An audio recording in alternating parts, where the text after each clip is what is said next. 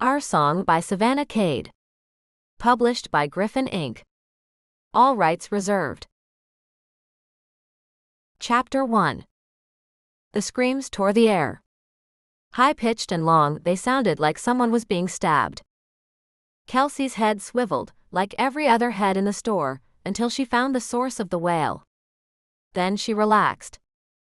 It was just a normal little girl, maybe 5 years old, screaming her head off but looking quite unharmed. Her head tipped back to make sure that the sounds radiated in every direction.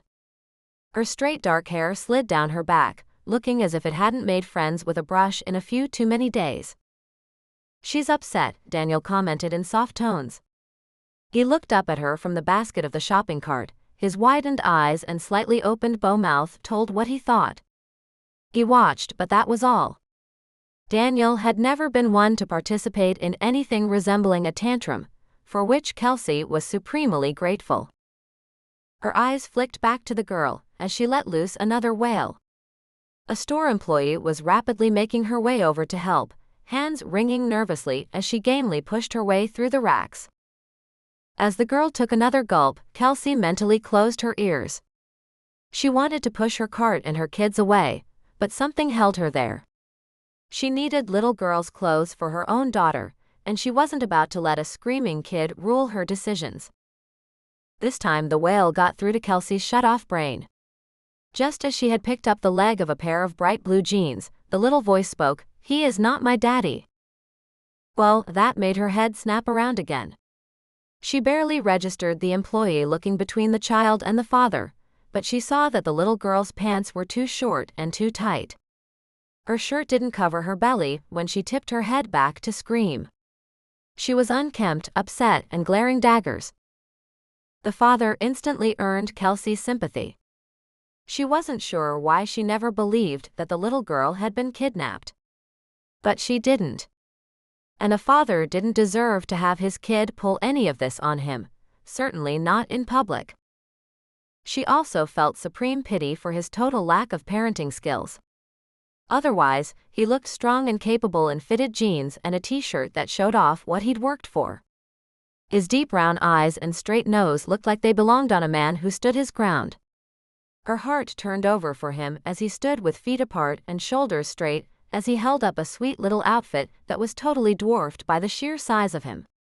His dark hair slipped over one eye, only partially obscuring the red that crept across his face and appeared to be setting up permanent residence. Even though he was facing her down, the child had clearly won. "Look." Allie held up a small doll. "Look." Kelsey blinked for a moment. Only when her eyes landed on a nearby display did she realize that her pigtailed 3-year-old had filched it as they passed. With a frown, she looked down and saw the shredded cardboard blister pack. Well, that would have to get purchased. Now she needed to take the doll away, or get something comparable for Daniel, who had been an angel. There was no good way around that one. Except maybe. "I don't want new clothes." The voice was rude, sharp, and tiny. At least the little girl wasn't shrieking anymore. "Honey, those clothes are too small." The father stood over her, his voice steady, although Kelsey wasn't sure how he managed that. "My mommy bought me these clothes." The little girl's arms crossed over her chest and she clamped her jaw so tight, Kelsey was certain that she'd hear little teeth grinding. Again his voice was soft and this time full of defeat. "I know." He absently hung up the outfit on the nearest rack and sighed. The store employee had disappeared, but Kelsey pushed her way through to them. They probably didn't need her help, but she felt drawn in. Besides, there was that cute doll that she had to pay for and couldn't let her daughter keep. "Allie, give me the dolly." With a small pout that had Kelsey pressing her lips together, Allie handed over the doll and assumed her own cross-armed position. Kelsey ignored her. Would she like this doll? She was grateful that her voice didn't shake like it wanted to. The father looked her square in the face, the first time he'd looked at someone since his daughter had started wailing in the middle of Target. Kelsey felt something tug inside. His eyes were a combination of grateful and exhausted, the deep brown riddled with shadows and regret. His voice sounded the way he looked. "You are more than welcome to try." Daniel and Allie looked on with avid curiosity, while she leaned down to the little girl and held up the doll as bait. "Do you think you could help me out?" There was only a pout and glare as response. "I'm buying some clothes for Allie, and maybe you could try on some of the same things." Kelsey wiggled the doll, watching its pink nylon hair sway, and she got a great idea. Quickly, she stood and searched the cart, certain that the doll had come with a little plastic hairbrush. Grabbing it, she began brushing the doll's hair as she walked back to the little girl. Brown eyes were watching her with interest, although no other part of the small body had abandoned the furious stance. "This dolly really needs her hair brushed, can you help her?" Kelsey didn't wait for an answer, just shoved the doll and brush into the little girl's hands and turned past the father, offering a small smile. Grabbing the abandoned outfit from the rack, she turned and carefully picked out the same clothes in Allie's size. "Allie?" She held them up. "Do you like these?" Allie nodded vigorously and attempted to stand up in the cart. Kelsey held out a hand and shook her head. Allie promptly sat back down, but held her hands out for the clothes. Kelsey turned back to the little dark-haired girl. "Would you like to try some on, too?" She didn't say yes, but neither did she protest, and Kelsey led the bunch through to the fitting rooms. Only as she walked in, did she realize the father wasn't allowed in the ladies' fitting rooms. Kelsey started to explain, but he just shook his head. "If you can find out if they fit, then you are light years beyond me." "Okay." Kelsey felt as small as the word, but she plucked Allie then Daniel from the cart and reached out for the little girl's hand. After a moment, there it was in her own. The little face was a little dirty, she noticed from up close, but she didn't say anything. "What's your name, honey?" The answer came from behind her in a masculine voice lined with a deep sigh. "Andy." Kelsey felt her back stiffen. Not another Andy. Her hand must have jerked, because the little hand belonging to little Andy grasped a little tighter. With some resolve, she marched the three of them into the changing room and tried the clothes on the girls. As she had expected, little Andy bore no marks of abuse, just a need for a bath and new underwear. But she tried on the new clothes without much fuss, and Kelsey was pleased to see that the 5T size fit her perfectly. "Look!" Allie jumped exuberantly in the new outfit, eyeing Andy and smiling that they were dressed alike. "Let's go show your daddy." Kelsey stood and walked out, three small children trailing her like ducks. Daniel solemn and sweet, Allie bubbly and charming, and Andy defiant as ever. Her father stood outside the doors, his head leaned back against a mirrored column, looking like the day had worn him down. He snapped up at the sight of his daughter wearing clothes that fit. He gave an obvious sigh of relief. "They're great." Kelsey smiled. One screaming fit averted for the day. "Andy," she choked the name out and then pushed through the rest pleasantly, "I think Allie is going to just wear her new outfit." She reached down and pulled the tags off to ring them up when they left. Andy motioned for her to do the same, but Kelsey pawned the job off on Daddy. "Can you stay out here with them? I'm going to go grab their old clothes." She didn't really wait for a reply. The pained expression on his face told her he was going to say no. So she simply smiled and didn't let him. Kelsey gathered small clothes in her arms and then stepped back out, handing Andy's dad the two small clothes and wadding up Allie's. She helped her own kids back in the cart and turned to speak over her shoulder. "She needs new underwear too." He panicked. "What size?" She was in 4s, so 6s should do it. "They're right over there." She shrugged and pointed. The size 5T fit her great, so you can pretty much pick up anything else that size and not worry about trying it on. Again his shoulders worked through a sigh, and Kelsey felt a pang of pity for both of them. "Thank you." He stuck out his hand and gave her an odd look before shaking his head as though to clear the thought. "I'm JD. And I can't tell you what a help you've been." How did you do it? She shook his hand, hoping she looked nonchalant. She wasn't getting into any of that with a perfect stranger. I'm Kelsey. Good luck. She wheeled away, thinking she needed a new seat cover in the car. She needed to replace one Daniel had ripped accidentally, and do it without upsetting him about the one he had ruined. He was sensitive that way, but no wonder. She browsed the automotive aisle a few minutes before trying to furtively place the blue Hawaiian slipcover under the cart. But Daniel saw it and his lip began to tremble. At moments like these, she prayed that she wasn't seeing vestiges of his father. But the problem was either there or it wasn't. She knew that from experience. No amount of hope or help could change those facts. So she smiled and made the best of it. I think we need to redo the whole car. Maybe these ones with the frogs on them? She pointed. At $20 a pop, they weren't what she was planning on spending. But she could afford it. Just. Daniel smiled. They have lizards too, can we get some of each? Allie spotted ladybugs and Kelsey smiled. So the car wouldn't match. Those smiles were worth every penny. The 4 different covers were all black velvet, so Kelsey figured they wouldn't embarrass her when she went to meetings. Just before she buried it, she pulled out the shred of cardboard with the barcode for the doll and put it with the tags from Allie's clothes. This trip had turned far more expensive than she planned. Pushing the cart to the register, she mentally tallied how much they had spent and tried not to grimace.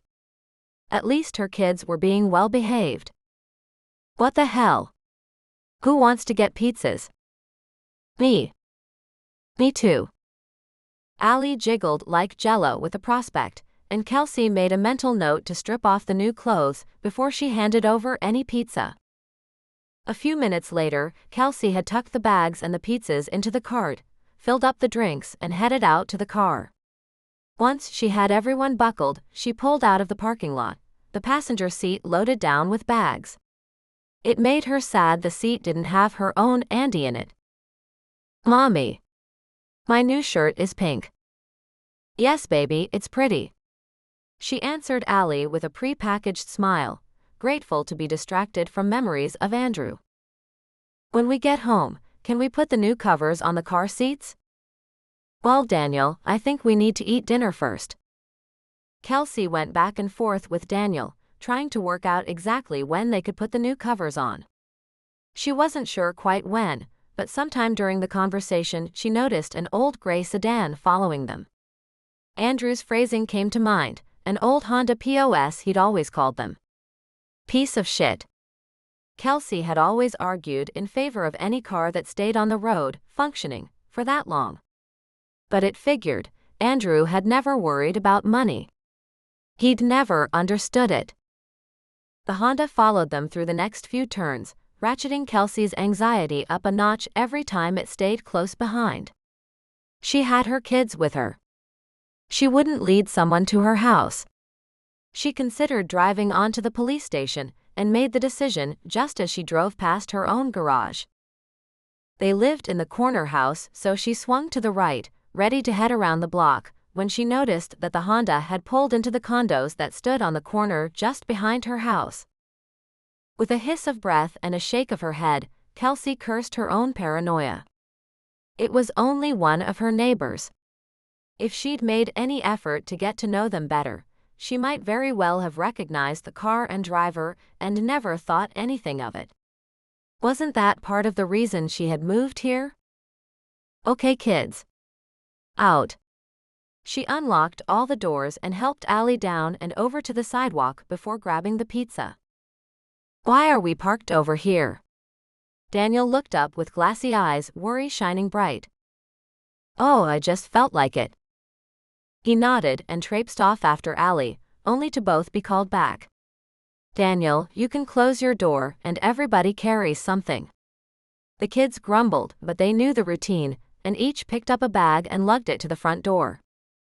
Kelsey juggled what she was holding and got the front door unlocked. Just as she was marching the kids inside, she heard her name. She looked up to see JD from Target round the corner, wearing a true grin for the first time. Kelsey. I thought you looked familiar. She shooed the kids inside and set down the groceries before stepping to the front porch and easing the door closed behind her. You live there? She pointed to the condos just behind her house. Yeah, we just moved in. He shook his head as if he didn't know what to say, and she realized for the first time that he was younger than she had first taken him for, maybe mid-20s. He looked nervous there with his hands shoved into the pockets of the jeans she now saw were a bit worn. His sneakers, too, had seen better days. He smiled and nodded. Well, I'll let you get to your dinner. Thanks again for all your help. With that, he headed back to the condos and missed the vague, overly polite smile that passed across her face. For a moment, Kelsey tried to remember the last time she'd had a real smile. Chapter 2. Kelsey sat to one side of the table, with papers spread out across the blue plaid cloth. Two dirty, curious George placemats held place at the opposite end, but her work didn't migrate that far. She had a headset perched over her ears.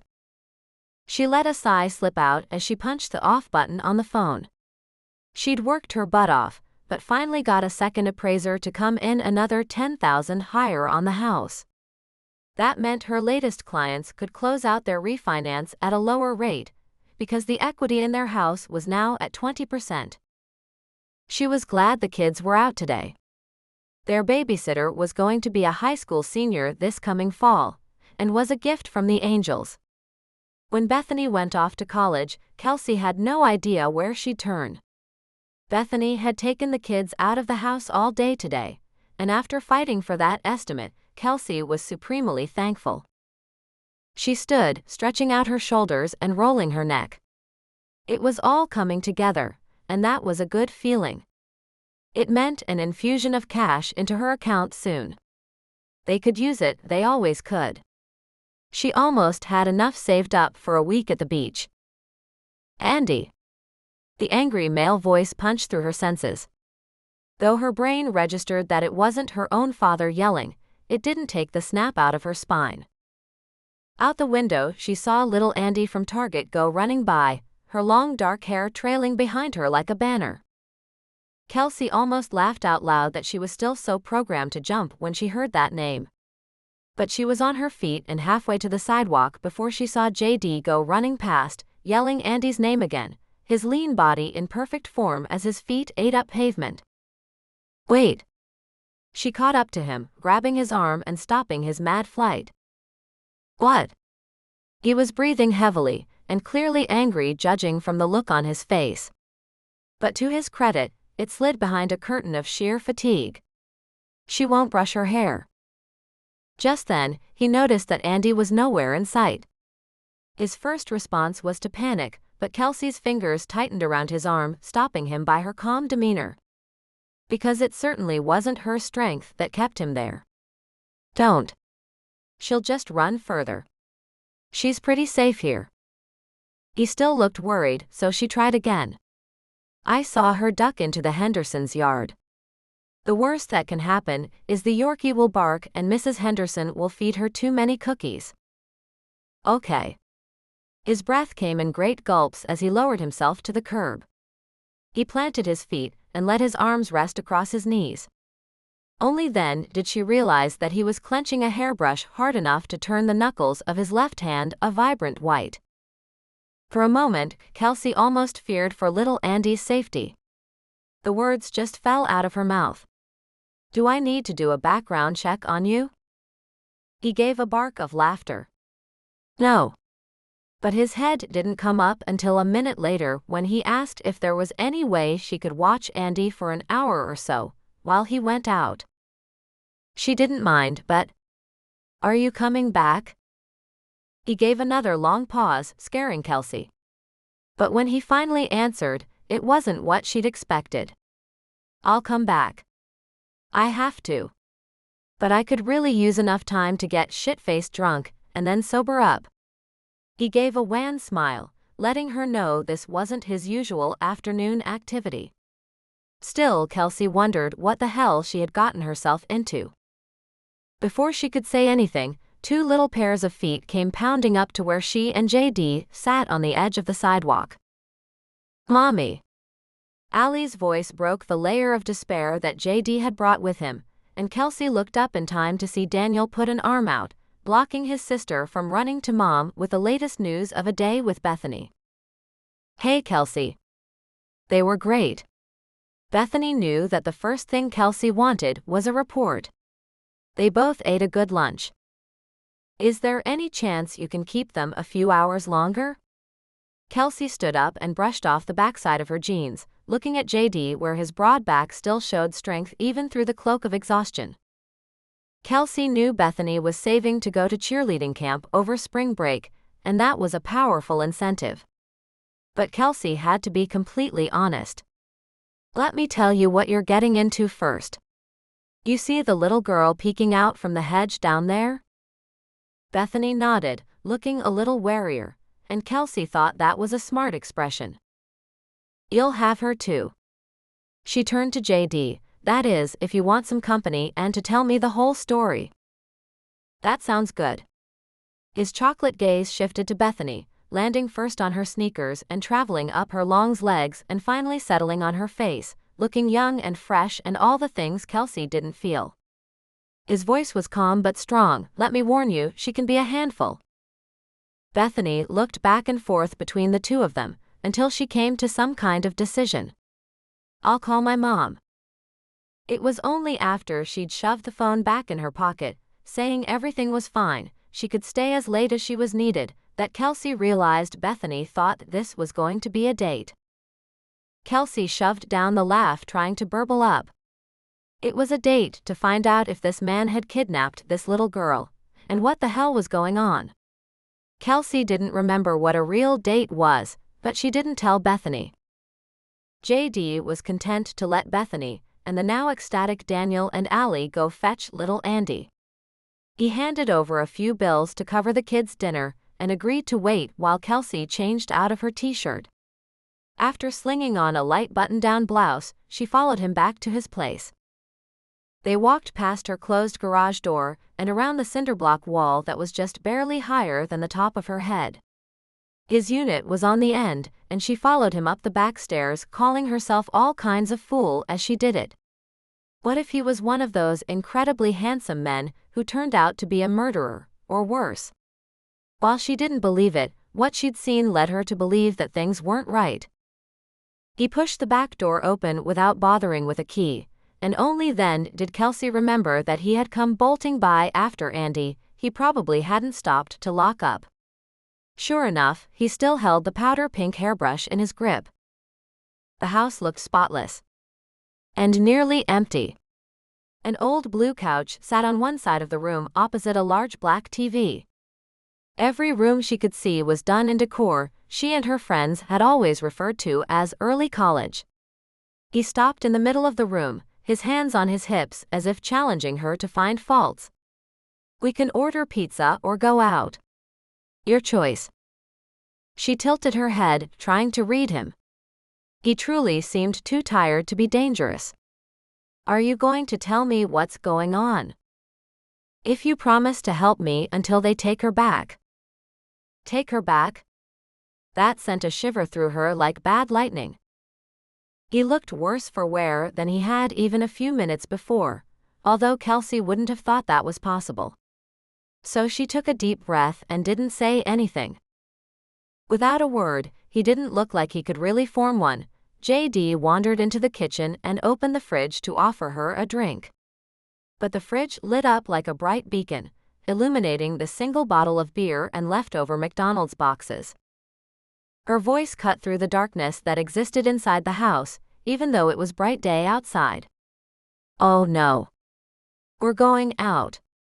You look like you could use a decent meal." "Okay." He didn't argue, just trudged upstairs saying something about changing. Kelsey looked around, feeling like such a mom. Here she was with a good-looking man, and she was worried about his eating habits. Oh well, she had to be older than he was, and she couldn't remember a time when she hadn't been a mom in some way. Maybe that's why she had never become a wife.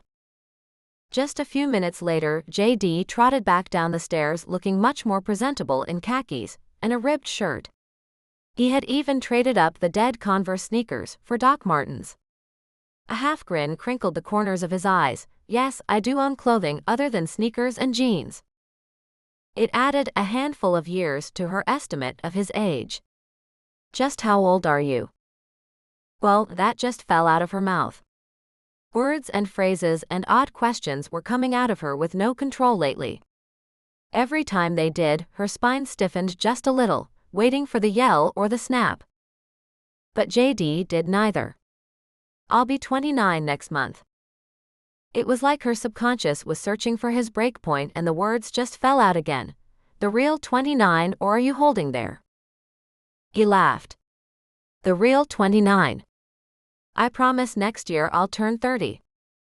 The laugh was the first sound of true enjoyment she had heard from him. His face lit up, his smile transforming him from simply good-looking to heartbreaking. It was certainly unexpected, given the hangdog expression he had been wearing before. Just then, the doorbell rang, immediately followed by a pounding noise, then a muffled yell. JD. Open up. Kelsey's eyebrows rose right about the same time JD said, shit. He turned to her. What day is it? Tuesday. She shied back a few feet. He threw open the door to reveal three guys, who were the lifestyle brothers of the earlier JD. They all wore faded jeans, one with intricate tribal markings in black across the nearly white denim. Hair was in eyes and t-shirts ranged from old to mildly vulgar to muscle-bearing. JD's voice stopped her musings. Guys, no practice tonight. But come in.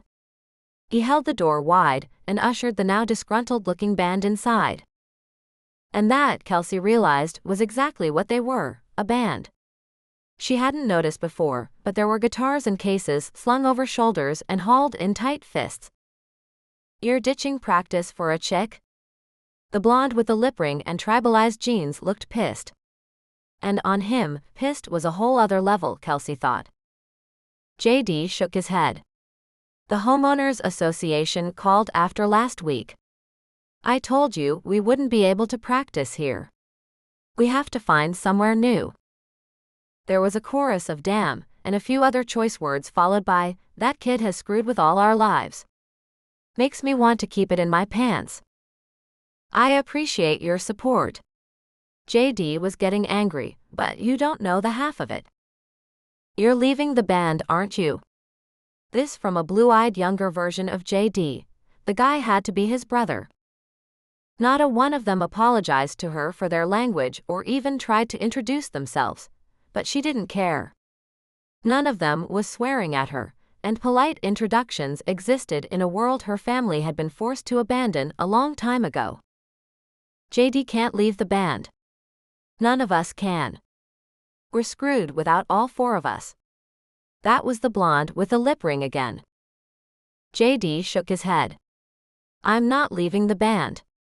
At least I don't think I am. That was met with groans and a few yeah rights. I'm not practicing tonight because I am about 2 minutes from total meltdown.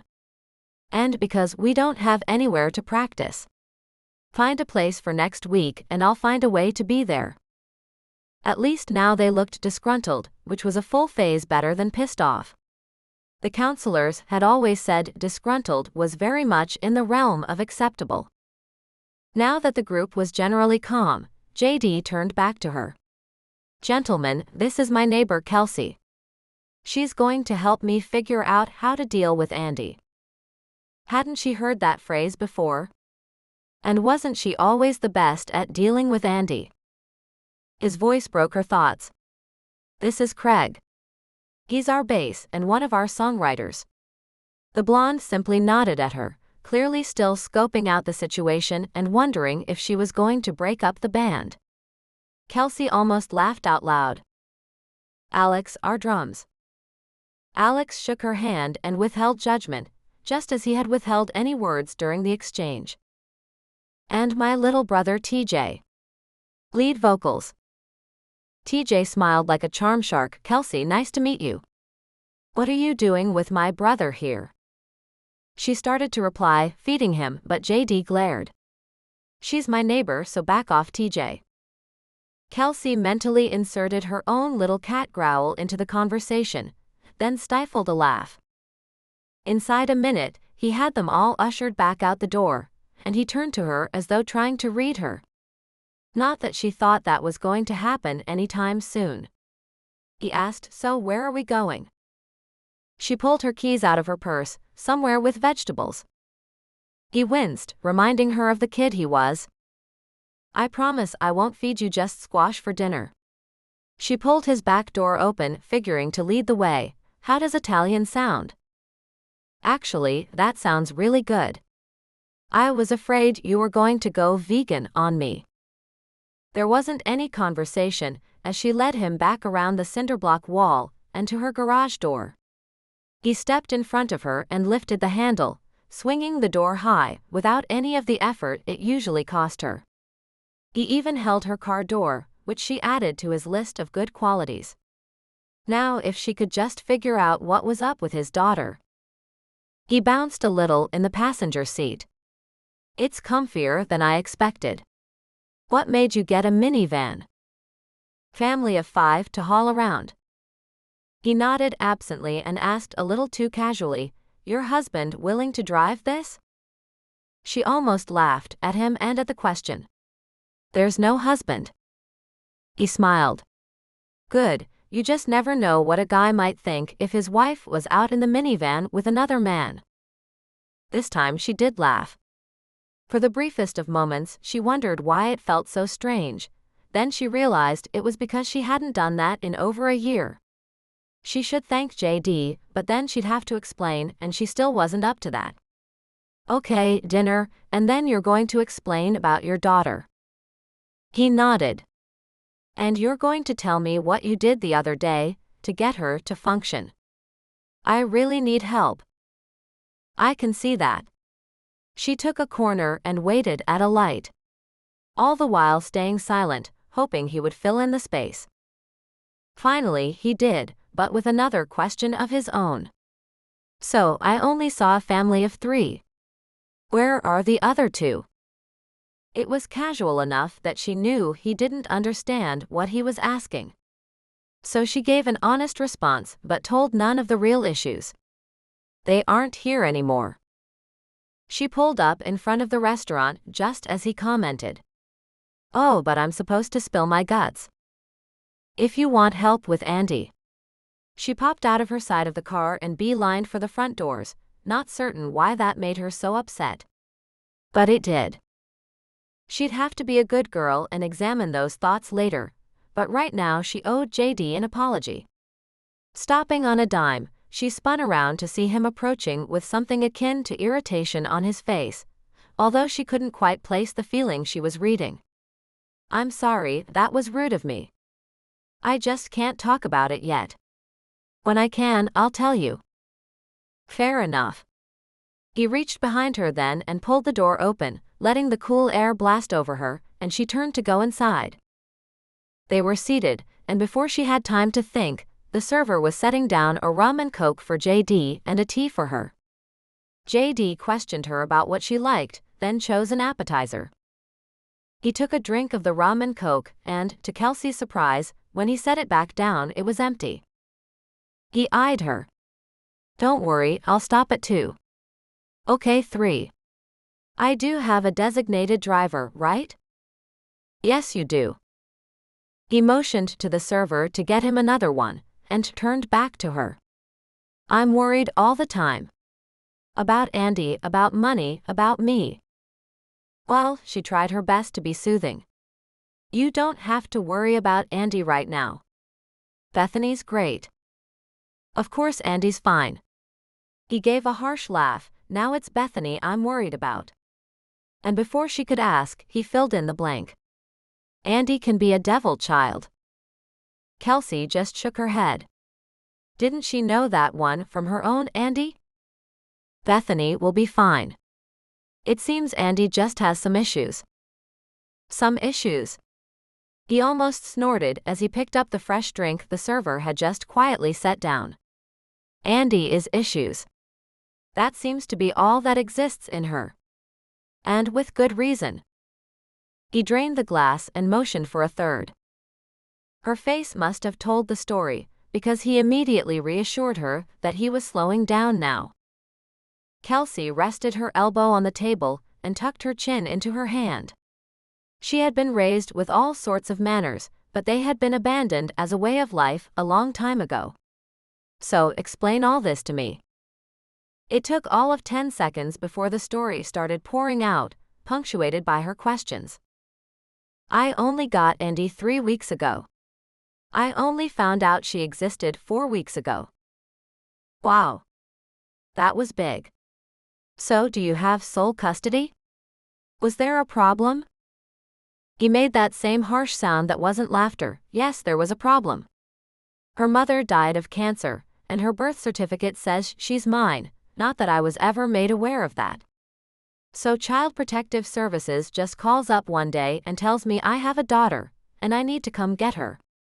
He paused for breath and pushed a hand through his hair.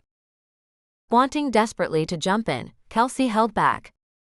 Years of therapy had taught her that the good stuff came when you tamped down your own feelings and waited the other person out. JD proved her decision wise. Well, she was in Texas, where I'm from, and so it took a week to get ready and go get her. I did all of it myself. He took a gulp of air, as the waiter showed up again with a loaf of bread that JD tore into. Kelsey waited her turn, still staying silent, taking a hunk of bread when JD offered it to her. This was getting interesting. I told TJ about it because he was going to see the kid. But my folks would not understand having a child out of wedlock, and they had never understood why I dated Stephanie in the first place. By the end of it, I could see why. Stephanie was totally psycho, which explains a lot of this mess. Kelsey winced at his terminology. She'd heard Andrew referred to as psycho too many times, and she feared for this little Andy whose father had termed her mother that. But again she stayed quiet, munching on bread as much for an excuse to not participate in the conversation as for food. So I drive to within an hour of where my folks live and pick up this little girl who just lost her mother, and that I didn't even know existed. CPS warned me that she had issues. Which makes perfect sense. She's been handed off to strangers and her mom died of cancer, so she wasn't doing a very good job there at the end. I couldn't figure out why Stephanie didn't just call me. At that moment their food showed up, and the story stopped for plates to get settled. JD dug in, fork first, ignoring the broccoli that came on the side of his chicken parmesan. Kelsey eyed her asparagus and wondered if JD ever ate vegetables. Probably not. After all, he was in his 20s and clearly stuck in the college phase. The guy even had a band, for crying out loud. Picking up the thread of the story, she held it out to him. Of course Andy has issues. She's been abandoned and kidnapped. That got him. She has not. Well, of course not. But that's the way a 5-year-old would see it. He went back to his dinner, his eyes moving with his thoughts. That makes sense. That does explain why she's so stubborn. She doesn't want to do anything I ask, and she won't stay still or quiet to let me work. He sighed, sounding much older and very worn out. Have you tried working with her? Of course I've tried working with her.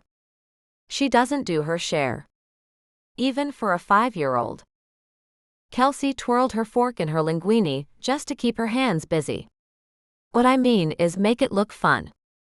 If you need her hair brushed, then you brush her doll's hair. Get her to do it herself if she won't let you. When you have to work, give her something to do that looks like your work. My kids love filling out old forms while I write loans. It isn't perfect, but it's better than the alternative. Okay, June Cleaver, tell me more. He sat back and eyed her. At first she laughed at being called June Cleaver, but then she gasped. Where did your food go? I ate it. Have you never had a guy around before? She gulped.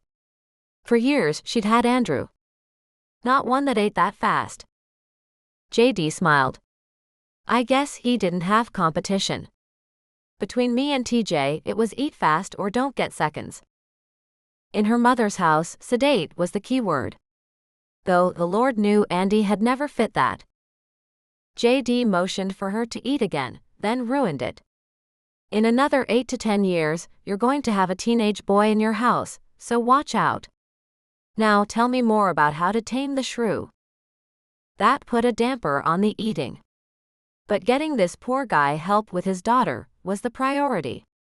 Figure out what's bothering her and address it. Ask her what she wants to do. When you talk to her, crouch down to her level. Give her choices. Ask her which veggie she wants with dinner, and give her a few options. Maybe you get her new clothes but let her pick from a few things you've already chosen. Okay, is there any way to do this on a shoestring budget? Oh yes. She ticked off her points on her fingers. Buy generic at the grocery store, eat at home, trade babysitting instead of paying for it, rent movies, play board games, spend time at the park, it's free. So, it can be done. Kelsey smiled. I'm living proof. I've been living poor for 2.5 years. We're trying to get this band up and making a profit. Alex lives with his folks. Craig's girlfriend paid their rent. At least she did until she walked out on him 2 months ago. Then TJ moved in with him last month because I had to move out of our apartment and get a room for my 6-year-old. So I don't have anything left to help TJ out either. I'm renting the condo because CPS wants her to have her own bedroom and bathroom, and no other adults living there. I signed a year lease, then left for Texas. I was so close to my mom and dad's, but I turned right around and drove back. It's costing a fortune, and this little girl doesn't have anything but a bed and sheets, and a few teddy bears. All her shoes are too small, her clothes are too small. She didn't know where her toothbrush is. I've had to replace all of it. His head slipped into his hands again, frustration rolling off him in waves. Kelsey reached her hand out to rest against his arm. It was all she could think of to do. The heat of him radiated through her skin and reminded her that he was probably the first adult she'd touched in a year. It is tough replacing everything, but you'll only do it this once, and after that it will only be small things one at a time. Kids aren't cheap, but they don't have to cost as much as most people pay. The kicker is, she doesn't even want me. She wants her mom and she just hates me. He kept his head in his hands, but didn't shrug off her touch. She'll get through it. It will take a while to see how much you care, but she'll see it. He lifted his head and looked her square in the eyes. I've been thinking of calling CPS and having them take her back. Put her up for adoption. That hit her like a shove to the chest. She hadn't seen that coming from a guy who seemed to be doing everything he could to help this little stranger. Why? She wished she could swallow the accusing tone that had flown out with it. But she couldn't. JD, true to his laid-back self, didn't take offense. Because she doesn't want to be with me. She's cute, she's bright, someone will adopt her, won't they? Not necessarily. Kelsey hardly knew this child, but she briefly toyed with the idea of adopting Andy herself. Older kids don't always get good homes. Especially if the foster homes in between aren't good, or if she feels abandoned again and her behavior gets worse. She knew she was painting a bad picture for him. But there was no guarantee that a kid would get adopted. Even from across the table, she could see his back teeth grind. I think there's every possibility that they'll take her back anyway when they figure it out. No, they won't. Kelsey shook her head at him. He was in a horrible spot. Look, I don't think people should have kids they don't want, but you didn't even know about her. If there was a better alternative for her, I'd recommend it. But shouldn't it be best to be with her father? It'll just take time. Well, see, it just gets better. Her paperwork arrived yesterday. I saw her birth certificate. Never mind that Stephanie named her Anderson. Anderson Winslow Hewlett, my last name. He stopped and took a breath. This is why I had to get away from her. Aside from the fact that I haven't had any sleep, I can't talk about this in front of her. Who knows what she'll think? It sounded like some grand conspiracy theory, but Kelsey was a trained wait-and-see-what-you-get kind of girl. Through hard-earned skill, she kept her face neutral. JD leaned forward. She's 5. Barely 5, not almost 6. Okay. She waited. I haven't even seen Stephanie in almost 7 years. Kelsey frowned. Of course he hadn't. That was how he didn't know he had a daughter. Then the math clicked and her mouth fell open. JD saw that. Yeah, she's not mine. But she looks just like you. Where had wait and see what you get Kelsey gone? That's because Stephanie had a type. He pointed to himself. Dark hair, dark eyes. He leaned back, having grandly let the cat out of the bag. I found out that she cheated on me while we were together, with a guy who could have been my brother. It wasn't TJ. No. TJ wouldn't do that to me. Kelsey sucked in a lungful of relief. It was like a bad soap opera. JD picked up the thread. I knew there was every possibility that Andy wasn't mine. Stephanie had been sleeping around. But I don't know what. Kelsey started doing some fast math.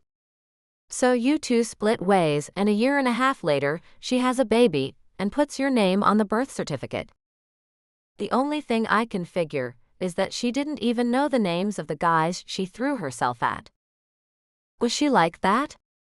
For some reason, this other woman piqued Kelsey's curiosity like nothing had in a long time. JD's face turned sad and thoughtful for a moment. She was not right in the head, and I didn't know it at the time. I just didn't put the pieces together. Kelsey chewed her asparagus. I'm ashamed to admit that I watched one of those self-help talk shows even once, and even more ashamed to admit that I learned a few things. Half his mouth pulled up in a wry smile. Oprah, huh? He held his hands up, as if proclaiming some sort of innocence. It was a rerun one night a few years ago. I couldn't sleep and I haven't touched the stuff since. She laughed. So what did you learn? JD turned serious. But they were talking with survivors of sexual abuse, and it all sounded just like Stephanie. She grew up with her father and her uncle. She moved out the moment she could and wouldn't set foot back in that house. Hated men in general, but slept around like there was no tomorrow. I thought she was just a slut. I broke up with her for it. There was a slight pause, then he raised one eyebrow. This may be some sick revenge. Setting her fork down, Kelsey waited until she got JD's full attention. Did it ever occur to you that this wasn't about you, but about Andy? A frown marred his otherwise perfect features. That maybe when the time came to assign her child a father, this woman, who hated all men, wrote down the father she would have wanted her child to have. Andy isn't revenge on you. You are a gift to Andy. Chapter 3. JD bit down on his tongue to stop himself from what he'd been about to say. He'd always wanted to be a parent someday, but not like this. His kid had a major behavior problem. He hadn't expected to always say, "We can't afford it." Of course, he'd also thought he'd be older and have a wife and, well, he'd thought a whole bunch of things that weren't turning out that way. Child Protective Services was supposed to come and counsel him. But the regular visits they promised dwindled to a single phone call before the first visit had even occurred. That call had been from Andy's caseworker, stating that she wasn't going to be able to make it. JD wasn't holding his breath for a second call. CPS was overloaded and under-budgeted, and he was small potatoes. He didn't even have to worry about adopting. Thanks to that erroneous birth certificate, Andy was all his. Andy, he squatted down in front of her, giving her the advantage of height. Kelsey was right, that part had worked. Andy still always disagreed, but now she stayed and listened. We have to brush your hair, honey. It has tangles. This was one of the many battlegrounds Andy had chosen. He made it happen every other day, or else her hair got too tangled to do anything with. Mentally, he cycled through the advice Kelsey had given him. We can get rid of the tangles entirely. That got Andy's attention. We can cut it short, or we can brush it every night. Which do you want? Andy's eyes had gone round at the mention of cutting it. That clearly was not going to be her choice. He hid his smile from her, knowing that he would win. But he didn't. Andy shrieked. You will not cut my hair. You don't touch me. His teeth clenched even as he fought to keep his outward appearance calm. He rotated away and stood to his full height, no longer caring if Andy felt reassured. Twice this last week, he'd taken her over to see Kelsey and her 2 kids. When Kelsey was there, Andy always did what she was told and agreed to things. She helped Daniel put away the lawn toys. She let Kelsey brush her hair that night. She ate vegetables. But once they were home and the magic that was Kelsey was gone, Andy turned into this demon again. JD felt his anger fade to utter despair. Andy simply hated him. It wasn't getting better as Kelsey promised. And Kelsey didn't see it, because Andy was improving when Kelsey and her kids were around. Just none of the improvements were sticking when he got her back home. Or maybe he wasn't doing it right. Regardless, it was Tuesday, and he still didn't have a sitter lined up for tonight. He needed one fast. So he simply walked away from Andy, clutching the hairbrush in his hand, afraid to let her hold the thing. He was certain that if he did, it would hit him square in the back when he wasn't looking. His fingers punched Kelsey's number by memory, he'd pestered her so much this past week. But she'd seemed glad to help every time he had needed it, and he hoped that she would feel that way again. Hey JD, what do you need? Her caller ID told her it was him, and the fact that it was him told her he was in need of something. He winced. He wanted to say, I'm just calling to chat or I'd like to pay you back for all your help, but neither of those was going to come out of his mouth tonight. I need a babysitter tonight. Do you mind if I call Bethany? I don't mind if you call Bethany, but you have to pay her. That set him back. He was pushing the envelope of his bank account these days, but he wasn't going to write a rubber check to the sitter. Kelsey's voice in his ear took away his concern that she thought so low of him. I'll trade you if you want to bring her here tonight. How does trading work? Trading scared the crap out of him. He was doing so poorly with one child that the thought of all 3 kids was enough to make him go after the kitchen knives and try to expose some veins. At least Kelsey's kids seemed as angelic as their mother. When do you need to leave tonight? About 5. He turned and saw Andy brushing her doll's hair. The pink nylon threads gleamed while her own tangled mess was untouched. Why don't you both show up an hour early and I'll feed the kids and we can work out the details? Just then he knew. Somehow she must be able to see into his living room, into his life. She could see that he was failing miserably. Kelsey was taking pity on him. Well, while he would have liked to be getting something else, pity it was. Okay. So we'll show up around 4. Thank you. They hung up and he refrained from a victory dance. He was certain Kelsey was watching. For the next half hour he worked on sheet music while Andy watched some cartoon on TV. It was a Kelsey-approved cartoon, and that meant it had some redeeming qualities. He had followed Kelsey's advice in this, like many things. She seemed to have the whole single-parent thing worked out, and he was just floundering. He'd start making his own decisions just as soon as he could figure out what the hell choices he had. He scribbled notes and tried to upgrade the lyrics he'd written. He heard all of it in his head, but instead of playing it out loud he kept it to himself. JD wanted to pick up the guitar sitting in the corner and put sound to thought. But he didn't dare put reality to the music in his head in front of his daughter, who hated everything. Having Andy know the guitar was something he cared about was not anything he was anxious to have happen soon.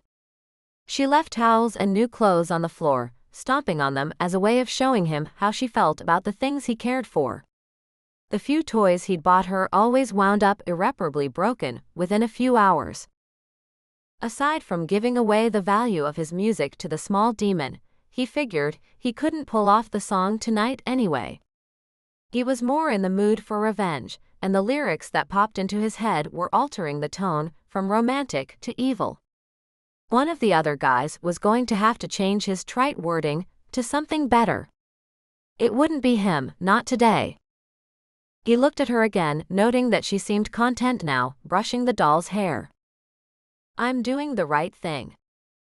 He was certain he wasn't doing it the right way, but Andy needed him far more than she knew. Kelsey had galvanized him with those words about Stephanie choosing him as the father of her child, even if he wasn't actually the father. Well, he was Andy's father now.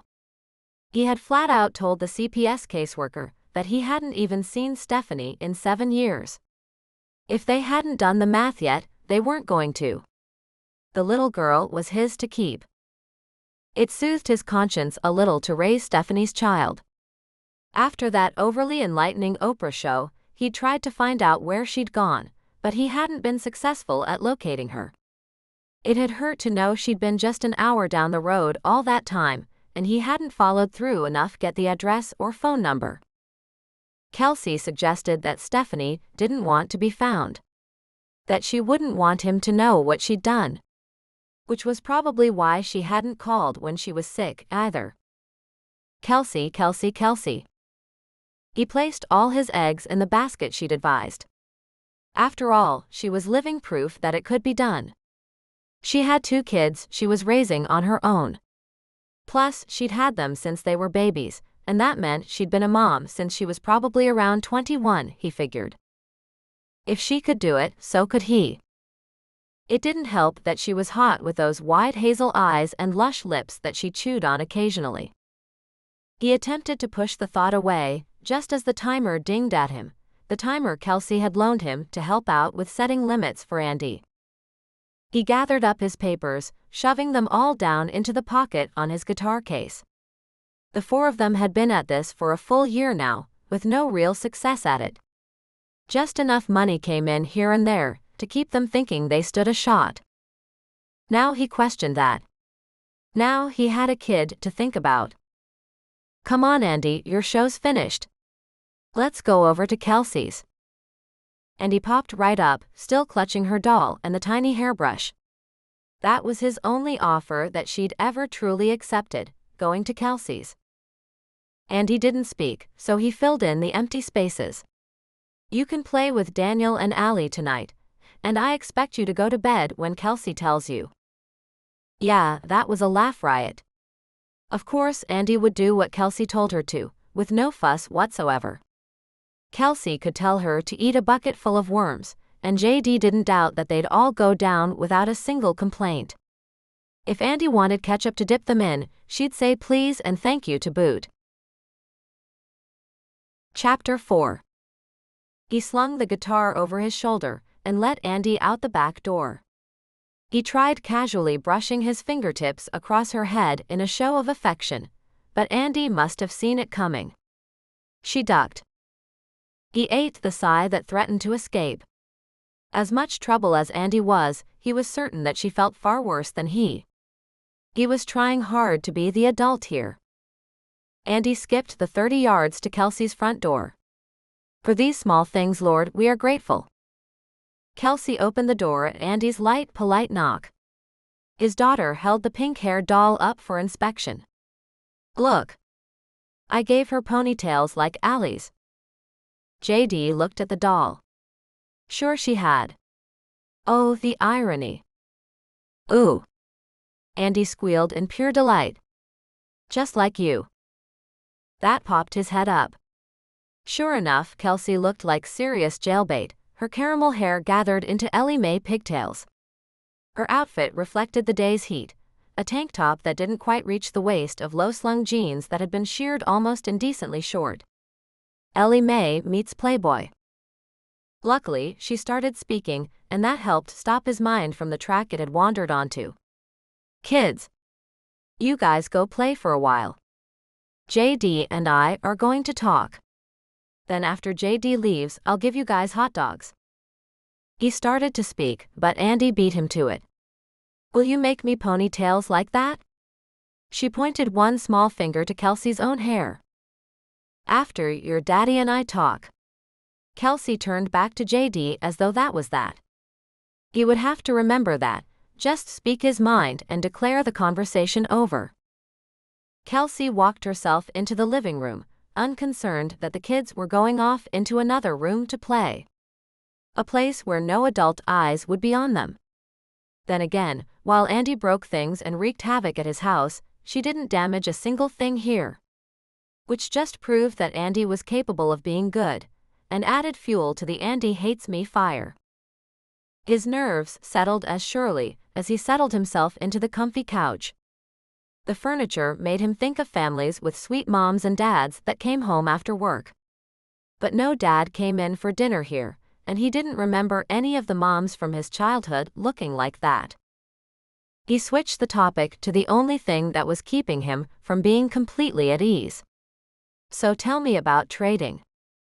She shrugged. It's free. We just keep track of hours and try not to let one of us get too far ahead of the other. How do I pay it back? She laughed out loud at him.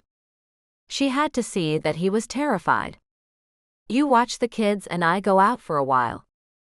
Yeah, that's what I was afraid of. That was the only downside to this trading business. It's not that bad. I actually think it's easier with all of them here. Andy is new and she keeps them occupied. Aside from the usual policing, she isn't much extra trouble. Her finger found its way into one of her pigtails, and her lean legs tucked up under her on the couch. Yup, jailbait.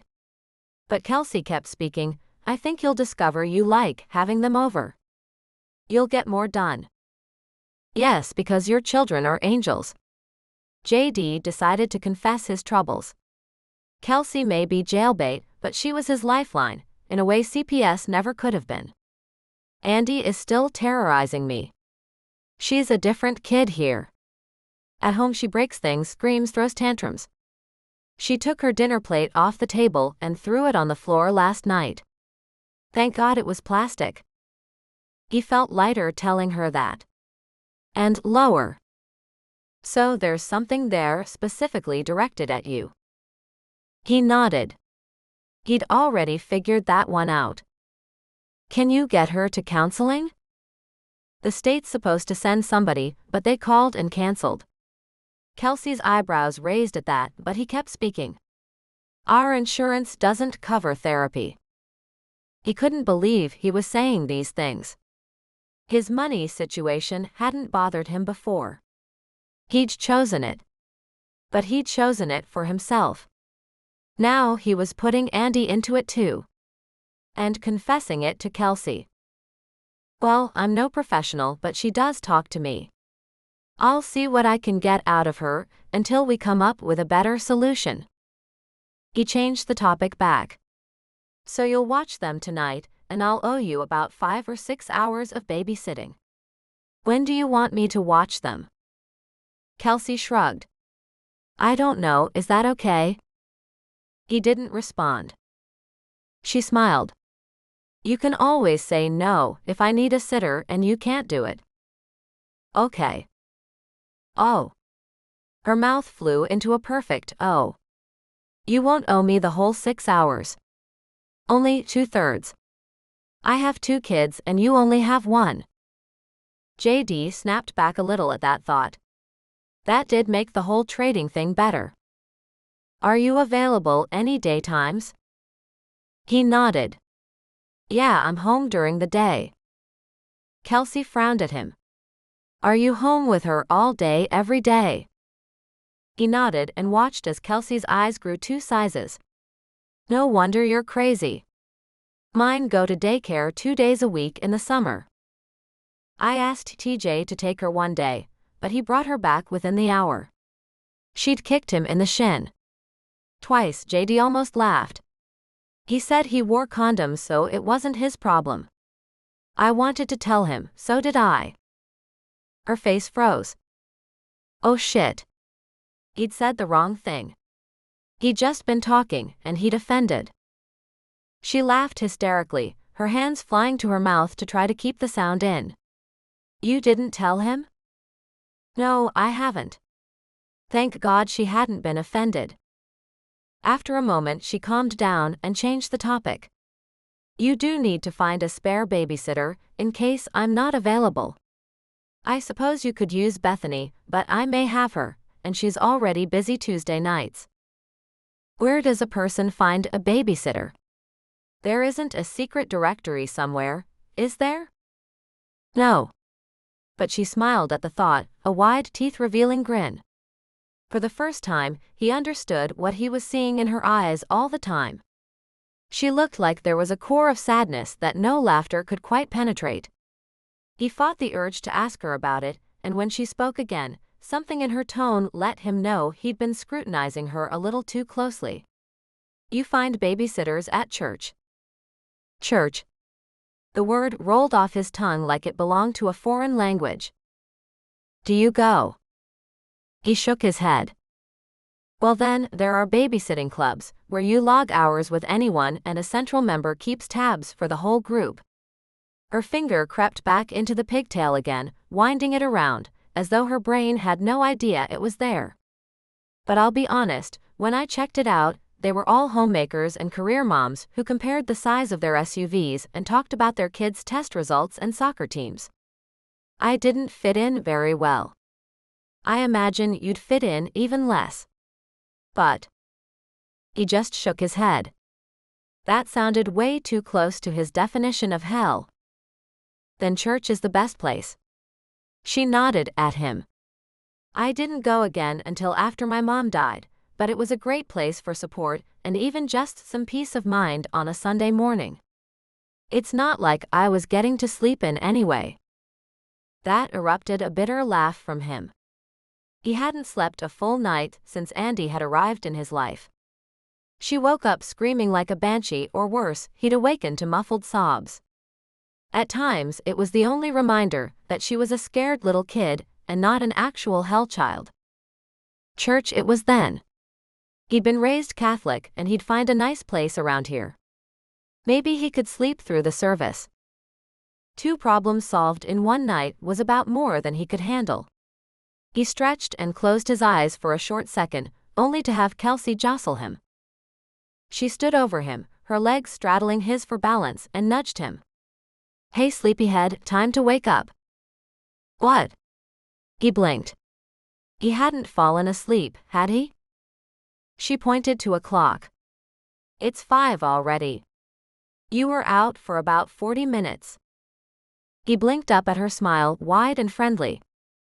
He had to go. She stepped away now that she knew he was awake, and he bolted for the bathroom. He ran his fingers through his hair and rinsed out his mouth. He splashed water on his face and wondered how he could have just passed out on her couch like that. He used the hand towel that was hanging perfectly beside the sink to dry himself. The whole bathroom said a woman lived here.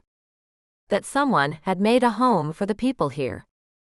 He ran for the front door and grabbed his guitar. Kelsey waited to lock up after him. And he felt bad for saying it. I might be late. She shrugged. Be as late as you need to be. Thank you. He heard the lock click into place as he went down the front walk, followed by a faint sound that was surely her voice calling the kids to dinner. Andy was safe and she'd behave. That meant Kelsey and her kids were safe too. JD moved on to his next worry, the band. He walked the 3 blocks to Alex's parents' house. Alex was going to give him a lift. He was cutting every corner and saving every expense. He was ruining the band. He considered bowing out. But then what? They had synergy. They just had to find their spot. For 2 blocks, he wondered how much he was lying to himself, if he was living his life on childish dreams, refusing to grow up. Thank God he hadn't actually had to say the words to Kelsey, "I have a band." He might as well have just added, "We're going to be famous someday."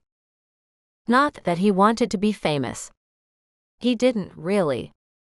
He'd been lead singer until he'd convinced TJ to join them. That had been the final piece, the point at which he'd become convinced that they had it, and they should keep at it until they made money. Alex exited the basement door and walked up to meet him. "You look a little worse for wear, dude." "I am actually a lot worse for wear." Alex shrugged as he undid the locks to his own old beater. "Well, if nothing else, it has really convinced me to wear my Johnny hat every time." JD clenched his teeth. He so did not want to have this conversation. He was taking way too much heat about this, and if the guys found out that Andy wasn't even his child, he'd never hear the end of it. They weren't reacting well to the extra stress of his having a kid. They took it only because it seemed there was no other choice. They didn't realize that a quick blood test would send Andy back from whence she came. The problem remained, Andy was his child now. If not by blood, then in his heart? Maybe he just couldn't stomach the thought of what might happen to an innocent kid if he sent her back. There just weren't any happy solutions here.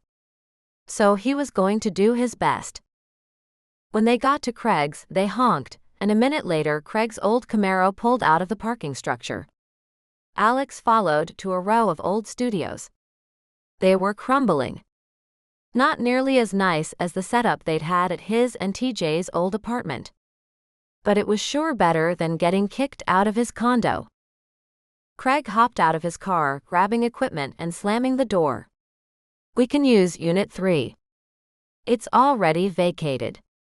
The land's been sold and the whole thing's getting demolished in 3 weeks. We can use it as much as we want in the meantime, every night if we want." He looked at each of them, making it clear that he thought that was what they should do. There was no way JD could keep up that kind of schedule. He knew Craig was waiting for him to say so. It was TJ who spoke up. "We can't practice Thursday night." "Why?" Craig's voice was sharp to his roommate. "Because we have a gig." TJ smiled. Craig didn't. "Does it pay?" JD stepped in. "It doesn't matter. It's better than rehearsal, and we need the exposure." It had been 10 months since he'd sold a song, and that infusion of cash had more than disappeared on equipment and studio fees and the occasional pizza. TJ smiled. "Yes. It pays." Craig let his breath out. Deservedly so. He was working part-time early mornings at Starbucks to make ends meet since his cushy ride had dumped him a few months earlier. With the announcement, some of the bite left Craig, and no one commented on JD's lack of vigor. Maybe they simply expected that of him now. They turned their attention to the Thursday night job they would play. After planning their set, JD spent hours pouring frustration after frustration into his guitar, until he was exhausted. But he couldn't just go home. Alex was his ride. He wasn't going to be the first to tap out for the night, either. That was just a point of pride. It was Craig who finally called off the dogs. Within a few minutes the room was silent, and they had most everything packed away. With a borrowed studio like this, they couldn't really set up shop. But JD hoped soon they'd have their own place. He'd been hoping that for a while now. At home, JD quickly stashed his guitar and headed over to Kelsey's, realizing only as he knocked that he should have showered first. "Hey." She pulled the door open without checking, but he didn't chastise her for it. She looked thoroughly mussed, but simply ran her fingers through her hair and stifled a yawn. "I'm so sorry I woke you." He practically fell over his own words and feet as he entered into the living room. I won't stay out that late again. Let me pay you back at full time this time. Her brows pulled together and she looked at him like he was nuts. What are you, Catholic? What's with the guilt? He had to smile. Yes, I am Catholic and I'm sorry I woke you up. No big. She closed the door and walked away. She'd changed into a t-shirt and sweats, definitely ready for sleep. Do you want a drink? Oh, I don't want to keep you up. You just get Andy and... I'm going to pretend you didn't say that. She turned with her hands on her hips. If you're tired and you want to get home, that's just fine. But I'm awake, I'm getting myself a drink, and if you want one, I'll grab you one too. Do you have a Coke? Ah, so you are wide awake, or at least you plan on being. She pulled 2 cold cans from the fridge and held his out to him before popping hers. She motioned to the sofa, but he refused. I should have showered. I shouldn't sit on your sofa. She checked him out, and he was surprised that he was afraid she'd find him lacking. I thought you were going out for practice. She countered that statement right away. Not that it's any business of mine, but you look like you've been to the gym. He followed her to the kitchen, perching on a stool and setting his Coke down on the counter. Practice is a workout. Kelsey propped her hip against the counter and continued to nurse her soda. Her hand pushed through a few papers that littered the counter, and she produced a little pink post-it. Here, I got you the name and number of a possible sitter. He was getting ready to thank her when she shifted, looking a little uncomfortable. Listen, her voice had an odd tone to it, and that made his brain perk up. I'm just going to say this once. I've met Bethany and she's gorgeous. She's 20, and if you want to get involved with her, that's one thing, but don't use her as a sitter if you want to date her. That's a cardinal rule. When you find a good babysitter, you don't screw with it.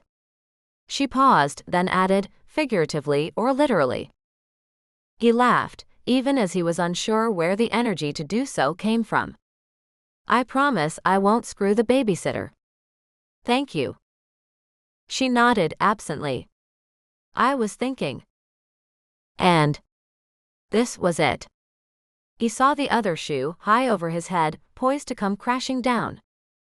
You said you had Andy all day, every day. Yes.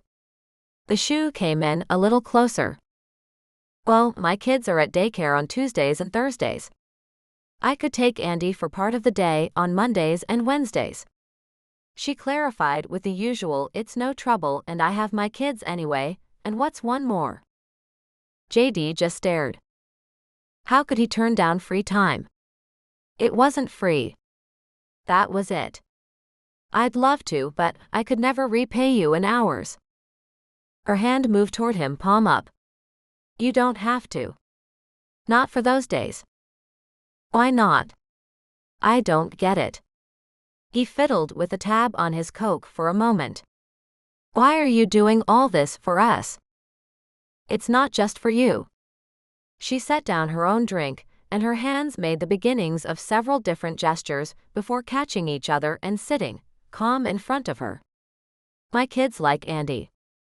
I haven't been the best mother to them, and she's really... You are shitting me. He stood up. You're super mom. You guys are all glued together. Your kids listen and speak politely and don't throw their dinner plates. So what else do you need? A plaque? She didn't answer. Her eyes found designs in the ceiling and the floor tiles, but she didn't answer. A full minute dragged by, and just as he was certain that she had decided that he should leave, she spoke. The family of 5 that bought that minivan is the one in the pictures in the living room. He eyed her askance, then went to check out the photos. He'd seen them but not examined them. He didn't have to. They were of the happy, all-American family, Mom Kelsey, blonde-haired blue-eyed dad, 2 happy kids, and a woman who had to be Kelsey's mother. On closer inspection, all he saw was more of the same. Kelsey just pointed. That's my mom. She died 3 years ago. Kelsey pointed again, this time to Dad. And that's my Andy. He died last year. We lived in D.C., in this little house my mother had bought. Andy died the day after I mailed the last house payment. He could see her head tilt as she thought. All the shrinks told me it was the wrong thing to do, but I sold the house, packed the kids up, and moved here. Did you want to become a singer or something? She smiled, her hair sliding across her shoulders as she shook her head. I was so sad that for a long time I was barely able to get food on the table on a regular basis. I've just been functioning, not being. That sure explained the look in her eyes and the way she laughed, almost like she felt bad about doing it. JD looked at the photo again. I guess when you love someone like that, it just holds you and doesn't let go. A cloud slipped over her expression, as quick as if it had always been there. Then, as fast as it came, the cloud slipped away and the photo was forgotten. Is that why you're here? Because it's Music City? He laughed and turned back to the kitchen to toss his soda can in the trash. I'm from Texas and I moved to Nashville and I'm in a band. Take your best guess. Are you guys country? He shrugged. We're some sort of fusion. We're too country to be pop, too pop to be punk, and too punk to be country. So you really have your own niche. He wanted to laugh, then howl at the moon. That was the nicest way he had ever heard it put, that, no matter how good they were, no one was going to take them. Just like that, the caffeine expired on him, and he was dead tired on his feet. He wouldn't even get to sleep in. Andy would be up and breaking things with the sun. The clock read 1:15, which meant he had maybe 5 hours to sleep, and that was if Andy didn't wake up howling. Kelsey read him. She seemed very good at that, just watching what was going on around her and stepping in. Tomorrow's Wednesday. We usually get started around 9. If you want to bring her by between 9 and 10, I'll return her by 3 or 4. She didn't say anything else, just padded off in her bare feet and returned a few minutes later cradling a sleeping Andy. He took the weight from her and thanked her again. Softly, she closed the door behind him.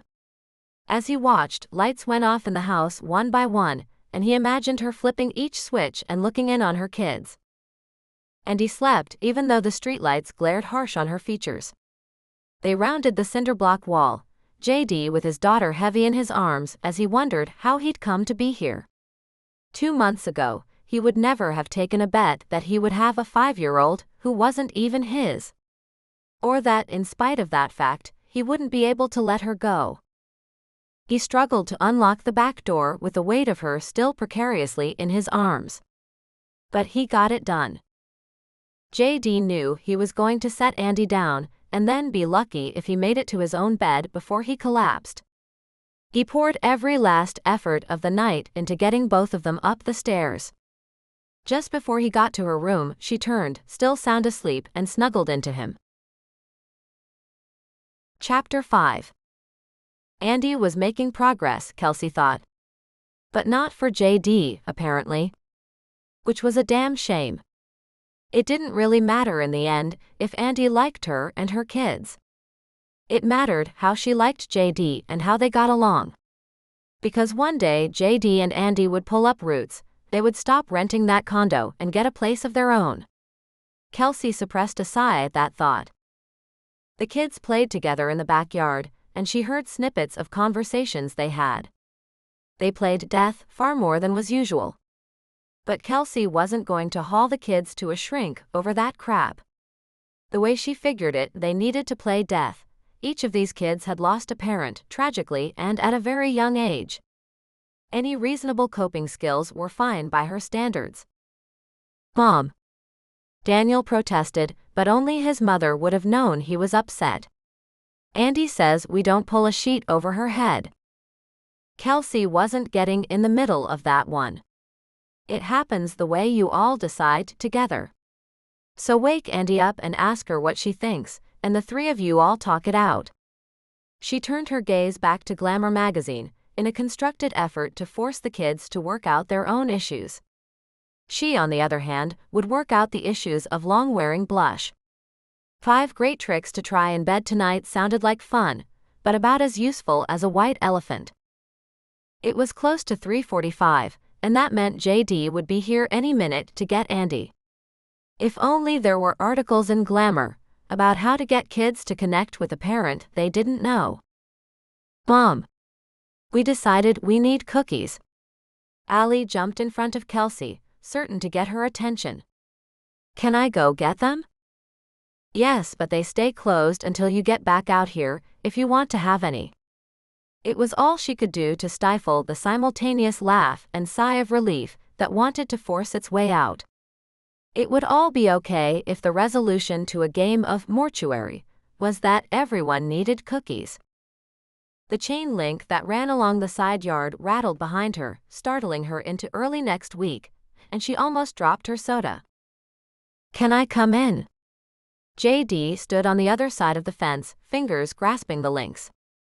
His gaze darted from one kid to another. JD. Allie shrieked as she bounded up to him. We get to have cookies. That sounds great. Can I come over? Allie nodded with a slow, exaggerated lift of her head. JD rattled the fence again until Kelsey looked up. He was in his usual uniform, old jeans, old sneakers, old t-shirt. He even had an old grown-out haircut that sometimes dipped over one eye and was starting to make ducktails at the back. Maybe it was a band thing. He should have looked like such a kid, but somehow he didn't really. At least he looked better rested than he had this morning. She suspected that he dropped Andy off most mornings and went back home and went to sleep. All he ever said was that he was working. Not that she knew what an amateur band boy did for work. Can I come over, or should I walk around? She raised her eyebrow at him. It's a 7-foot fence. You're just going to come over? Sure, and with that, he reached up, easily grabbing the top bar and wrapping his hand around it. While the kids stood watching with glee, he kicked over the top, then hopped effortlessly to the ground. Kelsey told herself he was a kid. Allie, I think that man deserves a cookie. Allie peeled the bag open, handing an Oreo to JD, then eyeing her mother. I deserve one too. She nodded. I think we all do. 2 each, maybe. There were squeals all around. Allie handed out cookies. Daniel asked if JD would teach him how to do that. Kelsey intervened so that JD didn't say yes and she didn't have to say no. Only Andy didn't have anything to say to her father. She ate her cookies quietly, then headed up into the little fort atop the wooden jungle gym. No, she definitely wasn't improving for JD. He sat on the edge of the picnic table, looking after his daughter with a longing that he tried to keep hidden. Even so, Kelsey couldn't bear to look at him. Andy surely didn't know what a kind word from her would mean to this man who had turned his world upside down for her. Kids could be so casually cruel. It was a hard lesson she had had to learn repeatedly, with her own Andy. She was a master at cleaning it up, too. So what did you do today? JD looked away from the fort as he polished off the last cookie. Wrote some music, made some money. Can I ask, what is it you do to make money? Or should I not? She only at the last moment realized she might not like the answer. He laughed. I literally made some money today. You counterfeit. No. He threw his head back and she could see the laughter as well as hear it. I invest my savings and live off the proceeds. I spend a few hours each day watching the stock market. Then why? Why was he barely making ends meet? Why didn't he just get a real job? The air left him. Because I don't want to. I won't touch my principal investment, so I'm not making all that much. He looked himself up and down with new eyes. I don't know what you see when you look at me. But I did that other life. I wore a suit every day. He had to see her eyebrows rise.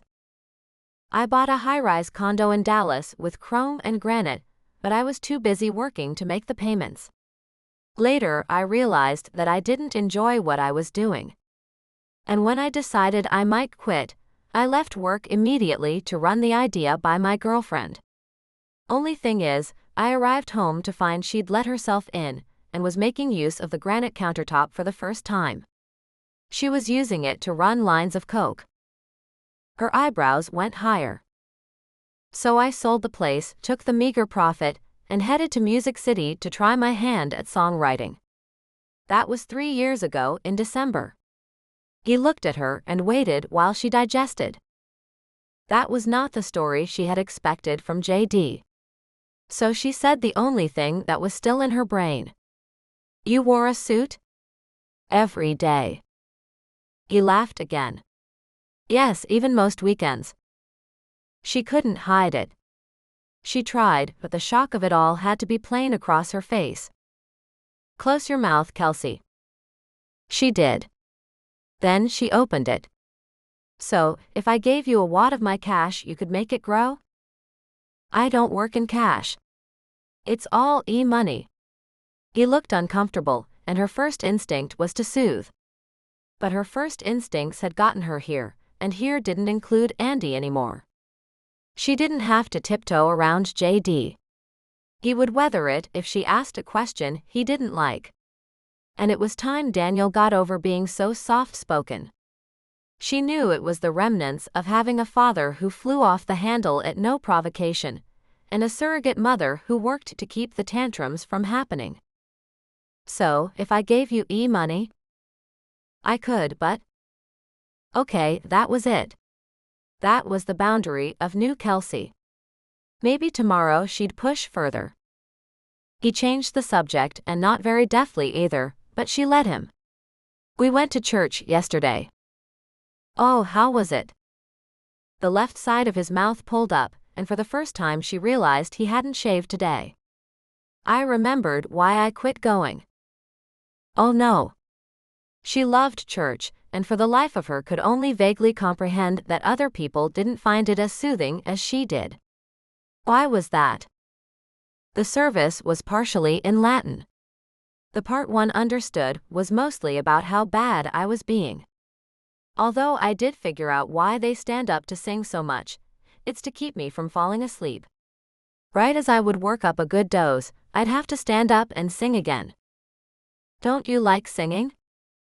He shook his head. I think I described my band as vaguely punk. So while I like singing, I don't think what they did is going to cut it for me.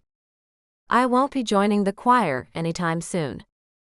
That gave her a fit of giggles. It was all she could do to contain the mental picture of JD, darkly handsome and equally wicked-looking in a choir robe, singing sweet hymns. Yeah, laugh it up. He stood to stretch and called out for Andy to come. It was time to go home. Kelsey could see on his face even as he spoke that he was bracing himself for the response. It didn't come. He tried again, and again Andy pretended deafness. Kelsey fought her urge to jump in and help. It was like watching a baby colt learn to stand, necessary but painful. Only this colt never seemed to get up. Andy. He stood right behind his daughter, having looked in the entryway of the fort. But still she didn't respond. She put on quite a show and didn't even flinch at the sharp edge in his tone. Kelsey couldn't stand it any longer. Allie, Daniel, we're going inside now. Her kids said goodbye to Andy and headed in the back door. They didn't tell him to have a good evening, or even anything so simple as goodbye. Of course they wouldn't. She realized as she ushered them inside, they had lived under the shadow of Andy's disease. A little tension and they would jump when they were told, trying not to speak unless spoken to. And she suddenly felt like a horrible parent for letting Andy's illness take them all over like that. Allie was starting to come out again, but Daniel had lived under it longer, and Andy was his father. In that moment, Kelsey realized that it wasn't just the kids, but her too. She had to make the effort to bloom. She had to show her kids how it was done, so they could do it for themselves. Andy's scream pierced her ears, and Kelsey could have sworn that she heard the windows rattling. "You're not my daddy." Kelsey turned so cold inside at the thought. How much longer could JD hold out against that onslaught before he yelled back, "That's right, I'm not." Not that she thought he'd do it, but she herself had said many just as harmful things when pushed to breaking. He didn't say it. His voice was low and stern, though she couldn't hear the words. Lord only knew what the neighbors were thinking, as Andy screamed, "Kelsey will be my mom. I don't need a daddy." Kelsey felt her eyes squeeze shut. "Mom, what's wrong?"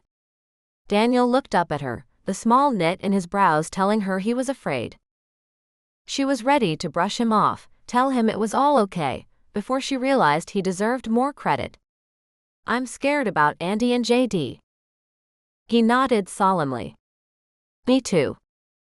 Allie had wandered off, happily oblivious to the turmoil around her. But it had always run deeper in Daniel. "What makes you scared?"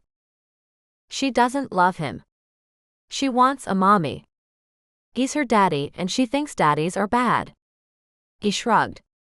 "Are all daddies bad?" Kelsey was certain her heart broke into at least 50 pieces right then. "No, baby. Your daddy wasn't bad, he was sick." "He didn't seem sick." Daniel eyed her that way every time she used the term to apply to Andy. "He was sick in his brain." She sighed as she scooped him up, realizing even then just how heavy a 6-year-old was. "It did make him seem pretty bad at times though, didn't it?" Daniel nodded. "Is JD a bad daddy?" "No, he's a really good one.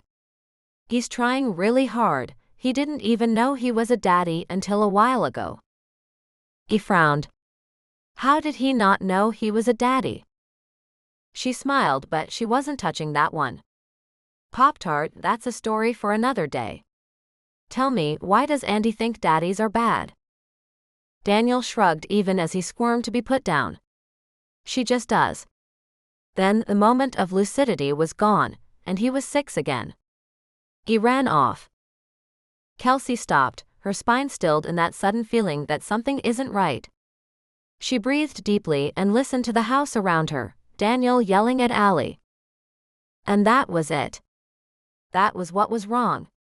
Daniel had yelled at Allie. But really, that was so right.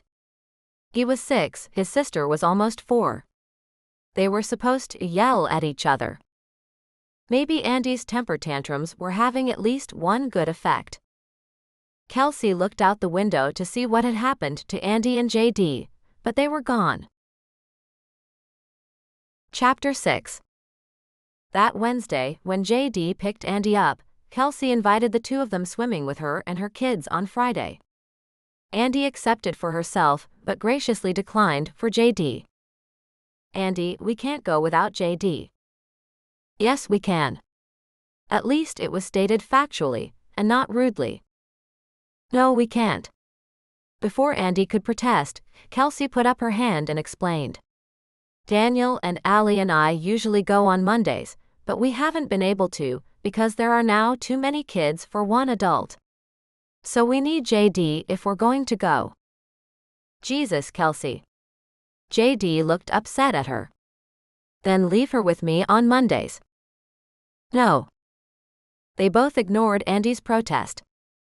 "It's truly not a big deal." She attempted to brush him off, but she should have known it wouldn't be so easy. "It's altering your life. It's enough that it's altered mine. She's not your child." "I am. I can be Kelsey's little girl." Andy blossomed at the thought. JD's cheeks clenched and a muscle in his jaw started to tick. Kelsey had to actively remind herself that she was attempting to face confrontation head-on these days. JD unclenched his jaw. "Why are you doing this?" He stepped away from the kids in a vain attempt to have a private conversation. "Are we your charity case?" For a moment, she didn't know how to respond. Then she felt the dam burst, and she remembered how it felt when she had been pushed to the edge. "Do you see all my other friends around?" Her arms went out, gesturing into empty air. I don't really know anyone here. My birthday's next week, and I don't think anybody knows. The adults in my family are all gone. I don't date. I go to church, I work from home, and I'm a mom. I've been dead for a year. I've been in this fog since Andy died. I finally started seeing the world around me, and there was Andy, screaming her head off in the Target. You too need help, as anyone would in your situation, and I'm used to taking care of people. So pardon me. What do you mean, our situation? There was a threat in his voice, one that she was sure she'd never heard from JD. Her automatic first response was to read the faces around her and see if it was all going to blow up. JD's face contained his anger, not the other way around. I meant that you just had a child dropped off on your doorstep. And there you were with no parenting skills and no place to go. That's all. She wondered what he thought she'd meant. Kelsey, you flinched. What? What the hell he was talking about? Just a minute ago, when I got upset, you flinched. He looked at her face, as though he was looking for something. Did you think I was going to hit you? Her mouth dropped open. She hadn't realized, but she probably had flinched. His hand went into his hair, as it always did when he was upset. Jesus, Kelsey, I wouldn't. I know. You wouldn't hit me. It's just an old reaction. She shrugged it off as casually as she could. But that only upset JD more. Did he hit you? She didn't have to ask who he was, and she shook her head. He didn't hit me, but I got hit. How the hell does that work? She didn't bother to correct him for swearing in front of the kids. At least they'd lost interest in the conversation a long time ago. If only JD would now. But he didn't.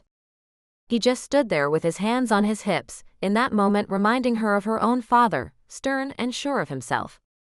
He waited. Andy lashed out, but not at me.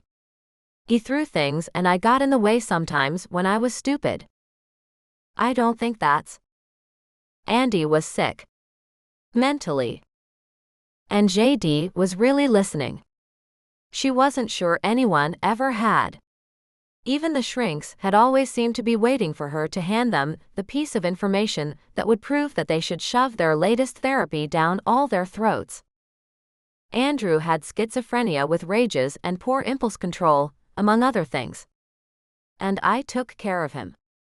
That was nowhere near the full story of Andy, but it was more than she'd said to anyone in a year. He looked across the yard to where his daughter was playing calmly. That's why you're so good with Andy. How many years did you spend tiptoeing around and flinching? She couldn't even muster a shrug. Seems like forever. Can you do me a favor? He tucked his hands into his back pockets. Can you not flinch around me again? That worries the crap out of me. She smiled. Okay, but you stop swearing in front of my kids. His hands flew to his mouth, looking far too masculine under his wide eyes and startled expression. Oh shit. Funny.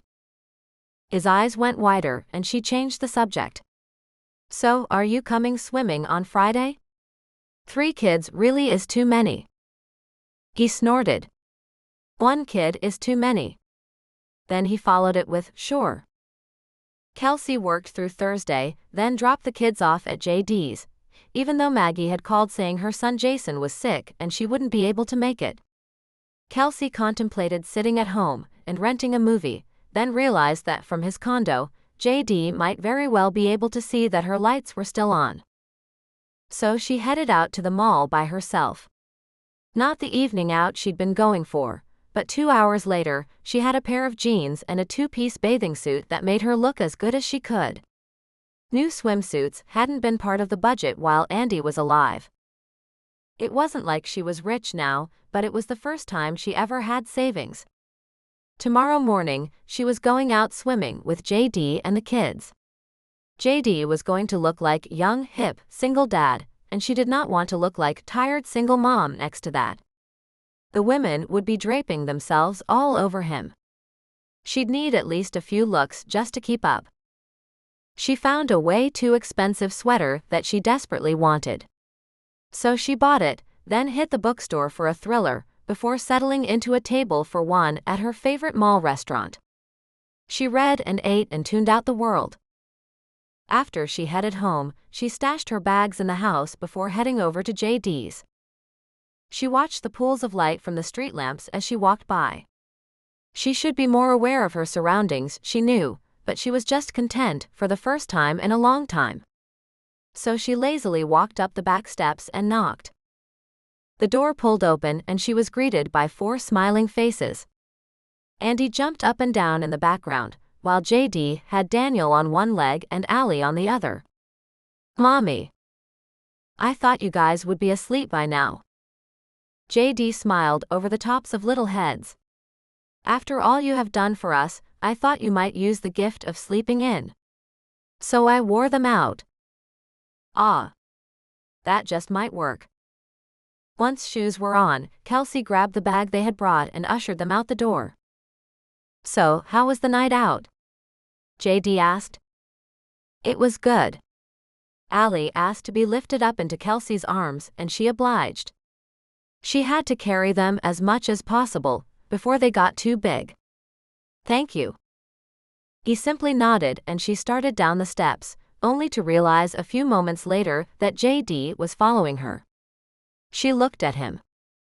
He looked back. "I'm walking you home." "Thank you, but that's not necessary." This may feel like a small town in this neighborhood, but it's still a big city. Besides, it was soft-spoken but clear. "With everything else you've done for us, the least I can do is walk you home."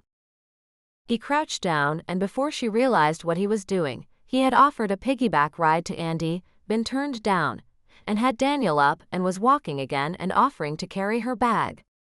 Daniel was grinning. Andy tucked her hand in Kelsey's free one, and Kelsey couldn't remember the last time she'd given one of the kids a piggyback ride. They were almost to her front door, and Allie was already sound asleep. Chapter 7. Friday morning swimming had gone well, except for the part where JD had played with the kids and Andy had hung back. He had offered to teach her to swim, and she refused, instead asking Kelsey to teach her. Kelsey refused. She could have JD or no lessons. Andy chose no lessons. They went to the pool again on Monday morning, with JD joining them at their usual time. Kelsey could almost see the summer slipping away. She sent JD to register Andy for kindergarten while she watched Andy. They went shopping for school supplies that evening at Target, the same place where Andy had pitched the temper tantrum. JD seemed utterly relieved to have Kelsey there. No wonder, every time he tried on his own to get Andy to do something, she balked. When she was in a good mood, that is. When she was in a bad mood, she pitched a fit, the likes of which Kelsey hadn't seen since Andrew. But with all of them there, she stayed calm. JD had swallowed the biggest bill. Since Andy didn't have anything for school, practically nothing had come from her mother's. Kelsey made a mental note to ask Andy what it had been like when her mother was sick. It seemed the mysterious Stephanie had no help, and Kelsey wondered if the few incidents when Andy had climbed her counters to get something from a cupboard were indicative of how she'd lived with her sick mom. Tuesday, Kelsey closed another loan, picked up the kids, and took Daniel and Allie to the drive-thru for corn dogs. Wednesday was her birthday, and she would simply have another day. She thought about asking JD to take the kids that evening, but she was afraid it would feel bad if she wound up spending the evening alone. So she decided that she wasn't going to do anything outwardly special to ring in 32, but take the day off and spend it being grateful for all she had. She started the next morning still in her pajamas when Andy and JD arrived. She invited him to stay for pancakes, but he declined, saying he needed to make money. That made her laugh, and then she made $ pancakes for the kids. She let the kids run through the sprinkler in the backyard. Then laughed and got wet when they hauled her in with them. She threw all the kids in the tub before letting them watch cartoons, while she took a long hot shower and changed into dry clothes. She had Daniel read them Dr. Seuss, then the kids requested green eggs and ham for lunch, and so she grabbed the food coloring and made it, even though she feared her skillet would never be the same. But it was just a skillet. JD picked up Andy and bowed out quickly, much to Andy's dislike, but she went with him. Andy always walked off with a look of a condemned man facing the gallows. The kids begged to watch a movie, and she gave in. Then they cajoled her into watching with them. She'd probably seen Peter Pan 100 times. When the movie was 3/4 over and she was half asleep, she heard her name from the backyard. Allie and Daniel were right beside her. Her name had sounded weird, and Allie looked confused, but Daniel was grinning like a used car salesman. Daniel? Right then, her name came from the backyard again. It was JD, she recognized it now, only it still didn't sound quite right. Making her way to the back of the house, she realized his voice sounded like it was coming over a PA system. As she looked out into the backyard, she realized that she was right. JD. The place was festooned with helium balloons, the picnic table had a plastic party tablecloth on it, and was loaded with buckets of chicken and sides, and, smack in the middle, a birthday cake. Her mouth opened.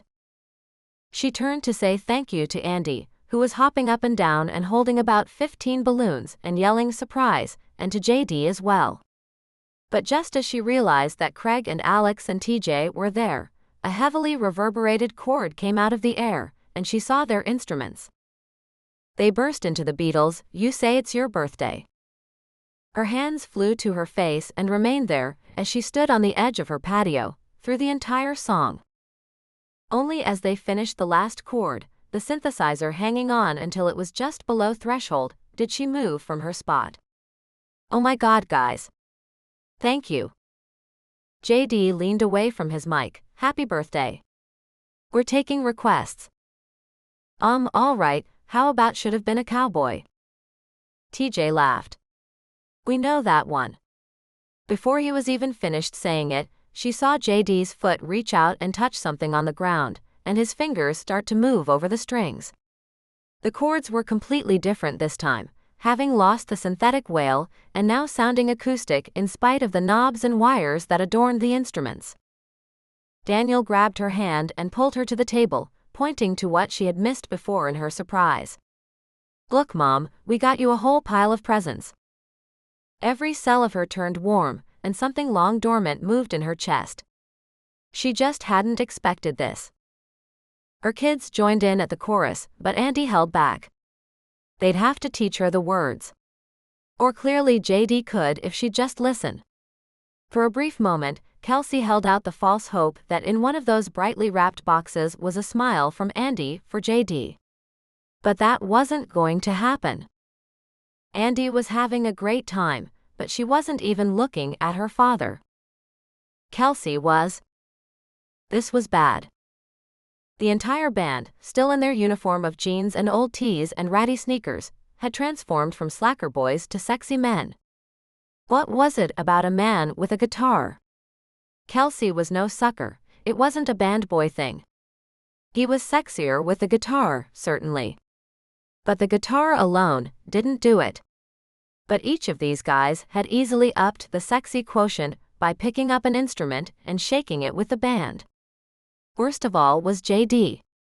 His muscles flexed while he was playing, his fingers flew in a serious demonstration of skill, and he smiled at her each time he stepped up to the mic to add backup vocals to his brother. This was bad. It was bad to see JD this way. Because he was younger than she was. He was in her house all the time. He was Andy's father.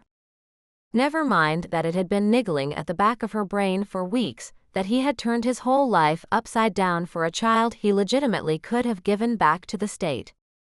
It had been clear from the start that JD was just a good guy. If he was also a sexy one, well, that was bad, bad, bad, bad, bad.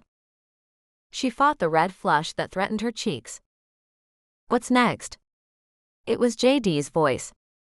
She could tell it from TJ's, even though they sounded remarkably similar.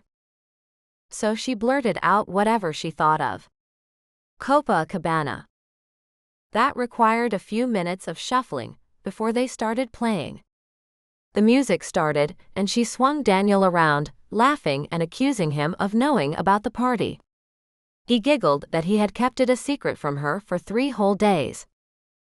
The voice that started singing wasn't TJ's but JD's. Kelsey's head snapped up. It wasn't right.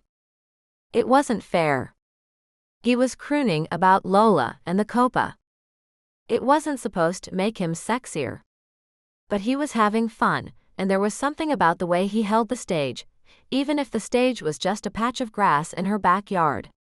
And he'd thrown her a birthday party. She pushed those thoughts away and got Andy into the next dance. Allie was always willing to be the center of attention, so she hopped around in little circles and shook her butt in a way that made the band laugh, and Kelsey wonder what her daughter had been watching. The kids kept dancing, but she stepped aside to sit out the next couple songs, and when they asked for requests, she suggested they play something of their own. That only made them put their heads together and confer for a moment before TJ switched back to singing lead, and JD slipped his guitar strap over his head and towed his amp switches, sending the first chords softly into the air. Kelsey could only sit and watch. The kids played around, tugged some of the balloons out of their ties, and danced with them. But Kelsey was oblivious to anything in the world, other than the band in her backyard. Even when Allie tripped and let go of her balloon, Kelsey let Daniel hand his sister another string and stop the wailing. The song was a slow 3-count, about the one that got away. She didn't say anything when the song ended, until it was made clear that they were waiting for her. You guys wrote that? TJ grinned that shark grin of his. JD wrote that one. Wow. They were simply that good. For a moment, she wondered why she'd ever doubted them when they said they were waiting for their break. Then she wondered who the idiots were who weren't signing them. Do another. The second one was just as good, if highly different. It was about picking fights just for the makeup sex. It even had a funny line where the whole band pitched in their voices about going to bed mad and waking up glad. Kelsey was joining in by the 3rd time it came around. She rallied the kids to yelling, "Encore! Encore!" when they threatened to stop. The boys agreed to one last song. This time Alex let fly on the drums to open the piece, and TJ railed about her being here, then being gone, then being here again. This song ended on one strong short note, and immediately all the guys abandoned their instruments. There would be no more cajoling for just one more. Kelsey was willing to bet that Nashville had their next stars on their hands if someone would just sign them to a record label. The guys surrounded the table and threw a few happy birthdays her way before tearing into the food. The kids mostly served themselves, eating huge quantities of macaroni and cheese that was an unnatural shade of orange. Kelsey didn't care.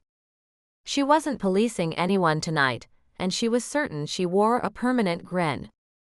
The chicken tasted better than it had the last time she'd ordered it, maybe because of the thought behind it. Alex was the first one up, even before the cake was cut. He excused himself saying he had a prior engagement, and he carefully packed away all his drums, which took long enough that TJ, JD, and Craig had all eaten another helping and wolfed down cake in the time it took him. TJ and Craig offered polite goodnights and one last happy birthday before they slipped through the side door into the garage. Kelsey heard the garage door protest as they raised it, and that answered the question of how they had gotten into her backyard in the first place. She frowned. She thought the door was locked. I borrowed your spare keys yesterday and hoped you wouldn't notice them missing. JD pulled them out of his pocket and held them up, dangling from one finger, until she took them back, slipping them into her own pocket. How did you know today was my birthday? I checked out your driver's license when you weren't paying attention. I just wanted to get the date right. He looked contrite. I just can't believe I was such a sucker that you were doing all this when I wasn't paying attention. She pulled another piece of chicken from the bone with her fingertips. You had Daniel in on it too.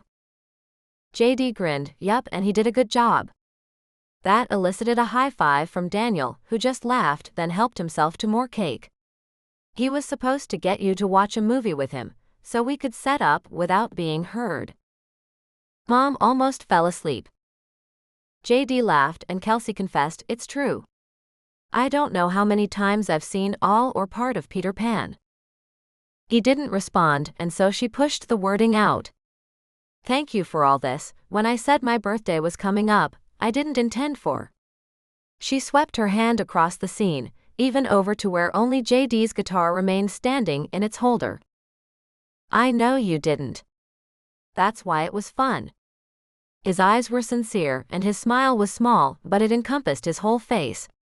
Presents. Ha. He jumped up and started picking up boxes from the pile that had been shoved to one end of the table. Each of the kids caught the cue and grabbed for them, pushing them in her face with an open mine or mine first. Allie topped the others with, Mommy, it's nail polish for our toes. Kelsey opened Daniel's first, which was a mini muffin pan, to replace the one she'd burned. But today she wasn't worrying, so she pushed aside the problem that he was paying attention. Andy's contained a t-shirt with silver filigree on it. Wow, Andy, that's pretty. Thank you. That garnered a big hug and a smile. Then JD sheepishly handed his presents over. The first came in a white box and contained a gorgeous square-cut vase with a flare at the top. As she turned it from side to side, it set little pitter-pats going in her chest. While she reminded herself that JD was out of her league, she was grateful for the sign that she was coming out of the fog Andrew's death had left her in. This is beautiful.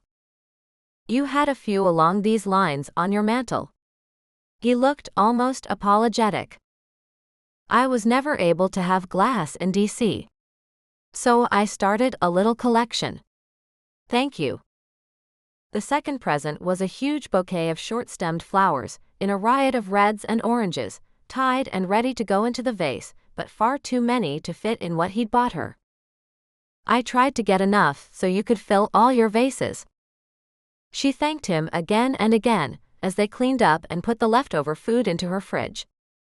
It was dark already, so JD packed up his guitar and hauled Andy home, with her now usual sullen pout. Kelsey tucked her kids into bed with a minimum of fuss, because they were already worn out. Then she went into her living room, where the Peter Pan menu was burning its way into the TV screen. She clicked the whole thing off and admired her mantle, blooming in sunrise colors, then decided that 32 was looking light years better than 31. She'd spent that birthday alone, in a city where she didn't know anyone, convinced that she had made the wrong decision, and crying her eyes out over Andrew. 32 had a surprise party and a live band that kicked some ass. Yes, things were looking up. Chapter 8. JD eyed the computer screen. The market was in his favor, and that made him happy. It hadn't been for a while, but these past 2 weeks it had turned around. He knew what it was to ride the tide, he'd been doing it all along. The pressure now was that he had a child that would lose everything if he failed. With everything else Andy had been through, she didn't need that. He pushed a key and sold a huge quantity of penny stock. The guys at the firm would laugh at him if they could see him now, if they knew how excited he was over $2,000. He looked down at the shirt he had simply pulled from the closet this morning. It said something about not drinking and driving, and insinuated getting sucked off in a car. JD cringed, shrugged the shirt off, and tossed it into the trash. He was going to have to go through his entire wardrobe and throw out at least half his shirts. If Andy ever started speaking to him, she would ask what they meant. He really wasn't up to lying or explaining. For the first time, he considered his current wardrobe. He was wearing jeans and shirts and sneakers with holes, mostly as a grand FU to his old way of life. He needed to clean up. He was a father now, and he wanted the best for Anderson Winslow Hewlett. She bore his last name, if not his genetics. She looked enough like him that he wouldn't spend his life fielding questions about whether she was his or not, and no one would tip her off. He and Andy could have that conversation maybe 10 years down the road from now. JD sucked in a deep breath. He was wearing thin with Andy. It didn't matter that she was a child and didn't realize what she was doing. The only time she spoke to him was to demand something from TV. And he couldn't afford it. He wouldn't be affording them anytime soon, the way things were going. Supposedly, one of the execs from a big label had been in the crowd at last Thursday's show, but the guys hadn't heard anything. So there either wasn't anyone there, or whoever had been there had not been excited about them. Both options boded equally poorly. A wardrobe upgrade and a job upgrade were in serious order. Hell, a whole life upgrade was called for here. He looked around the nearly empty condo. The PlayStation was about the only thing he had kept from his previous life. He wondered why he hadn't saved the leather couch or the nice end tables. He had simply thrown the baby out with the bathwater. He noticed he had a serious tendency to do that. The wardrobe was just a symptom of quitting his job. He was even sloppier than the other guys in the band, and that was scary. He took a moment to stop and think about what things would be like if he stopped reacting and started choosing. He was learning to think where Andy was concerned. He saw that Kelsey always seemed to stop and wonder what they needed, why they were doing whatever was pissing her off. Of course, she'd had a husband that turned out to be sick and sometimes violent. JD guessed you'd learn really quick to be thoughtful instead of reactionary in that case. But if he thought it through, what would he choose? He scanned the room and decided he'd have a cushier sofa, something deep with soft pillows, in a dark color that wouldn't suffer if some of the guys spilled beer on it now and then. He'd hide the TV.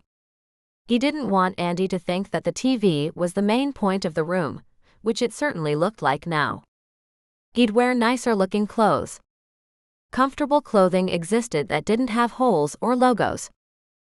He scratched his belly and saw his sale go through as the screen flashed 2,000 and some change. He calculated out half the change and decided to spend it. Kelsey had Andy until 3 or 4, and it was only noon.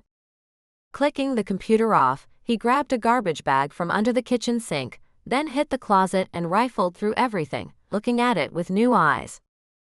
He couldn't even wear half of these things into the store to get new clothes. No one would serve him if he looked that ratty. He stuffed shirts down into the bag and shoved his sentimentality in with them. He didn't need lewd reminders of whitewater rafting trips or Mardi Gras. He tied the bag and rolled it down the stairs before stripping and climbing into the shower.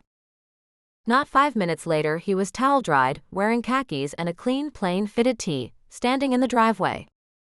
He winced as he turned the key in the car door. The car looked as much like an FU to his old life as the clothes he just tossed. But he couldn't just toss the car. Even with the minor windfall he'd just gotten, he wasn't anywhere close to replacing it. He climbed behind the wheel, grateful that the condo had covered parking that helped keep the car cool. He only ran the AC when he had to, mostly when Andy was in the car. It was dripping into the passenger footwell, and he was afraid it was going to give out any second. Quickly recalculating, he decided to spend a little less today, and leave some for the AC repair he was certain was coming. 2 hours later, he was poorer in cash, but richer in shirts and pants. He was comfortable in his khakis and Doc Martens, he realized. But not the car. It wasn't safe for Andy, he decided, as he glanced into the rearview mirror, where the new child seat looked anachronistic to the car around it. He just wasn't sure how he was going to fund this new car. At 3:30, he walked over to pick up Andy. If it was just about him, or if it had been a daycare, he would have left her until the very last minute. They were both happier when they were apart. But he wasn't going to do that to Kelsey. She had told him you don't screw the babysitter, and while her meaning had been a little more literal, he figured it applied in this case too. That was another thing that had to go, Kelsey taking care of them. It had been one thing when it had looked like Andy was going to come around. But she hadn't, at least not for him. Both Bethany and another sitter that Kelsey had recommended had watched Andy, and both had found her charming and sweet. JD wouldn't believe those words had been applied to his little hell demon, except that he witnessed it with Kelsey all the time. It did keep him from feeling guilty that he was out 3 to 4 nights a week practicing or playing gigs. He had racked up some serious trading debt with Kelsey as well. It seemed he was only paying his hours back about half as fast as he spent them. And he had no good excuse, Kelsey just didn't seem to need him. He lifted her garage door and then pulled it down, creaking, behind him, enveloping himself in the cool dark. With the spare key she had given to him after her birthday party last week, he let himself into the empty backyard. Kelsey answered his knock with her headset on and a pained expression across her face. "What's wrong?" He pushed his way into the cool and closed the door behind himself as she walked away, pressing her palm into her ribcage. "Don't worry, it's nothing." But she took a quick gulp of air. He followed close on her heels, ignoring the kids because he could hear them playing together in the back bedroom. "It's not nothing and you're a bad liar." "What gives?" She shook her head, then confessed. "It's hiccups." He didn't buy that for a hot second. "Hiccups?" "Yes, I've had them since 2 hours ago." And this time, when she gulped, he realized that it had been involuntary. "So just sit really still for about 5 minutes." She gave him a look that would have boiled cold water on sight. "Mom. And he won't let me have my dolly." Allie appeared in the doorway, her face tear-streaked, perfect evidence for Kelsey's state. "That is why I haven't been able to get rid of these." "Yeah, I figured that out about 2 seconds after I uttered my stupidity." That changed her expression to a grin instantly, and JD was proud of himself, until she hiccuped and winced again. Her hand flew back to her ribcage, her sweet hazel eyes widening. "I could scare you," he volunteered. She shook her head. "Can you let me lie down, uninterrupted, for about 10 minutes? "You got it." He followed her into the living room, where she peeled off the headset before stretching out on the couch. He lowered himself quietly into the armchair that sat at a right angle. Kelsey even had comfy furniture. It wasn't the leather he'd given up with his condo, but was nice enough despite the quilt thrown over it.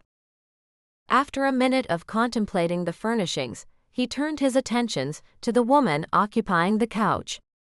Her long summer-tanned legs stretched from shorts to their perch on the armrest, looking casually graceful in white keds. Her face was almost relaxed, except her lips held just the tiniest pout. And oh God, don't let her open her eyes and catch him looking at her. He glanced away, but his thoughts didn't change direction with his gaze. He bet, if he just leaned over and kissed her right now, that he'd startle her enough that those hiccups wouldn't ever come back. He'd been having these thoughts for a while. At first, they had lingered undeveloped in the back of his head. Then he dreamed about her the night before her birthday, some erotic scene from a movie, only it was Kelsey crawling across the covers like a cat, wearing only some unidentifiable filmy white thing. In the dream, it hadn't surprised him. It hadn't really surprised him when he woke up either. He heard her deep intake of air, and her lips unpursed just a little. He heard her voice. "You don't screw the babysitter." She'd been talking about Bethany, and she'd been right. Bethany was hot. But Bethany was 20, and acted 20. Bethany needed a frat boy. Of course, Kelsey had thought that of him, because he sure looked like his old frat boy self. It had been a shock to find Kelsey's birthday on her driver's license. He'd startled when he read that her birth year was before his. He'd done the math and figured out it was her 32nd birthday. That put her just over 3 years older than him. No wonder she'd been so shocked that he'd once worn suits and had a real job. A vocal scuffle between all 3 kids caught his attention and pulled him from his thoughts. Hopping up so that Kelsey wouldn't be disturbed by it, he broke up the mild melee and told Andy that it was time to start getting ready to go. She protested loudly, again making him grind his teeth. JD desperately wanted to not care, but if he didn't care, then Andy would be with a foster family. He put up his usual battle, and finally got her shoes on her and the doll she had brought gathered up. As he stretched up, turning to go check on Kelsey, he almost ran into her. She had planted herself in the doorway, arms crossed over her chest. "Are you feeling better?" She didn't really look it. JD hoped she hadn't gotten up, thinking he couldn't deal with his daughter. He could deal with Andy, just not well. Kelsey absently replied, "Yes, thank you," but she didn't look at him. She stared at Andy. "Young lady, you owe your daddy an apology." "Why?" Andy sulked. "Oh no," JD thought. "Because he's been nothing but nice to you, and you have been rude to him at every turn." "So?" There was a defiance in her voice that he hadn't heard in a while. He had thought that maybe she was coming around, but perhaps she was simply seething quietly. "I don't need a daddy." Kelsey stepped into the room and squared herself off with his daughter. "Everyone needs a daddy." "No, they don't." Andy bordered on screaming. "Daniel and Allie don't. You are just fine with only a mommy, that's the way it should be." JD almost stepped back, the look on Kelsey's face was vicious. She'd lost her husband just over a year ago, and he knew, even if Andy didn't, what a viper pit his daughter had jumped into. His response was almost to step in front of Andy and end this, but Kelsey must have seen some movement in him. While her gaze didn't stray from Andy, her hand came out in a subtle motion telling him to back down. Her voice was soft but deadly. "You have no idea how much Daniel and Allie would love to have a daddy like JD. They can have him." It was a full wail as she shoved past Kelsey and down the hall. They heard the front door rattle then slam as she let herself out. "Jesus!" JD let the breath out of his lungs as his body automatically followed Andy, the adrenaline controlling his movements when his brain didn't. His feet pounded down the front walk, then hit the sidewalk, skidding to a halt. He frantically looked both ways, only to see the pink tail of her dress disappear behind the Henderson's hedge. He stayed put this time. Only after 2 full deep breaths did he realize that his teeth were so tight he was about to crack them. A small hand appeared against his back, making him jump then sigh. "I wonder what Mrs. Henderson thinks of me." "Only good things. I talked to her about Andy after that first day we met." "Thank you." He turned to face her, only to find that her eyes were swimming with unshed tears. "I'm so sorry, I thought I could." "Don't. It wasn't you. It's Andy. She hates me." He felt his hands reach for her but stopped them. "She's great for Bethany. It's just me." Kelsey shook her head. "It isn't you. I've watched her. She hates men. You said she kicked TJ, and at the party she wouldn't go near any of the guys. It's not you." Even if he believed her, it didn't change anything. Andy wouldn't be happy with him. She simply refused. He started down the sidewalk to fetch her from the Hendersons, but Kelsey put her hand flat against his chest. "Let me. I started it, and she'll be less trouble for me." He agreed, still taking deep breaths. Already missing the feel of her hand against him, he watched as her long strides ate up the sidewalk. Turning, he went back inside to explain to Daniel and Allie where their mother had gone. At least they didn't hate him. He watched out the front window until he saw Kelsey, hand in hand with a clearly petulant Andy, coming down the walk. What he wouldn't give to hear what they were saying, but they were beyond the glass and beyond him, both of them. Chapter 9. Tuesday morning, he did something he hadn't done in what seemed like forever. He put his resume together. He procrastinated until he had done his usual investing, but an hour after that, it was done. He printed a hard copy and parked Andy in front of the TV, ashamed to realize he didn't feel any guilt about that at all. Then he tucked himself upstairs where it was quiet and began making phone calls. 30 minutes later, he'd emailed the resume to 3 different firms. It would be enough to get an interview. The past 2.5 years might be an issue, though he figured he'd just say he'd been living off the same $50,000 that he'd come here with. In that time, the $50,000 had only dwindled by $1,676. Every last penny of principal that was gone was for Andy.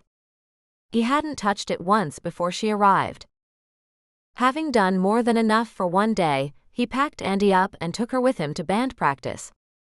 She colored for the several hours they were there, and didn't make eye contact with any of them. He was in deeper trouble with her than he thought. Wednesday, Andy was with Kelsey, and JD was glad that school would start in 2 weeks and that this wouldn't go on much longer. His heart sure didn't feel lighter, but he was doing the right thing. Andy would have a safe car and the right education, and as many clothes as she could possibly wear. When he shed his old life and hightailed it to Nashville, he'd felt the weight lift. But right now he was just grateful that he had sitters that came to him, or lived next door, and that he didn't have to have Andy in his rat trap car that often. He let himself in through the garage again, and again found Kelsey with her headset on. She said a few words into the mouthpiece while she held up a finger to keep him quiet, and quickly signed off. "Hey, how was your day?" It took just a moment to figure out that she was talking to him. "Okay." He shoved his hands in his jeans pockets. "You know, if you need to work, you can call me and I'll take them." She shook her head. "I'm used to working like this in the summer. I just close fewer loans. I did have some stuff come crashing down today, but the kids played great together." Of course they did. Andy was a star pupil for Kelsey. She peeled the headset and phone and put them in the cradle, declaring herself done for the day. "You've done a lot for us." "Iro, where is this going?" She frowned at him like he was about to take away her toys, and he stifled a little laugh before he continued. "And you're working pretty hard. I have Bethany lined up for tomorrow night for practice, but Craig and TJ bowed out, so I'm free." He paused, not wanting it to sound like a date, which wasn't where he was going. He couldn't afford to, not with Kelsey watching Andy so much, not with her living next door. "I can't remember the last movie I saw, so I'm going to keep Bethany and go out tomorrow night. If you want to join me, the whole evening's on me." She eyed him like he was something she couldn't identify, and that worried him. "So, what you're saying is, if I upgrade the babysitter to cover all 3 kids, I can have an evening with adult conversation and a free movie?" "Nope." He shook his head. "The babysitter upgrade is on me. And if you promise not to whine, pout, or scream at me, I'll throw in dinner." Uh-oh, that started sounding like a date. Kelsey laughed. "I am so there." JD couldn't stop the smile that spread across his face. One rule: no talking about kids. She stuck out her hand and they shook on it. She called the kids out of the back bedroom, then turned back to him. "So, what are we going to see?" "I don't even know what's out." God, that was sad, to not even know what movies were playing. He hadn't gotten to see a lot in the past 3 years of being dirt poor, but he'd at least known what he was missing. The kids traipsed into the room as she volunteered to pay for dinner. "No." His chest sank. "I've got the whole thing. Please don't worry about it."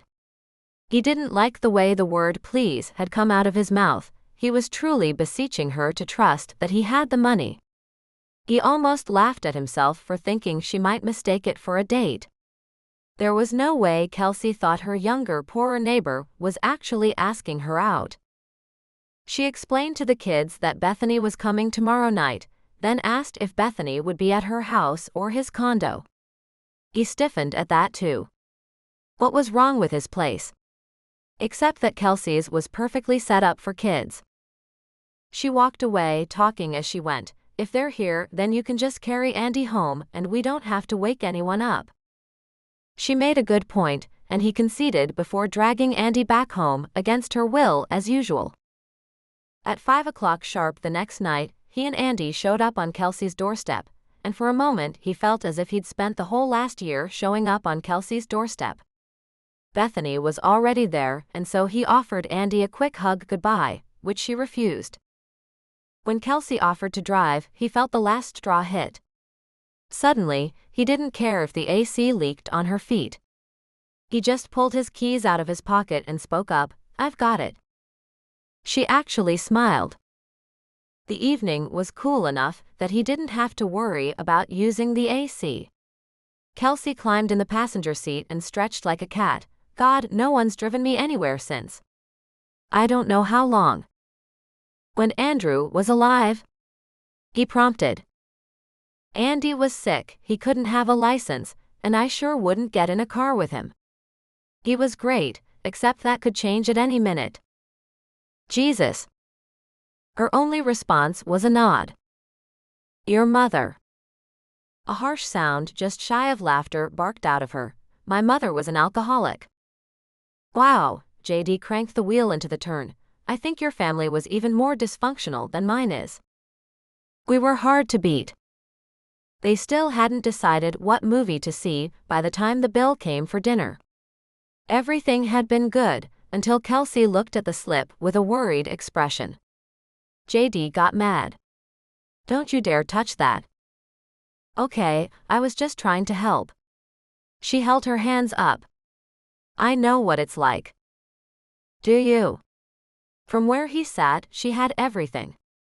2 perfect kids, a house, and spare money she had asked him again to invest for her. Hazel eyes flared. "Yes, I do.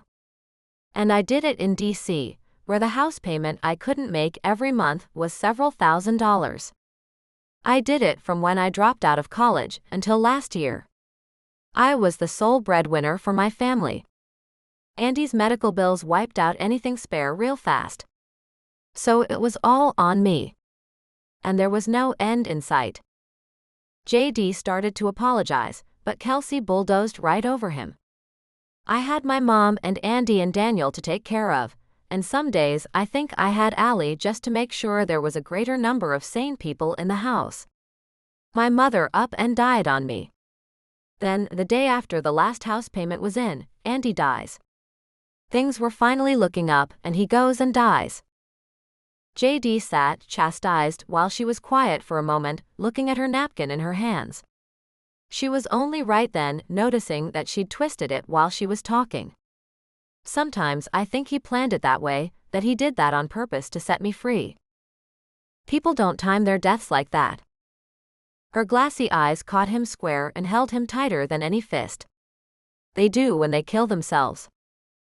His mouth fell open, but he shut it as soon as he realized he didn't have anything to say to that. It wasn't fast enough for her to not see it though.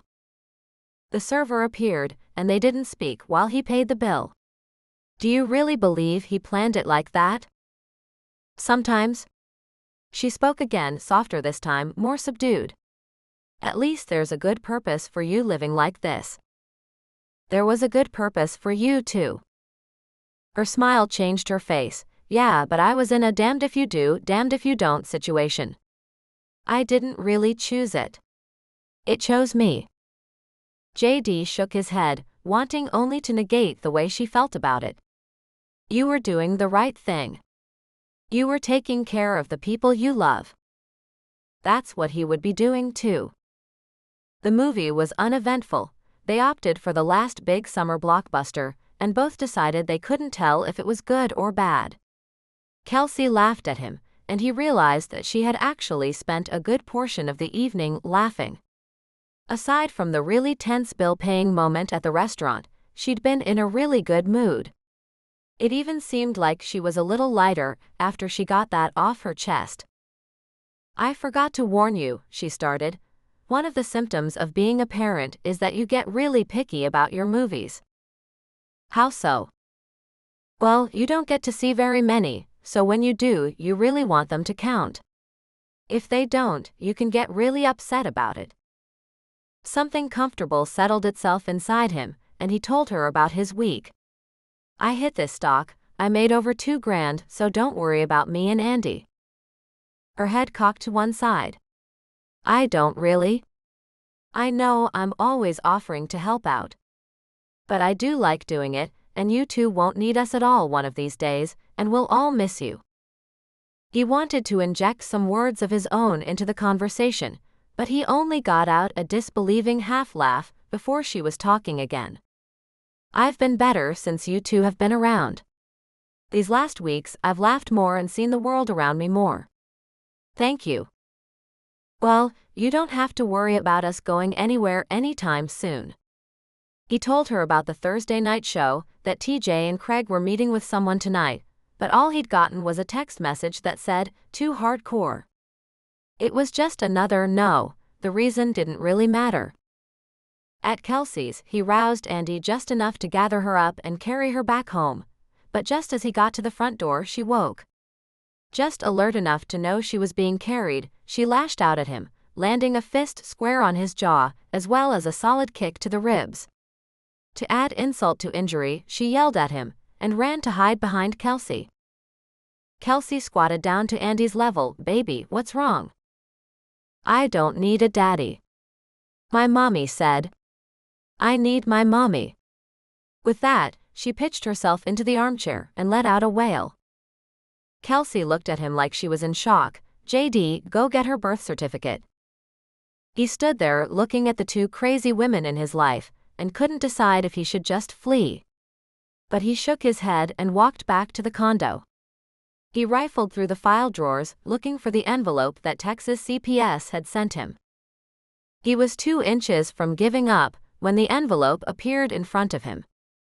Not for the first time, he wondered what Kelsey and Andy were talking about without him. He locked his door behind him and hit the sidewalk. In under 2 minutes, he was back at Kelsey's.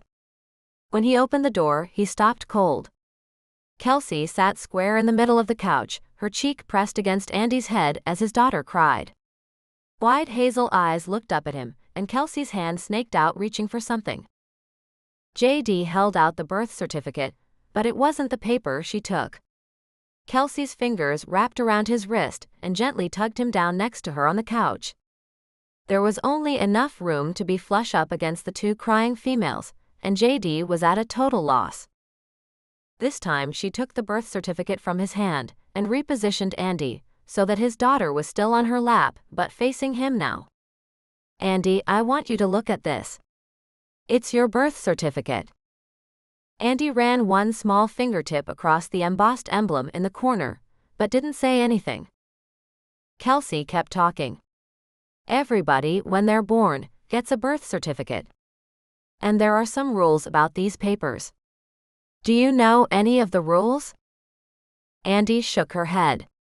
JD wanted to also. What the hell rules was she talking about? Well, the first rule is that only the mommy can fill out the birth certificate. So for example, I filled out Allie's. Andy nodded. Kelsey kept going, her voice low and sweet.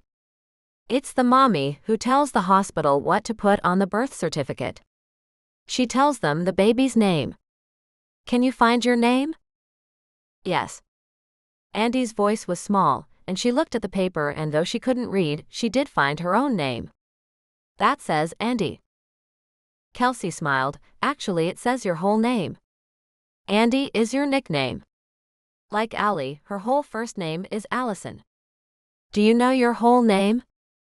"My whole name is Anderson Winslow Hewlett." "That's right, baby. That's exactly what it says right there." Kelsey traced her finger along the page. "They put other things on here too. Like where you were born," she pointed, then pointed again, "how much you weighed, that you're a girl." She smiled a little at Andy, and Andy just tucked herself back into Kelsey's arms. This child didn't want him. He'd never been more certain of anything in his life. The mommy also puts her own name on the birth certificate. Kelsey pointed. "I bet you miss her." Andy's voice was tiny. "A whole lot." JD wondered again where all this was leading. He really felt he would be most useful if he handed them each a tissue and got the hell out. There's something else on your birth certificate too. Kelsey tracked her finger to the other corner, to JD's name. There's a line here for the father. Some mommies are married and they put their husband's name in. Your mommy wasn't married, was she? No. Then she had a really important decision to make. She didn't like her own daddy, did she? Andy's voice was a whisper. He was bad. He was mean to her. Kelsey nodded. I figured that. She didn't think you two needed a daddy, did she? No, I don't. She was probably right. JD's mouth almost dropped open. Just when he'd thought he knew where she was headed, Kelsey dropped that one. You two didn't need a daddy, you had your mommy. And you guys were just fine. But your mommy got sick, didn't she? Andy nodded again, looking even sadder. Then it's a good thing your mommy was so smart. Wide brown eyes looked up at Kelsey, waiting. JD waited too. Your mom got to choose. She could leave the line for the daddy blank, or she could choose a really good daddy for her little girl. Just in case anything happened to her, she wanted to know that her little girl would be okay. And so she thought real hard and she chose the best daddy she could think of, and she put his name down. His chest constricted. Kelsey looked up, her hazel gaze a little foggy, and her smile fighting through the tears he had seen earlier. Andy, can you read that name? Andy shook her head. JD, can you? He hadn't expected to participate in this, but maybe he should have. It didn't come out as clear as he would have liked, but he spoke it. It says Jonathan Darcy Hewlett. Who is that? He almost burst out laughing. But Kelsey stepped in, as usual. She hugged Andy a little tighter. He's right here. We call him JD for Jonathan Darcy. It's his nickname like Andy is yours. JD is the daddy your mommy chose for you. Andy looked up at him, her brown eyes scanning him for faults, like she was seeing him anew. Kelsey continued, now you have to be really careful with him. There aren't many like him left. He's a really good daddy. That's why your mommy picked him. She even gave you the same last name as him, so you would know when you two found each other again. I'm really sorry about what happened to your mommy, I am, baby, but your mommy was so smart. She gave you the best present ever. She found the very best daddy, and she gave him to you. Andy looked at him with a little frown. Are you really my daddy? He nodded. Yes. Okay. That was it, no fanfare, just okay. Somehow Kelsey had done it. Convinced Andy that he was a good guy. Even set things up for later, when he would have to tell Andy she wasn't genetically his. And Kelsey hadn't lied, like so many people do to sugarcoat things to small children. He held his hand out to her. Are you tired, baby? Do you want to go sleep in your own bed? She nodded, her small hand sliding into his, and he realized for the first time what it really felt like to have a child hold your hand. The weight of it settled over him like a warm blanket. Kelsey handed him the birth certificate, but Andy reached out for it. Can I keep it? JD sighed. That was it. His 30 seconds of enjoying his daughter was over. No, honey, this is a very special paper, and we only have one. Her face sank and she looked so sad it broke his heart, but she didn't whine or scream or fight. So for the first time, she truly won. JD realized he was in for a lifetime of losing battles to his daughter. But I have an idea. Tomorrow we can go to the copy place and make you your own copy. Would you like that? Jesus, she looked at him like he had just volunteered ice cream for dinner, every night for the rest of her life. You can sleep with it on your nightstand tonight. He started to turn to go, but she didn't give. Her little hand tugged on his, and he winced, waiting for the kick, the scream, the tantrum. "I don't have any shoes on." Her hands reached up for him. He wouldn't really have thought it possible, but he sunk a little deeper. Chapter 10. Kelsey hadn't seen either JD or Andy all weekend. Daniel had asked after his friend, but all Kelsey could say was that Andy and JD needed some time to be just a daddy and his little girl. They would be back Monday morning. Kelsey wondered if she was right. She wouldn't be all that shocked if the two of them just didn't show up tomorrow. But she would be disappointed. She had gone this long without seeing them before, so it took a while to place what was wrong this time. JD no longer needed her. Andy no longer needed her. She wouldn't scream that Kelsey should be her mommy, and JD wouldn't look at her like she could save him. What was even more depressing was how lost she felt without that. All her life Andrew had needed her so much, and she couldn't fix anything for him. But she had fixed JD and Andy. She should be happy. She almost laughed out loud and looked around, glad that the kids wouldn't see her getting so maudlin. Who knew if she had fixed a damn thing for JD and Andy? Maybe she'd sleep a little better tonight. That was disturbing too. She was far too tangled up in other people's lives. Despite her efforts, she didn't seem to be able to find any balance. She was either wound up in taking care of Andrew or her grief, or Andy and JD. And Andy and JD were just people she had been nice to at Target. It had certainly turned into more than that. She was watching JD's child on a regular basis. JD had thrown her the best birthday party she'd ever had. Andrew and her mother had never gone all out for her. They had been far too busy living in their world of everything's fine to look up and see what anyone around them might need. And she had spent all her time making sure that world stayed fine for them. Kelsey sat down at the table with her head in her hands. Good Lord, she was an enabler. It stuck in her throat, and she swallowed hard to get it down. She told herself that the shrinks were full of it, but there it was. And in the end there had been no real solution, only the one Andrew had found for himself. Kelsey took a gulp of air. Maybe she had enabled her mother's alcoholism. But if she had enabled Andy at all, she had enabled him to live longer and happier. She shoved the whole thing aside and went out into the backyard to play with her kids. Allie yelled at Daniel a few times, but he didn't yell back. Daniel still needed work in the getting worked up department. It was surely leftovers from Andrew.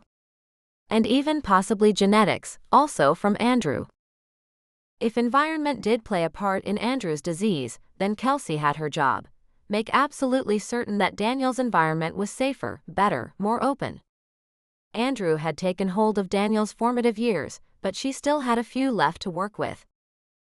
She had never confronted Andy about Daniel. Because Andrew had simply disappeared one day, then showed up years later with baby Daniel. Kelsey had always been afraid that if she tipped him the wrong way, he would just take Daniel and disappear again. For years it had woken her from sleep, ripping the covers away and racing down the hall to be certain that her Daniel still lay sleeping in his crib.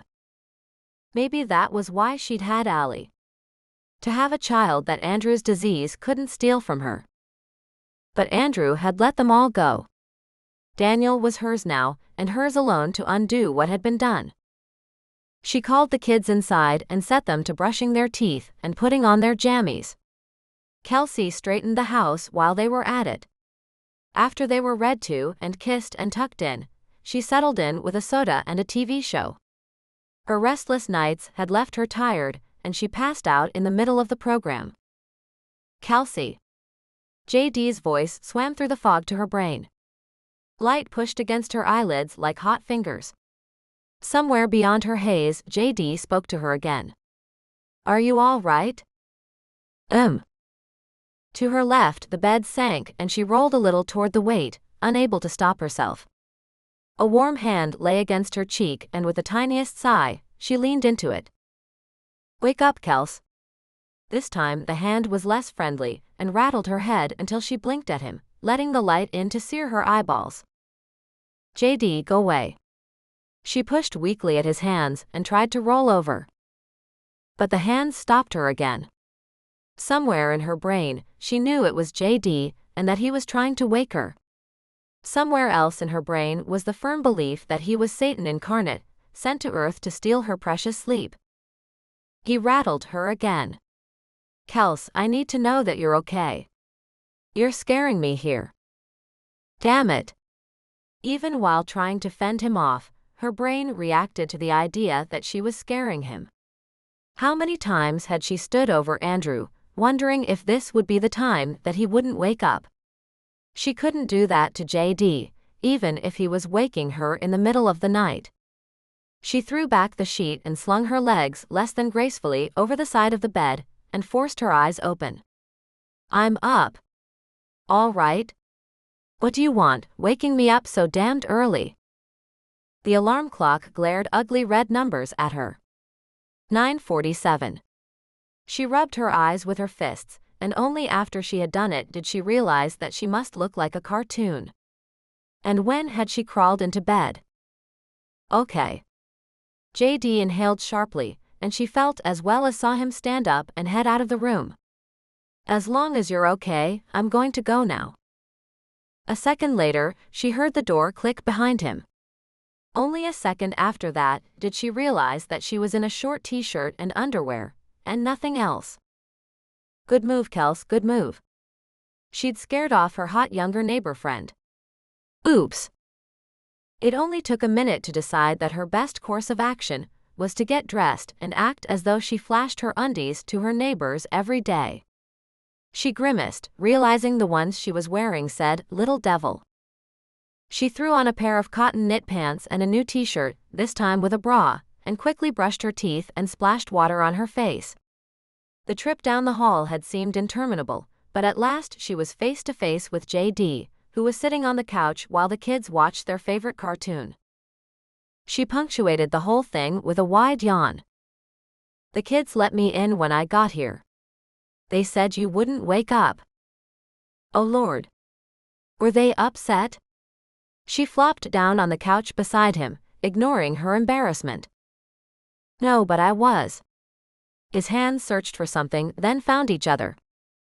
Well, maybe the embarrassment wasn't going to go away quite as fast as she had hoped. I just hadn't been sleeping well, and I guess last night I caught up. Why weren't you sleeping? His brown eyes filled with concern, only partially obscured by the hair that just kept growing longer. She was not going to answer that one, not out loud anyway.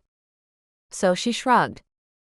Changing topics had usually worked well with Andy. Of course, Andrew had been emotionally impaired and JD was nothing of the sort, but hey, it was worth a shot. How are things working out with Andy? He grinned. Not perfect, but better. You weren't expecting perfect, were you? Because if you were. His hand came up, stopping her prattles and her worries, and instantly reminding her of the warm feel of it against her cheek, trying to wake her. No, I don't expect perfect. She speaks to me now, she just doesn't trust me or think I can do anything right. But it's a huge improvement. You should have been a lawyer. She only nodded, blinking back the thoughts that she had once had serious designs on law school. It was hard to hear now that she would have been good at it. Again, he redirected her. So how did you know to pull out her birth certificate? I'm still not sure I understand all of it. She opened her mouth, then closed it, realizing that 3 little pairs of ears were tuned to the TV, but who knew what they might hear? Are you guys okay? They all nodded like good little TV zombies, and she stood and motioned for JD to follow her into the kitchen. Reaching into the fridge, she grabbed herself a can of Coke, loving the icy feel and enjoying the pop and fizz as she opened it. Only after her first relieving sip did she remember to offer one to JD. No thanks. His eyebrows went up a few notches. You're hitting that stuff pretty early today. I need the caffeine. She wasn't about to tell him she had a Coke before 10 a.m., just about every day. What was he, caffeine police? She propped herself against the counter, waiting for the fizz and sugar to support her from the inside. I just remembered what you'd said about her mom possibly being sexually abused. He nodded, the light going on. Kelsey took another sip before she continued. If there's one thing I learned from Andy, it's that we pass a lot of unexpected things on to our kids. I guess Stephanie passed on her wariness of men. That does fit pretty neatly with the way Andy's been acting. He shook his head. She just doesn't quite trust me any further than she can throw me. But at least now she'll say so rather than screaming and kicking things. Kelsey smiled. We can work a trade. JD groaned. Not another trade. I can't ever pay you back for all your trades. I owe you so many babysitting hours that I should just adopt your kids. His eyes rolled. This won't be like that. Besides, I don't need to be paid back, but you could remember me when you're big and famous. I'd like to be remembered with a classic Ford Mustang. Teal, please. Leather interior. I can be patient. He was laughing full out when he asked her about her latest trade scheme. I'll help you show Andy that you can be trusted. Kids learn by watching, and I'm female and therefore trustable. If I show that I trust you, she may come around. Like, what do you most need her to do? Take a bath. Her mouth popped open. Oh, I am so not demonstrating that one. Pick something else. He nodded, I figured as much. I really need her to let me brush her hair. She did it herself this morning, huh? It was all gathered on one side with clumps sticking out. His tone was droll. You could tell, could you? She nodded. That we can fix. I'll be sure and ask your opinion, and defer to you, obviously, several times a day. He grinned. I'm trying to find an argument with this. What's my role? Her shoulders lifted in a shrug. We never knew what would set Andrew off, so we learned to tiptoe around and not raise our voices. Allie has come around, but Daniel got several more years of it. I need to show him that people can argue, and they won't go off on a tear if they get startled or upset. So, we argue. She shrugged. Clearly, I hadn't really thought that one all the way out. I guess, if we concede and compromise at the end. His head tilted. How off the handle are you going to get? As off the handle as I feel like. She mocked, shoving him in the chest and trying to ignore the hard feel of it beneath her fingertips. I have years of built-up resentments and tamped-down feelings.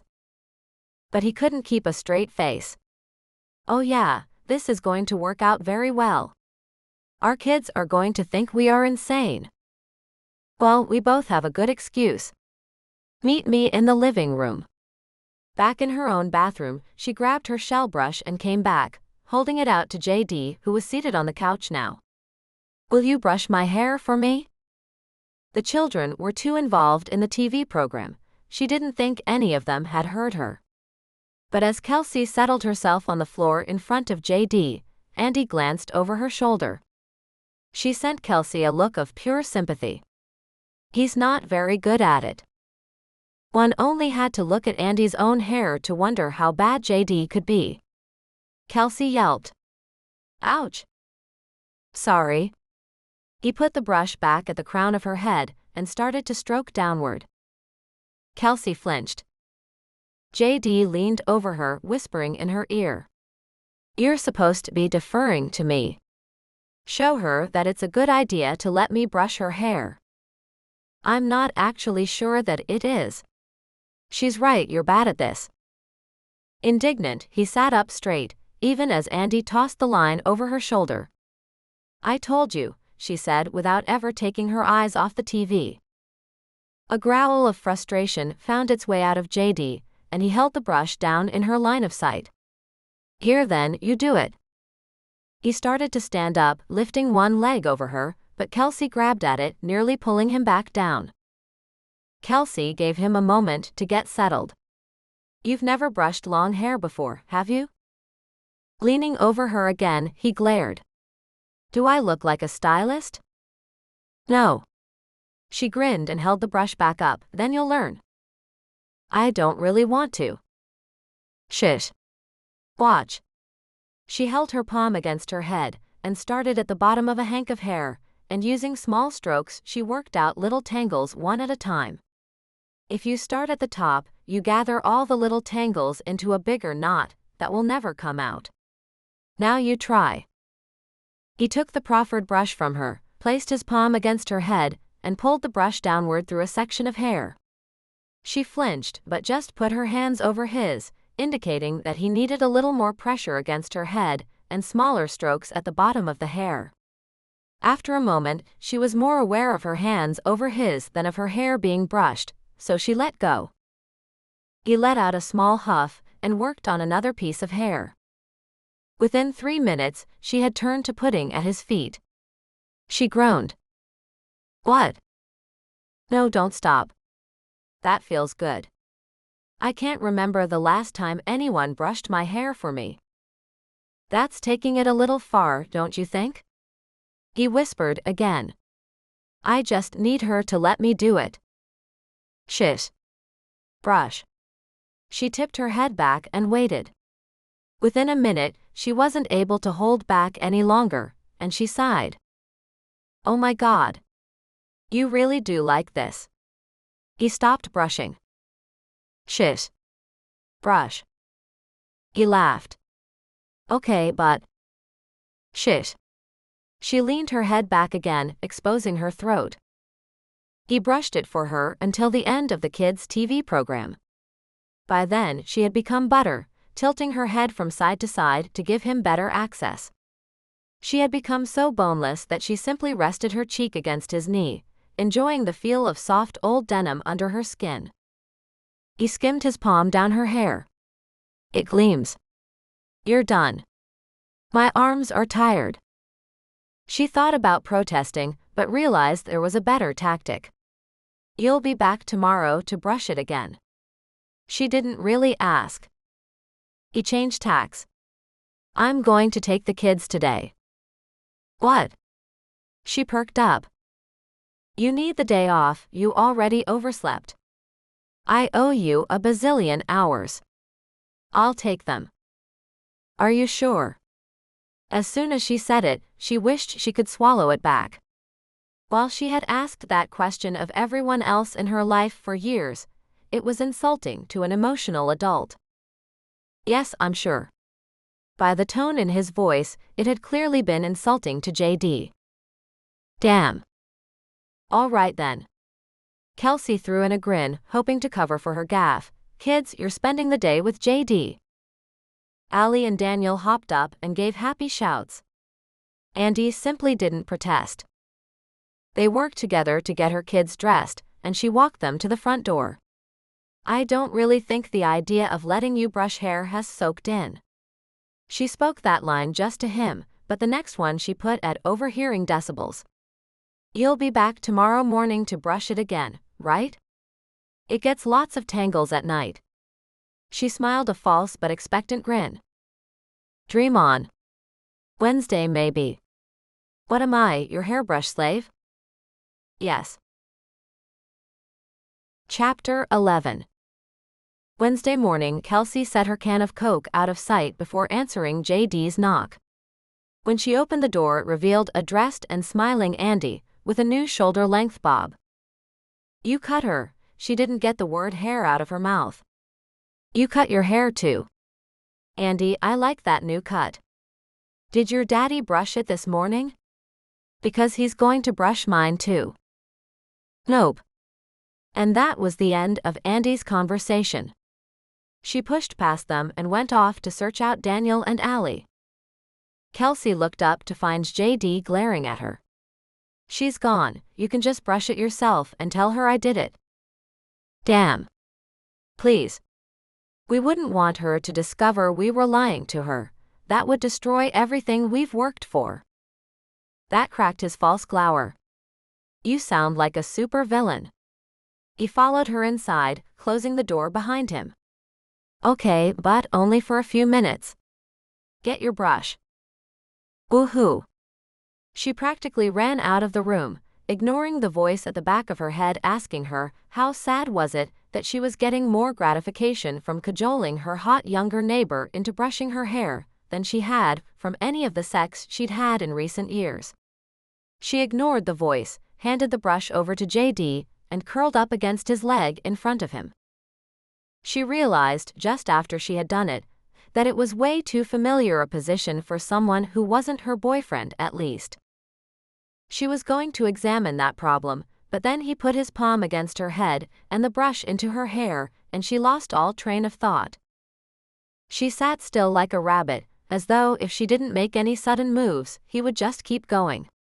It was the stupidest theory ever. He brushed her hair for about 10 minutes, then handed the brush back to her. He stood and stretched. I have appointments today. Not long after that, he was out the door.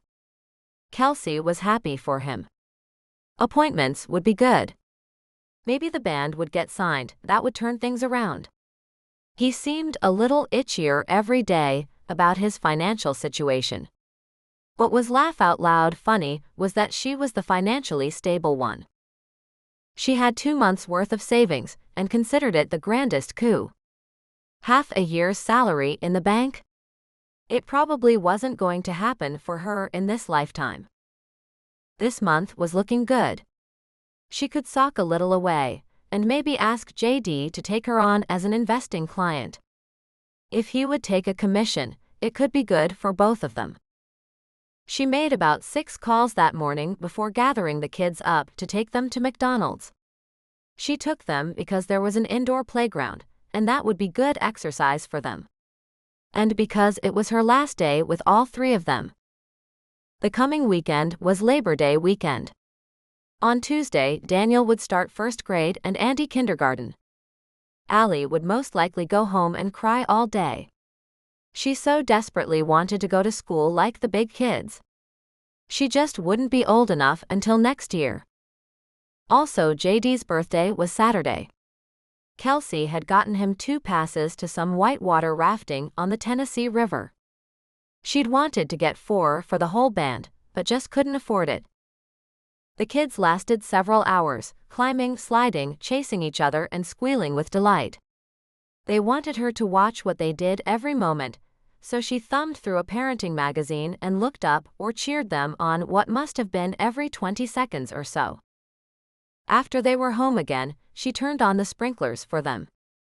As she stood at the edge of the water's reach, she wasn't sure why she was so nostalgic about it already. They were soaked and worn out by the time they asked to come inside at 3 o'clock. Kelsey plunked each of them into the tub and scrubbed them good, knowing that JD had been having a tough time getting Andy to oblige him. And no wonder if Stephanie had been through what he thought. Truth be told, any 5-year-old girl should refuse to let a strange man bathe her. Andy would come around as she came to trust JD. An image popped into her head as she remembered that bathing Andy was the first thing JD had mentioned he needed done, right after she'd volunteered to show Andy he was trustworthy. In Kelsey's head, the tub was larger and deeper, one of those luxury models that was big enough for 2, even if one of the 2 was a grown man. There were bubbles everywhere, and Kelsey imagined JD washing her hair. Yup, Andy would get the picture. She'd probably grow up to be a flaming slut if she saw that one. But hey, Kelsey would be in a seriously good mood. The real problem was it was crazy. JD didn't return her feelings. He'd want a younger woman, one who didn't come with 2 children of her own. Kelsey told herself they weren't really feelings, were they? Just unbidden images. Kelsey stopped thinking about it and dried off and dressed each kid, then let them watch a few short shows on television. She sat on the couch with them, flipping through the magazine she'd barely started earlier. That was how JD found them when he tried the door. It gave, and in he came. Kelsey had no issue with him just opening the door. But she didn't know this JD. Her jaw hit the floor. She didn't move. Shut your mouth, Kels. His hair, the fresh cut she'd seen this morning, no longer hung into his face. It was combed up and back, revealing all of his wonderful bone structure, and making him look handsome, or maybe dashing and older. That may also have been due to the serious expression on his face that she couldn't quite read. Added to all that was the suit, looked like Armani, in a beautiful silver gray. He was decked out from his new haircut to his shiny black wingtips. He looked even better than she had imagined after he'd told her about being a stock analyst and wearing suits every day. He looked nothing like her JD. Can we get a sitter for tonight? He asked. She shrugged, still bewildered by the sight in front of her. His mouth quirked. I'll call. Okay. He looked her up and down. You should wear something other than jeans. What? Suddenly, she wasn't up to his standards? That was unfair, and she knew it. So she simply responded with, okay, again. It was a full hour and 15 minutes before Bethany arrived. Kelsey sat there in her cream-colored dress and wondered where JD had gone. Was she even safe with this stranger? Still, she left the house with him. It seemed she was in for surprise after surprise. There at the curb sat a shiny new gold sedan. He ushered her into it. Is this yours? She was incredulous. Did you go out and buy the suit? The car?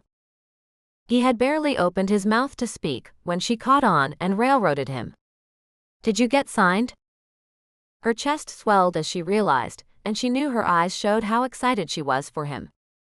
And maybe also just how much she had come to care for him. No. She deflated. Oh, then what? I'll tell you over dinner. Kelsey tried so hard to hold her tongue and not pester him with questions. Luckily, he started speaking and he told her a few things, if not the big picture. The car is a rental. I couldn't go out today in my old clunker. The suit is from the back of my closet. I kept a couple. Aha. JD wasn't smiling. He was far too serious to smile. Kelsey was worried. What had he done? He pulled into a restaurant in the nicest section of town. Two valets immediately appeared to help them out of the car. She could see into the parking lot, and this was about the cheapest car there. JD walked in like he owned the place and spoke to the woman at the front.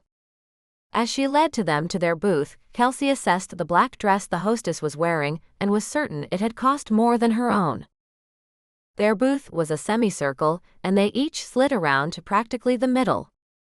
She found herself a little uncomfortable. This wasn't the man from her fantasy earlier. This JD had all the qualities she would have said she wanted. He was self-assured, confident, clean-cut. He was uber alpha male. He was also invulnerable and impenetrable. She didn't like it one bit. Their booth was very private, and she was glad, because if he didn't tell her what was going on, and soon, she was going to bust. He ordered some drink she'd never heard of, and then upgraded the vodka in her Bay Breeze. Finally, the server left and she squared up to him, arms crossed, and demanded, "Speak. We're celebrating." What? She didn't feel festive. I have my choice of 2 jobs. He grinned, but something wasn't right. She didn't speak. The old Kelsey that didn't participate simply took over, and she waited. I had 2 interviews today, I had 2 offers. Both excellent money. One closer than the other. Less travel. Less money, but still plenty. He raised his glass as the server set it in front of him. She raised hers too, unsure what else to do. Her heart shrank. She clinked his glass, but to her ears even that sounded dull. Doing what? Making money. I'm good at it. She nodded, and took way too big a drink of her Bay Breeze. Luckily, he'd ordered her a very smooth vodka, but it still didn't go down easily. He leaned over the table at her. Say something. We're happy. The server showed up again, wanting their orders. Both men looked to her, but she hadn't had a chance to study the menu, nor had she been able to listen when the server was spouting about the oh-so-delicious specials. I haven't been able to think. You know what I like, you choose for me. This JD didn't seem to think that was weird at all, and turned to the server ordering an appetizer and their meals. He also put in for a chocolate souffle at the end. Kelsey fought down a feeling that was far too close to one she'd felt before. The one she remembered from when she turned away from the oak tree in her DC backyard, and away from the body of her brother hanging from the sturdiest branch. The feeling of shock and disbelief. JD turned his attention back to her, and it was like a physical thing. She could feel it.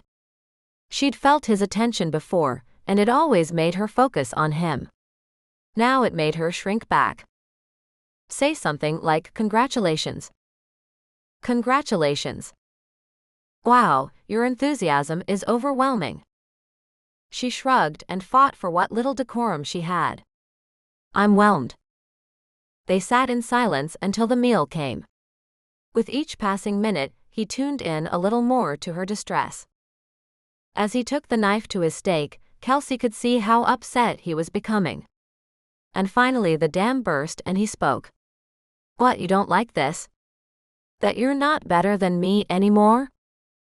She tried to break in on that one. But he kept going. I know you thought of me as some child, but He just didn't finish. Kelsey took the opportunity to counter with that one. I never thought you were Oh God, she had thought of him that way. He must have read it from her face. All he did was nod and look off. She set down her fork, none too gently it turned out. Okay, I admit it. She moved side to side until she got him looking at her again. But I was wrong, dead wrong, and I figured that one out pretty damn fast. You have to admit that you do look a lot younger in torn jeans and old t-shirts. But I'm not stupid. I realized really quick that you were an adult. Come on, Kelsey. I saw your age on your driver's license. She tried so hard not to wince. I know you see me as this younger kid. You have it all together. You took care of your mother and Andy for years, and I can't even take care of one 5-year-old. She shook her head. He hadn't been taught how to be a parent. He didn't get to start from the ground up. And the kid he'd been given fought him tooth and nail the entire way. But she didn't get any of that out of her mouth. I was acting like a kid. I know it. I'm responsible for this child, but I don't even have a job. I can't go chasing some silly idea anymore. She unclenched her teeth, searching, hoping for the right thing to say. Tell me you want this job. That you're excited to start. He didn't really smile. It was somewhere between a shrug and a headshake. I'm excited to start earning money again. That's not the same. I know. He started eating his steak again. But it's the right thing to do. Is it? Yes. He muttered it around a bite of steak. She couldn't even taste her fish. Technically, she could tell that it was flaky and tender. In her mouth, it turned to cardboard. Several bites later, she asked another question. Have you told the guys? No. That started another round of silence, during which JD finished his steak and executed a perfect cross of his silverware atop the completely empty plate. From nowhere, a server appeared and the plate disappeared. Kelsey tried another tack. Let me ask you something. JD looked resigned. Shoot. Don't you want Andy to follow her dreams? Of course I do. That's what this is about. So she can go to the right schools and have the right classes, and do whatever she wants. He pulled his napkin off his lap and slapped it on the table, looking angrier than she'd seen him all night. It doesn't matter what school she goes to, or what education she has if she doesn't know how to go after what she wants. If she sees you dragging yourself to work every day, then that's how she's going to think life is supposed to be. Don't you want her to do what she loves? Don't you want her to chase after her dreams? Then you have to show her how. That's more valuable than any prep school time. She punctuated it with a huff. He was still looking at the ceiling when he spoke. You should have been a lawyer. Sometimes I really hate you. Because I'm right? She was really hopeful. She tried not to be. You're not right, Kels. He looked her square in the eyes, the JD that she knew, somewhere under the gracefully combed hair and perfectly cut suit. You're all talk. What? What are you teaching your kids? Did you want to write home loans for a living? Why did you do that? Her mouth hung open. This was supposed to be about him, not her. Close your mouth, Kels. God, he'd said that too many times. She erupted. I was at Brown, 1 year away from a pre-law degree. I tried to chase my dreams. But I had to quit. My family needed me. I have to too. My family needs me now. It's not the same. Anger boiled in her that he thought any of it compared. Andrew was suicidal. If I didn't stay home to take care of him, he would have died. There was Daniel, who was just a baby. I couldn't leave him with Andy. He wouldn't have been safe. My Andy needs me. Not like this. Kelsey waved her hand at him, indicating his hair and his suit and his grim expression. She's clothed, she's healthy. If she had cancer and couldn't get treatment because of your situation, I'd be first in line behind you. But this isn't that. Listen to yourself. His voice graveled. You're right, but you're wrong. Andrew is dead. So stop living the life you had to when he was alive. Your kids are healthy, they're clothed. You've had time to grieve. Where are your dreams now? Why are you still writing loans? The fork she held in her hand clattered to the plate. The entire world shrunk to a space inside her head. A few moments later, as it all soaked in, she emerged from her tiny shell to find JD watching her very intently. His eyes were warm and brown and full of concern. His voice was soft and comforting for the first time all evening. You know, I didn't expect all this from you. I thought you'd say, if that's what you want, and tell me you were happy for me. She shrugged. I'm not happy for you. But it's not my life. It's not my decision. She ate a few more bites of the cardboard fish before declaring herself done. I told you I was working on flying off the handle a little more. He laughed, and it was like something warm that had been waiting inside broke and ran, filling her. He smiled, a real smile that went across his whole face and filled his eyes. We were supposed to be doing this in front of the kids.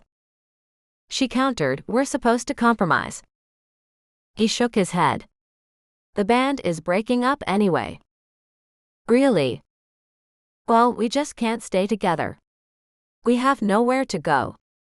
We lost our last studio, it was borrowed. I haven't sold a song, and neither has Craig in over 10 months. She cocked her head to one side, thinking. You're a garage band, right? A chuckle bubbled out of him. I suppose. I have a garage. Kelsey.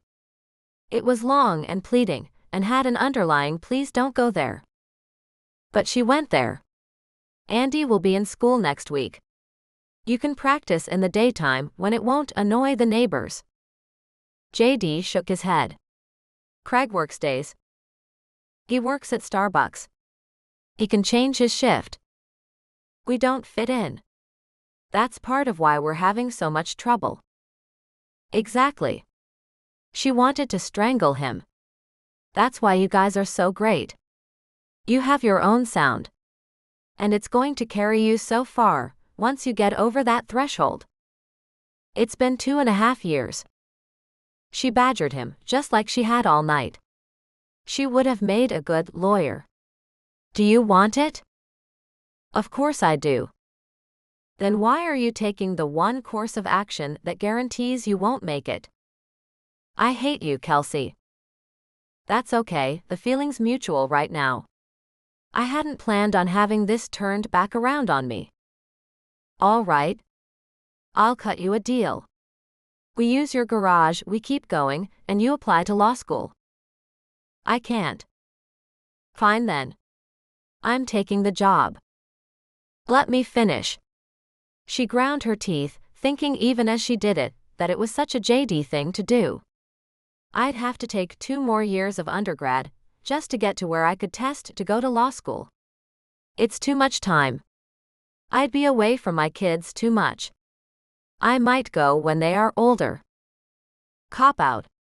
He leaned back, and the server arrived with a mound of chocolate soufflé, surrounded by classy little dollops of whipped cream and a raspberry sauce strewn about. Hear me out. She held up her hand and ignored the chocolate that would have called to her like a siren song at any other time.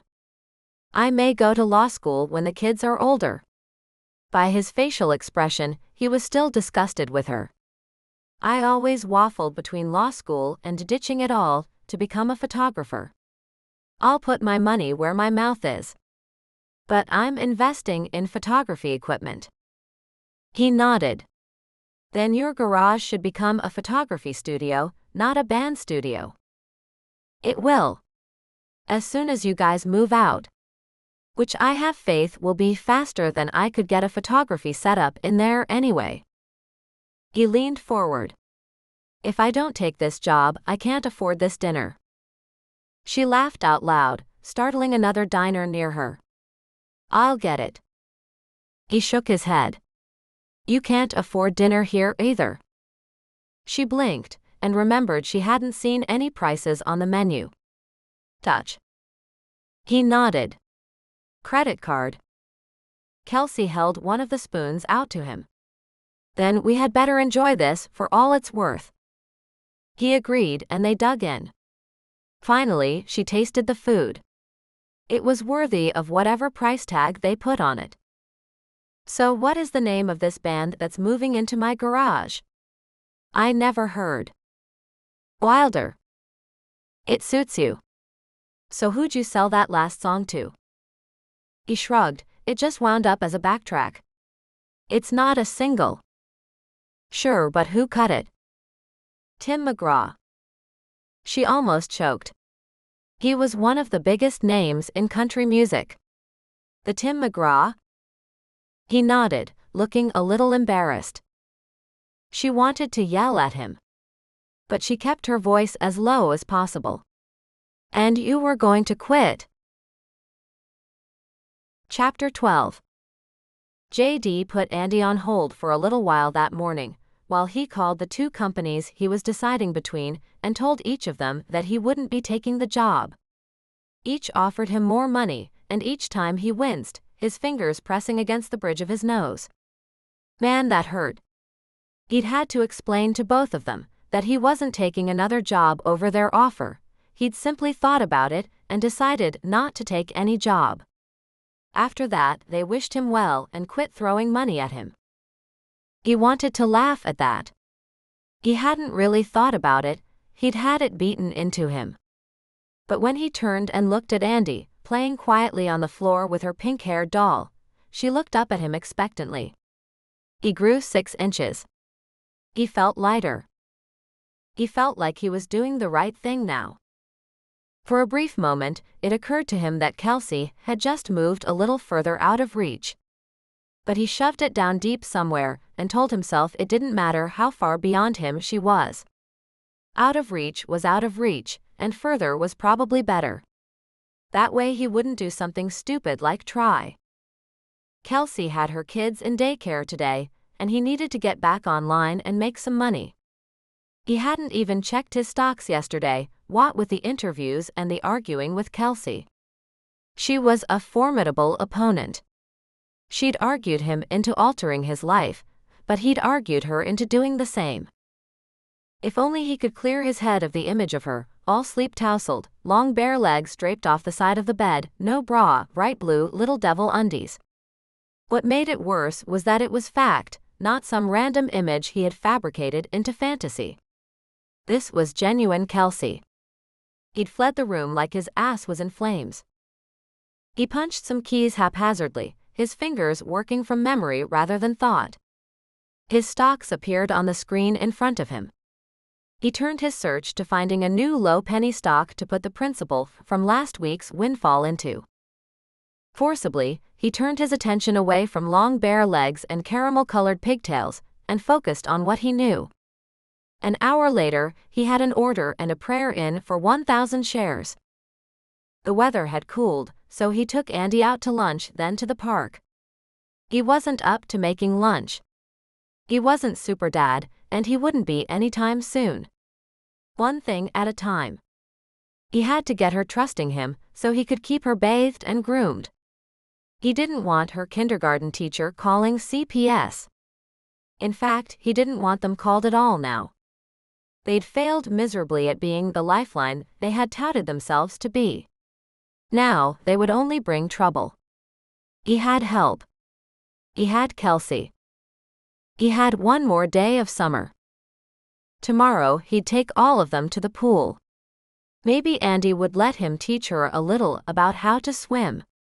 She flailed miserably, but if she made a few minor adjustments, she'd be great.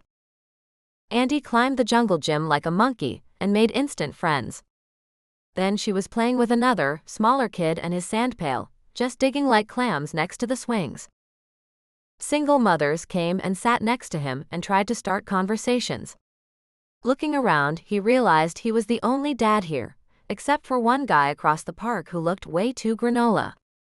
No wonder they were all hitting on him. What had happened to him in the last 3 months? A year ago, if you had told him that just by bringing a kid to the playground, women would be hanging all over him, he'd have kidnapped the nearest cute preschooler and hit the sandbox. But now he didn't want anything to do with them. They seemed desperate or lonely, or he didn't even know. But there was something wrong with each one of them. So, is that your little girl? What is she, 5? He nodded, and pushed up half a smile at the edges of his lips. It was time to go home. She's a cutie. Yes, she is. Andy. He yelled the last part and somehow didn't add, "Save me." Instead, he turned to the woman who had parked herself beside him. It was nice to meet you, but I'm afraid it's time for us to head out. A quick up and down revealed that the woman was an attractive blonde, late 20s or early 30s, with a killer bod and gorgeous blue eyes, and absolutely no sex appeal. Now he understood why married couples had no sex.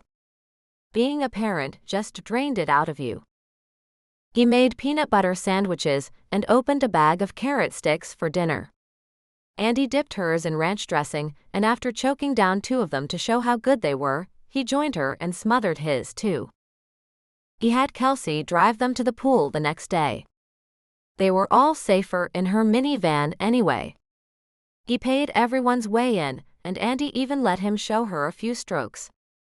She agreed to go into swim lessons the next summer. He'd had her for 9 weeks. Yet he was making plans for next year. While it felt right, it still wasn't second nature. For 3 hours, Kelsey distracted him with that 2-piece suit she sometimes wore. Being attracted to her was a real bummer, but it would pass. For right now, he pushed it aside by sheer physical exertion. He held Andy while she paddled around, reminding her to cup her hands and showing her how to blow bubbles. He threw Daniel and Allie, who had no fear of going underwater. Then again, they were both very capable swimmers. Allie let out wild shrieks each time he tossed her, and begged him to send her just a little further each time. It didn't help that Kelsey laughed each time and told them to enjoy it, because she sure wasn't strong enough to throw them like that. And damn, was it a good workout. He figured dads really had no good excuse to turn to flab. Lifting 30 to 50 pounds at a shot was a great way to stay in shape. No women came up and hit on him either. Although, that was probably because they thought he belonged to Kelsey. He wasn't sure what to make of that. Later, Kelsey said she thought the kids were worn out. JD was supremely grateful. He'd been worn out himself about half an hour ago, but hadn't wanted to be the one to cop out on the last day of swimming. They grilled hot dogs and hamburgers on Kelsey's tiny Weber grill in her backyard to celebrate. As he polished off the last hot dog and crumpled his napkin on his paper plate, Kelsey told him to sit still and ran inside. Confused, he waited. She emerged a minute later holding a small box that looked like it had been wrapped in plate copper. The top had JD etched into it. She held it out to him. "Happy birthday." As he accepted it, she began gushing about how it wasn't a big party and she didn't have a band to sing for him, but she hoped he enjoyed it. "Stop." He smiled at her, feeling the same warmth inside that he was sure showed on his face. He hadn't expected this. "Quit making excuses, this is great." Turning the box over, he looked for a seam and found the copper folded over in the back. Slowly, he peeled it away to reveal a cardboard jewelry box. He eyed Kelsey suspiciously. She smirked. "That's just the box. I did not get you pearls." He popped it open to reveal a printed internet page. His mouth opened as he read. "You didn't. I hope you like it. You can go any day they're open." She paused. "Tomorrow if you want. The kids and I decided to start a tradition last year, and we drive up into this spot in Kentucky and go hiking. Then we come home and pitch a tent in the backyard and sleep out. We have about 3 really high-tech tents if you want to take one and go all day. Then you can come back the next morning." He couldn't believe what he was holding, a vacation of sorts. He hadn't had a real vacation in almost 4 years. He'd spent every trip visiting his parents or picking up TJ from Texas when he'd convinced his brother to come out and sing. "Wow. Thank you." Before he could think about it, he stood up and hugged her. She felt smaller in his arms than how he saw her. Her arms wrapped around his waist and she pressed the side of her face against his chest. She was soft and warm and she fit him. The muscles in his arms threatened to tighten and hold her just a little bit closer, a little bit longer. His brain made him let go before that happened, before things got awkward. "Why do you have so many tents?" She shook her head. Only Andrew knew. He kept buying them.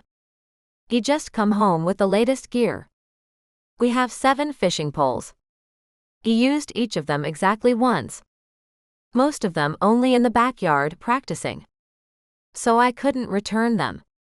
He opened each of the tents and set them up and took them down. It was like he wanted to be a survivalist or something, like at some time he would need to know how to pitch a tent in under 5 minutes. She looked away, wistful for a minute. I think when he was up, he was planning a vacation for when his meds stabilized and he was allowed to go camping. She smiled a sad smile, and JD regretted asking her to bring up the old memories. One thing that was clear about Kelsey was that she had loved and accepted this sometimes violent, always unstable man. And that she still missed him with all her heart. Maybe for his own benefit, he put voice to that. "You still miss him?" She nodded, and he could see tears pooling at the bottom of her eyes, although she fought to not let them drop. "I always will." Her voice was whisper soft, but then it gained strength as she found her way back to the topic of the many tents. "They packed up so small, I hauled them here thinking I'd sell them in a yard sale, but I haven't had one. I don't know if I could sell that stuff. But you should take one, and a couple fishing poles, and there's even a campfire cooking set." It sounded like more than he could wish for, and he was sorely tempted. But he didn't know how to accept a dead man's dream. Kelsey made him. Andy wouldn't have wanted it to go to waste. And neither do I. It's part of why we decided to camp out for Labor Day. Please borrow them. He agreed, and he was already making plans to phone TJ when he got back in his house. He was simply stunned. Anderson Winslow Hewlett had dropped into his life and left him with nothing but bad choices. That it was through absolutely no fault of her own only made the whole thing that much worse. He finally felt the tunnel didn't go on forever, and there was light. Kelsey let him sit, and she gathered the kids up, handing out old mayonnaise jars with holes punched in the lids. She suggested that they catch lightning bugs, and that she'd already seen 2 of them. JD held up his cell phone, asked, "Do you mind if I call TJ and see if he's free tomorrow?" TJ wasn't, but an hour and 10 lightning bugs later, he called back and said he'd moved some things around and he'd make it. JD closed his phone and told Kelsey he'd take her up on the offer to take Andy hiking with them. She told him what to pack for Andy, and he thanked her again before he left. Andy had one small hand tucked into his, and her other hand wrapped around her lightning bug jar, which she wanted to keep for a nightlight. JD inspected the holes to be sure the bugs couldn't crawl out, before saying it was okay, and that she'd have to set them free before they left in the morning. Chapter 13. JD leaned back into the swamp chair that he had found among the things laid out for him and TJ that morning. TJ was reclined in its twin. He'd fallen out of the raft once, and his ribs had taken a beating on the rocks. He was the hero of the boat, because he'd only fallen out the one time. Even the guide had gone over twice. That was because the rafting company had thrown together 3 sets of 2 guys who didn't know each other from Adam. But within 3 minutes, they had all declared themselves real men and decided they were going down the roughest branch of the river. JD wondered how his brother felt. Both of them had put in more physical labor than they had planned. Thank God they had pitched the tent that morning as the guide suggested. He looked over to TJ and decided to talk before his little brother fell asleep where he sat. "Can I tell you something? You're gay." Where the hell had that come from? "No." TJ chuckled. "You're screwing your neighbor? Hence the fine camping equipment." "No." JD sighed. TJ wasn't going to let him get this out. The fine camping equipment belonged to the much-beloved dead husband. "Why not?" "Why not what?" He frowned. "Just because she's still in love with a dead husband doesn't mean she can't have some fun." JD rolled his eyes. He only wished there was enough light for TJ to see how exasperated he was. But it wasn't worth the effort to turn on the wicked halogen lamp, also included in this morning's find. Yes, it does mean that. And 2, you don't screw the babysitter. Bummer. TJ, seriously, I have to tell you something. So out with it, man, I am about to fall asleep here. JD took a fortifying breath. There was no telling how TJ would react to this. You know Mom and Dad are coming by in October. Well, I haven't told them about Andy yet. TJ sighed. Jesus. I'm telling them this week. They'll meet her when they get here. I really want them to be good grandparents.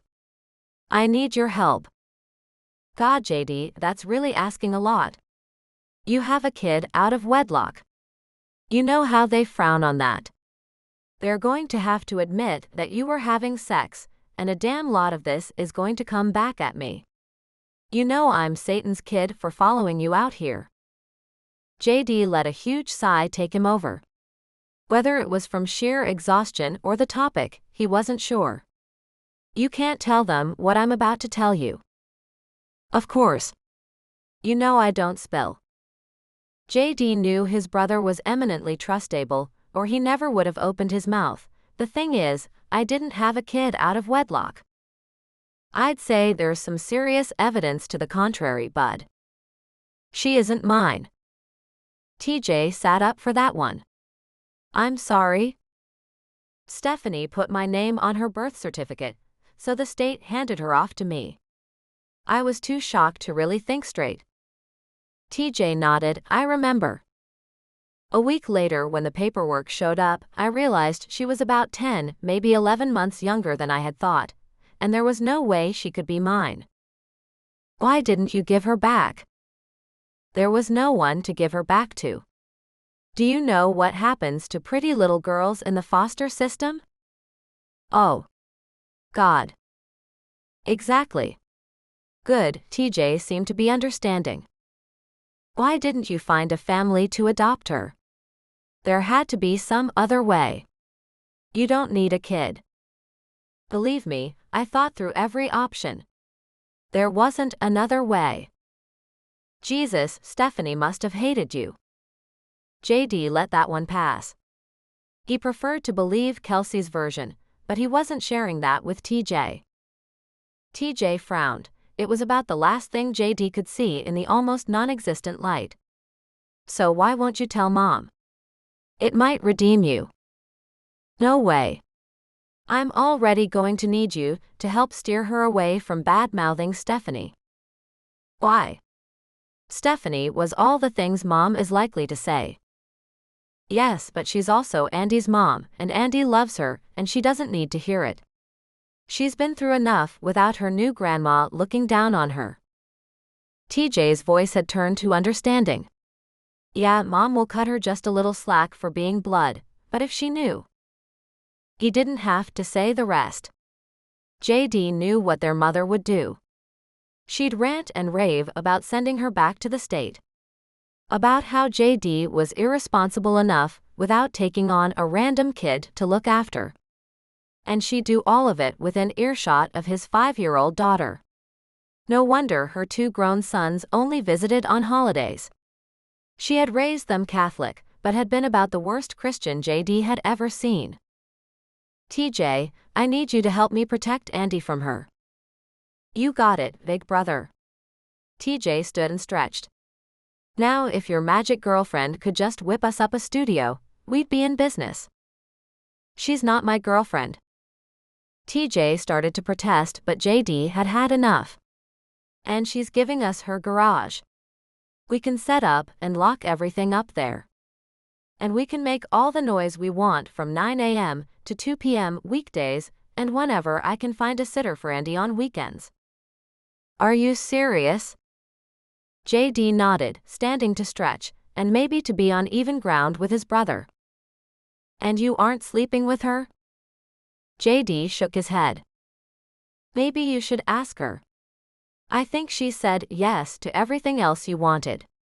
Seriously, you should just ask. Tuesday morning was the weirdest morning in his life. He hadn't been this keyed up when it had been his own first day at school. His heart beat faster, and he wondered what the other kids would be like. What the other parents would be like. Andy was at the door with her thermal lunch bag in hand, telling him to hurry up. She had even let him brush her hair. Another point for Kelsey. A knock at his door made him jump, but he knew it was Kelsey with her kids. She smiled calmly when he pulled the door open. Nervous? Hell yes. Daddy, we don't say hell. He looked back over his shoulder at this sweet little angel, who, just weeks ago, had been a hell demon. I'm sorry, honey, you're right. Kelsey grinned at him again. She looked cool and collected in jeans and a white t-shirt. She was ready for the first day of school, no doubt. He simply gathered up Andy and her backpack, which was on wheels. What was with the wheels? How many books was she going to have? They started walking the 3 blocks to school. And, of course, after the first block, Andy didn't want to carry the Tinkerbell backpack, and when she dragged it, she did a really bad job. He wouldn't have known it was possible to do a bad job dragging a wheeled bag, but she sure did. Eventually, he gave up and slung it over his shoulder. It bothered him until he saw a dad full-on wearing a pony backpack, then a second carrying a Barbie lunchbox. When they reached the gates of the school, Kelsey, Allie, and Daniel dropped them off at Andy's kindergarten class before traipsing off to find first grade. Only Allie seemed in tune with his trauma, but she had a huge hug for Andy, and only a simple wave for him. Andy found her room number, and waited patiently while he hung out and met the teacher, a nice older woman who immediately set him at ease. The next classroom over was run by a sweet young beauty, who looked to him like she'd be cake before 10 a.m. She was already having difficulty fending off one near-leering dad. How was she going to handle the 20 kindergartners who were filing into her room? But then Andy's class was starting, and he had to pay attention. He was sitting on a square of carpet and feeling like a kindergartner himself. The teacher lectured them on the importance of promptness and having homework handed in on time. Homework? In kindergarten? He filed that away under Ask Kelsey. After a quick tour, the parents were all promptly dismissed. A few parents had introduced themselves and their kids, but he'd been so focused he didn't think he'd retained any names. JD walked home alone. The streets were empty of all but a few random people. The 3 blocks disappeared in no time, now that he didn't have small children cutting the pace. He worried about Andy in her kindergarten class. Then he worried that he worried about her when she had seemed just peachy. The house seemed quieter when he let himself back in. Even though twice a week she had gone to stay with Kelsey, today it just seemed emptier. Still, he parked himself at the computer and went to work. He sold one stock for a nice profit, not quite as good as the last one, but enough to keep them afloat. He decided to park some of it in savings, just in case. At noon, he headed back out the door to pick Andy up, his nerves cranking up, wondering how she'd fared her first day. As he turned the corner onto the main street, Kelsey swung by in her van. She honked, and he nearly jumped out of his skin. The passenger window peeled down, and she leaned over. "Will you wait for me?" "I'll be just a minute." With a nod, he turned and followed to her house. He jogged to get to the garage before her, lifting the door so she could park. He made a mental note that an automatic garage door opener would be a good Christmas gift. Then he reached in to help with the bags. He didn't speak until she said she was ready to go. Only they'd piled all the groceries on the kitchen table and not put anything in the fridge. When he pointed that out, she just laughed. "First day of school getting to you?" "What?" "Look in the bags, silly." He hadn't been called silly in ages. He saw computer memory and cables in one bag. Another bag held plastic-encased lenses and camera equipment. He started picking out pieces and examining them. She had reams of heavyweight, high-gloss photo paper, as well as what looked like hand-pressed stock. There was a brown jug of chemical and an accompanying wide, soft bristled brush. There were lenses and cases and... She laughed at him again.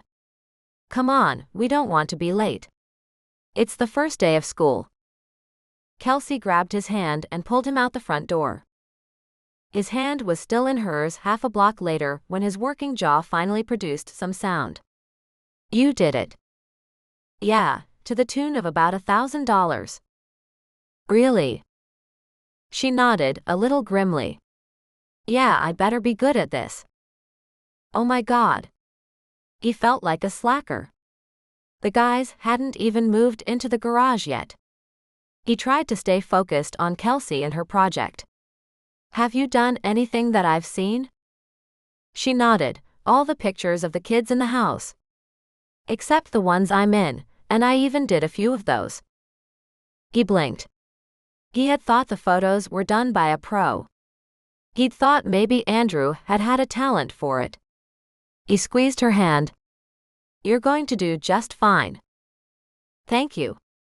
She tugged, urging him to go a little faster.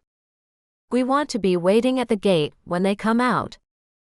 3 minutes later they were at the gate, and 2 minutes after that kids started pouring out the front door.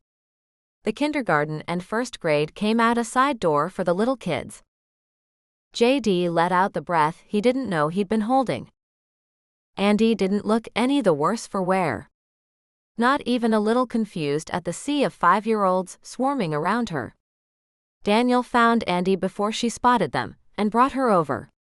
Neither child said hello or how their day was. They simply asked if they could have pizza. Apparently there was an after-school sale at $1 per slice, the whole first week.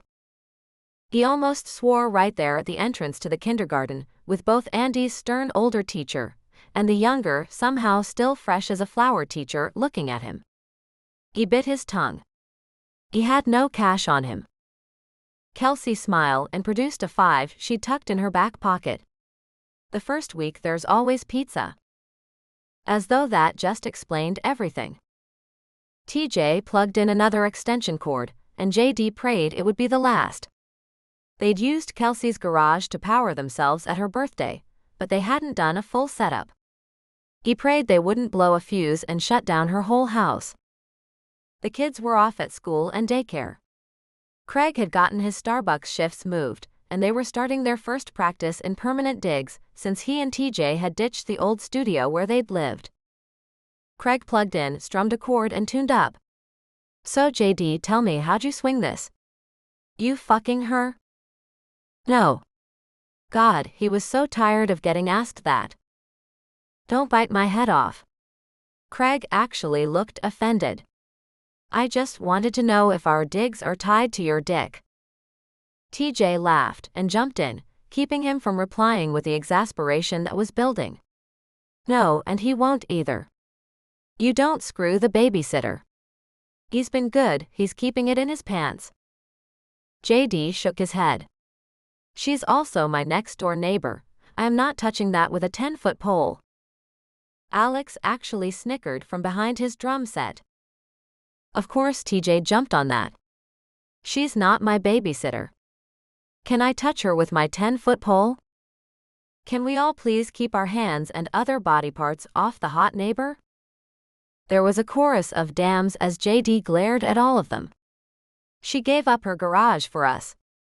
She also talked me out of taking the corporate job I was offered, and into sticking this out with you dipshits. So maybe you should just show a little respect." The voices all came on top of each other. "You were going to quit?" from TJ. "She did save our butts," from Alex. "Did he just ask us to show some respect?" from Craig.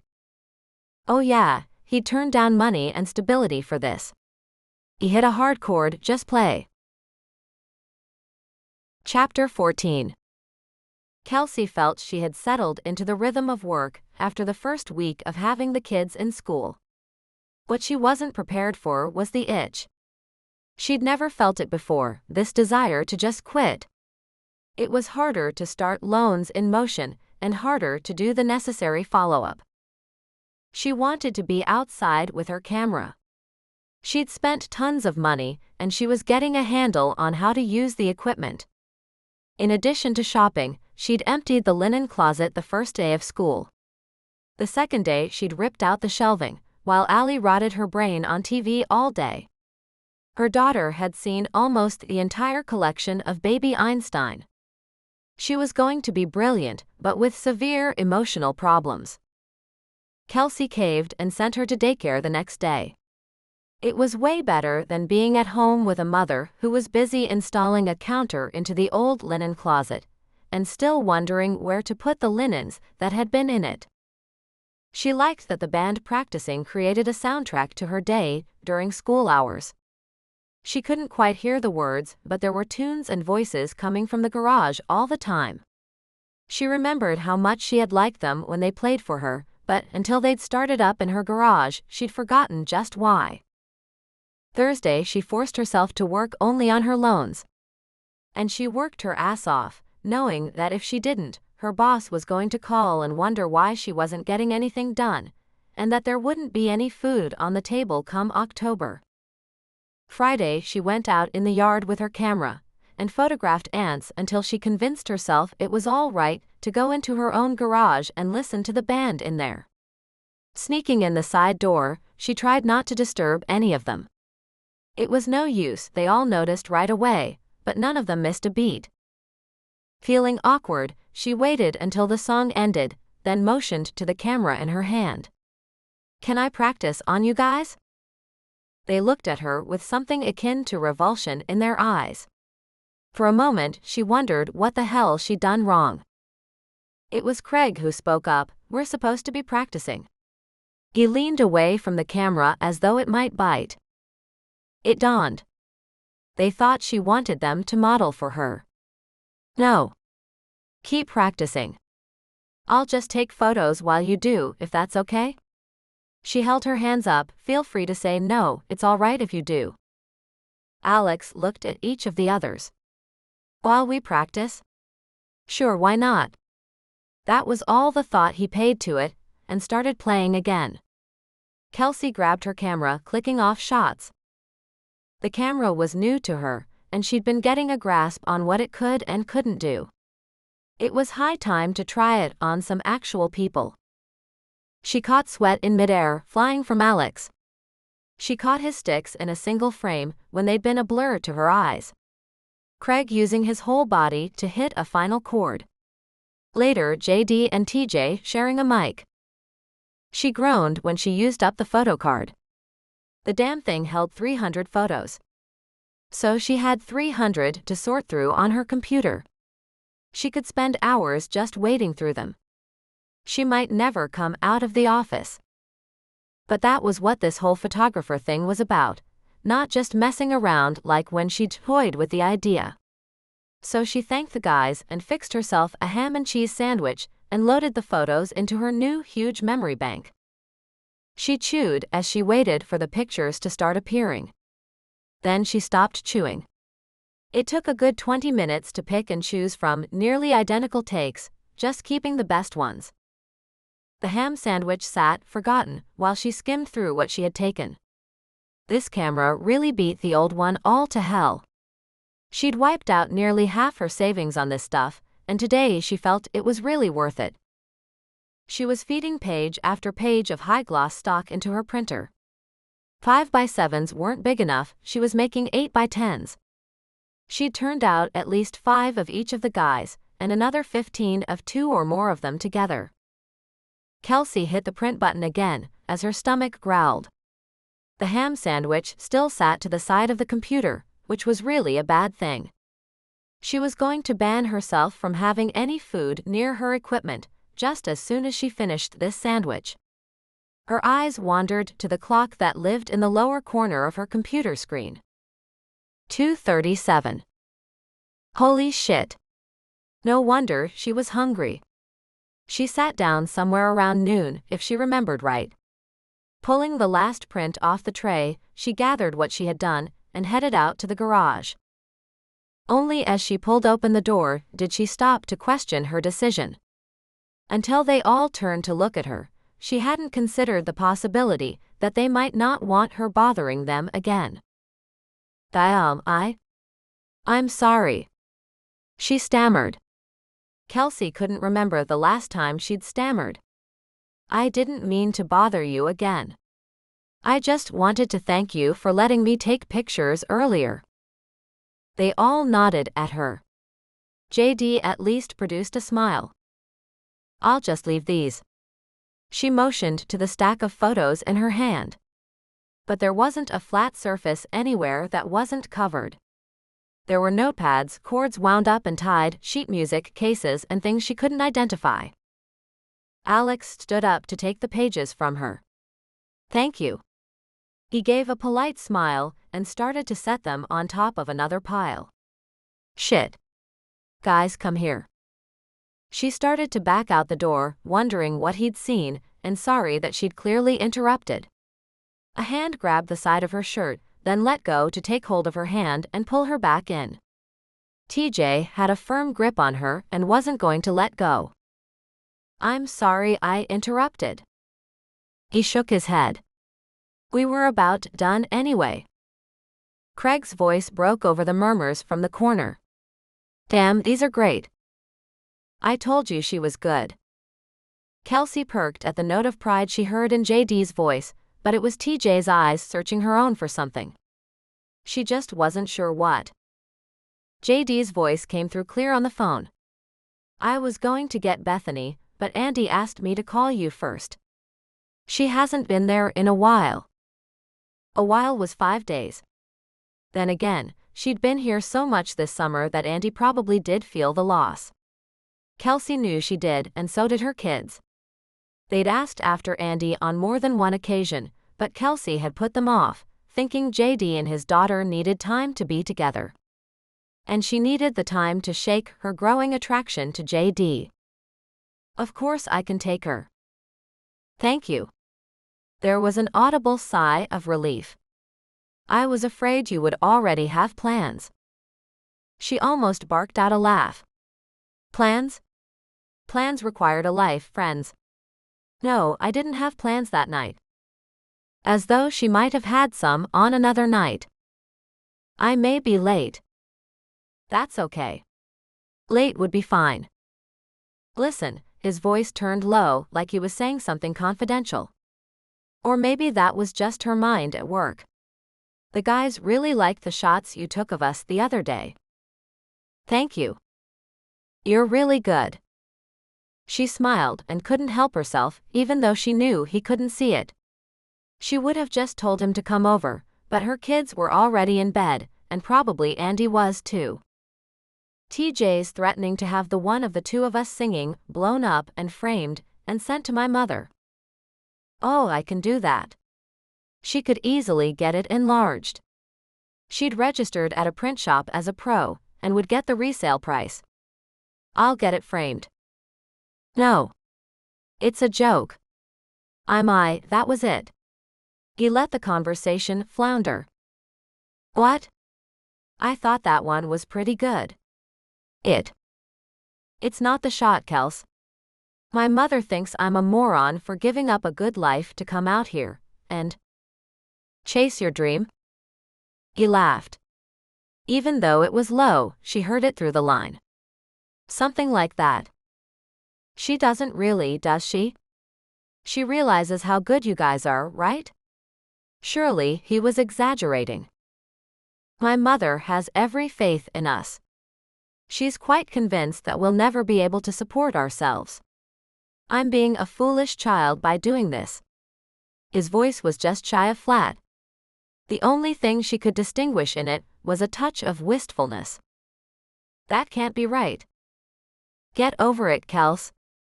He tightened his voice. My mother got me my first guitar and insisted on getting me lessons. She says now that she regrets that with all her heart. Kelsey felt her chest squeeze as she realized he was serious. How? And to make matters worse, I got TJ involved. There wasn't much I could do that would have hurt her more. I stole her baby. Jesus, JD. That was the worst thing she thought she'd ever heard. The last thing she wants is a portrait reminding her of what she considers the worst mistake ever. And speaking of the worst mistake ever, there's something else I've been meaning to ask your help about. Okay. Only after a moment did she hear him sigh. I can't tell you now, but sometime. Maybe on the walk home from school tomorrow. All right then. I'll talk to you tomorrow. He said goodnight, then hung up, and for a moment she simply sat with the phone clutched tightly. She couldn't remember the last time she'd had a phone call like that. It had felt intimate. Kelsey sighed. If nothing else, JD opened her eyes. She'd been living a very solitary existence. Now she had a real friend. One who called her at night and asked favors of her. No one did that, not before now. Her mother and Andrew had simply fallen apart, maybe because they knew she'd pick up the pieces for them. Kelsey had friends in college but never let herself get close. Maybe because she always felt like any moment she could get called back. But now Wilder had a job on Tuesday night. And JD needed a babysitter. She looked around the living room with new eyes. For the first time, the house felt permanent. She couldn't get called back. She was her own master, and she was going to cultivate all the friendships in front of her, JD, Andy, even Craig, TJ, and Alex, some moms from church and school. She traipsed upstairs to put herself to bed, and fell asleep wondering what JD needed, and how to tell him what she'd figured out. Chapter 15. The next morning dawned a clear gray. Kelsey dressed her kids for mid-weather, that horrible phase where you didn't know if the day would turn cold or blazing hot. The kids were halfway through their bowls of cereal when JD and Andy showed up on the front doorstep. Kelsey swung the door wide without even looking. It could only be them. There was no one else who showed up at 7:40 in the morning. As they headed out, they all looked up at the sky. Should I drive? Kelsey knew JD couldn't offer, his car wouldn't hold all of them. He shook his head. It feels like the first real day of fall. It won't rain before we get back. With that prediction haunting the back of her mind, they started out. They all walked the extra block to drop Allie off at daycare. She fussed, but was grateful that JD and Andy were there for extra hugs. Normally, Kelsey dropped Allie off second, but she wanted to find out what JD needed. The little troop turned toward the elementary school then, and went the last 2 blocks to the school. As soon as Andy and Daniel were through the gate, they had forgotten about the parents watching to be sure they made it inside. Kelsey turned to go, then realized that JD hadn't. Come on, bud, she's safe. He looked chagrined. Do they just keep getting bigger? Don't answer that. They do. I know that. A laugh came out of her, and she was grateful for the feeling. Little by little, her load was getting lighter. They do just keep getting bigger. And you do stop periodically and say, oh my God, when did she grow? Just one day, their clothes don't fit anymore and you can't lift them. Is that why people want more kids? Maybe. She cocked her head at him as they wandered back down the path. Parents walked in front and behind them, and a few stragglers hurried late kids toward the school doors. Do you want more kids? He laughed so hard she could almost see tears in his eyes and shook his head. I've barely got a handle on the one I have. He sighed. That's what I wanted to talk to you about. Shoot.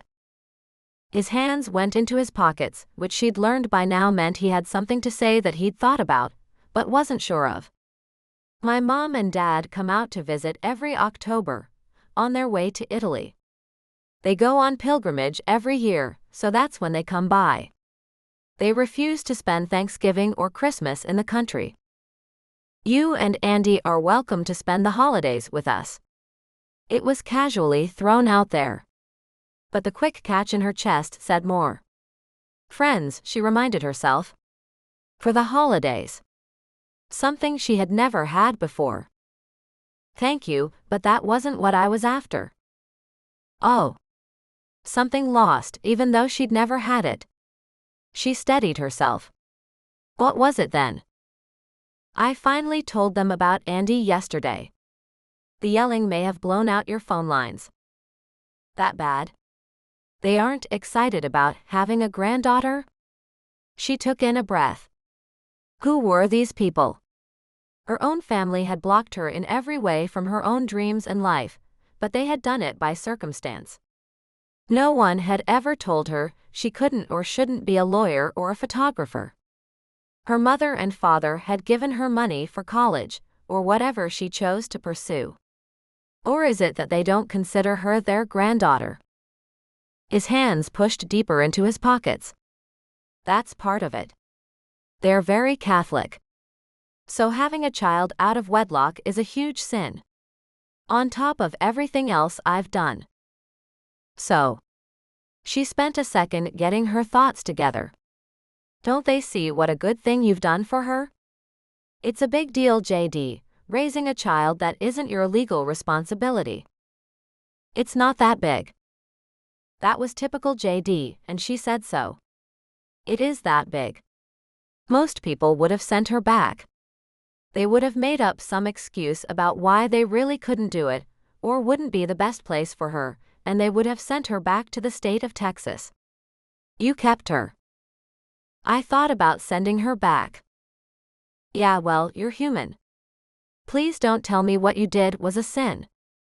I can't tell you how many nights I dreamed of putting Andy in an institution and setting myself free. I feel enough guilt about those thoughts, don't you go adding to it. He switched gears and surprised her. They don't know she isn't my biological child. You didn't tell them? Are you picking fights? Or are you saving it for later? No. That's going to be Andy's decision to tell them someday. As for right now, it's really important that they not find out that she isn't genetically related. Do explain. She paused and waited until he filled the empty air. They were in front of her house now, and she simply went up the front walk and in through the front door, knowing he would follow. Andy is in their bad graces for being born. I'm in for having a child out of wedlock. My mother has never understood the damage her tongue can do when she doesn't pay attention to what she's saying. If she knows about Andy, she'll yell at me to send her back, and she'll tell Andy in some way that she's inferior. Ouch. Kelsey reached into the fridge for a Coke and without thinking, grabbed a second one for JD. He raised his eyebrows at her, but she kept her face steady. Sure, it was only 8:15, but she'd been up for an hour and a half. He didn't say anything about it, just popped it open within seconds of her own sharp fizz and took a drink. My mother is so convinced that she's right about everything. There is every possibility she'd feel it was her duty to notify the state of their error. She might dig up Andy's biological father and convince him he belongs with his child. There was something in his face and she debated saying it, so she half-assed it and regretted it as soon as it was out of her mouth. That would be bad for Andy. JD didn't half-ass it. It would be awful for me. He took another slug of his Coke. I still think life would be easier without her. But this is what it is. Easier isn't better. I worry about her even when she's at school. But she hugged me the other night. Just out of the blue. Did it again this morning. He shrugged. She came and crawled into bed with me when she woke up today. I don't know why she put her faith in me, but I can't break that. Kelsey held her can up to him and made a dull metal thud when she clinked the two together. Congratulations, you're a daddy. He laughed a little, then swallowed the rest of the drink before crushing the can in his fist and tossing it sideways into the trash. It was such a guy thing to do. Just to be silly, Kelsey tried the same. It took too long to finish the soda. Her crush was more of a mild dent, and her shot went awry. JD laughed at her, then said he had to get out to the garage. She held back, telling him what she'd come up with about the band. There was a better way to tell them. She called and left a message with Bethany, asking if she could sit that night. Then called Maggie to see if she would want to go out. Kelsey waited for the cars to arrive. Alex passed by her front window first, and she would have missed him if she hadn't turned around right then. She dropped the laundry she was folding and went after him. She was pretty sure she'd scared the bejesus out of him. But she convinced him that she absolutely must take his portrait right now. The light was perfect, she said. That wasn't a lie. Wasn't 5 minutes of his time a great exchange instead of rent? She placed him in front of the two white fence that stood around the yard, and snapped him from head on, from the left, the right, down low and up high with her standing on the picnic table. He held only his drumsticks, both clutched in his left hand, and tried to look comfortable. But he didn't quite pull it off. He looked put out. And he looked a little wary. Kelsey thanked him and set him free, snapping off one last shot as he walked away. Then she got Craig and TJ aside, as they pulled up against the curb. TJ was naturally in a good mood. The day she saw him sour, she would be afraid the earth was cracking in half. So she used Craig first. He was suspicious of her no matter what she did. From the look on his face, she couldn't derive much better torment than making him pose for portraits. He propped his bass on his foot and balanced it there with a bored look that suited him perfectly. So far they had each been wearing jeans and a dark shirt. Craig's had a logo on it, but Kelsey was confident that she could erase it. TJ was less of a bother than the other two. She messed with him a little bit, fussed with his hair like a mother hen, straightened his shirt. Posed him and reposed him. All for the purpose of getting him a little put out. 7 minutes later, when he couldn't hide it anymore, she started snapping photos. JD was last. He was too easygoing, too willing to pay her back whatever she asked, feeling too indebted. She had to seriously perturb him.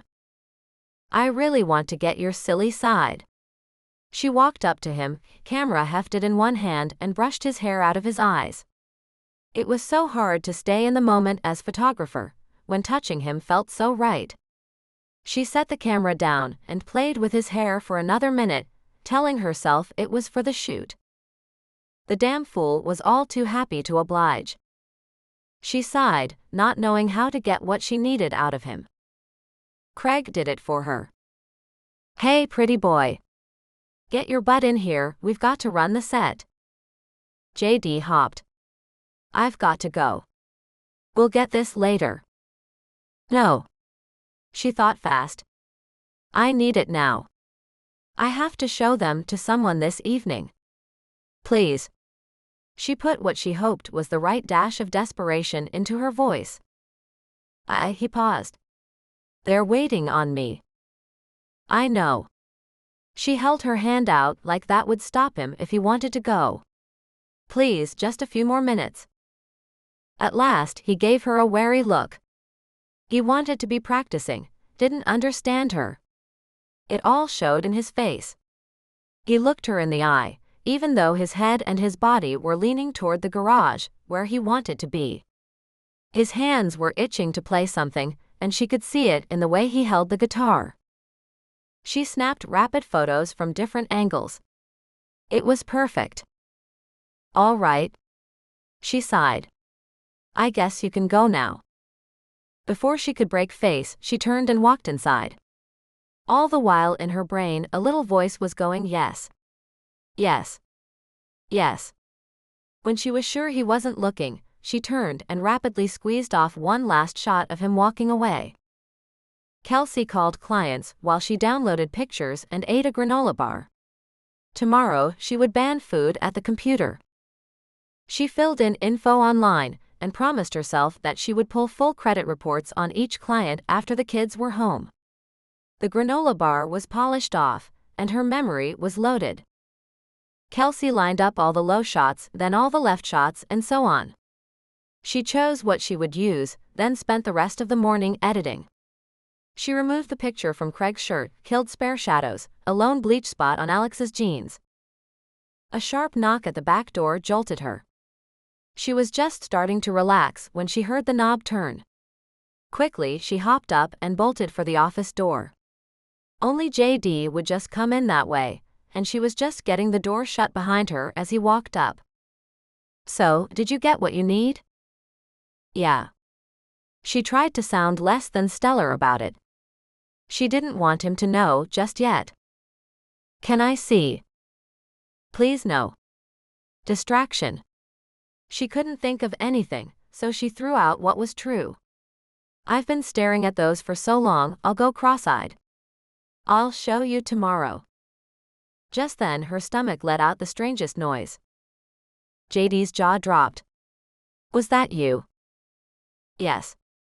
She grimaced. On the upside, he wasn't asking about the pictures anymore. Do you want to grab lunch? He looked at her sideways.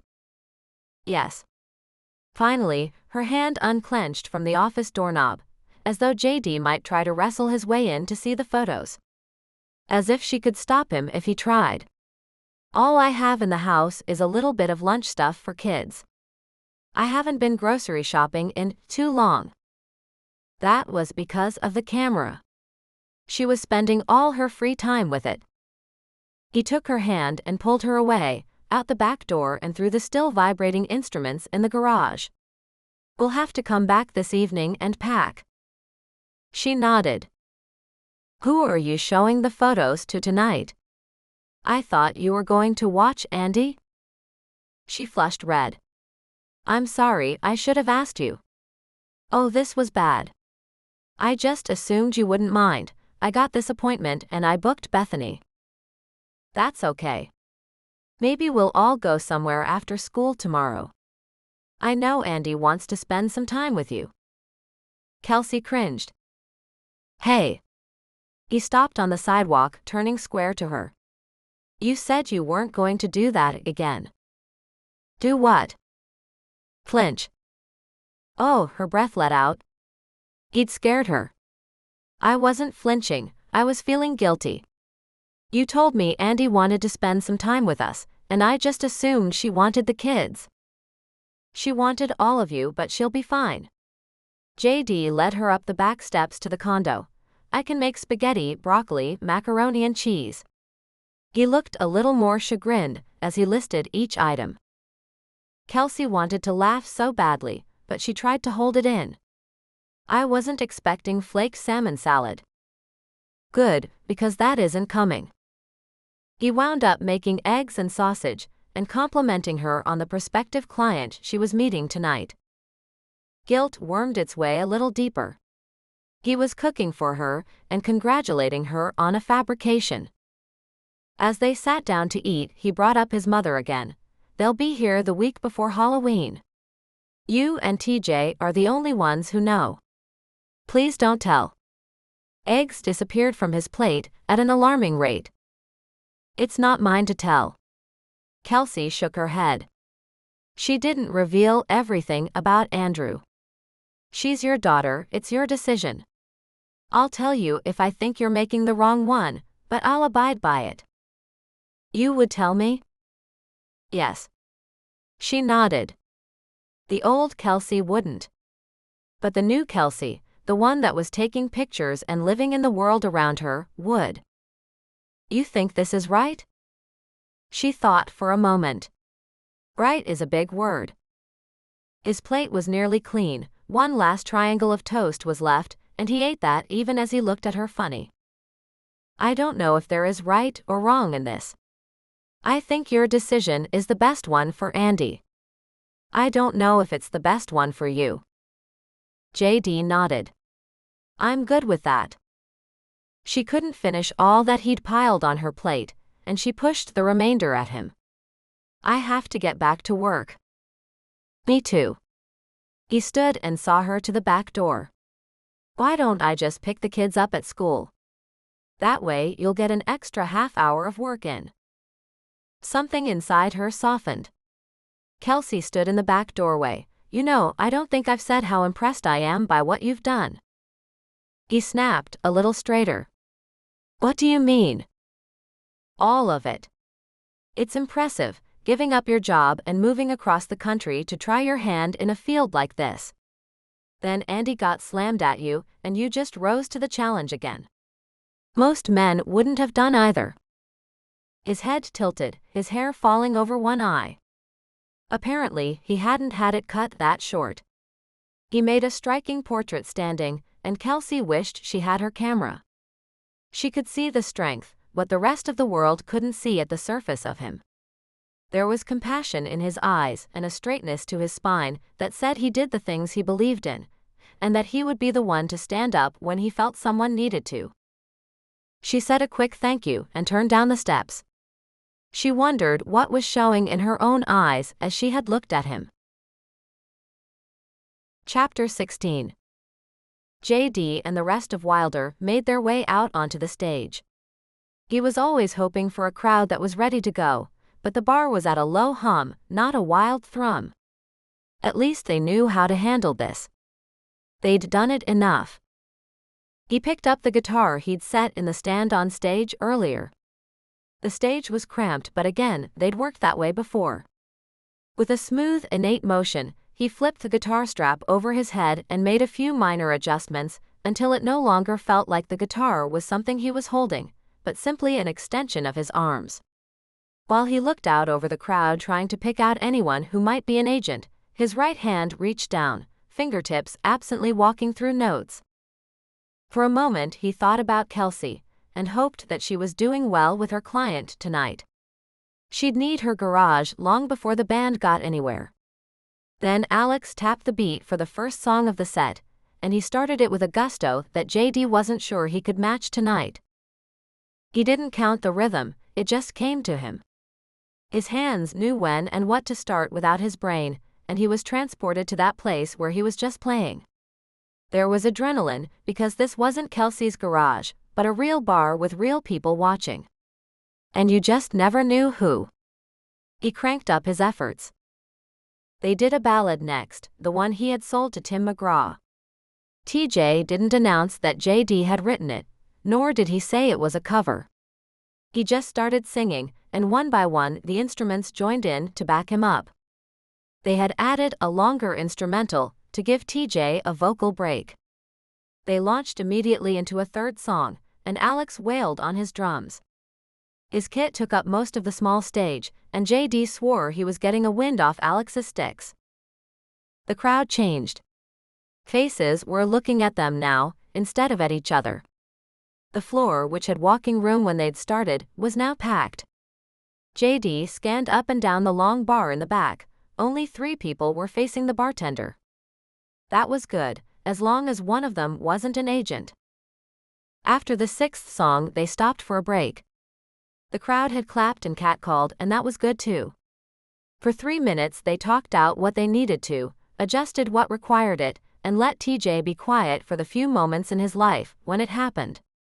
JD rolled his head around on his neck. He held himself with every muscle taut while playing. Most people didn't realize what a workout it could be. When they were ready again, he turned back to the audience and played a chord. Instantly the crowd reconvened. Why wasn't there a damned agent here? Or someone, anyone, who worked with a record label? Wilder could command this crowd. With one chord, the floor had filled up again, just waiting for them to play. It was the end of nights like these that he felt they could make it. He tried his best to wipe the surliness off his face and just enjoy playing. Finally, he reminded himself that an agent or manager might be out there, and he'd better look saleable. 4 songs later, he saw her. She was laughing with the woman next to her, and had on more makeup than he had expected, but her face was turned toward the stage. Kelsey finished what she was saying and looked up at him, meeting his eyes even while he continued to play. His fingers jerked just for a second, but he saved the riff and didn't think anyone would notice. When his hands didn't need his brain again, he looked up at her. She smiled. JD tried to deny the shift that occurred in him. But he wasn't truly able to. Kelsey was here. She had come to see them. She raised her margarita glass in salute, and he couldn't stop the return smile that hit his face. He played the rest of the set, keeping one eye to her. At one point her table emptied, and he lost her for a full song. He was just convinced that she'd gone home when he spotted her closer to the front. He didn't know what to do with the relief he felt. So he turned away from where she sat now, almost directly under him. JD wasn't one to be timid about women. He asked them out, he made his play, he lived with the results. But this whole mess with Kelsey was going too far. There were 1,000,001 reasons to squash it before he sank any deeper. For one, she was older. She'd want someone stable and able to give her the life she deserved. 2, she was his friend, and the pull inside him would fuck that up. 3, she was his babysitter, and in her own words, you don't screw the babysitter. 4, she lived next door to him and walked the same route to school. When she found out about his feelings, they would both have to go way out of their way to avoid each other. 5, there was Andy. He kept counting as far as he could. It was a damn long list. He tried his best to focus on the music. He wasn't going to blow his chance with whoever was in the audience over a woman he couldn't have. Finally, the set ended. The crowd called for an encore and flattered, the guys played another song. And another, before the bar manager shut them down. He had to clear the place out by midnight on weeknights. Lights were going up in 15 minutes. Turning back to the table that was almost smack up against the stage, he found Kelsey right where he'd last seen her. Her empty margarita glass twirled lazily in her fingers, but she didn't seem any the worse for wear. He wanted to jump down off the stage and kiss her. He wanted to not want that. So he tamped it down. I see your girlfriend showed up. TJ almost startled him out of his skin. She's not my girlfriend. Your face on her boob says otherwise. What? He looked. She was wearing a clingy little black t-shirt, just like the one her friend had on. She had stolen the Wilder logo that Alex had put on his bass drum last year, and she had assembled the photos she had taken this morning into what looked like it had been a group shot. She and her friend were wearing the first ever t-shirts for Wilder. His head was on her left breast. "TJ, your head is there too." "I know. That's cool." JD couldn't stop the words before they came out. TJ was his brother, and would read him like a book. "What's cool? The shirt or your head on her breast? You aren't going to ask me to show some respect again, are you?" TJ walked off to talk to Alex and Craig. JD moved out from under his guitar strap and set the instrument in its cradle. In 2 short steps he was at the edge of the stage and bent down, hands pressed to his knees. "I can't believe you did that." She pulled the bottom out to show off the whole design and looked apprehensive. "Do you like it?" He didn't get to answer. "That is so cool." Alex was right behind him. Craig was too. "That's what that shit this morning was about." She nodded, and JD turned to see all of them staring at her breasts. Her friend showed off the matching shirt and drew some of the attention away. Kelsey shrugged. "You didn't look edgy enough until I pestered you." Craig conceded. "Good point. They do look really great. You have more?" JD looked at Kelsey, who had no idea what a coup she'd scored. Craig didn't concede to any one person, ever. Not that JD had known anyway. He'd take a vote down, but to come back and tell Kelsey that her pestering that morning had been a good thing, that was unheard of. "I can make more." She stepped back. "I want one."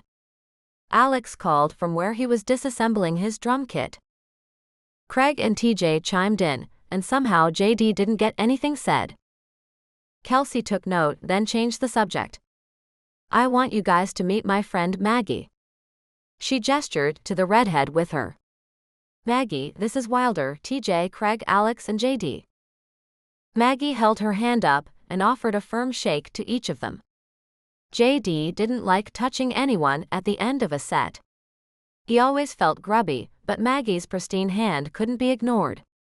She smiled up at him, and her fingers lingered a little long. There was no mistaking what that smile was about, but he kept his own neutral. There were a million reasons not to get involved with anyone right now. He turned back to getting their gear in order and heard Maggie talking to Kelsey. "We have to go. I have to get back to my sitter." But he didn't hear Kelsey respond. Just then, the lights went up, and the manager cleared out the last of the lingering guests. JD continued winding cords and strapping them together, until he heard the manager speaking to Kelsey and Maggie. "I'm going to have to ask you ladies to leave. We are no longer open to the public." "She's with us." JD didn't know where that came from, but he tried to back it up with his demeanor now that it had been said. Kelsey gave a reluctant shrug. "Maggie's my ride." "I'll give you a ride." "Home." He should have said ride home. He refused to turn and look at TJ. There was no telling what his brother would have to say about that Freudian slip. "Are you sure?" He shrugged. "You have to wait for us, but it's not like it's out of the way." "Thank you." He went back to the job of clearing their stuff from the stage, while Kelsey said goodnight to her friend. The redhead let the manager show her out the front door, and JD did more cleanup before he turned back to Kelsey. She didn't have time for him, though. She was chatting with Alex about the shirts. "It's great. I need the advertising, and so do you. Trust me, unless you all flat out refuse, I'm going to use these for my business too." She would convince them all that she wasn't doing them any favors. JD had begun to believe that she wasn't really capable of holding back if someone needed her. He glanced up and saw that she had Craig's attention too. "I have pictures of you all walking away. I want to put them on the back." Craig looked wary, but Kelsey fixed that too. You should all come over tomorrow and see what I have. Then we'll modify the shirts. If you bring me a shirt, we can make you each your own. That won her a spot in all their hearts. Even TJ looked up from his very careful cord wrapping. Can I bring a tank top? Sure. I don't see why not. Then she launched into something JD hadn't expected.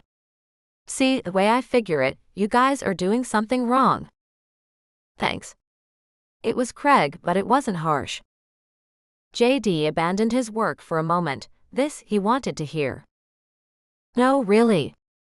She held her hands palm out toward them.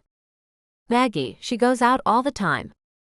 I don't think she's seen a movie in 5 years, but she's seen tons of local bands. She's never heard of you. Why not? Because we suck? Alex volunteered. Kelsey laughed, and JD realized she had every one of them eating out of the palm of her hand. That is clearly not the case. Her hands waved around, looking for a purpose. I'm guessing you guys have been too busy playing, and not spending enough time doing advertising. I need the portraits for my business, and these are perfect. So I just made the shirts. You might consider giving them out, or selling them at your next job. Who's gonna pay for our shirt? You just said no one's heard of us. The manager walked up to them. You guys quit jabbering and clear out. I want to go home. They all turned back to work. Apparently, so did Kelsey. While they loaded equipment into their cars, making trips out into the alley and back, he heard Kelsey ask the manager what the till looked like for the night. And how did that compare to other Tuesdays? They all walked out to the alley as the manager turned the bolts behind them, but the guys clearly weren't through questioning Kelsey. She was answering each question with a clear point. Listen, why don't we just reconvene at my place? He put his hand on the driver's side door handle, ready to go. I'm starving. TJ was probably feeling their new cash, however small it was, burning a hole in their collective pocket. Me too. JD was unofficially the keeper of the money. The most reluctant to spend it, he had been the natural choice. But for some reason, when Kelsey's voice added in that she too could use something to eat, he suggested they order a pizza. She slid into the passenger side, and he cranked the engine, grateful that it didn't embarrass him. Once they were on the street, he turned to Kelsey. The shirts are amazing. I can't believe you did that for us. She shook her head, but he didn't let her deny it. So, how did things go with your client tonight? Her laughter ricocheted around the small car, hitting him several times. He still couldn't believe she'd just shown up. I lied. No client. You did that just for us? She looked sideways at him, as though he were nuts. No. It's for me too. His hand wanted to reach across to hers. And it pained him to realize that if she were anyone else, he would. Instead, he simply clutched the shift so his hand couldn't move. You didn't really need any Fabio pictures. It wasn't a question, but it opened the topic. Kelsey responded. No, I was just trying to get you to look at me with something other than kindness. I needed something with some attitude. It was hard getting you to give it. He'd felt so bad, trying to get away from her, but he'd been stuck between a rock and a hard place, and she'd caught exactly that in the photo. Alex and TJ both tailed them to Kelsey's house, and she ran inside to set Bethany free after saying they should just meet at her place. The guys shrugged, and continued carting the equipment back into the garage. They didn't set it up, but they had to get it under lock and key. JD shuddered to think what might happen to the band if any of their stuff got stolen. They really couldn't afford to replace it. Leaving it in a car was a sure way to get it ripped off. As Alex, TJ, and Craig followed him in the back door, JD held his finger to his lips. The kids would be sleeping, and he didn't want to deal with an awake Andy. He didn't let any of them utter a word until they met up with Kelsey in the kitchen. She was thumbing through a phone book and muttering. I haven't been this hungry since. Was someone smoking weed in that bar? Craig looked at her sideways. You would even know what it is. She almost snorted in return. I went to college. I'd know it if I smelled it. I wasn't always a mom. They spent far too long ordering the pizza. Then Kelsey let them raid the fridge for drinks, and she started back in while they were guzzling sodas like there was no tomorrow. JD, for one, was going to spend his morning walking Andy to school like a zombie, and then climbing back into bed. So I was trying to figure out why Maggie hasn't heard of you. Then I realized that there's nothing in print. No shirts, no posters. You need a manager. And you're going to be it? TJ looked her up and down. No way. I don't have that kind of talent or those connections. But I will do what I can until you get one. She shrugged. I really thought I'd be more of a groupie, if you don't mind. Craig shrugged. Sure. Why not? JD wanted to slap him upside the head. Why not? Because you never agree to anything this easily. When he wanted something from Craig, it was like pulling teeth. For a moment he paused as an odd thought hit. Was Craig into Kelsey? Kelsey was speaking again, and all three of the others were listening with rapt attention. JD decided he'd better focus too. I asked what the take was at the bar tonight, and what it was on other nights. You guys help them pull in more money than they do without a band, and more than some of the other groups. Okay. Alex was taking mental notes, and you could tell from his expression. You all should be playing Friday and Saturday nights. But you probably won't until you can prove that you're good for business. So we need to advertise the next job you have.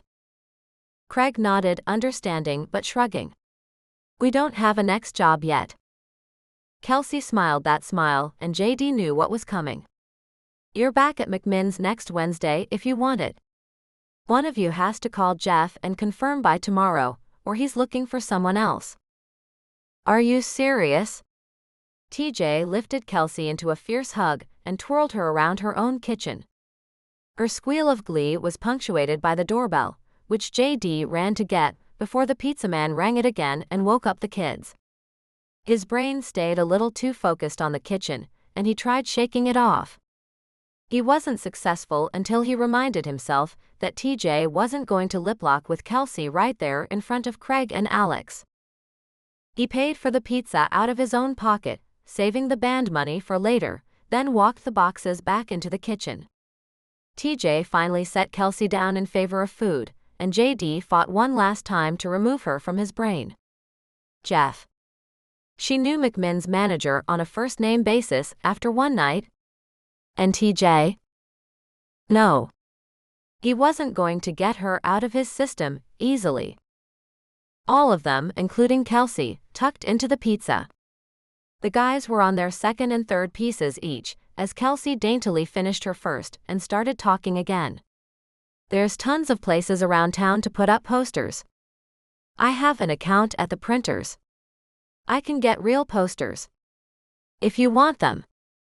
They all agreed that they did, and Kelsey started explaining their options. The vote was unanimous for more of the cheaper black and whites.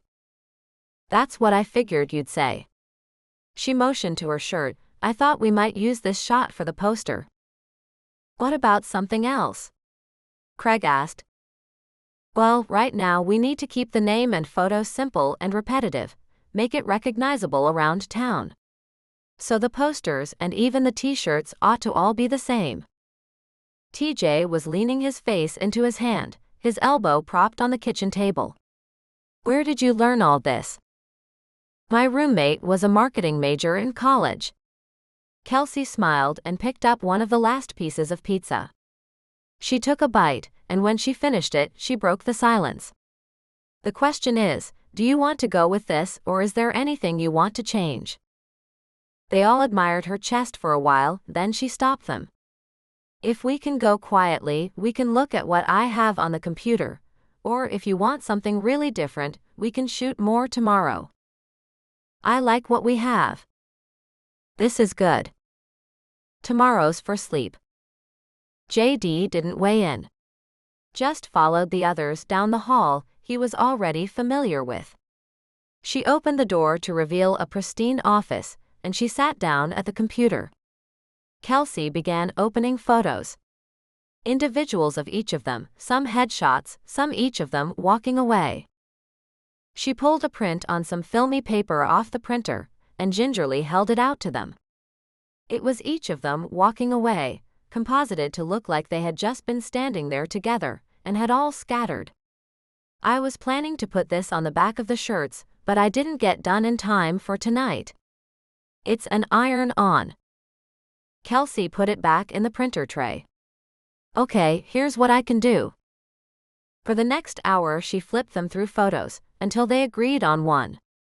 They altered the logo in a way she suggested, to make it look a little more hardcore, and a little more country. With a few keystrokes she changed Alex's drum logo to match. They all nodded. Finally they laid out the poster, upright, name on top, then photo, followed by block letter info underneath.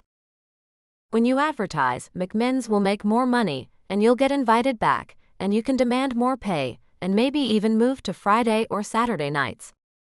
You'll also get your name and faces out there. The more people that recognize you, the more other bars will want to hire you.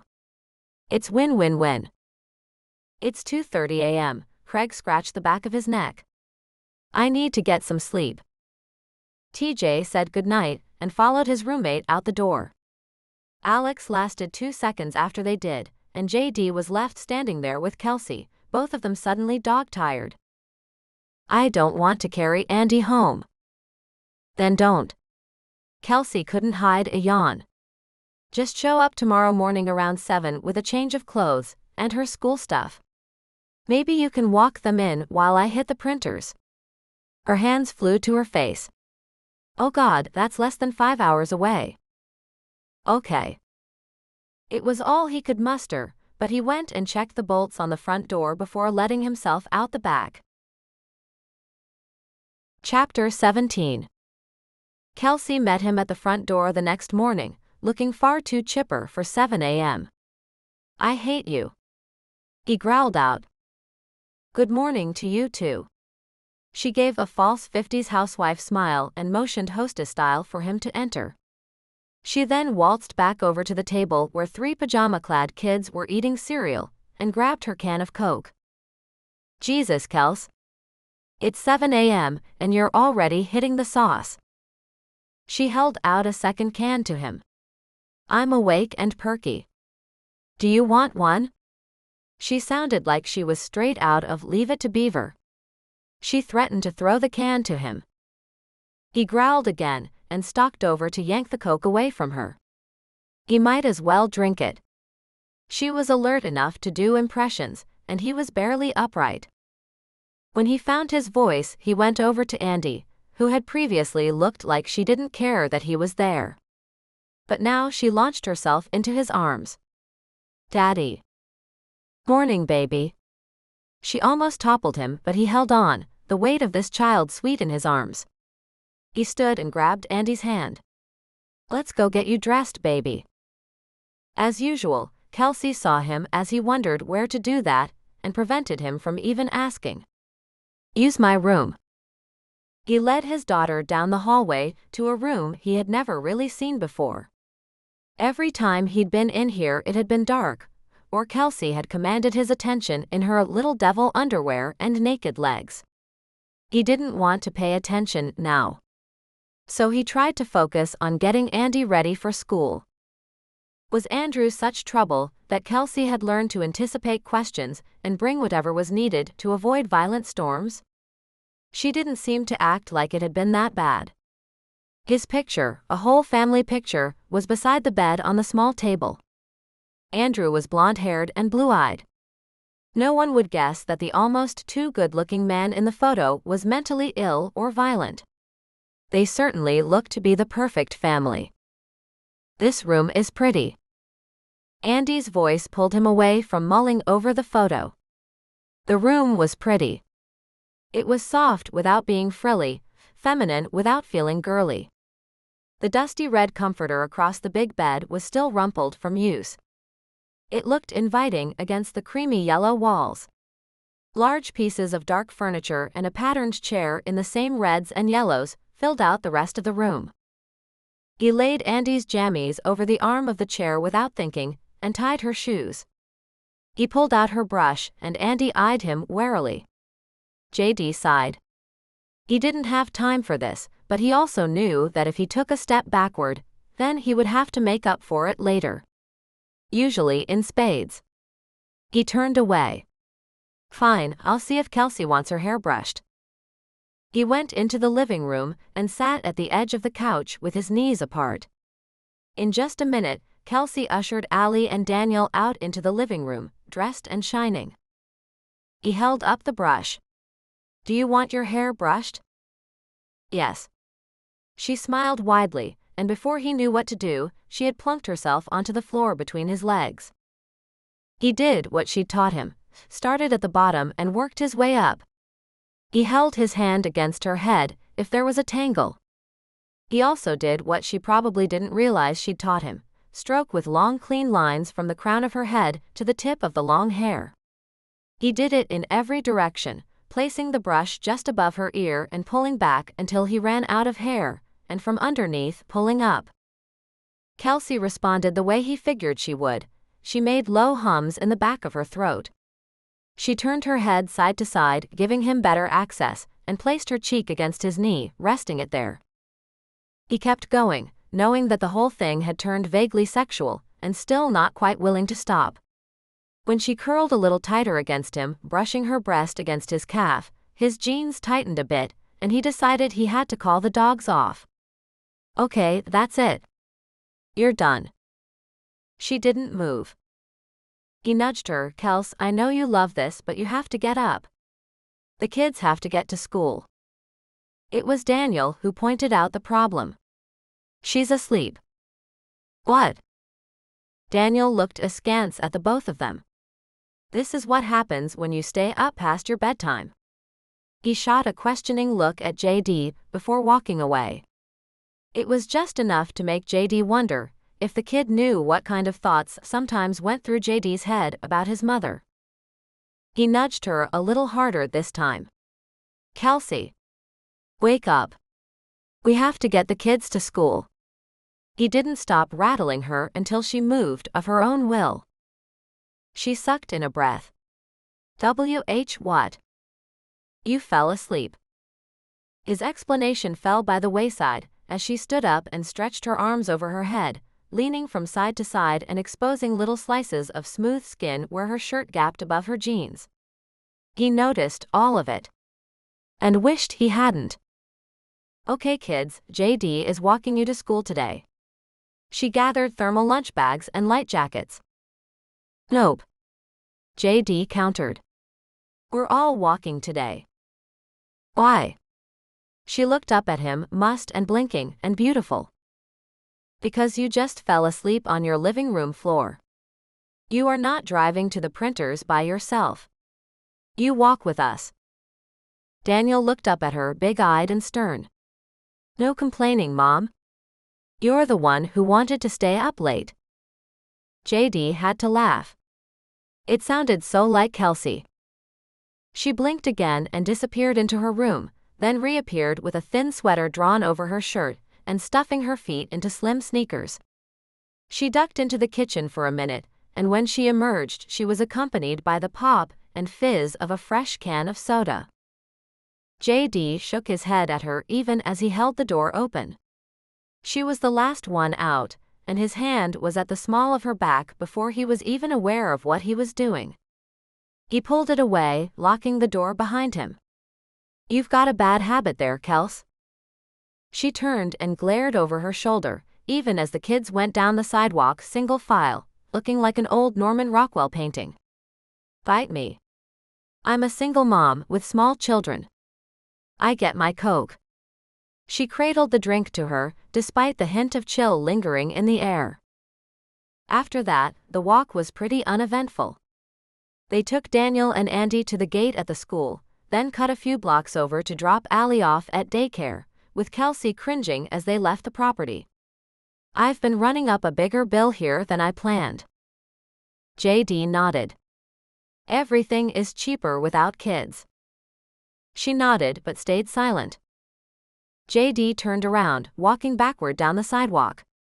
"Isn't this the part where you extol the virtues of parenthood to me? Remind me of what I have. How money doesn't compare to love." Kelsey smiled sweetly at him. "Nope. If you don't know that by now, there's nothing I can say to change it. It's okay to gripe about money and how much they cost. I won't doubt your love for your child." JD nodded, but inside he smiled. It was only 2 blocks to Kelsey's house. She darted in to grab the things for the printer, but then seemed surprised that he was going with her. "Kels, you fell asleep once already this morning. What if you fell asleep at the wheel?" Her eyebrows went up. JD continued. "Who would take your kids?" Her mouth pursed, then opened, but he didn't let her speak. "I would." "Do you really want me to be a single dad with 3 kids?" "I don't think anyone does." She laughed at him, as she often did. "You'd be fine. You'd find some beautiful young wife to help you out, and all would be well." They climbed into his car and headed just 5 or 6 blocks down to the print shop. The guy at the front counter greeted Kelsey by name. Several copies of the photo, as well as a disc copy, were handed over with an explanation. "Ready by 5. The man assured them. She smiled at him. "So we eat an early dinner and take the kids out posturing." Without saying anything else, they climbed back into the car, and he dropped her at the curb to her front walk. He was afraid she would barely make it to the bed. They did exactly as Kelsey had suggested, eating dinner before all driving over to pick up the posters. All 5 of them headed in, and JD tried not to show what it meant to finally see his band on a real poster. The thick stack of glossy paper was heavier than it looked. Kelsey paid for the posters on her account to avoid the markup, and he made a mental note to put a check in her hand before the night was over. Then they hit the town looking for blank walls and old posters they could cover. When they found a good one, Kelsey pulled to the curb and popped the trunk while JD helped all the kids get out. A homeless man stepped up to him and asked for money. First putting the kids behind him, JD pulled the last 3 singles out of his wallet. He couldn't refuse anyone in need of help, even though it wasn't much.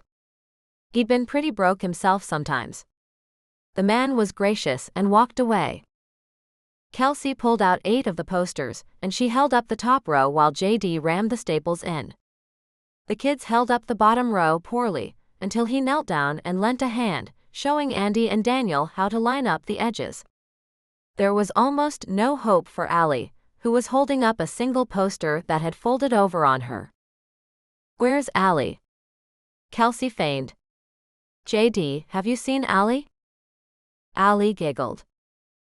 Daniel put his fingers to his lips and motioned for Andy to play along. "I haven't seen her in a while, Mom." Andy shrugged. Allie giggled again. She still had a tiny baby voice, and she called out from under the poster, "I'm in here. I'm stuck." He pressed his own lips together. "I hear her, but I can't see her. I'm under the poster." She yelled it at the top of her little lungs. He lifted the edge and found her with her hands still holding the poster to the wall, just as he had instructed. He hammered the staples in and hollered, "Okay, everybody. Back in the car." The kids ran screaming and jumped in. He and Kelsey buckled each of the kids in a pretend rush and drove off to find the next blank wall. They plastered up lines of posters, covered doorways on shops for rent, and wrapped telephone poles. They wore themselves out and called it a night with 400 posters left to go. At the front of Kelsey's house, they all wearily climbed out and dragged themselves across the grass. The kids hadn't complained at all. They had been given jobs and worked hard, only knowing that it was for JD.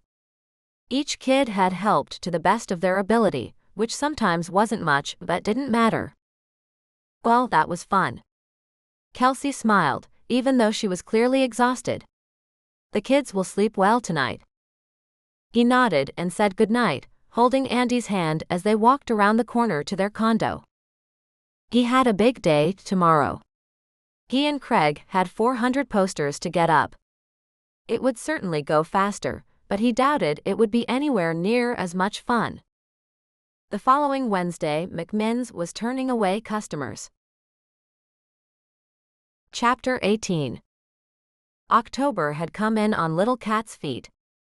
Wilder was doing better and better. Craig had to cut back his shifts at Starbucks. The band was playing 3 and sometimes 4 nights a week, with a Friday or Saturday night booked most weekends. They even had a standing gig at McMinn's on Wednesdays. Kelsey had enlisted Maggie, and they had sold over 200 t-shirts with the Wilder logo and her photo on them. One day JD saw a total stranger walking down the street wearing their shirt. Each week, they were going out and putting half sheets with up-to-date info over the old info on the posters. Craig told her she was brilliant when she said she designed them that way on purpose. Kelsey was a single mom, and single moms knew how to do things without any unnecessary work. Time was precious. She'd racked up a ton of babysitting hours with JD, but she wasn't all that anxious to get them paid back. He did watch her kids a few times when she met photography clients. She'd even shot a wedding. The band had taken her out for a nice steak dinner to thank her for helping them turn things around. Kelsey agreed to accept the steak, but not the credit. All the posters in the world wouldn't mean a damn thing if the band wasn't any good. She had simply helped them tell the crowd where they'd be. Andy had learned her days of the week and colors, and Daniel had taken to writing and drawing stories. It seemed like she stapled a stack of paper for him to make a book every day. Allie was counting the days until next fall when she, too, would get to go to school.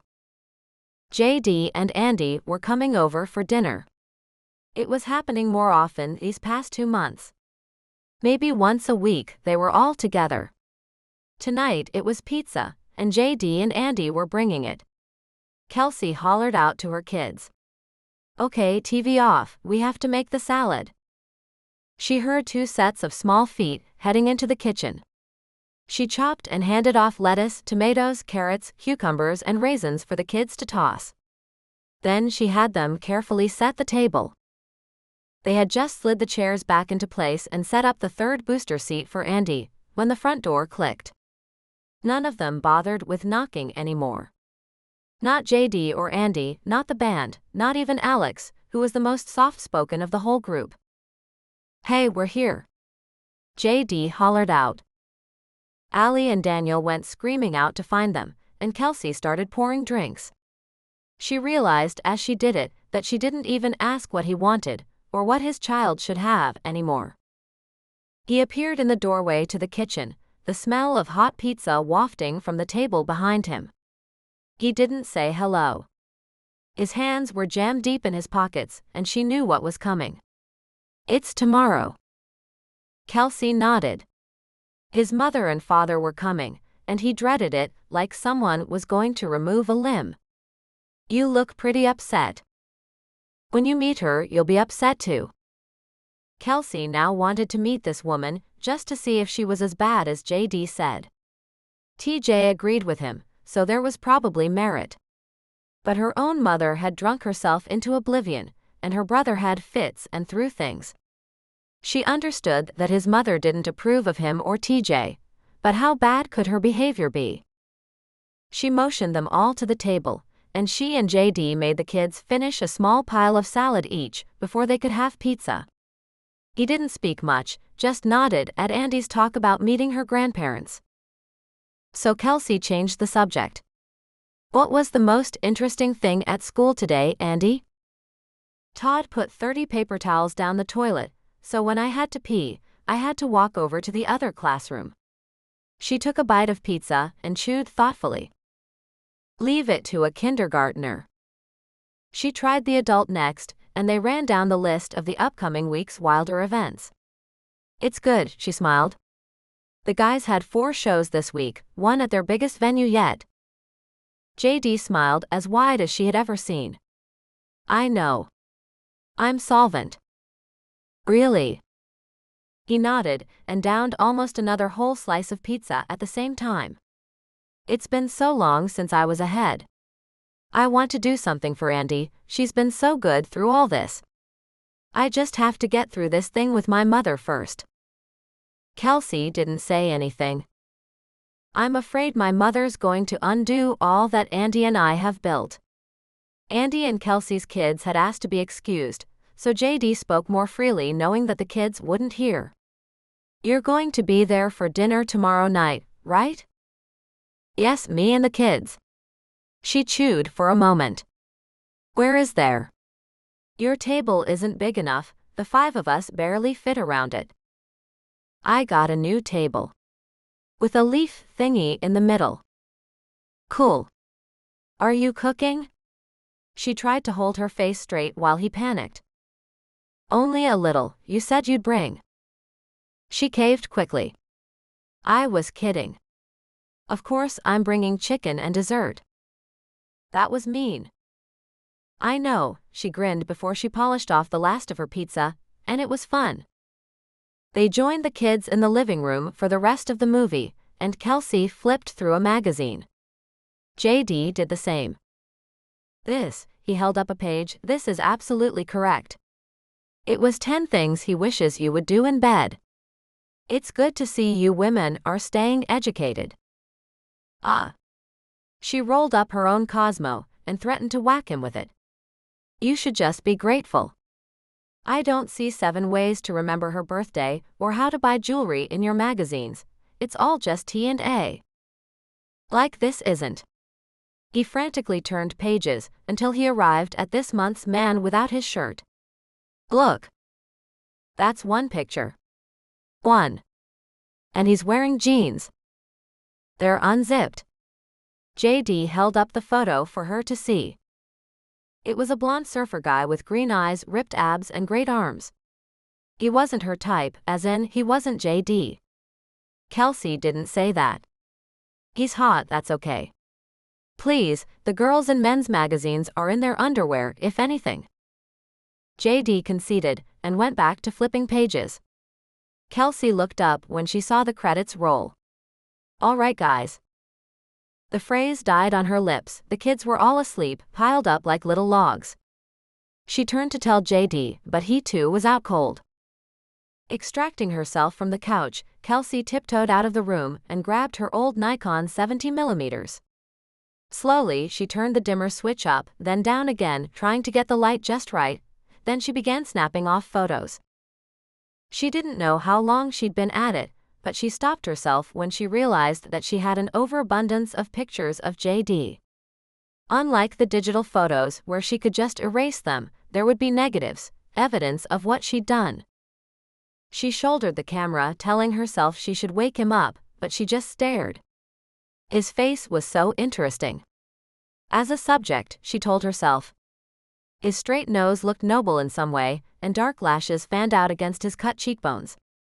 His lips were full, and she could imagine the way his eyes sometimes closed when he sang. Pulling her gaze away, she saw where his shirt had come untucked, and she couldn't hide a smirk. He could easily give October's man, without his shirt, a run for his money.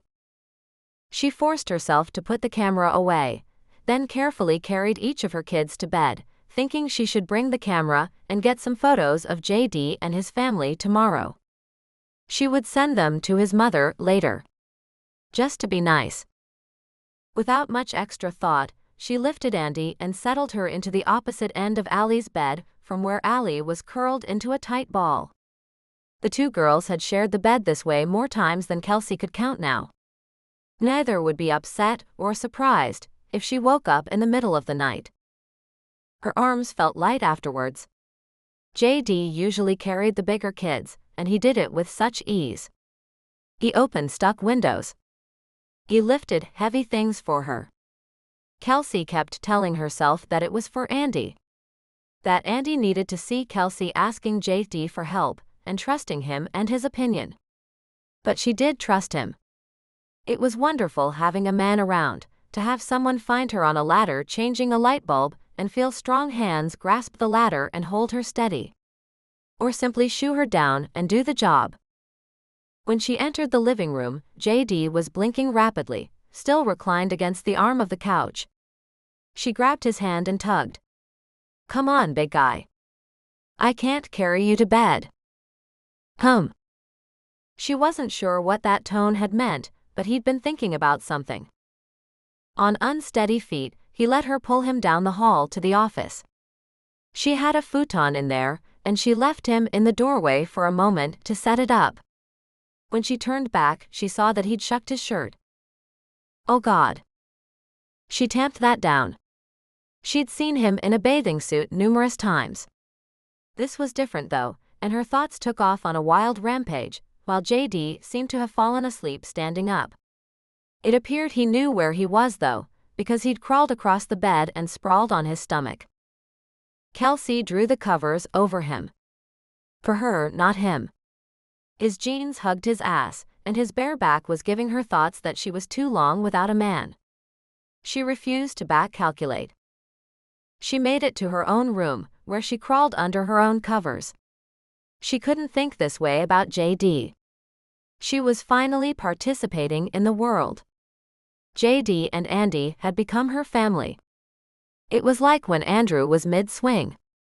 When he wasn't manic and wasn't depressed, he was amazing. He was helpful and fun and smart. JD was all of that, and his mood didn't change unpredictably. Her kids very much needed a male figure in full control of himself. She could not screw that up. Having a crush on her younger friend was about the worst thing she could do.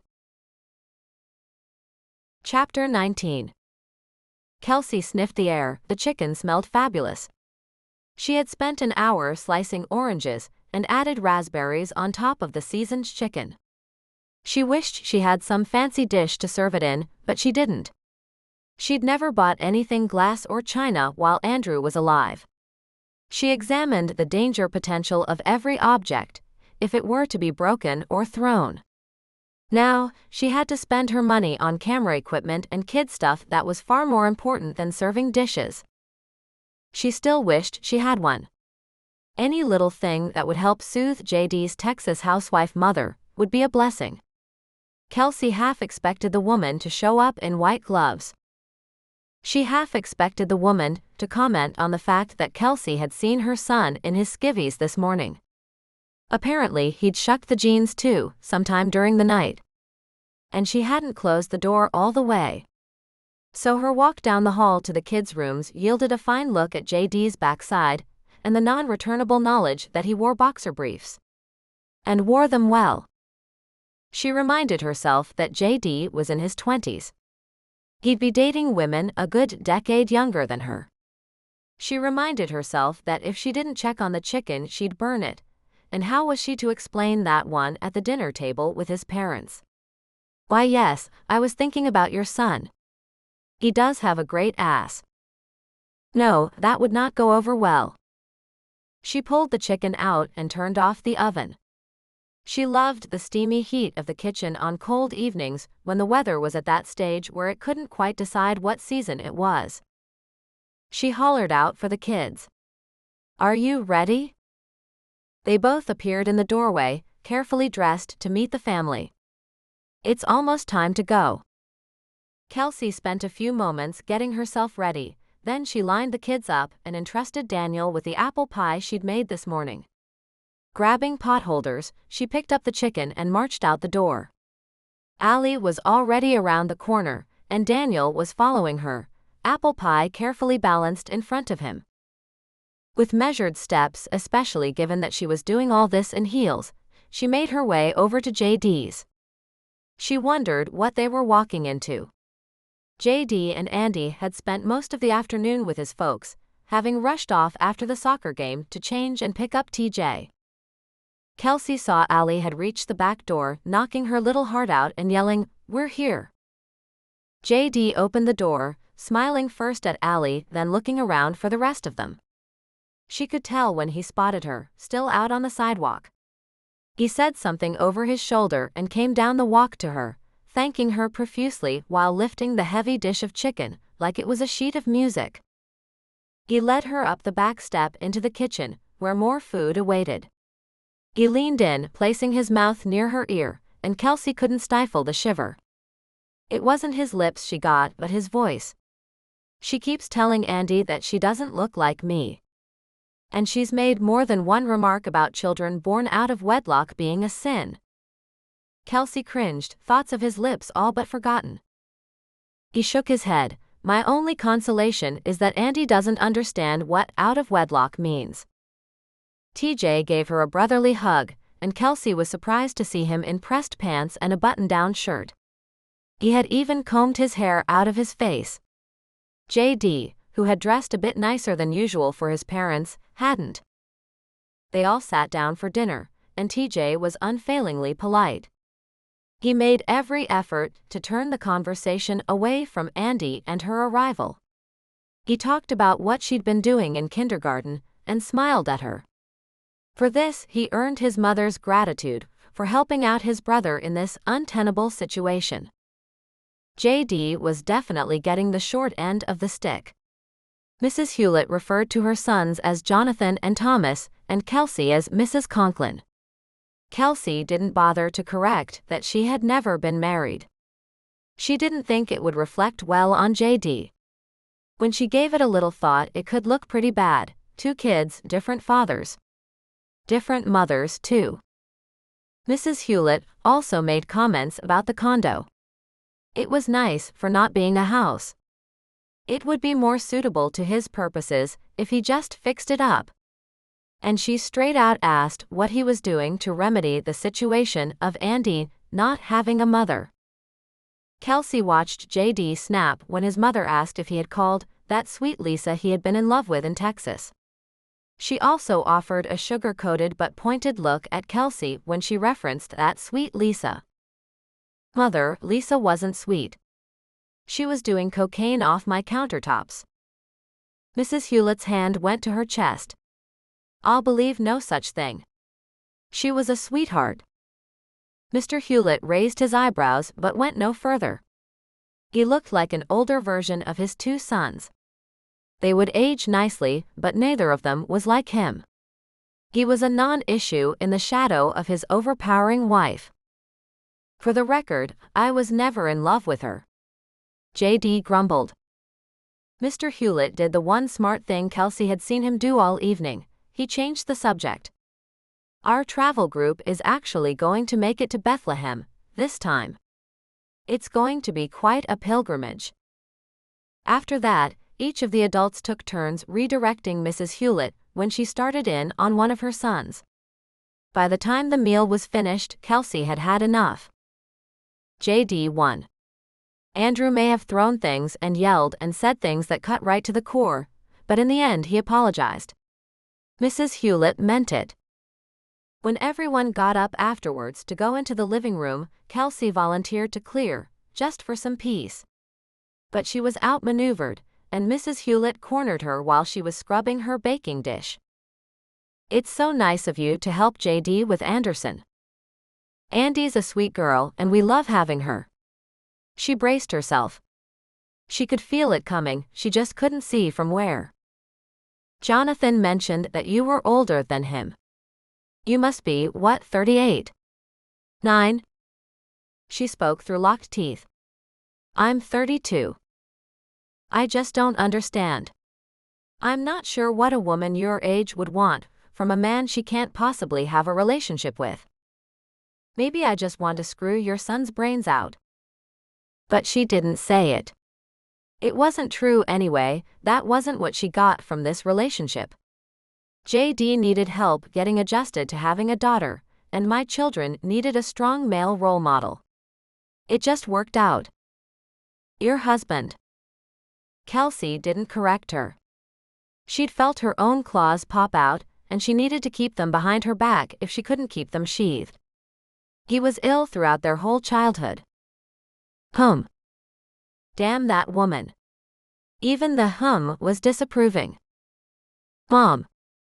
JD's voice rang sharp from the doorway. "Stop pestering Kelsey, we want you in the living room." His mother smiled as sweet as honey and turned her back, dismissing him by action as well as words. "I'm needed in here, Kelsey and I are just catching up." JD faced Kelsey behind his mother's back, looking panic-stricken and helpless.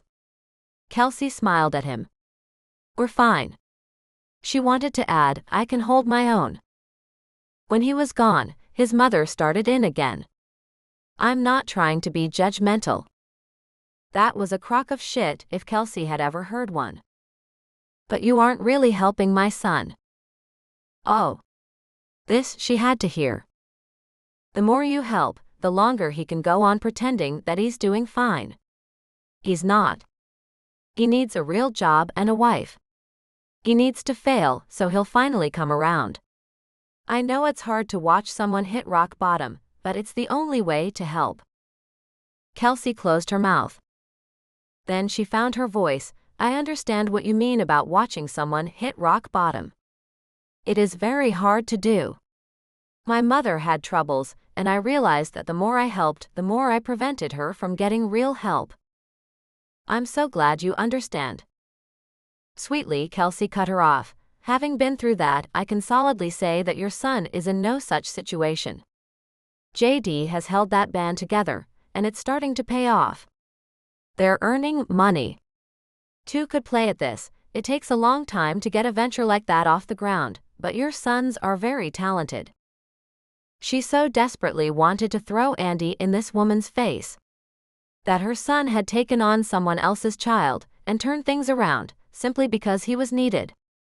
Instead, she bit her tongue. "And don't worry about me getting in the way of him finding a wife. Musicians are sexy as hell, and the women are lining up for him. I'm just his neighbor." She finished drying the dish and set it on the counter. She smiled, saccharine to the core, and turned to lean against the counter. Her hands were on either side of her, in a way that the doctors had always said invited attack. She was just thinking, "Bring it on, bitch," when she looked up and saw JD and TJ standing at the entrance to the kitchen. Their eyes were wide as saucers, and they stood dumbfounded. Perhaps she had laid it on a little thick. His mother was quiet. From what Kelsey could see while she dried one of the dishes absently, Mrs. Hewlett was planning her next attack. Even though she'd clearly gone too far, Kelsey was glad the old battle-axe needed time for a rebuttal to that. She just didn't want to still be standing here when it came. Shit. She'd brought on World War III when she was supposed to be buffering things. She was a trained buffer from the moment it became obvious that her little brother was beyond the scope of normal. Why couldn't she have held out one more night? TJ found his voice first.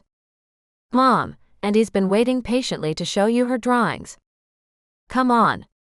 Unlike JD's earlier attempt, he brooked no possible disagreement, taking her hand and pulling her away. The woman gave one last smile to Kelsey as she followed her son out the arch. It looked sweet, but underneath it was anything but. JD walked into the kitchen and opened his mouth, but no sound came. Oh shit. She'd screwed everything up. His mouth worked, but still no sound. Her chest squeezed. He had every right to hate her, to never speak to her again. She kept her voice hushed, but it rushed like water over rocks. JD, I'm so sorry, she just made me so mad that I... He closed the distance between them, the arm around her back clasping her tightly to him, in direct contrast to the other that was bracing his hand over her mouth to shut her up. Don't be sorry. That was amazing. I've never seen anyone shut my mother down. He removed his hand from her mouth and smiled. For a moment he stood there, holding her flush against him. She thought he might kiss her, and she hadn't yet made up her mind about how she felt about that, when he did. On her forehead. Chapter 20. Kelsey stayed in most of the next week, closing one home loan and starting another. The check from the one she'd closed would be big, but wouldn't show up for another week. Money was getting tight. So no nights out with Wilder for a bit. She booked a family at the elementary school for portraits. She'd placed an ad in the school's monthly circular, and she'd been getting inquiries. Maggie was set to attend the Saturday show at the Troubadour, but the real coup was that Maggie was going to go with her friend Brenda. And Brenda was an agent with one of the smaller local labels. Kelsey could feel her own heart beat faster just thinking about it. But she didn't tell the guys. JD said they played every night like there was an agent in the audience, because you just never knew. She tried not to think about JD kissing her on the forehead, or what it might mean. She dragged Allie shopping with her, while Daniel and Andy were at school. The very fact that she had thought that Daniel and Andy were at school today told her how attached she had become to JD and his daughter. Somewhere after filling her cart, she found herself standing in front of the music department. She didn't think she'd bought a CD since college. But she was in the country music section before she knew what she was doing there. Admission came as she scanned for Tim McGraw. Grabbing his latest release, she read the publication date. It was this year. She put it into the cart, ignoring Allie's pleas to hold on to it. She placated her daughter by buying her a My Little Pony miniature that was hanging in the checkout line, something she never did. Allie was happy brushing the pony's hair and showing off the absurd sparkles on the rump. Kelsey didn't understand the allure of small, ridiculously colored plastic horses, but Allie sure did. When they got out to the car, Kelsey rummaged through the bags. When she found the CD, she tore apart the cellophane and jabbed the theft-proof stickers with her key until they gave. Popping the disc in her CD player filled the car with Tim McGraw's unique sound. "Mommy, who is this?" "It's Tim McGraw, honey." But she didn't say any more. She yanked out the booklet that came with it and scanned mercilessly until she found what she was after. John Hewlett. The fifth song. It had to be. So she punched the skip button until it was on the right track. A guitar picked notes off until the voice joined. It was Tim McGraw singing, not JD. And in Tim's voice, it sounded like he'd lost his lover. But the words weren't that specific. They spoke of when I was your golden boy, and how you sometimes had to leave and better yourself, even when those who loved you couldn't understand. Even if they wouldn't love you anymore. In Tim's voice, she heard the regret and longing, and right there in the parking lot at Walmart, she broke down and cried. Kelsey. She heard her name through the dream. JD was calling to her, but she couldn't see him. Kelsey. It was getting louder. Wake up. And more specific. She fought through the haze to the hand tapping hers, to the none too gentle jostles to her shoulders. Wake up. She sat bolt upright, terrified. What's wrong? The kids? Nothing's wrong. Her alarm clock said 2:42. The pitch black around her said that was 2:42 a.m. JD was beside her bed, holding her hand, tugging her up. I have news. He pulled her down the hallway, while her eyes blinked and her brain turned over. In the kitchen, he flipped the light on to blind her. Ah. She raised her arms and shielded her eyes from the bright burn. Here. She heard the fridge door open and the pop and fizz of a fresh can of Coke. He pressed the cold metal into her hand, and obligingly she took a drink. So, I'm guessing Brenda signed you. What? She immediately regretted it. He deflated like a popped balloon. Yes, she offered. You knew. Of course you knew. Somewhere in the bright, she saw his hands wave then settle on his hips as he wandered the kitchen. You've been our angel all along. I don't know whether to hug you or hate you. She could feel the caffeine hit her system. He was right, she did have a habit. But like all good addicts, she ignored it. The hugging I'm on board with, the hating, not so much. He snorted. Why would you hate me for this? I thought it was what you wanted, I'm sorry if. Shut up. He grabbed her and twirled her around, open Coke can and all. For a moment her breath caught on the thought that he would kiss her. When he finally set her back down, he explained. I was going to hate you for not telling us. But I'll let you defend yourself first. She took another slug of the Coke. You said you play every night like there's an agent out there. I didn't know if she'd make it, or even what kind of music she worked with. I guess I didn't want you getting your hopes up, if it was nothing. What are you, my mother? She was fully awake now, and that burned. Ouch. Yeah, you deserve it. You should have told us. Leaning against the counter, she crossed her arms and conceded. You're right. I won't do it again. Forgive me? He smiled. Always. It turned out Brenda was anxious to sign them. Kelsey had never seen the guys so keyed up. JD walked the whole way to drop off Daniel and Andy with his feet about 10 inches off the ground. Kelsey felt the need to grab him periodically and tug him back down to earth. When they returned to her house, Craig, Alex, and TJ were all sitting around the table waiting. Kelsey wasn't surprised. She'd given them all keys, and she actually felt safer than she ever had, knowing that anyone casing the house saw 4 sturdy men coming and going all hours of the day. One by one they stood up and hugged her and thanked her. I didn't do it. Maggie knew Brenda. She liked you guys, she said she was bringing Brenda. They disagreed. She wound up cooking pancakes. Allie was the only calming influence on them. You knew things were keyed up when Allie was the calm one. Her daughter had grown so used to having them around that she thought nothing of asking Craig for his last sausage patty. What was more surprising was that he simply handed it over. Here you go, squirt. I'm not a squirt. Yes, you are. He stuffed the sausage in her mouth, making her giggle. God, the world had simply turned upside down. After they left, she and Allie played card games and watched far too many children's shows waiting for the phone to ring. The call didn't come. 4 grown men burst through her door at 2:33 p.m. acting like schoolboys. Even Alex was effusive. Only JD stood calmly by, his eyes wide open and bright. It took a good 10 minutes to get the whole story. Brenda had explained the contract, and they all agreed they were probably 7 kinds of fool, but signed on the spot. By noon, one of the other partners at the agency had them booked to play that weekend's nearby cornbread festival, and they had to have a single ready to sell by then. Holy shit. That was her own voice.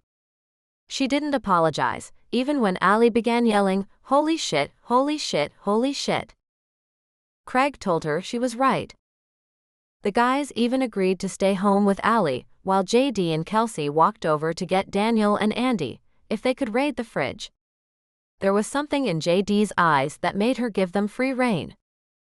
It took JD a full block to start talking. She wants to put us on tour. To cut the album over the next month, then put us on the road. Opening for whoever she can find. That's amazing. That's great. But I can't leave Andy for that kind of time. She smiled. I've got her. You go. I guess we weren't thinking ahead, but anyone who signs you is going to want you to tour. She shrugged. So I can't ask you to do that. She laughed. I don't recall being asked. I volunteered. I can't leave Andy for that long. It might be a month at a time. His hands were in his hair, and she was afraid he was about to bald himself.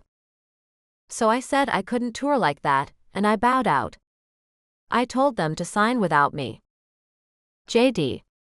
Her heart clenched. He'd already given up everything for Andy. Everything but this, and now. She saw it, the guys didn't let you. They won't tour without you. How did you know? He stopped dead on the sidewalk, almost causing another late dad to run smack into him. Because they're not stupid. You said yourself that you guys sounded good, but when you got TJ in, you finally found your synergy. But that was TJ. You're not stupid either, JD. You wouldn't tour without Alex or Craig. Why on earth would you think they'd go without you? He nodded. Brenda said she understood about kids. That she'd work something out. Even if we couldn't tour. Kelsey turned to look at him. You'll tour. I'll keep Andy. He started to protest, but she cut him off with a shake of her head. They were at the gate. JD changed the topic. You don't seem that excited about this. He lowered his head until his gaze was level with hers. As though he might look into her head. What's going on in there? I'm very happy for you. I'm just not as surprised as you. It was always just a matter of when. You really are that good. His shoulders sagged and his head tilted. You had faith in us all along. Thank you. He enfolded her into a huge hug, right there at the gate of the school. His arms were a strong band around her shoulders, and she could smell the leather of his bomber jacket as she pressed her face into it. Her arms slipped around him as she reveled in how solid he was. That was how Daniel and Andy found them.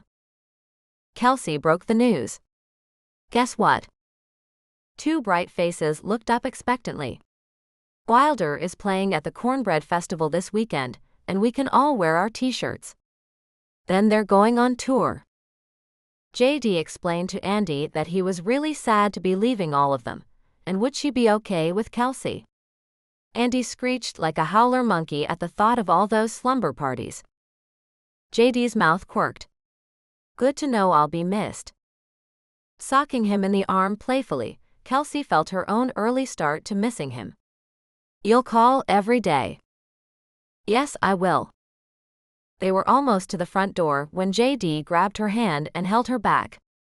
She watched as the kids were greeted with a little too much enthusiasm by the rest of Wilder, then turned to see what JD was going to say. I want you all to come to the festival, but I'll get Bethany to go too, so you don't have your hands too full and so you can stay and see us.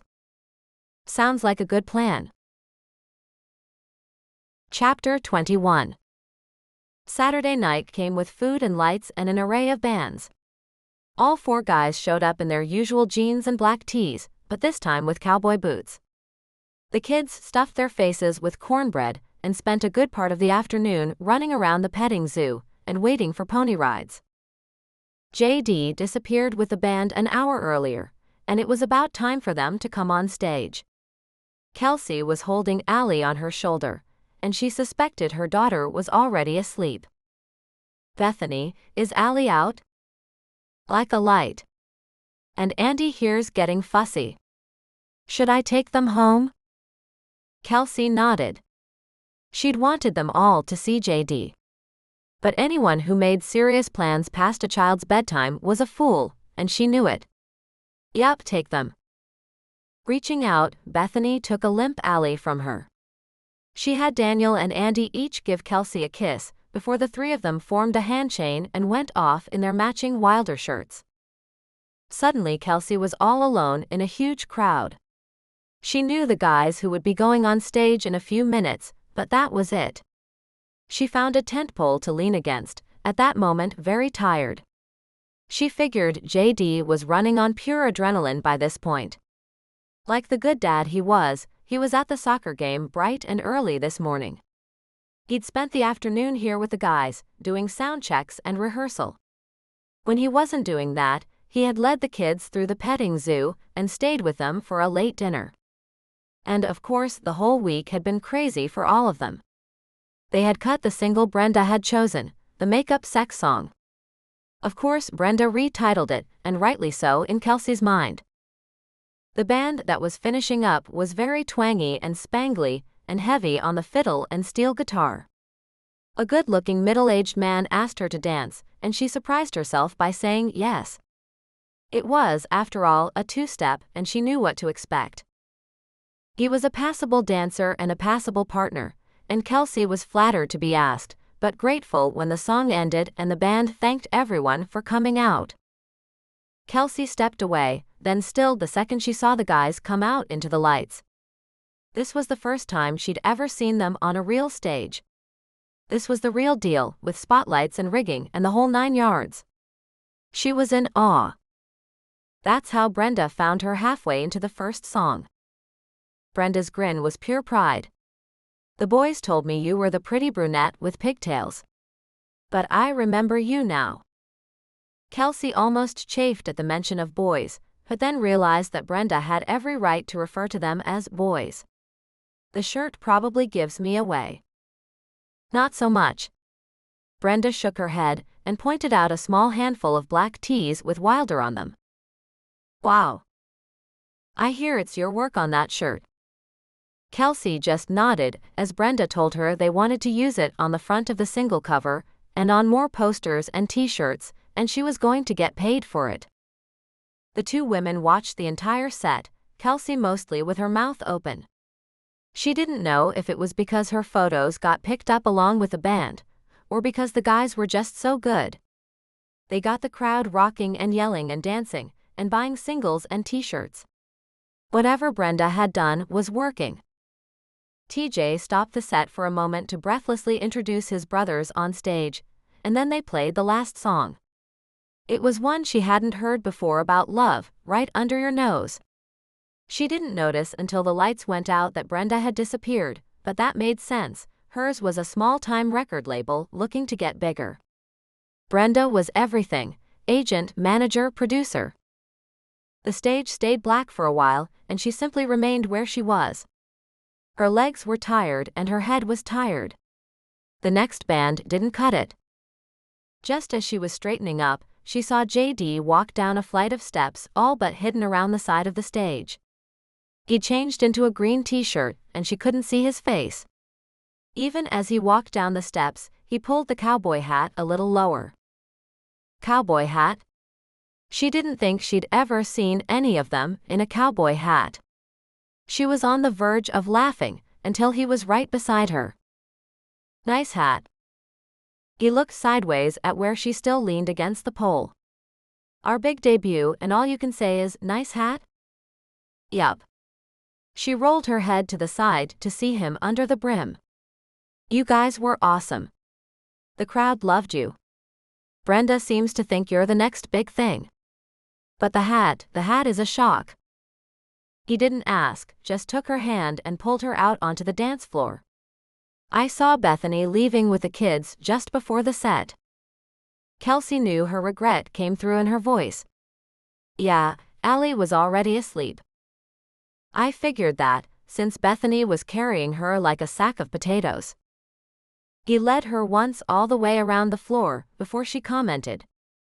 I'm boggled. First the cowboy hat, then the two-step. Her eyebrows had to be so high as to have left her head entirely. He was much better than Ken had been too. But maybe that wasn't so much a surprise. JD felt like a perfect fit at everything he did. Now baby, where am I from? Texas. She grinned. Any other questions? She laughed until he shut her up by spinning her in about 3 different directions. Chapter 22. JD was astonished at how much fun Halloween was with a child. He'd pestered Andy no end, making sure her angel wings were perfect. He'd bought her pristine little white shoes that Andy begged Kelsey to glue huge bows onto. And he'd nearly broken down and cried after Andy said she'd chosen to be an angel to be like her mommy. They hopped down the back steps at about 4 p.m. to head over to Kelsey's.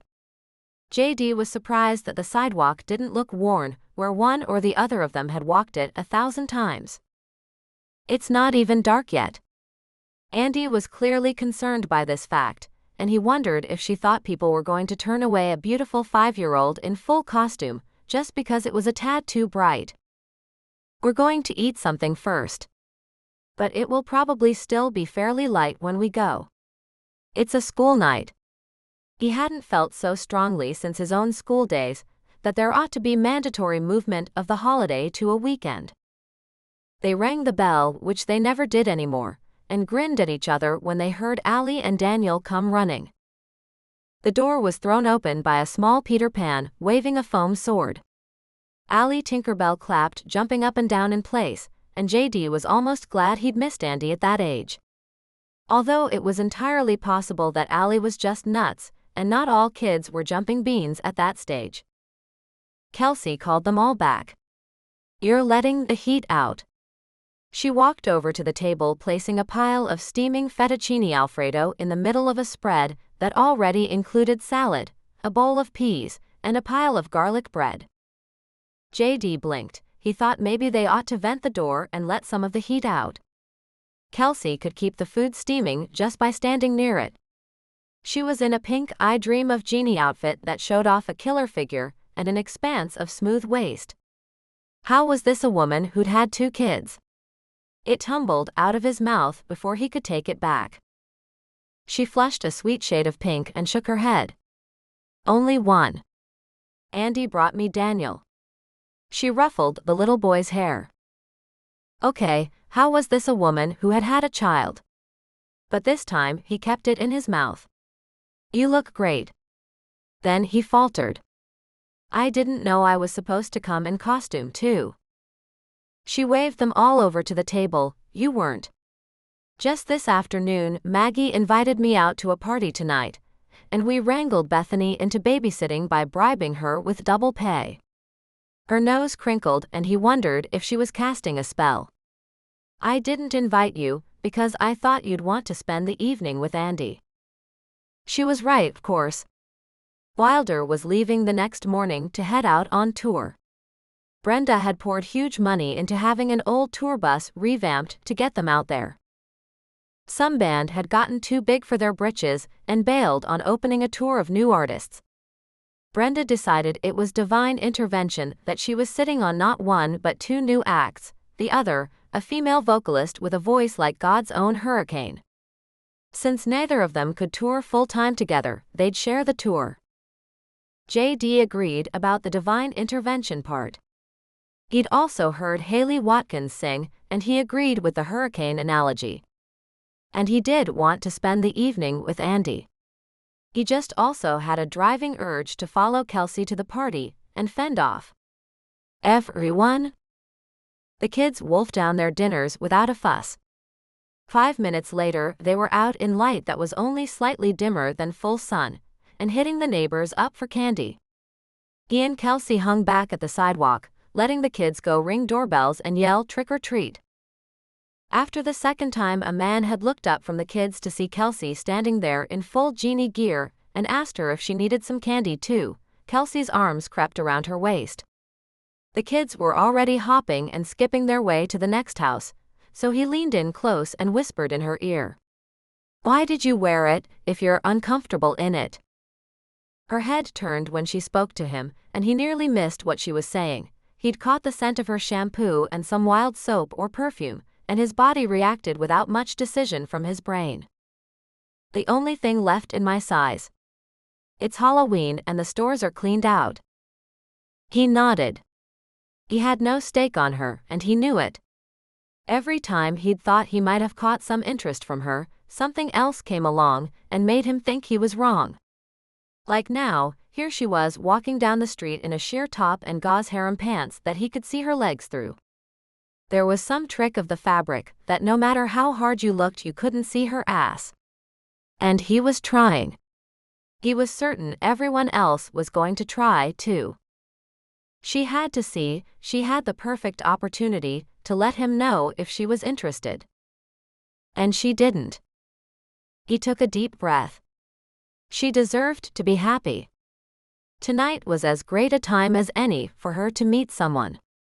He grabbed her wrists as they snaked across her bare belly again and pulled them to her side. "Put your arms down, Kels. If you've got it, flaunt it." The tour bus seemed so cool when it pulled up on the busy street in front of the condo.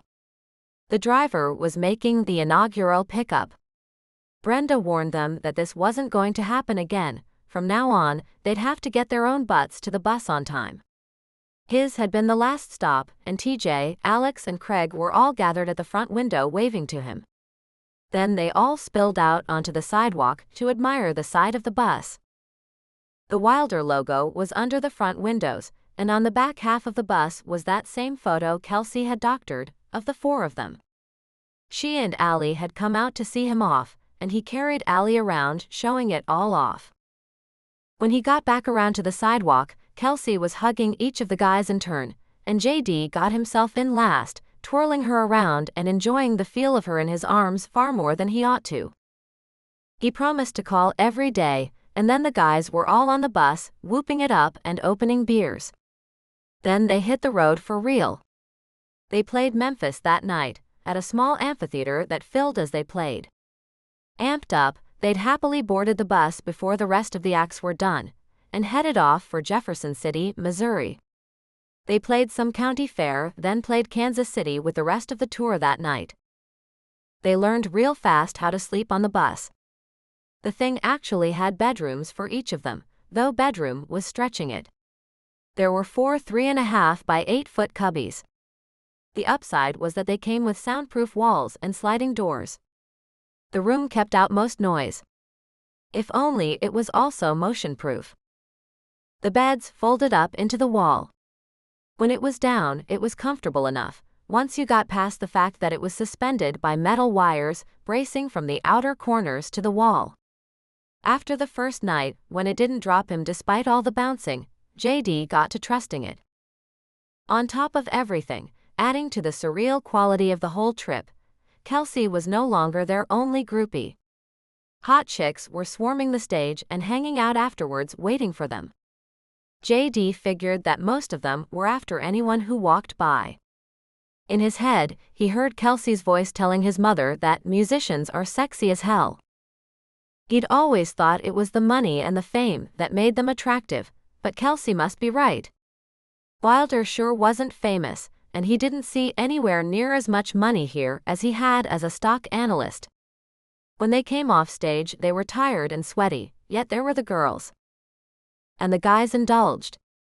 Craig went through condoms faster than water bottles, and managed that even within the ground rules that only serious attachments got onto the tour bus. Serious like your wife serious.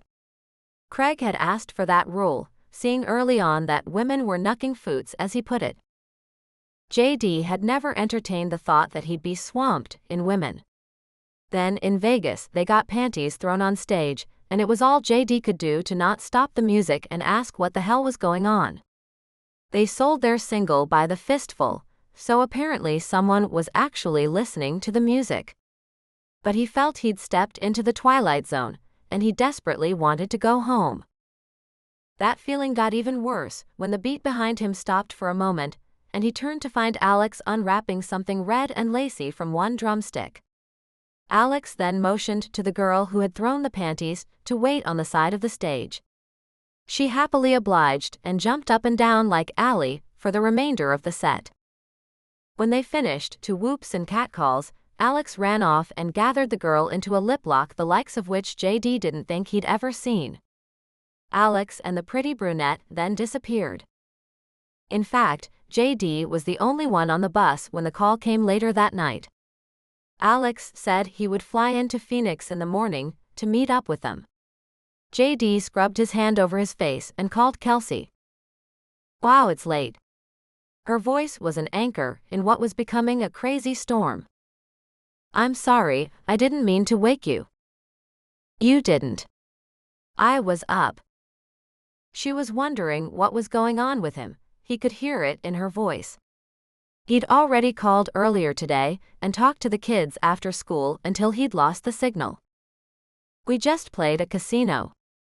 It was crazy." "Where are you?"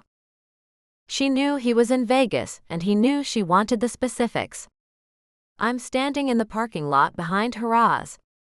I can't get back on the bus, I can't deal with that. We've been given another," he looked at his watch, 2 hours to go drinking and gambling. And whoring.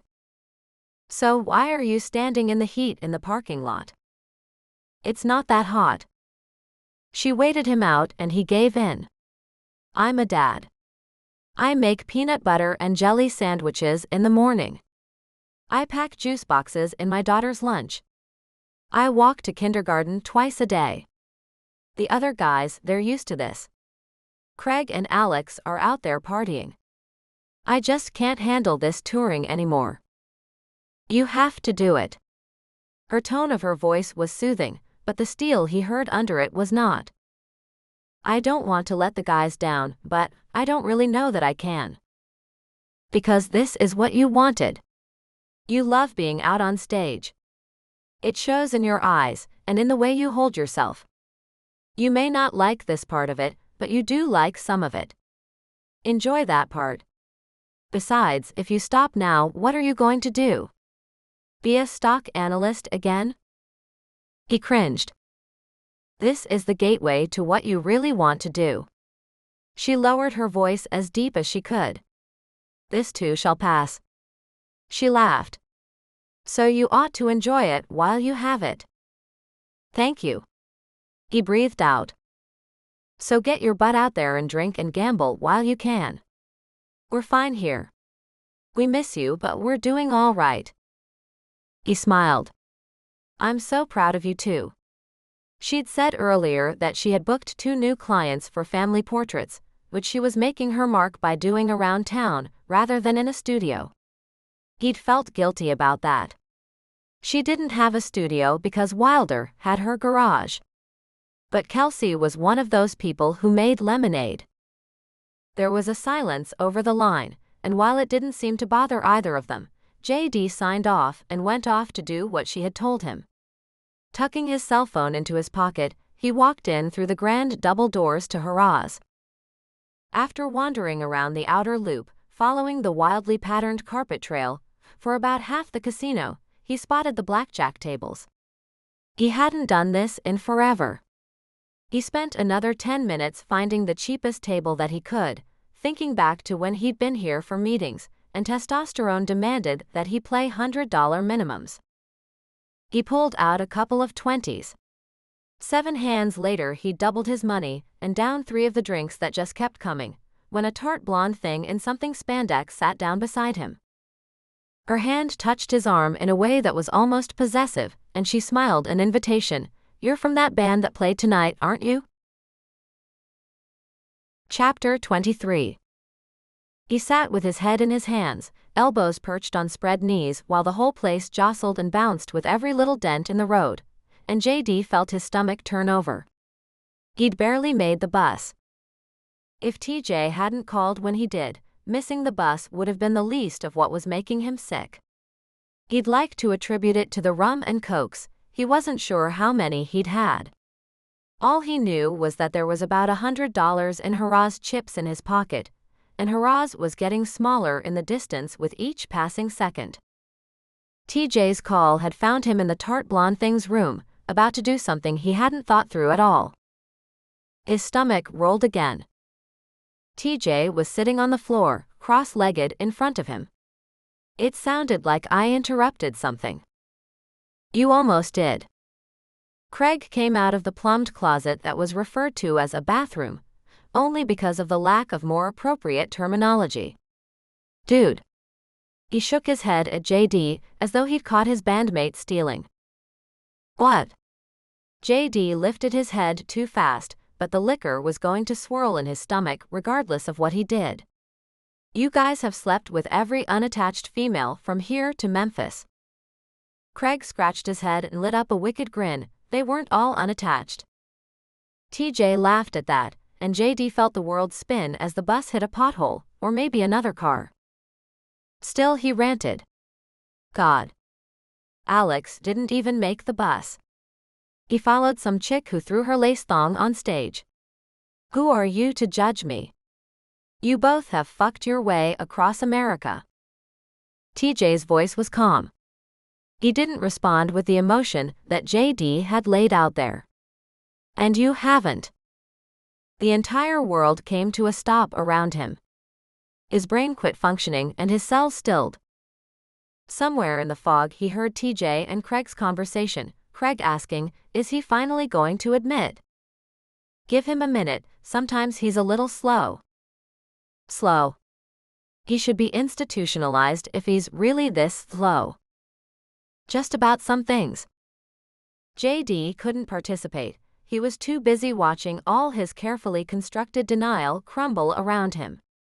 He took the beating. Oh shit. There you have it.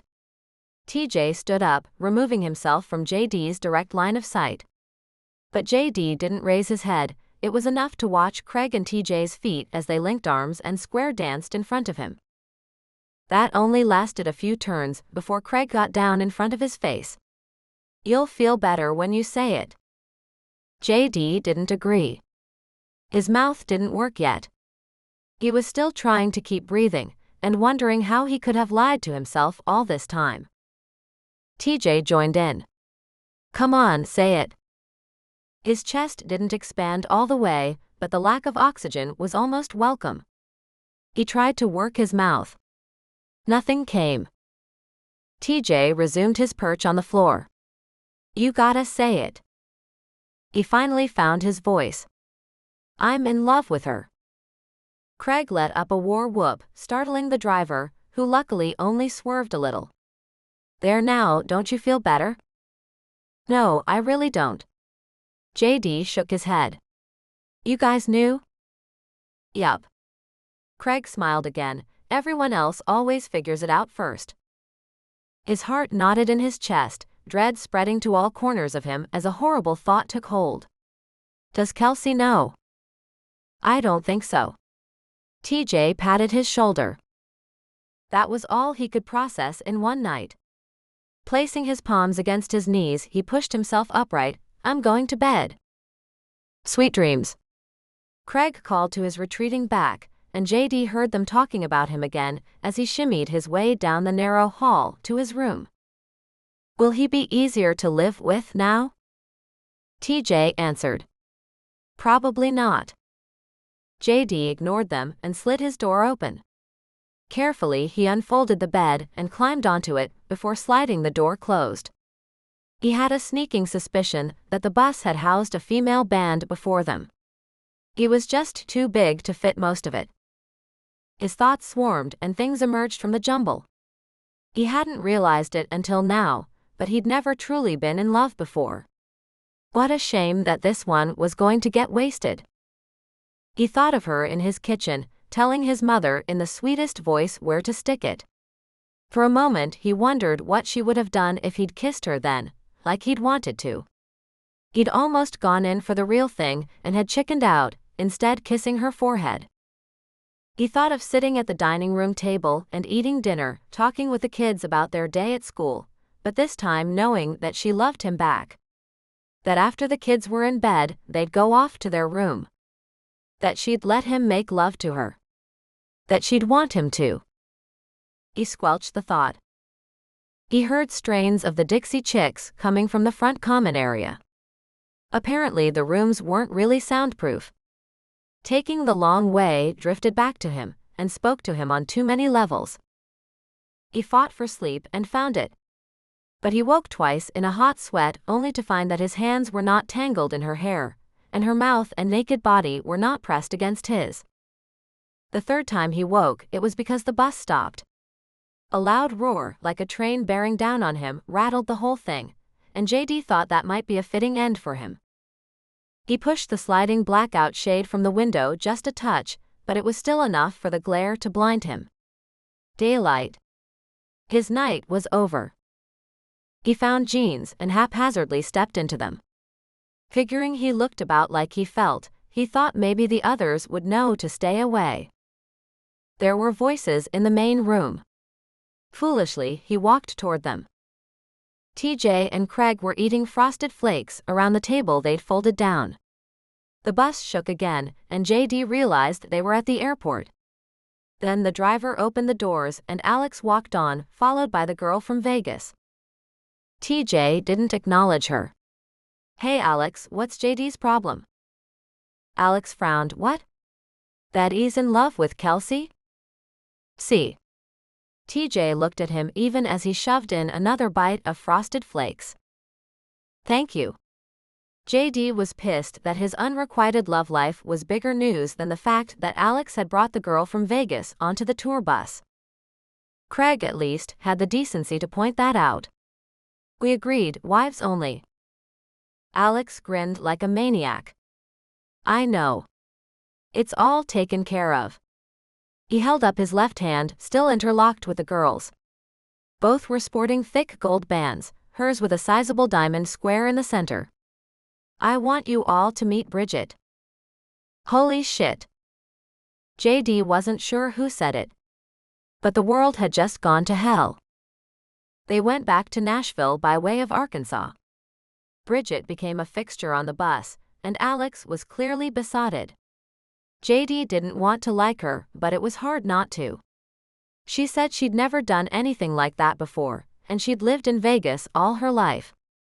Even TJ asked, does that mean she's never thrown her panties on stage before, or that she's never gone and married a musician on the spur of the moment before? No one had an answer. JD called the house at 6 p.m. The guys were on his case like white on rice, and if they had their way, he'd dial and say, "Good evening, good to hear your voice. Were you aware that I'm in love with you?" Luckily, the driver was off smoking, and right now JD was grateful for the man's bad habits. Ben always had his ears open. He probably knew about Kelsey before last night, too. He sucked in a breath each time he heard a click on the line. But it was just the cell phone crossing the distance. The message came on in Allie and Daniel's voices, and at least that made him smile. He listened to the whole thing, but didn't leave a message. He went back to his speed dial and held down the next number. It went to her cell phone. That, in and of itself, was telling. Even TJ occupied only one speed dial button. She answered on the third ring. JD. Hi. He froze, his tongue stuck to the roof of his mouth. His brain had no idea what to say to her. But Kelsey picked up the thread. Ignore the background noise. Remember Saturday's soccer game got rained out? Well, the makeup game is tonight. Our kids are kicking butt. A cheer went up in the background, and he smiled. She spoke to someone next to her, and then her voice gained clarity. Where are you? Little Rock. On the bus, in a gravel parking lot behind an arena. A whole arena. That's great. Yeah, we're booked as fill-ins tonight. Where are you tomorrow? I don't begin to know. I miss you so much. We miss you too. Her tone was wistful, but he'd wanted, I miss you too. Another cheer swelled in the background. This time Kelsey joined in, before apologizing profusely for screaming in his ear. It's okay. It's just good to hear your voice. He stretched his jaw, figuring that he'd be deaf by 35 between that yell and the amps every night. I'd put the kids on, but Allie won't sit still, and Andy and Daniel are out playing. That's okay, just give them each a kiss for me, please. Good night. And one for you too. Again, he didn't say it. Holding the phone down in front of himself, he clicked the call off. He'd made it through round 1. How many more rounds he had to go, he didn't know. He walked across the gravel, and in through the back door of the theater. Hands were everywhere, running wires, setting up drums, adjusting lights. In just a few hours the lights would be turned down, and people would be finding seats and buying beer. The lights wouldn't even go dark before Wilder came out. And no one knew who the opening act was. Except Kelsey. And she was in Nashville. He woke up in time to beat everyone else to the front of the bus. He was dog-tired, but he had reason to be awake. He was watching the flatlands of West Tennessee start to buckle and roll. On the east side of the state, the land would give rise to the Smokies, but he wouldn't go that far. Nashville was only about an hour away. A scene from a movie came to mind of a young couple standing on a Nashville rooftop and yelling at the top of their lungs, "Look out, Music City, 'cause I'm here now and I ain't never going back." He'd wanted to do that when he arrived. But he'd been so wired from the drive from Texas. and he wanted to find a place to live. He had put it off, thinking there'd be another day. But he still hadn't yelled from the rooftop, and here he was, pulling into town on his tour bus with his face plastered 3 feet high on the side. He'd been looking at that picture every time he'd stepped off the bus these past few days. In it, his hair had fallen in his face. His head was turned, and he looked back at the camera cautiously. He'd wanted to find a tiny reflection of the camera and Kelsey there, but he couldn't. He wondered if that was what she saw when she saw him, the old shirts and the young rebel expression. They passed the road sign saying Nashville 30 miles, and he hauled himself off the couch and went down the hall rattling doors. Time to get up and pack, we're almost there. Craig liked to grumble, but he was a talented songwriter and a brilliant man. And he would never let it be said that he wasn't sharp enough to be the first one in line for the shower. One by one, they came out front as they got closer to home. Familiar restaurants rolled by.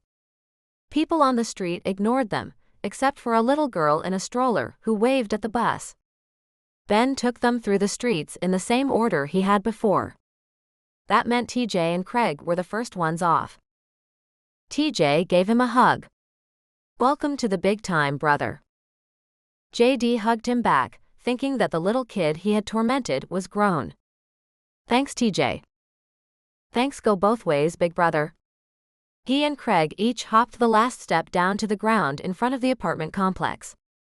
Some girl walking out saw the tour bus and soft-cased guitars slung across their backs and gave them the full eye up and down, followed by an impressed smile. "Get used to it, little brother," he thought. Alex and Bridget were next. She hugged JD tightly, and Alex slung both their bags over his shoulder as he descended the stairs. He saluted with his drumsticks and a smile. JD wondered how Alex was going to explain his new bride. Last one on, he dialed Kelsey. She squealed and didn't bother with hello. "Where are you?" "2 blocks away." "I'll be right there." The line went silent. JD slipped into his jacket and wearily dragged his guitar to where it fit casually across his back. Holding onto the bars behind Ben, he waited on his feet.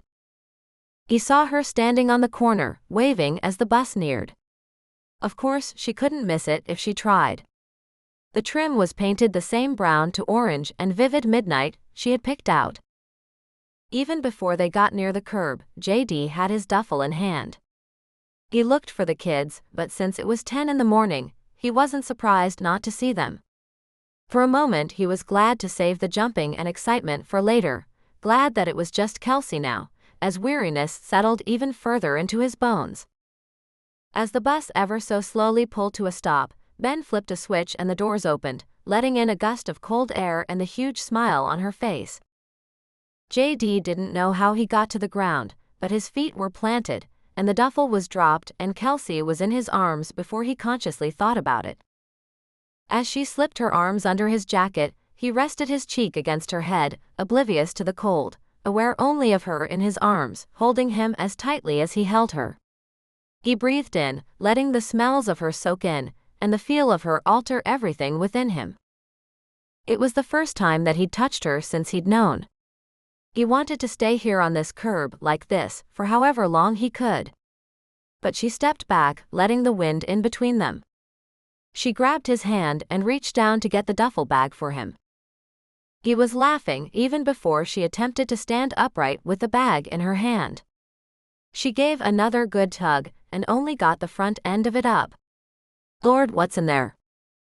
"Everything." He brushed her fingers away from the handle, without letting go of the hand she held, and hefted the bag. He liked that he could lift it when she couldn't, even if it was a little caveman of him. The wind came at them as she led him back to her place, but he didn't care as long as their fingers were intertwined. She tugged him along, and he went more than willingly, willing to simply enjoy the feel of her skin for as long as she gave it. Her voice carried on the wind, back to where he trailed her. "You look tired." So much more. But he couldn't say it. Turning around, she faced him, seemingly unconcerned that he refused to let her hand go. What do you need? Food. Water. Sleep. D. All of the above. All right. She laughed at him. What do you want? We can get a steak or Mexican we can go to. No. He cut her off, planted his feet, and refused to go another inch. No restaurants, no fast food, and no wheels. What I wouldn't give for a peanut butter and jelly sandwich. She tugged at him. I have that. I also have some leftover lasagna in the freezer. It doesn't go quite as fast without you around. Would you like that? It sounded like heaven, and he didn't respond with anything other than a sigh. She finally unclasped her fingers from his to open the front door, and ushered him inside in front of her. As he passed by, she lifted the guitar from his back and carefully propped it inside the front door. He let his duffel thud to the floor just beyond the front entryway, happy in the knowledge that he understood her well enough to know it wouldn't matter. She ushered him to the table and offered him tea, which he took. I'm sorry I don't have a beer or anything. She wrinkled her nose. Please. He downed half the iced tea in one gulp. We had a beer or two after every show. That, combined with the really bad eating habits we had, was enough to make me quit. Tea is perfect. He liked her fussing over him. She may not feel the way he did, but she cared, and he'd take what he could get. The lasagna won't be ready for another hour. I have to thaw it, then heat it up. Her head tilted to the side. You want to go lie down, and I'll get you when it's ready? Nodding, he stood up and stretched, tall iced tea glass in hand. She took it from him and put it in the sink before following him down the hall. He turned toward the office, where every light was on, and photos adorned the walls. His eyes trailed from one to another. She must have hung photos from the jobs she'd done while he was gone. He didn't recognize all the faces, but he recognized her hand in all of them. Another photo was open on the computer screen, and in the process of having some digital altering done. There was a box around a shadow, but he didn't know what it was for. He realized he had interrupted her work. Not in here, her voice came from right behind him, and he turned to look at her. She pointed down the hall to her room. I have to work. Take my room. Are you sure? Yup. He was shocked how disappointed he was when she turned to go to the other half of the house, presumably to start the lasagna she had promised. Alone, he wandered through the partially open door, into the sunny room with the red comforter, and thought he'd never seen anything so inviting in his life. Every last drop of energy in him died and refused to reignite. He toed off his shoes and peeled his shirt, leaving it in a puddle on the stuffed chair. It looked a bit out of place there, too masculine and messy for the French country print of the upholstery. He peeled back the covers that were still mussed from this morning. As neat as she was otherwise, the woman couldn't seem to make a bed. He crawled in. His last thought was silent behind his moan. Oh God, the whole bed smelled like her. Chapter 24. She did have to work. But that didn't mean she'd had to give him her bed, did it? Kelsey clicked the mouse and made up for the failings of the son. Minus her print costs, the new work would leave her with a decent chunk of change. Not like when she'd closed that house in DC, but enough. Half went into her regular account, and the other half went into savings. Things were still tight, but she was getting along okay. The timer dinged at her, nearly startling her out of her seat. Time to pull the lasagna out of the oven. Happily ignoring what else the timer signified, she breathed in the smells of the kitchen and pulled open the oven door. She set the dish on the stovetop to let it cool, and the cheese on top gave off the slightest of sizzles as it gave up a couple 100 degrees of heat. Lasagna always took a while to cool. It was now unavoidable. Kelsey turned toward her bedroom, reminding herself that it was all okay. She'd seen the man in his boxer briefs, so this couldn't be that bad. Or could it? How was she going to react to seeing him in her bed? With the shades pulled, it meant she could only make out the edges of him under her covers. Well, halfway under, and whether or not he was clothed was anybody's guess. The part she could see certainly wasn't. She told herself she wasn't admiring him, just letting her eyes adjust. He was lean and muscular, and looked stable and wild all at the same time, even with his eyes closed and his mouth just a little open. She fought the urge to grab her camera, and decided she couldn't put it off any longer. Sitting on the side of the bed, she reached out one tentative hand to touch his skin, and shook him. JD, the lasagna's ready. Time to wake up. Hum. He rolled over onto his back, and for just a moment, when his eyes first opened, she wasn't sure what she saw in them. But it didn't matter. Who knew where he was when he first woke up? She pulled her hand back and tried to ignore the bare chest he'd exposed to her. Are you still hungry? Him. He blinked a few more times and closed his eyes as he used his arms to push himself almost to sitting. She watched with a bizarre fascination as the covers fell back and revealed jeans. That was probably a good thing. Who knows what would have happened if she had jumped him? Not for the first time, she wished he'd been born 5 to 10 years earlier. But wishes didn't change things, and she was a master at accepting what she had, and making the most of it. She would simply do the same now. Pushing off the bed, Kelsey walked out of the room, calling back over her shoulder, "Meet me in the dining room when you're ready. I'll be the one with the steaming plate of pasta." Shaking her head as though that might stop the images burning into her long-term memory, she went about being domestic. She'd been everybody's mother since Andy was 3-ish and first diagnosed. Her own mother didn't handle it well, and so Kelsey simply took over. Grabbing 2 plates and 2 glasses and 2 forks, she helped herself to a square of the lasagna. She hadn't planned to eat this early, but she was hungry now that she smelled it. Pouring herself ice water, she sat down and waited. She was just wondering if he'd fallen back asleep when he walked out, still shirtless, blinking those amazing eyes. Thankfully, he reached into his duffel bag and pulled out a clean shirt, before heading any closer to the table. She didn't think she'd eat all that well if he insisted on sitting down to lunch that way. He tugged it over his head as he went by, and a flash of skin at his waist was close enough for her to reach out and trace her fingers along. But she didn't. Kelsey blew on the bite she had carefully cut, and waited for him.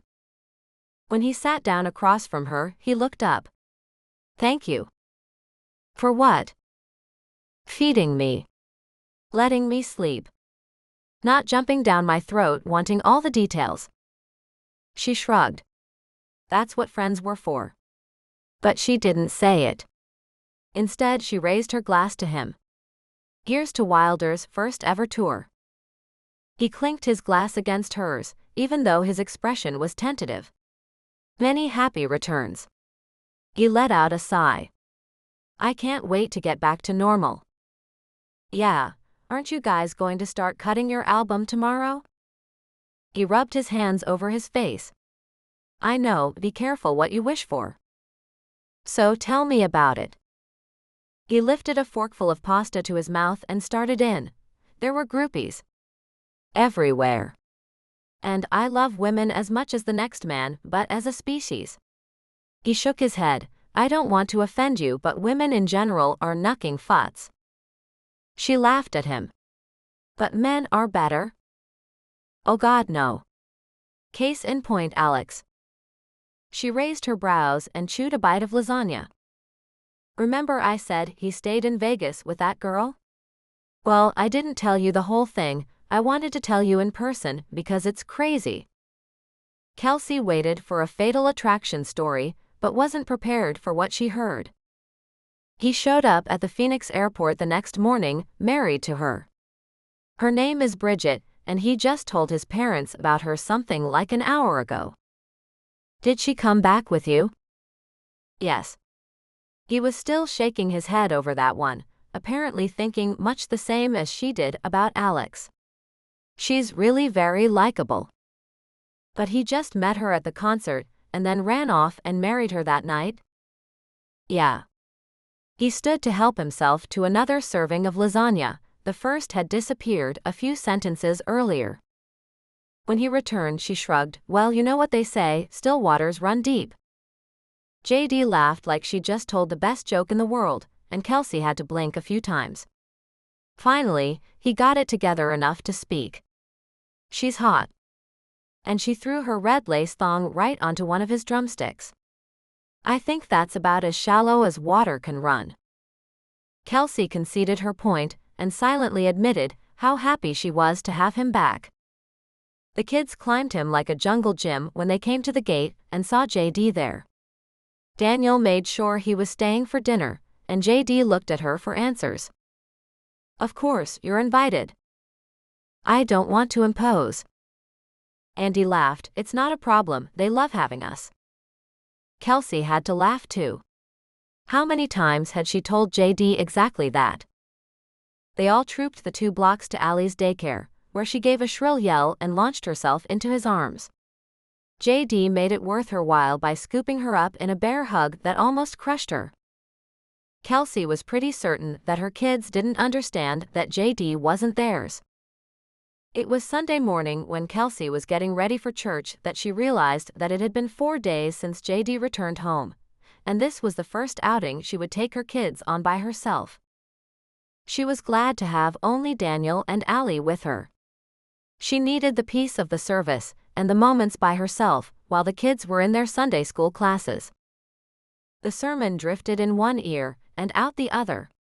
It wasn't all that interesting, and she knew it would have a point, they always did, but she didn't feel like waiting around for it. Instead, her thoughts turned to wishes. Keen ideas of JD sleeping in her bed the first day he'd been back. He'd only been there an hour, but she swore she could still smell him. That tormented her on a nightly basis. She shook herself out of it in time to hear the moral. It was about how God tests us in sometimes unusual ways. Amen to that, Kelsey thought. She stayed and talked to the other parishioners, many of whom had noticed she was missing last week. She'd have to ask JD if it was okay to bring his daughter to church with them when she had her. They went and fed the ducks at the pond, which they did most weeks. The ducks seemed to recognize them, although Kelsey struggled with feeling a little incomplete. Andy had been here with them last week, not to church but to the duck pond. For a brief moment, she cataloged how different her life would be right now without JD and Andy in it. The sheer number of things that were affected was scary. There were so many things she would miss if JD were to stop speaking to her or feel uncomfortable. That alone was impetus to keep her feelings to herself. If JD made any moves, she'd gladly return them, but that was a big if. And she didn't see it coming on the horizon. Monday morning, the front door opened at 7:30, and Kelsey was alarmed that it felt like the sun shone just a little brighter with JD and Andy in the room. She was way too attached and she had no way to extricate herself. She knew she would have to ride it out. After they dropped the kids off, JD took her out for breakfast before going into the recording studio for the day. Brenda called her and asked her to do the photos for the album cover. The guys had met with her usual photographer, and Brenda didn't like anything he'd given her. Kelsey was pleased to hear the woman say it didn't compare to what she'd captured. Of course, the caveat was that she knew these guys by heart, so it wouldn't translate into any other work. But hey, you don't look gift horses in the mouth. The guys would be home until the day after Thanksgiving, and Kelsey had 2 free mornings of their time to shoot everything she needed. She had a JD moment right in front of him. There's not enough time to really plan this out. I understand exactly how you feel. He gave her a sad smile across the dinner table that night. But we'll give you our best. Hell, Craig even trusts you, and that's rare. Daddy, don't say hell. Andy speared another broccoli and shoved the whole thing into her mouth. Kelsey debated whether or not to correct a child who was eating her vegetables. You're right, baby. And JD just let the slip go by. So I wanted to have Thanksgiving at my place. You're going to make a turkey? Kelsey speared her own broccoli and twirled it on her fork. She hoped she looked like she was eating it, but her kids weren't that stupid. Is that disdain I hear? JD shot her a look of half-hearted offense. Just surprise. So you'll help me? That made her bust out laughing. It was good to know they were invited. She was getting so accustomed to her life, not just being about her and her kids. That had to be a good thing, right? Of course. Who are you inviting? Not you guys. What? Daniel had apparently been paying attention. We don't get to come? JD smiled at him. Yes, you do. You don't get an official invite because you don't need one. His gaze shifted from Daniel to looking at her. Your family. That satisfied Daniel, who went back to pestering Allie and Andy. Kelsey couldn't help what she felt inside. Thank you. She beamed, she knew it. It's true. He shrugged it away, but he could afford to. Kelsey, on the other hand, had no other family than those at her dinner table. JD didn't let her get too introspective. I'm inviting TJ and Craig and Alex and Bridget, although I don't think they'll come. I suspect they're having Thanksgiving with his family. That should be plenty. Sounds like. She hoped Alex and Bridget would come. She hadn't even met the girl yet, and Thanksgiving was only a week away. Are we doing traditional? Potluck? What?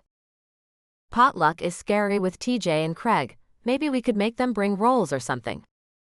She smiled. Can they make the little yams with the marshmallows? Shaking his head, JD speared a slice of ham. No way, if TJ makes it, all 3 kids will be diabetic before the end of the night. If I make turkey and ham and pies, can you bring veggies? Of course. Do you need me over there to help watch the turkey? JD's plate cleared during the conversation. As was usual with him, it was as though a wind had simply swept it away. But he'd eaten the whole thing. Thanksgiving with 3, if not all 4, guys was going to mean a lot of food. JD stood at the counter helping himself to another serving, just like family. When does the turkey go in? Depends on when you want to eat and how big the turkey is. The look he gave her said he had no idea about either, so she ballparked if for him. Between 7 and 10 a.m. She nodded, a.m. I'll be there. Thank you. That means the kids will be running around your house all day. He just shrugged. That's what Thanksgiving is. He sat back down with another heaping plate, and it was all Kelsey could do to keep her eyes in her head. Would she ever get used to the amount of food the man consumed? His voice distracted her. What's stupid is that's exactly what my mother wants, a house full of grandkids on holidays. She could come and have that, but she's so stuck on having it be just so, that she's missing the whole thing. Chapter 25. Unfortunately, the days Brenda gave Kelsey to get the photos were back to back. The first morning was a total waste. It was a waste of film time and effort. JD was the only one who tried, and as good-looking as he was a terrible model. She couldn't capture the way his smile lit him up because he was working so damn hard at it. Craig was stiff, and TJ and Alex were like puppies. She was sorely tempted to roll up a newspaper and whack them with it. After lunch at a nearby burger joint, she tried getting a neat shot at the river. Of course it turned out Alex was afraid of bridges, not heights, just bridges. She'd never heard of anything so nuts. Next, she suggested a hike. Anything to get them moving naturally. Hiking. That was Alex. Are you afraid of hiking? She hadn't meant to be so harsh. Fine. They went, bewildered, while Kelsey followed, camera in hand. Eventually, the guys wandered back to a small clearing, and she showed herself, telling them to set up and play. They did, doing an oddly updated version of the old King of the Road. She wandered around taking photos from all angles. There was hope for those photos. It sure couldn't be worse than this morning. She made JD drive her while Craig, TJ, and Alex followed in Craig's car. With a wild flourish that nearly made JD wreck, she got him to pull into the first of two open spots on the side of the street. Craig barely managed to tuck in haphazardly behind them, before getting out and asking, "What the fuck was that?" Abbey Road. She pointed to the crosswalk down the street. "It's been done," he pointed out. "Because it's good," she shot back. After 5 tries, while they'd been bickering and complaining about the chill, she'd enlisted a swarm of high school girls who just gotten dropped off at a nearby bus stop. They were in knee socks, white shirts, and navy blue skirts. She couldn't have planned it better. "Walk again," she yelled down the block, her camera aimed to take the photo. About 40 shrieking teenagers went chasing down the street after the guys, who broke form, looked scared as shit, and ran. Kelsey almost laughed too hard to get the shots, but she got all of them. Until Craig spotted her laughing and pointed her out to the guys, who then turned and charged her. She warred between fleeing and getting the shot. But, deciding bravery was a necessity, she planted her feet and snapped off what she could before they stormed her, JD swooping her up and slinging her over his shoulder. The girls came up right behind them. "You did a great job, ladies." Then she looked down at the guys from her perch above JD's shoulder. He held on tight to her, his arms wrapped around her legs. "Would you gentlemen care to give these nice young ladies some autographs?" She was drowned out by questions from the girls. "What's the name of your band? Where did you go on tour? What's the name of your next single?" She snapped shots from up high until JD realized he couldn't balance her and sign autographs. It was almost a full 30 minutes before the girls had gotten all the autographs they wanted. They were all excited about maybe appearing in the album photos. When the last one left, the guys turned on her, but it was JD who spoke. "There's going to be payback." She stepped back. "Payback? I just made you a ton of new fans." "Payback." It was just a statement, but he moved too fast for her to get out of the way, and he'd slung her over his shoulder again, camera and all. From hanging upside down, she complained.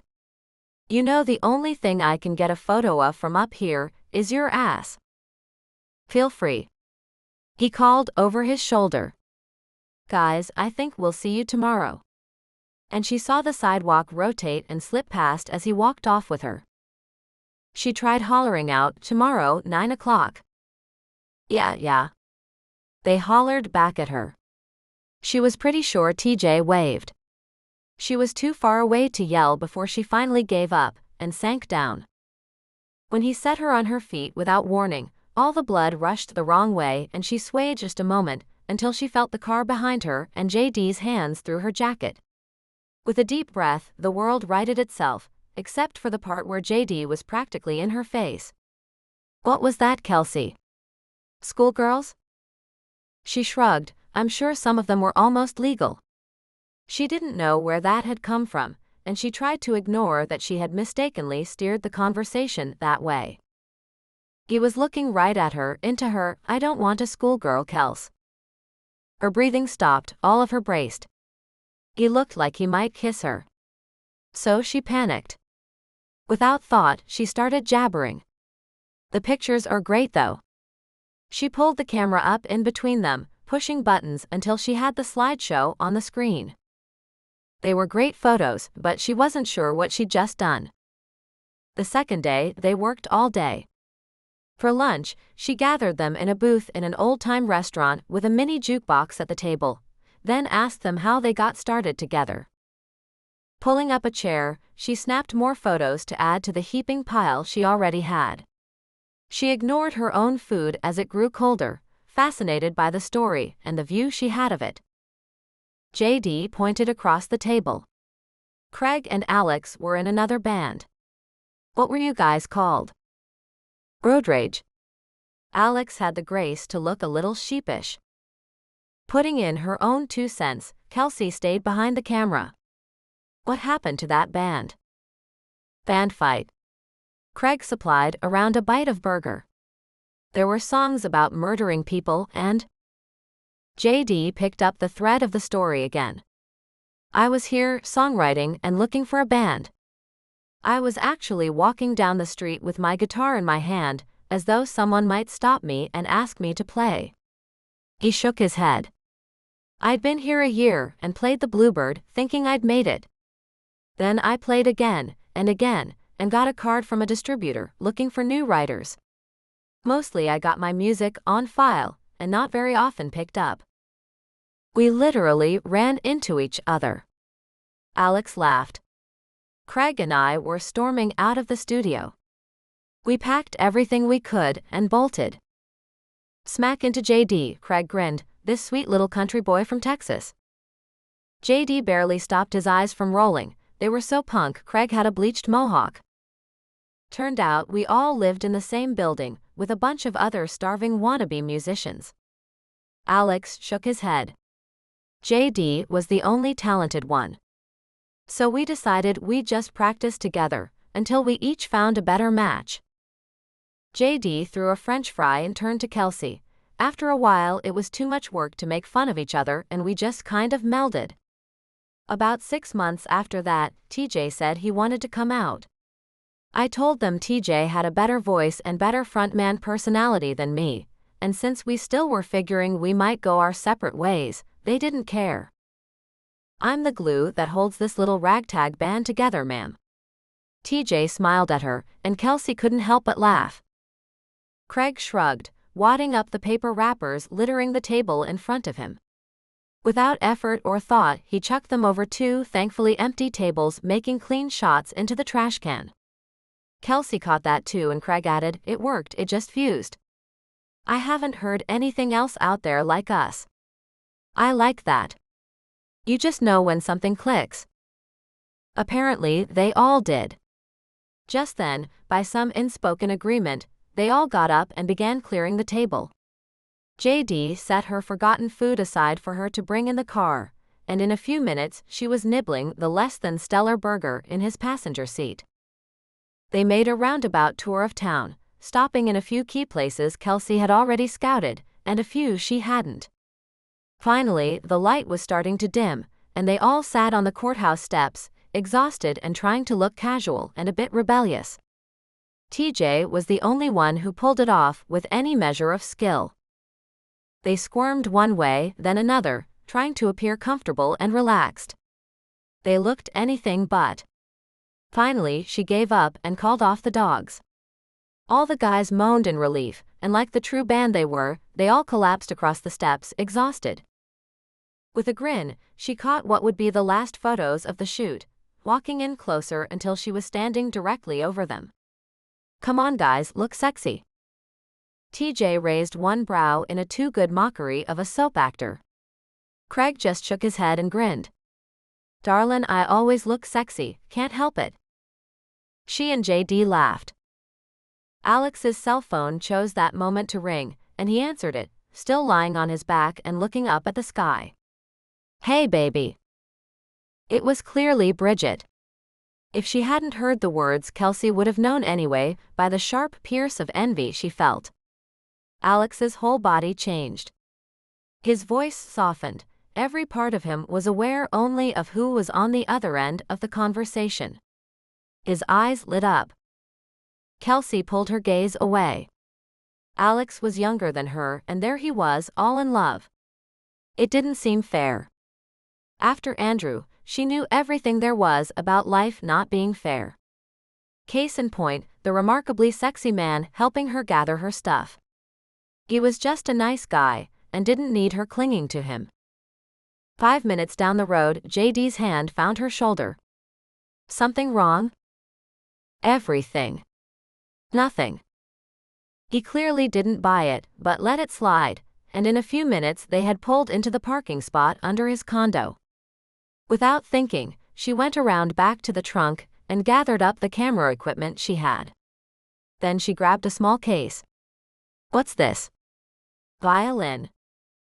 A wicked grin spread across his face, effectively erasing her lingering melancholy about Alex and Bridget.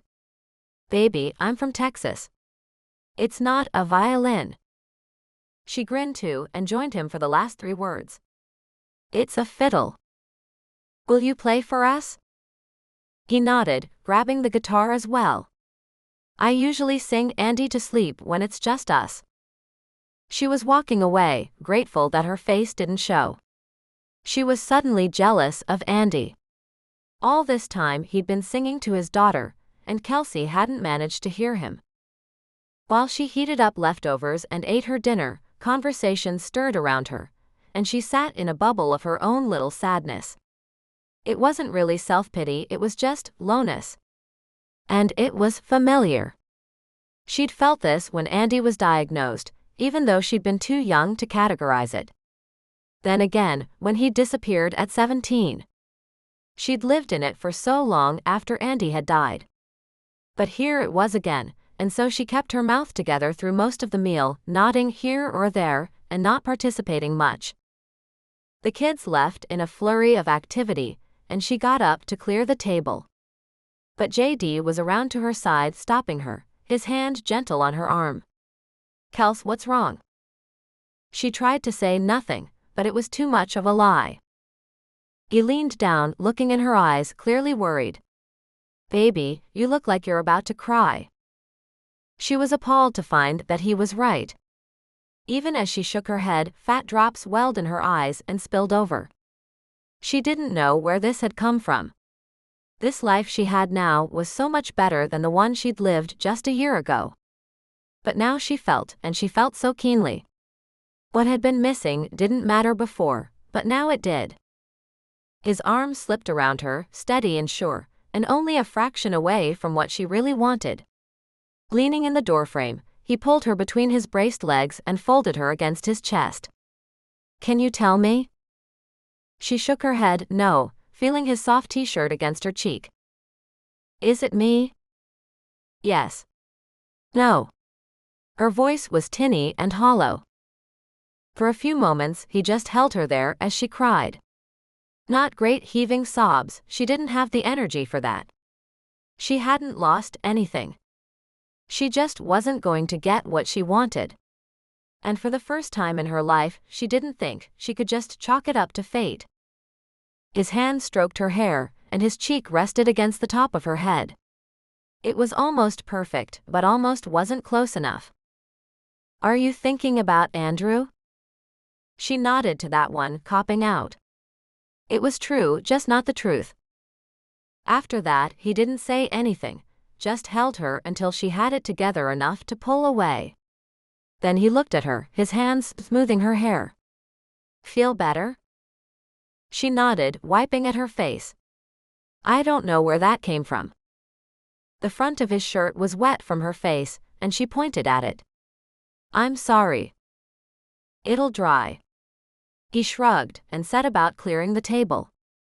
They worked in a companionable silence, with him bringing the dishes from the table and her putting food away or rinsing dishes and loading them in the washer. It was so domestic, she almost cried again. When they had the table cleared and everything put away, he grabbed his guitar.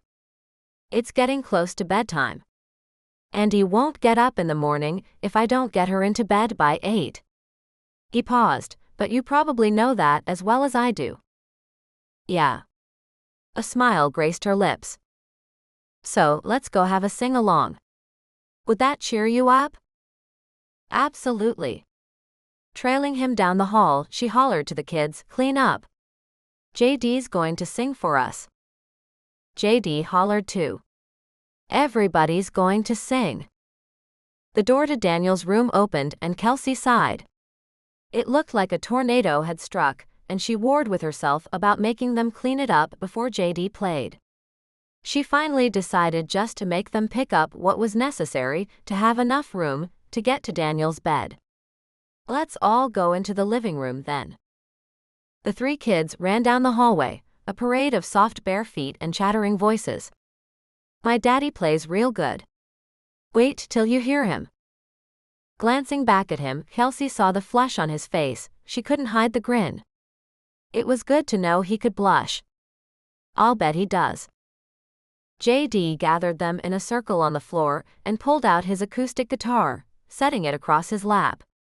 He gave it a strum, his gaze somewhere not in the world around him, and he began playing with the keys, slightly altering the sound.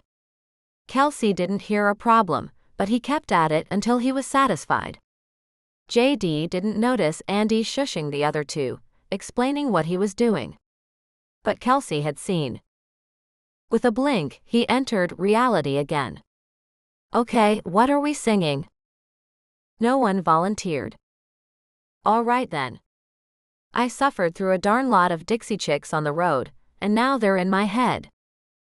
He hit a few chords before she recognized the piece. Kelsey never considered anyone but the Dixie Chicks singing their songs. In a measure, she'd changed her mind. Taking the Long Way was all new with only a guitar and JD's clear baritone. When he hit the bridge, he looked up at Kelsey. I know you know this one. You own the CD. Her nerves skittered.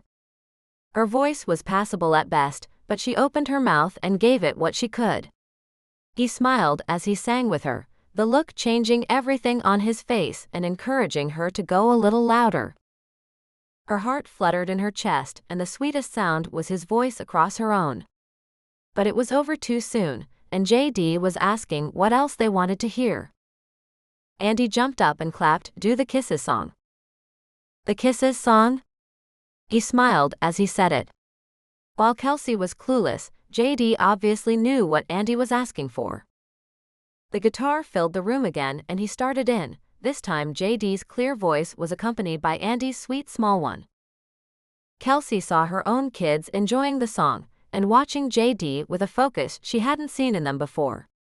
But even while she was watching, she was listening. The rich sounds would linger long after JD left. JD and Andy put their faces close for the chorus. His eyes turned to hers as he sang about wanting a full house and a rock and roll band. Daniel requested "Should Have Been a Cowboy" next, and JD had them all singing. Kelsey didn't think she'd let go like this in forever. This was her family. And they were all smiling. They did 3 more songs with at least one voice joining his each time, before Allie requested "The Itsy Bitsy Spider." Kelsey waited for no, but it didn't happen.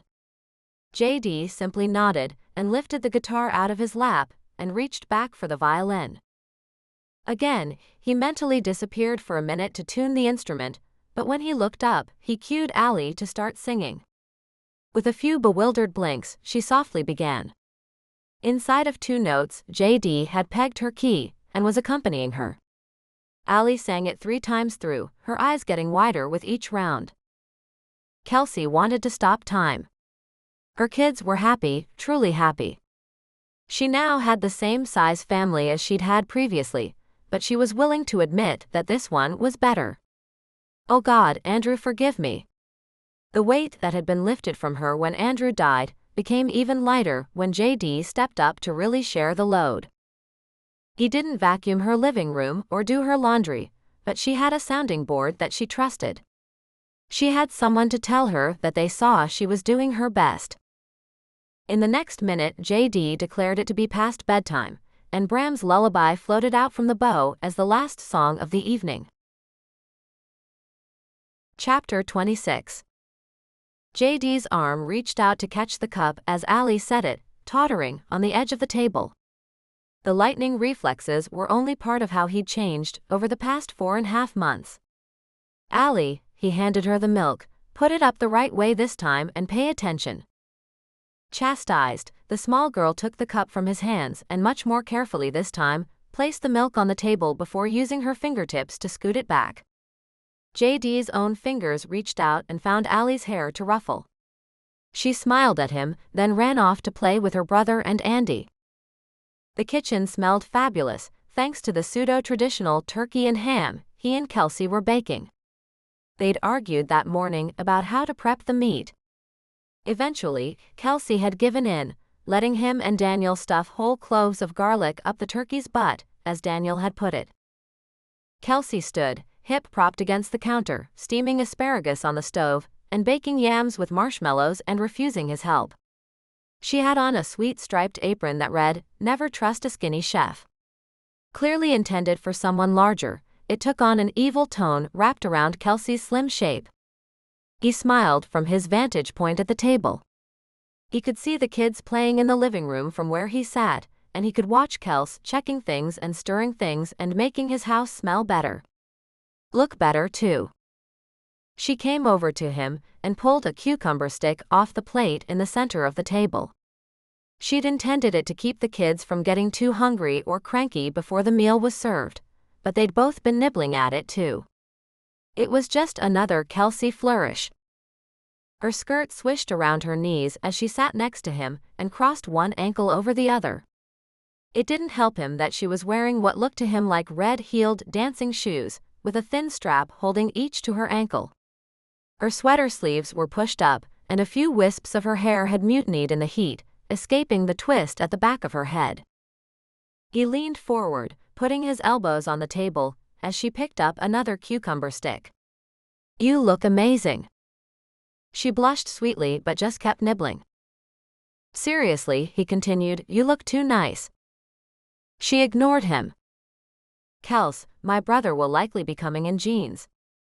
Craig just got a new tattoo, and he's wanting to show it off. If Donna Reed meets them at the door, they'll flee." He flung out what he hoped was the deciding factor. "Then we'll have no bread." She still looked at him with a frown. "I don't look like Donna Reed at all." "Okay," he pointed to the apron. "I'll concede to Donna Reed meets a touch of evil, which is definitely better, but," with his hand he gestured up and down her outfit.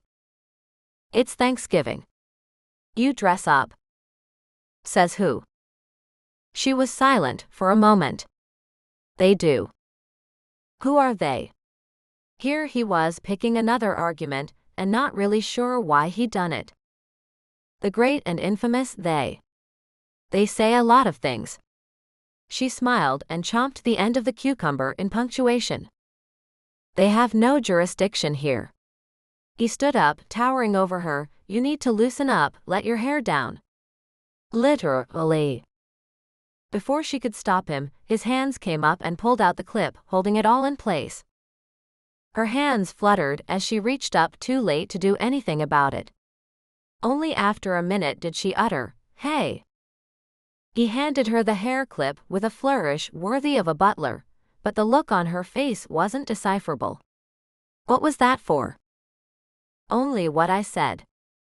But what he thought was that she looked sexier with her hair in waves from having just been undone. And for a moment it was too intimate, seeing her like that. Parts of him tightened and deep down something loosened. He spoke to cover what was swirling inside him. "Don't want you scaring away the guests." "Thanks." It was wry, and she got up to attach the hair clip to her purse so she wouldn't lose it. Then she ran her fingers through her hair to undo the tumbled look, which greatly disappointed JD, until the doorbell rang. He'd hear no end of it if Craig and TJ walked in and found Kelsey looking tumbled. As it was, when he answered the door, TJ hung back on the porch and asked him if he'd solved his problem yet. No. JD worked at squelching that thought right away. He couldn't live with TJ riding herd on him. The real problem is that it's unsolvable. So stop asking. "Oh brother," TJ offered up a pat on the shoulder that made JD afraid his younger brother was going to try to sell him snake oil. "Nothing is unsolvable." "You're right," he whispered harshly. "I'll just chain her in the basement and keep her as my sex slave." TJ mused that one for a minute, until JD literally knocked him upside the head. "Clean your brain out." JD didn't wait for a response, just turned and went back into the bright kitchen to see Craig handing Kelsey a bakery bag of rolls, and Kelsey graciously taking them from him, as though he had threshed the wheat and milled the flour himself. Craig wasn't one for basking in praise, spoken or unspoken, and he turned it around, gesturing to Kelsey. "What's with the Mrs. Cleaver getup?" Before he could say anything, she turned to JD, who had paused in the doorway. "I hate you." And she brushed past him out the door. Not knowing what else to do, he turned to Craig. What the hell did you say to her? He shrugged. We brought rolls. It really seemed directed at you. When JD looked out beyond the back steps, she had already disappeared. She hadn't seemed all that mad. He hoped she'd be back in a few minutes. 15 minutes later, he was getting worried. Craig, I think you really offended her. That was at you. What did you say? His head hung down of its own accord. That she looked like Donna Reed. TJ turned to Craig, the jury deliberating. Well, that's a crime. It wasn't a crime. She'd looked beautiful, just overdressed. He shouldn't have said anything. He leaned back against the counter, looking at the food, bubbling without Kelsey there to play chef. He checked his watch. If she wasn't back in 5 minutes, he'd call her. He'd grovel. Maybe he should just go over and fetch her back. He planned out what he should say. 4 minutes later, he had most of his speech prepared, and he was putting on the finishing touches while he waited for the seconds to tick off. She had 13 to go when the back door swung open, letting in a blast of chill air and Kelsey in a long coat. She had darkened her eyeliner and her lipstick, her hair was fuller and curling around her face. She peeled the coat and dropped it across the back of a chair, but it wasn't the coat that had their attention. She was in a very short skirt, with black fishnet stockings hugging mile-long legs all the way down into some wicked black leather heels. Her shirt was long-sleeved, but laced all the way up the front with a black leather thong. She'd tightened the laces until they looked like they'd give way at any moment. Happy now? She stared them all down, then went over to the stove to check the asparagus. She found it lacking and put it back over the heat. She checked the oven, and JD doubted she was aware she'd let them see that her legs went all the way up. His hand reached out and covered TJ's eyes. His own tongue had difficulty staying in his mouth. She stood back upright and fixed each of them with a hard stare. Well? TJ was having difficulty not laughing, and she gave him a dirty look until he explained. Oh, I'm not laughing at you, you look stellar. I'm laughing at him. He pointed to JD. I don't think you could have come up with a more fitting revenge. Kelsey looked like she was about to question what his brother had just said, when she was sidetracked by Craig. He had the balls to walk a full circle around her, checking out the goods, and JD felt his blood pressure rise with each look Craig gave her. Kelsey, Craig's voice was smooth. I didn't know you had it in you. You look like you belong sprawled across the hood of a very expensive sports car. JD waited for her to blow. But she smiled, a sweet smile that was out of place with the rest of the getup. Since I was going for full-on slut, I'll take that as a compliment. It was meant as one. Craig grinned back and left the room to commandeer the video games from the kids. Allie came racing into the room just then, her arm extended, holding her dolly out for her mother to see. She pulled up short. Mommy, you changed. Kelsey nodded, and I did it to suit the whim of a man. I hope you don't ever make the same mistake. Okay. Allie looked at her weird, then turned away, the dolly forgotten. JD simply put his head into his hands and tried to remember how to breathe. TJ laughed a low whisper into his ear. Oh, you are so fucked. JD thought his brother was most likely right. He toyed with the idea of pulling her aside somewhere and telling her, either screw my brains out or stop tormenting me. But he didn't think that would go over very well. Half an hour later, she declared it time to set the table, and made them get out the tablecloth she had brought. Even though she no longer looked like Donna Reed, she wanted everything set to look as though Mrs. Reed had been there. They all ate dinner with the kids alternately picking at things and wolfing them down. JD ate quite a bit, considering his eyes never saw his food. He was working so hard at not looking down Kelsey's shirt. Craig didn't bother trying to hide it, and that earned him a few dirty looks from JD. Surprisingly, Kelsey didn't seem to mind, and that started a deep seed of fear growing. Craig wouldn't. He just wouldn't. After they finished with the main course food, TJ hauled out chocolate ice cream for the kids. Andy and Daniel overindulged in the ice cream, excusing themselves to go moan in the living room. Only Allie stayed to shovel away a full 2 pieces of pumpkin pie. And Kelsey rested her chin on her cradled fingers. She looked pleasantly tired, which ate at his heart. He was sending Andy home with her, because the guys were all due at the studio parking lot at 4 a.m. to catch the bus. Well, that was good. Kelsey's red lips curved into a sated smile, and for a moment he could imagine that it wasn't due to the food.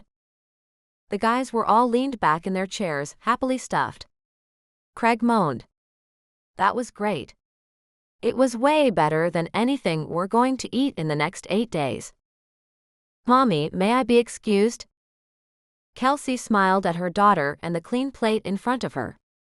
First wipe your face, pumpkin. TJ helped out, and Allie raced off to the living room, somehow not stumbling like a drunken sailor from all the sugar she'd consumed. Kelsey planted her palms on the table and pushed herself up to standing, again most likely unaware that the move pushed her cleavage even higher to strain at the laces of her shirt. She began clearing the dishes, leaning across the table in a housewifely gesture that was innocent in itself, but yet again gave glimpses right down the front of that amazing, god-awful shirt. JD couldn't stand up. Craig, of course, did, popping right out of his seat to offer to help clear. For this he was bestowed with the sweetest of smiles. TJ laughed again in JD's ear before he left to go keep an eye on the kids. Yes, it was all going to hell in the pretty little handbasket Kelsey had hauled her stuff over in. Craig helped to load the dishwasher, and for the briefest moment JD remembered the scene with his mother, and Kelsey's words that musicians are sexy as hell. Was Craig? With a grunt and a shove, he pushed himself away from the table and wandered into the living room to nurse his ire. TJ was blasting Aliens from a version of the old Atari Space Invaders game, but when he finished he looked up at JD, sprawled in the corner of the couch. Don't worry, he's not into her in any way other than to torment you. Only the kids showed any sign of life, and later they bounced upstairs as the guys turned on the recorded football game from earlier. Craig and TJ eventually drifted off to their apartment, leaving him alone with Kelsey. TJ had insinuated that it was JD's job to say something to her tonight. But what that might be, he didn't know. She stayed in the middle of the couch, neither coming closer nor scooting away. Lying there, she looked sweet and mussed and dressed for sex, and he couldn't remember when he'd wanted her more. JD had fantasized about her. Looking at her now, he wondered who hadn't. But it had been from a distance, and now she was right beside him. What if he leaned over and just fitted his mouth to hers? He could blame it on the outfit, but it came from somewhere so much deeper inside than that. Later, when the game finished, he used the last of his strength to haul himself up off the sofa and offer her a hand. She accepted and threw her weight against him, finding her footing on those long heels and longer legs. We need to round up the kids. With a great breath in, she yelled up the stairs, Kids, it'll be time to go in 20 minutes. A couple of okay mom-s came from the landing as Kelsey turned to him. Sorry, I couldn't gather the strength to walk over there. That's all right. He yawned and stretched and attempted to reclaim some of his energy. 10 minutes later, she had the leftover food packed and ready to go. The only things that waited until morning were his guitars. Okay, kids. The three of them tromped down the stairs in a line, marveling at the dark beyond the windows, finally believing Kelsey that it was bedtime. It was incongruous seeing those words come out of her pouty mouth. She looked nothing like the mother of this brood. When she was ready to leave, she couldn't carry everything. Food containers were stacked on the counter. Andy's bag waited by the door. Her own things, dishes, the tablecloth and napkins, were in the basket with a pale green bow.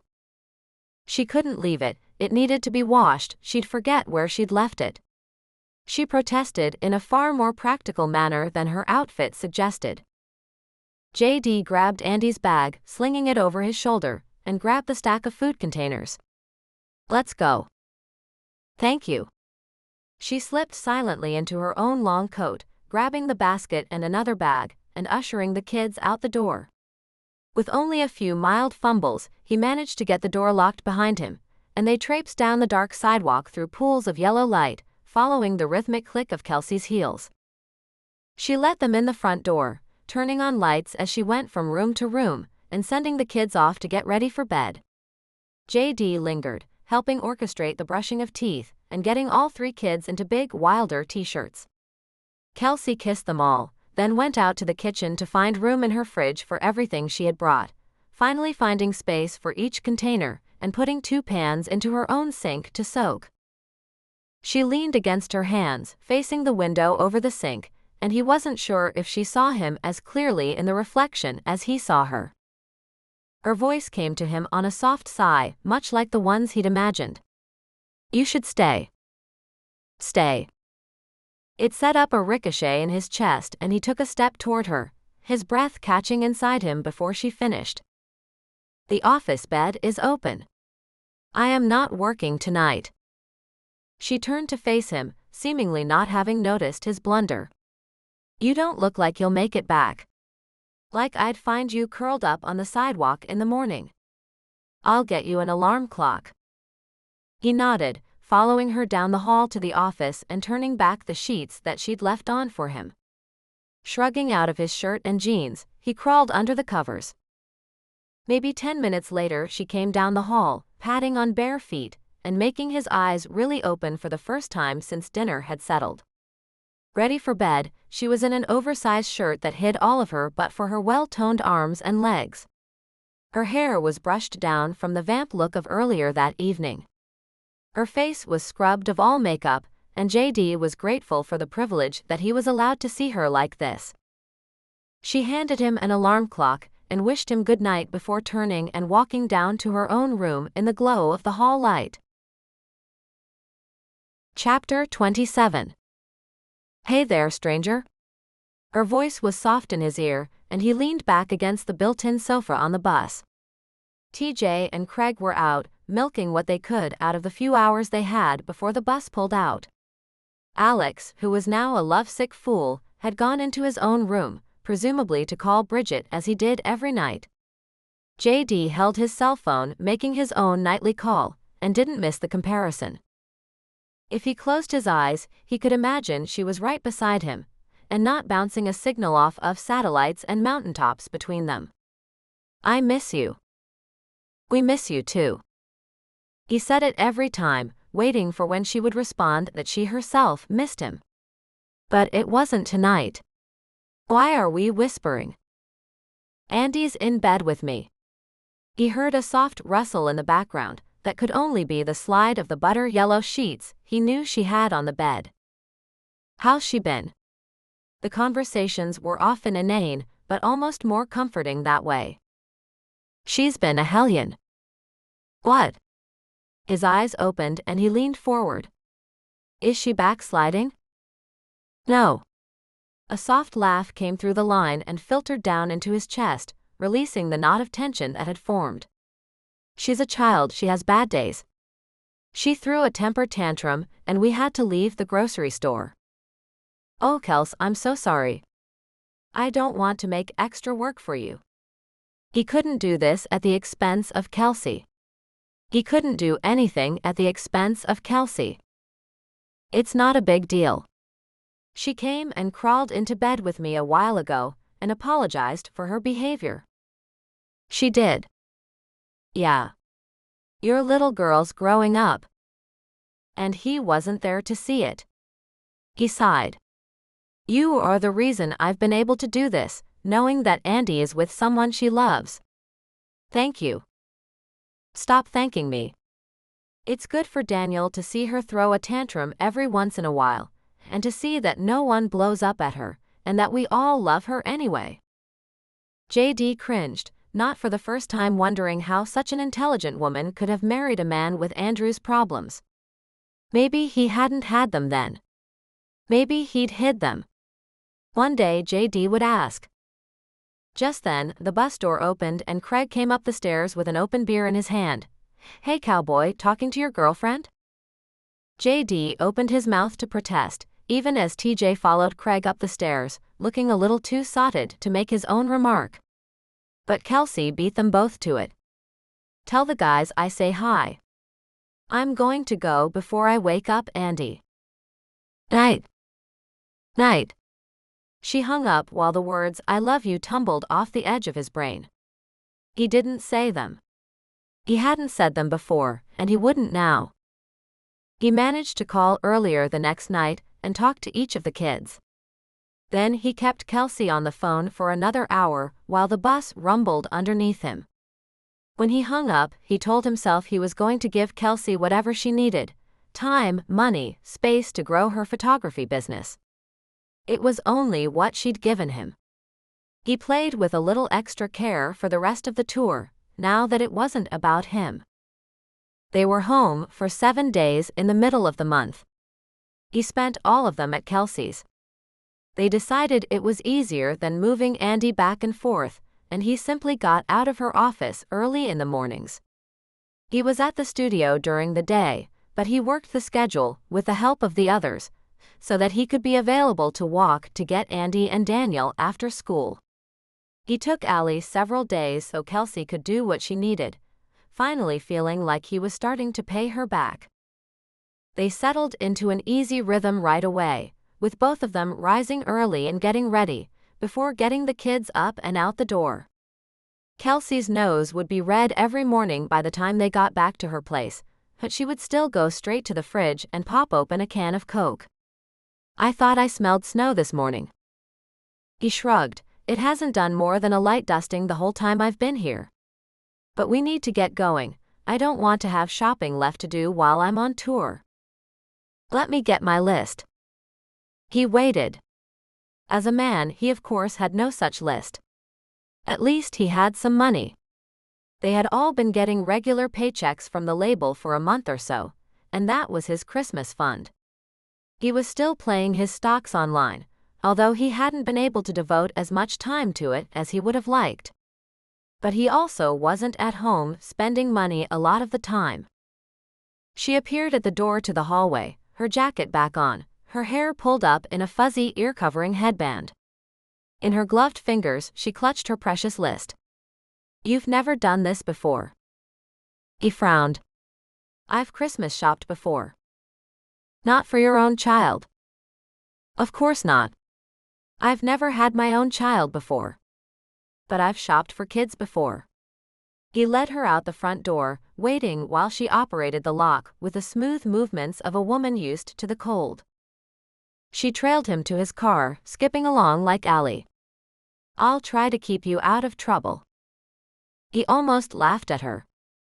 The way she was bouncing, it would likely be Kelsey who needed to be kept out of trouble. "I don't think that's a problem. I don't even like Christmas shopping." They shivered until the heat kicked in, and he gave her the lowdown on his poor Christmas beliefs all the way to the mall. Kelsey gave him a half smile. "All the more reason for you to get into this." JD agreed. He wanted Andy to know he had chosen her gifts with care, and that they would be things she wanted. She was already likely to get something terrible from her grandmother. They pulled up in front of the mall, which the parking lot showed to be way too full for his tastes. But it was only going to get worse, so he didn't protest, just climbed out into the frigid air and went around to get Kelsey's door. 3 hours later, they left. He had done more shopping than he had ever done in a mall in all his years combined.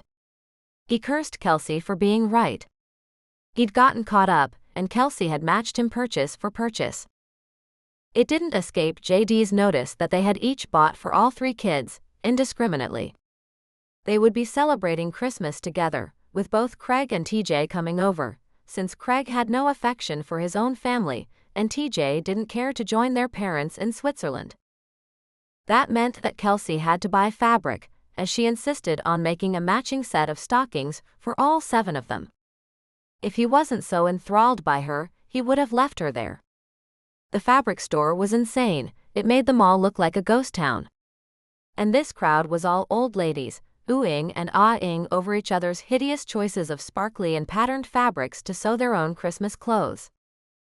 Kelsey wound her way through bolts of cloth and scary women, and JD attempted to follow. When he was asked to make a decision about which fabric he liked better for the top of the stockings, he refused. He made a different decision instead. If he was going to get taken to the mall and dragged through the fabric store at Christmas time, he ought to be getting laid by the woman doing the dragging. He didn't want anyone else anyway, and he'd certainly had his pick of willing women recently. Everything else was in place, they were living in the same house right now. Just for a few days, but that was plenty of time. They'd celebrate Christmas together.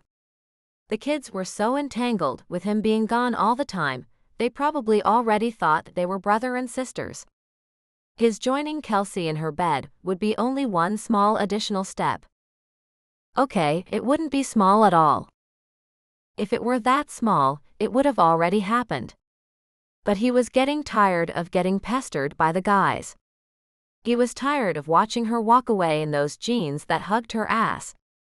And he was tired of sleeping in a different bed, and keeping his thoughts in his head.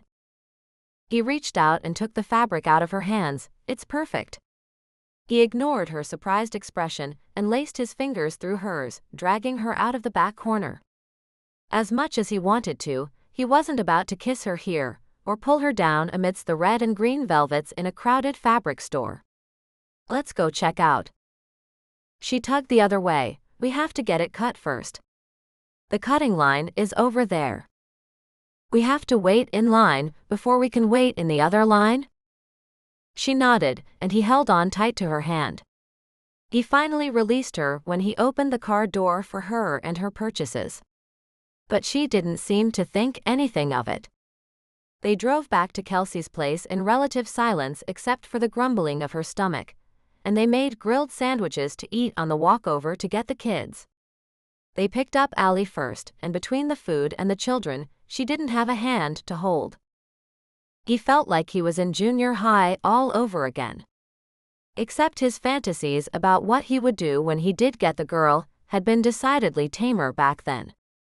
The kids overwhelmed the afternoons and made dinner into an all-evening event.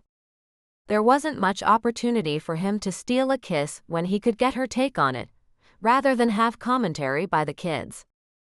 And that evening, when they were watching TV after the kids had gone to bed, he chickened out. It was just him and her. No buffer. He sat there next to her on the couch, unable to follow the program because of his wandering brain. If she didn't want him, then how would he pass it off? If he acted casual, like he was just trying to get laid, that would upset their friendship as much as telling her he was crazy in love with her, if she didn't return his feelings. What a mess. His fingers plowed through his hair and he stood. I'm going to bed. See you in the morning. He wandered down the hall, back to his old friend the futon. He washed his face and brushed his teeth, wishing he could simply brush out his brain and be done with it. But he couldn't, so he peeled his shirt over his head and tossed it in the laundry, and purposefully added some arrogance to his thoughts. She should get used to seeing me half naked. She should get used to seeing me all naked. With that, he managed to talk himself into a straight-back stride down the length of the hall, except she was watching the TV, not him. A little of the air left him. He'd have to try again tomorrow. The next morning, he let Kelsey sleep in while he gathered the kids around to do laundry. Telling them it was a game and the winner got 2 scoops of ice cream, he managed to create a bevy of excited, if not overly helpful, workers. They sorted colors and darks and lights and argued a bit. At 11, she wandered out in her big t-shirt and a yawn, and asked what time it was. Her eyes bugged and she hugged him, thanking him, with only her t-shirt and his jeans between them. But she didn't seem to notice. She was simply too happy about sleeping in. Then again, the woman wasn't stupid. She was walking around her house, with a red-blooded American male within scenting distance, wearing only a large shirt, and assumedly some panties. She had to know what she was doing to him. He chickened out again that day. He even went to church with the kids and her the next morning. Andy wanted to go, which he figured made it a far better church than any he had ever been to. Older people patted the kids on the head, and the kids seemed to like it. Andy spotted someone she knew and ran off to talk. Feeling utterly out of place, JD slipped his own fingers through Kelsey's again. Again, she didn't seem to notice. Maybe she thought he was gay. He'd been trying to think up every way that she could possibly think it was all right to walk around the house in that nightshirt. Every way she might imagine that she wasn't turning him on. His mind wandered, and pulled by her hand, he simply trailed along, a leaf on the surface of a stream. When chimes sounded, the stream changed direction and pulled him into the church itself, an old wooden structure with stained glass and worn but loved pews. The kids sent Kelsey, then him, down the row before piling in, taking the last spots on the aisle. 2 hymns in, he found out why. There was a children's benediction, and his daughter, the hellion he hadn't been able to take to Target 6 months ago, was sitting pristinely and listening intently. Stephanie must have raised her well to start with. Certainly Kelsey had helped. He liked to believe he'd had a hand in it too, but he wasn't certain. Several people approached after the service and asked Kelsey if he was her husband. Each time, he waited to hear what she would say. Each time, he held tightly to her hand, defying her to introduce him as just a friend. Each time she responded with, "Oh, we're not married." But she didn't elaborate. To their credit, no one got up in arms about her bringing a man and his child to the church when she wasn't married to him. Of course, there was no reason for anyone to get up in arms. It wasn't like they were sleeping together. Yet. Afterward, they stopped at the store and all piled out. The kids seemed to really enjoy each getting 50 cents and going to the bakery, where apparently they were recognized, and each picking out a few day-old rolls or such to feed the ducks. The baker helped them decide, then all piled back into the car. Each child clutching a bakery bag, as they headed off to the duck pond. Even the damned ducks recognized the kids. As glad as he was to see Andy happy and on schedule, he felt heavy that his small daughter had a whole life he was unaware of. His only consolation was that he'd left Kelsey in charge of that life, and she was apparently doing a better job than he ever had. They changed into play clothes after they got home, and he played t-ball in the front yard. JD decided they should play at the duck pond next time, but he didn't say it. He wouldn't be here the next time. He'd be on the road again, starting at 7:30 tomorrow morning. That evening, he chickened out again. JD hauled himself out of bed at 5 a.m. His chest ached and his head hurt. His brain protested by shutting down. The urge to crawl back under the hot covers was strong, but he fought it. He wanted to help get the kids ready for school, both to see them before he left, and to help ease the load on Kelsey, one last small time before he hit the road. Straining against the need for more sleep, he pushed himself into the shower. Still, he got himself shaved and dressed and out the door. He walked to his condo, the cold air biting at him and waking him far better than he ever could have himself. Quickly, he repacked the things he had taken to Kelsey's. He grabbed spare cables, extra picks, and blank pages of sheet music. He set his 3 guitars by the back door, not daring to leave them in the car even while he was getting the kids ready for school. Then he headed back. He unlocked the front door to find the lights on and sleepy children brushing their teeth. Kelsey was making shuffling noises behind her bedroom door, presumably getting dressed. With little thought, he set about getting out cereal. He made sandwiches and bagged baby carrots. The kids emerged as he was lining up lunch bags with backpacks. He talked to them while they ate, helped get them into their clothes, and generally enjoyed being around them and Kelsey for these few last minutes. Breakfast was special because it wasn't going to happen again soon. He had to leave just before they did. So he grabbed each of the kids, giving them a big hug, an "I'll miss you," and a kiss. Without stopping to let his brain think it through and ruin it, he did the same to Kelsey. It was just a touching of lips, no passion, no soft sighs or seeking tongues. But in that moment, he lost his innocence. He now knew how his knees would threaten to give way. He knew that his fingers would clench at her of their own accord. He knew the feeling of the oxygen pooling in the bottom of his lungs, and what it felt like to breathe her in. That one tiny touch would rob him of breath for days to come. He set her down before it could look like anything other than what he had shared with the kids. But it had already become so much more. "I'll see you in 8 days." He looked at each of them, hoping his bland smile shaded the racing of his heart, and that the roaring in his head didn't mask anything they were saying. He walked out the front door. Later, he didn't remember fetching the guitars or the drive to the studio parking lot. But he was there, and the guitars were in the back seat. He climbed onto the bus knowing that his promise to himself to catch up on sleep was now worth next to nothing.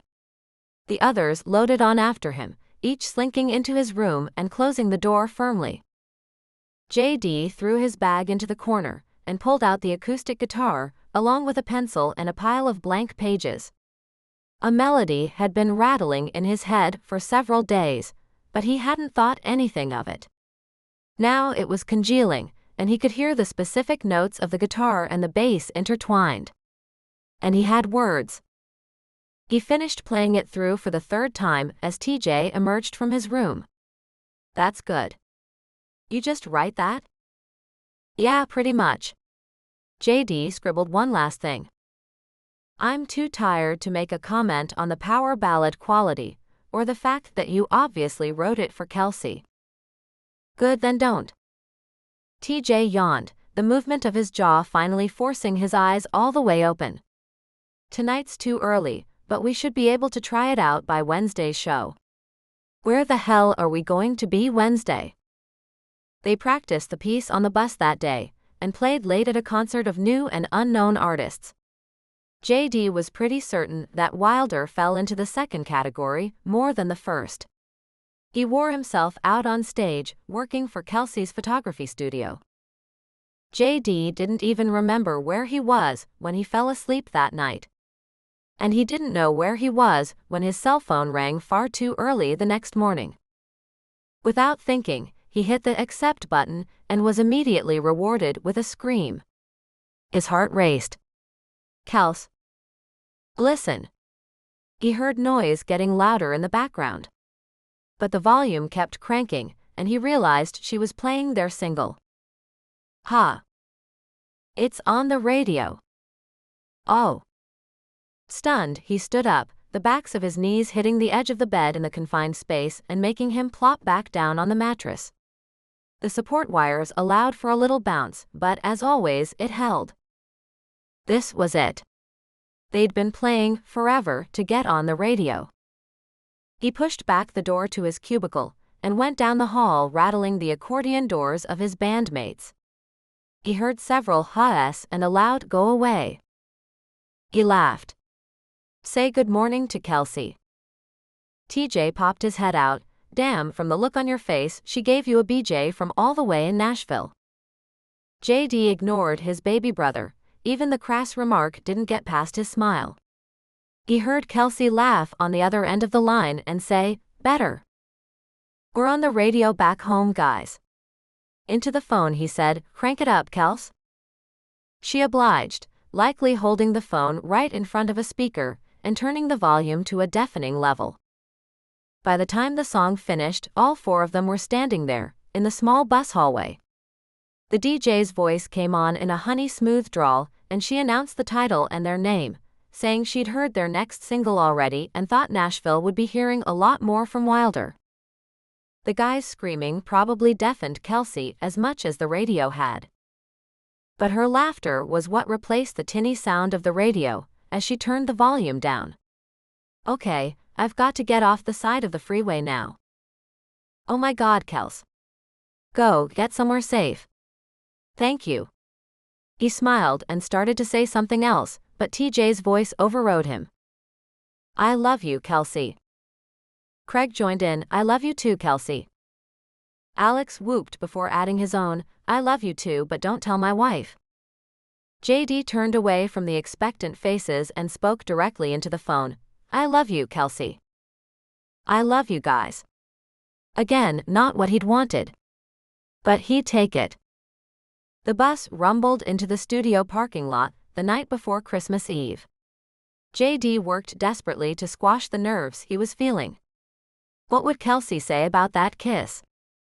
She probably wouldn't say anything. They had talked on the phone every day, and nothing had come up. Maybe she was waiting to attack him in person. If she attacked him with her lips, he'd be thrilled. Weary and loaded to the gills, each of the guys practically rolled down the steps of the bus, gear getting lugged into cars. They said beaten goodbyes and drove off in slightly different directions. JD drove himself home and dragged himself into Kelsey's arms. The kids would just have to wait while he got what he needed. She hugged him back like he was a soldier returning from a war. He only wished the soldier wasn't her brother. For Christmas, Santa went insane. Small toys dripped out of stockings, and piles of presents were stacked around the house. JD stole Kelsey's stocking before they went to sleep and filled it before creeping back into his own bed. The kids woke them at 6, running screaming into his and Kelsey's rooms that Santa had come. JD couldn't think of a better alarm clock than that. They tore into presents and squealed at things as silly as socks with frogs on them. JD's heart stopped at a 16 by 20 black and white framed photo of his and Andy's faces nose to nose. Kelsey smiled a secret smile and wouldn't reveal when she'd taken it. In turn, he insisted on fastening the locket he'd gotten her around her neck. He heard her small gasp when she saw it. Though he'd imagined several things she might say, what she actually did was better than what he had thought up. "How much did you spend on this?" "It's beautiful." She fingered the work on the front and opened the tiny clasp. He bordered on lying when he answered, "Not too much." Within moments, she had him and the children gathered around for a photo, which she then printed in miniature. She let him fumble again with the clasp at her neck. Her nearness and the way his hands kept brushing the skin at the base of her throat turned him on far more than it should have. It wasn't right, he knew, to be in lust like that, standing there in front of the children on the holiest of days. He pulled out the tiny photo that came with the locket and cut around the one she'd printed, then went through the fabulous torture again after inserting the new photo in between the gold sides. Only then did Kelsey let them resume opening their presents. Later, Craig, TJ, Alex and Bridget came over. Kelsey had begged a wedding photo out of Bridget earlier, and gave them a tasteful black and white that was hand-tinted and framed. TJ got a Wilder poster. But Kelsey had reworked it so that TJ was the sexy frontman. It looked like something a teenage girl would hang on her wall, and TJ thought it was the coolest thing he had ever seen. Craig got a pair of super faded jeans with a Celtic tribal black tattoo down one leg. He liked them until he looked more closely and saw the band's name worked into the design. Holy shit. Thank you, Kelsey. Can I wear them on stage? Sure. She was flattered by the praise, and her smile hid the tiniest flush in her cheeks. JD slipped just a little further in love with her. And felt just a little further away. His own framed photo seemed to pale a little in comparison. Simply because she had put that effort forth for everyone. Only much later that evening, when she was stuffing scraps of wrapping paper into a trash bag, she confessed to him. It was easier getting stuff for the guys. To me, they are the band. You're not. I mean, you are, but you're more. I just hope I did okay. That alone was more than enough. You did great. They fell asleep on the couch on New Year's Eve. At 11. A half-drunk bottle of champagne between them. JD had hoped for other effects of the alcohol, but had no such luck. 6 days later, when the band was rolling out again, JD offered a repeat performance. He grabbed each of the kids for a hug and a kiss. This time Kelsey lined up, an elfish grin on her face as she waited her turn. "Mom, you're next," Daniel warned her. "It's Kelsey's turn." JD looked at the little boy, thanking him for helping out, even if he didn't know it. "You can't forget Mommy." Bless little Allie too. He mocked a heavy sigh. All right. Kelsey was giggling when he wrapped his arms around her ribs. Lifting her straight off her feet, he held her close, her laugh catching in her throat. When he saw her eyes, he didn't wait for comprehension. He just kissed her. Not the simple peck of last time. He lingered, kissing her softly while he let her body slide down his, slowly putting her back to her own feet. Then once more, the pressure of their lips together soft and sweet before he broke it off. His brain rode herd on his breathing, fighting to keep it under control. I'll be back in 7 days. Turning, he walked out the front door, but he'd thought in that last look at her that her eyes had been wide and bright. Chapter 28. For a moment, Kelsey simply stood there, just inside her front door, her fingertips touching her lips. The touch seemed to clarify that just maybe she hadn't imagined the whole thing. Mommy got the best kiss. Allie was grinning. Kelsey blinked. There were still small children gathered around her, depending on her. I did. Didn't I? But the kids didn't answer. They scattered to get ready for church. Kelsey breathed deeply and shook her head. Whether the kiss meant anything or not, she had to get to church, and that meant getting dressed and being sane. But she didn't think sanity was going to be happening anytime too soon. Once the kids' story at the front of the church was finished, and they wandered off to their respective classrooms, her mind took off like a race car. That had been a real kiss. Was it because he could?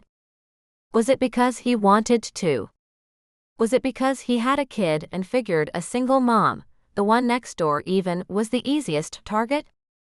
The questions rattled in her brain throughout the sermon, and by the time the last hymn was sung, Kelsey was no closer to God or to an answer.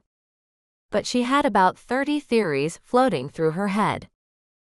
Like a robot, she took the kids to the store and smiled at the baker. Andy almost got pecked hand feeding a greedy duck because Kelsey wasn't paying enough attention. She changed them into thick clothes when she got home and sent them all into the backyard, praying they would be fine, and that God would hear her prayers even though she hadn't been very attentive today in church. Her brain turned to its new task. She dug out the itinerary that JD had left for her. An hour and a half later, she had searched every airline for flights to every destination on their tour. She could make St. Paul on Wednesday night. She called Bethany, knowing only deep disappointment when she got the sitter's voicemail. She was chasing that kiss. It was the best thing she had felt in years, maybe ever. And she had to follow it. The money was worth knowing if there was anything more behind it, if it was a momentary whim or just an appeal to scratch 2 itches. She clearly couldn't answer the question on her own. If Bethany could keep the kids overnight, then she could find out. She had served lunches and played a game of almost badminton when Bethany called. Kelsey took a deep breath, hoping that the sitter could cover her. She answered the phone, pressing it tightly to her ear. Hello. Hey Kelsey, what did you need? She almost laughed out loud. What she needed was to know if there was any emotion behind the kiss her best friend had given her, and if she could get it again, with tongue please. But she asked Bethany about watching the kids. Bethany, of course, couldn't commit. She had to check her calendar. Kelsey was afraid her cheap last-minute plane ticket would go away. But she hung up, agreeing to wait out Bethany's schedule, if not to do it patiently. So she watched the kids play and tried to find some zen. The steel bands constricting her chest were pretty anti-zen. She was uptight, the way she'd always felt while Andy was spending one of his storms. She just had to wait, and could do nothing about it. Desperately, she tried to convince herself that if it didn't come together, then it wasn't meant to be. But that was painful to accept. She knew if JD told her that it wasn't meant to be, she could accept it. If he told her in words or if she got there and he was with his girlfriend, then she'd know. If she sat here all week, she wasn't sure she could do anything when he got back. It was different having guts when you'd spent money you didn't have, when you chased a tour bus across several states. But if he just walked in the door, would she have the guts to ask him what he meant? She played with the kids, set them in front of a movie, tried to work and couldn't get a single thing done. She checked her email, but reading it was strain enough. JD had seriously messed with her head. She'd thought he'd sent her into a tailspin last time. She told herself it was just a peck, and it was no more than any of the kids had gotten. He'd thrown both of those arguments out the window this morning. At 7, her cell phone played her a wilder tune that she downloaded as the sitter's ringtone. Please have good news. Hello, Bethany? I have good news. The girl's voice was cheerful and Kelsey smiled.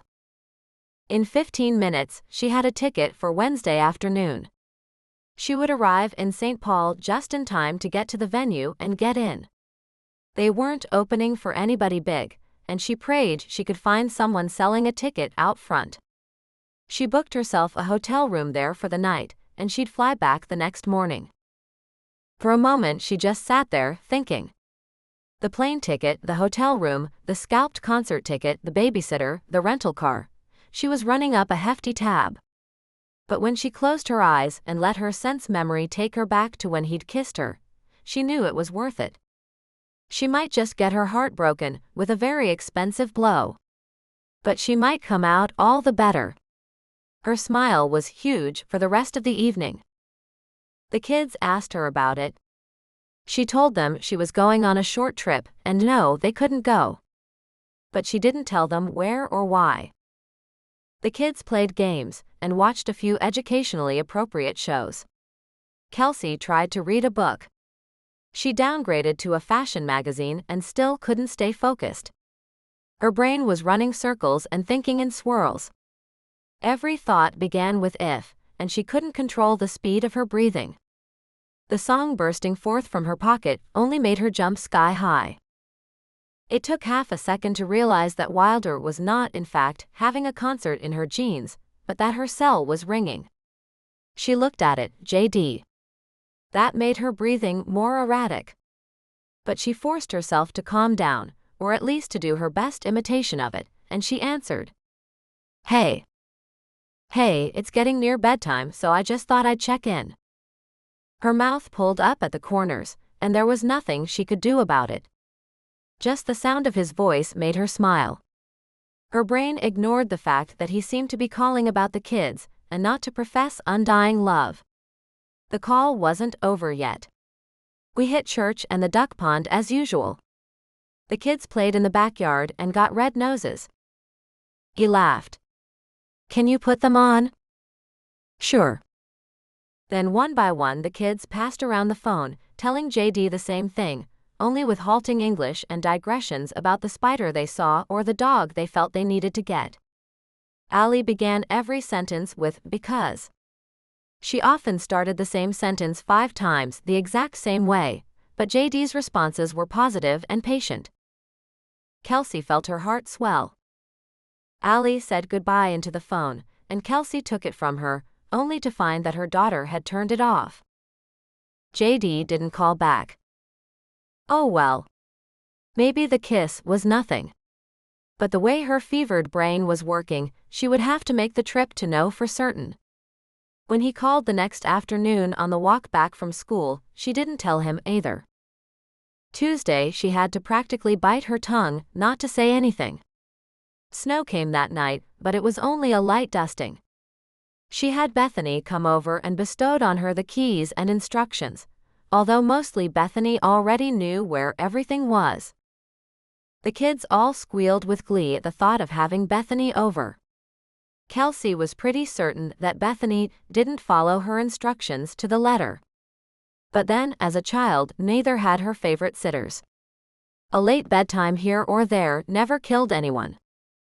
She had purposely waited until after JD called to have Bethany over. She couldn't let one of the kids spoil the surprise by blurting out that she was going to go visit him. And thankfully they hadn't on Sunday. After that, they'd seemed to forget about it. Kelsey disentangled Allie from Bethany's leg and broached the subject of Bethany driving the minivan. Sure. Bethany shrugged and smiled. It took people a while to realize that the girl was really quite intelligent. She was simply fairly agreeable. I don't know how I'd get all those car seats into my coupe. Exactly. Plus, if it snows, I'll feel safer having the kids in the heavier car. That makes sense. And you can take my car to the airport. No sense taking a shuttle or anything. Bethany smiled again and played a quick game of Go Fish before she went home. That evening, Kelsey felt her adrenaline kicking in, and she wasn't sure if she could stand another 24 hours of this. She could feel her heart beating inside her ribcage, and far too often her brain had to take over total control of her breathing. But she felt like she had to do this. She was scared and excited and nervous and had no idea what she'd find. At least she'd be there Wednesday night. And she was glad that, if things didn't turn out well, she'd be able to slink home and lick her wounds for a few days before she had to face him again. She barely slept, tossing and turning, and eventually figured she ought to make her waking time useful. So she got up and started to pack. She was determined to get everything into 2 carry-on bags. Her purse would go into the second along with her usual flight entertainment, music, a book, a magazine, gum. She needed a list. Around 5 a.m., she slid into the other side of the bed. The side nearest the door was covered with possible outfits for tomorrow. She had to be comfortable on the plane and in the concert, because there wouldn't be time to change. And she had to look single and sexy, without looking slutty. She'd heard the guys around the table on several occasions, waiting until after the kids left, talking about this groupie or that one that had thrown herself at him. Apparently there was a whole subculture of women who went after unknown bands, wanting to get there first. Kelsey guessed they were going for numbers. If you fucked enough starter band guys, some of them would make it big and you could claim you'd nailed them when. That gave her pause and ruined her chances for falling asleep quickly. She didn't want JD if he didn't want her, or even if he just didn't want her exclusively. She would have to remind herself of that repeatedly during the trip. She wasn't sure when she fell asleep, but the alarm woke her at 6:45. Blinking and suddenly wide awake, Kelsey knew what she was facing today. She got the kids all ready, reminding them several times that Bethany would pick them up and that they were to do what Bethany told them and to mind their manners. She had to tell Allie 3 times that she'd be back tomorrow afternoon. Even Daniel got exasperated with his little sister. She said, "Tomorrow afternoon." That was a good sign. It was another indicator that Daniel was slowly starting to turn into a kid. He had probably been even more traumatized by both Andy's life and his death than anyone had realized. Kids who lashed out made their feelings clear to everyone. Kids who were quiet were easier to believe when they said they were okay. Kelsey walked them to school, all 3 kids jumping and squealing about the 2 inches of white fluff that had fallen during the previous night. Daniel wanted to know why school was open. She rubbed his head through her gloves and his knit Tennessee Titans hat. "Baby, it's probably going to melt before noon. So you enjoy it now, okay?" "All right," he grumbled. The grumbling was good too. She gave both the big kids extra tight hugs and watched them get into the building before she tugged Allie's hand, leading her toward daycare. Allie hopped along, singing some little song that Kelsey didn't register right away.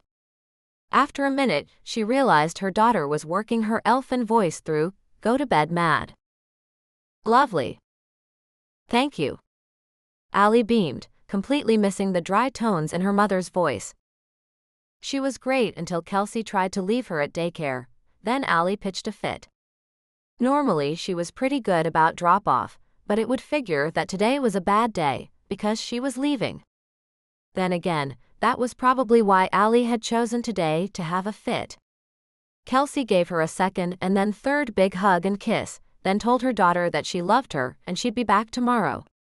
She talked up Bethany, knowing that Allie would be excited about that. Then she walked out of the daycare with renewed respect for Andy, who watched her father leave for a week or longer with great manners. That, of course, slid into a thought of JD. Kelsey missed him. And that slid into a thought of JD leaving, and that last leaving had been the best. She set out what she was going to wear, the great jeans she had bought a while ago, a sweater that was sheer enough to be clingy and sexy, and fuzzy enough to be warm. It also had a great tendency to slip off her shoulder. Then she finally decided on some heels. Her feet might hurt, but she didn't think she'd notice, so why the hell not? With her bags waiting by the door and 2 hours to go, she crawled under the covers and attempted to sleep. After several forced deep breaths, she was at the Cornbread Festival with Wilder on stage. Then the band disappeared. Kelsey searched for them in the crowd, only to wind up face to face with JD. The world melted away beyond them, and his hands were in her hair, holding her so he could kiss her. As though she might try to get away. His mouth was hot and seeking, and she kissed him back, unconcerned that the rest of the world was gone. His lips molded to hers, putting pressure on her to open to him, and she did willingly. She felt his tongue invade her mouth the way he was invading her other senses, as he backed her against a brick wall of a nearby building, holding her there with his own body. Reaching out, Kelsey grabbed him and pulled him closer, as though they might climb inside each other, fighting for dominance in the war their tongues were waging. He pressed against her, allowing her to feel how aroused he was, and she pressed back in a sign of acceptance. His hands left her hair even as the kiss continued, and wandered briefly over her shoulders, tracing her ribs and coming up under her breasts. He took the weight of her in his hands, her shirt having long since disappeared, and his thumbs grazed her. Kelsey gasped for breath and sat bolt upright, staring in disbelief at the darkened room around her. In the next second, her alarm beeped at her, startling her again. God, why couldn't she have stayed asleep just a little longer? She'd been making love to JD at the Cornbread Festival. Still, she hopped out of bed, noticing how warm she felt, and wondering if the covers had been too hot or if she had. She dressed and fussed, and finally pulled on her jacket, checked her tickets, and headed out the door. She drove to Bethany's and traded cars, thanking the girl again. Then headed out to the airport. For a brief moment, she wondered what in the hell she was doing. When she remembered that he'd kissed her, really kissed her, Sunday morning before he left, she knew why she was here, and she got her feet walking toward the airport. The air was warmer and drier inside, and she breathed a sigh of relief before relegating herself to waiting in various lines. The plane was mid-sized and unidentifiable from any other. Finding her seat, she got as comfortable as she could, given that she was stuck on endless loop fantasies about her next-door neighbor. She tried to sleep, but then decided against it. She always felt gummy when she woke up on a plane. After several hours and several cans of Coke, her ears started to pop, signifying that they had begun their descent. Although that didn't last long, the pilot quickly informed them that they had entered a holding pattern as the weather was causing problems. She'd come all this way, she couldn't miss the show now, not for this. She tried to find some zen, but only found her own stupidity. Of course, there were weather problems. She was hovering over Minnesota in the dead of winter. What had she been thinking? In that moment, she felt that last kiss slip through her fingers. As though, if she couldn't get to JD here, there'd be no second chance. Instead, she tried to have patience. She excused herself to the ladies' room and did her makeup. At least, they were making nice smooth circles around the arena in St. Paul. And then she buckled herself back in, and waited again. Finally, they touched down with more than the usual bumps, but Kelsey didn't care. She had her gear over her shoulder, and was in the aisle early enough for the flight attendants to give her dirty looks. The car rental took forever as usual, and she finally drove off in a compact that wasn't at all what she reserved. Right after she got her seat adjusted in the tiny car, her cell phone rang. The faceplate displayed only 2 letters, JD. She turned on the radio and answered. Hey. And tried desperately to sound normal. Are you all right? Oh yeah. She kept it short. She said she was in the car, which was true, and implied that she was around the corner from the house, which wasn't. She told him she'd call back in a few minutes with the kids, which was a blatant lie, and promptly hung up on him. She hightailed it to the theater about an hour away, freezing her ass off until she figured out where the heater button was, and thinking that her destiny was to not make it in time. But she didn't give up, even after 2 wrong turns and a parking spot that guaranteed her heels would get ruined in the sludge that blanketed the lot. Kelsey no longer cared. She pulled her cash and ID from her purse, stuffed it in her pockets, and headed toward the lights. With the weather what it was and the fact that the show should have already started, there were more people selling tickets than buying, and she got one on the cheap. Which was cool, because it was the only thing on this trip that had been cheap. She even managed to snag a pit ticket, which would be fun while Wilder was out playing, but the main group was one that she wasn't overly fond of. Maybe she could find the guys after their set and hang out with them. JD said they usually had a few hours before the bus took off. That was if they hadn't already played and disappeared. She hit the ticket line, and when it scanned, she slipped into the next line to get wanded for metal objects. The security was worse than the airport, and she wondered if she could get cancer from all the scanning. She wasn't stopped again, and managed to beeline past the long lines for beer and liquor, hoping that she hadn't entirely missed the guys. The place was only starting to fill, and there was an announcement on the Trinitron that the whole show had been delayed an hour, because the main band was on a flight that was delayed. Kelsey almost laughed out loud. She knew what they were caught in, and she didn't think an hour was going to cut it. She found an empty seat in the first row, thinking she'd move when the owner showed. But after 10 minutes, she was bored, and didn't even have anything to do with her hands. She'd left the cell phone in the car, so she couldn't call and say she was here. And she didn't think she had what it took to talk her way backstage. There was a bleached blonde with deep dark roots and almost no clothes, trying that very thing with one of the security guys. She was not succeeding. Kelsey wasn't up for that. She wandered out to the ladies' room, then into one of the long lines, where she could get a glass of white wine. It turned out to be a small plastic cup, and while it was in fact white wine, it was hardly what she'd choose. She returned to the seat that wasn't hers and nursed the wine, almost falling asleep about half an hour into the cup. Just as she polished off the wine, she heard music in the theater. Within a minute, a local radio DJ walked out onto the stage to welcome everyone and thank them for waiting. In that short time, the pit became about 5 times as full as it had been earlier.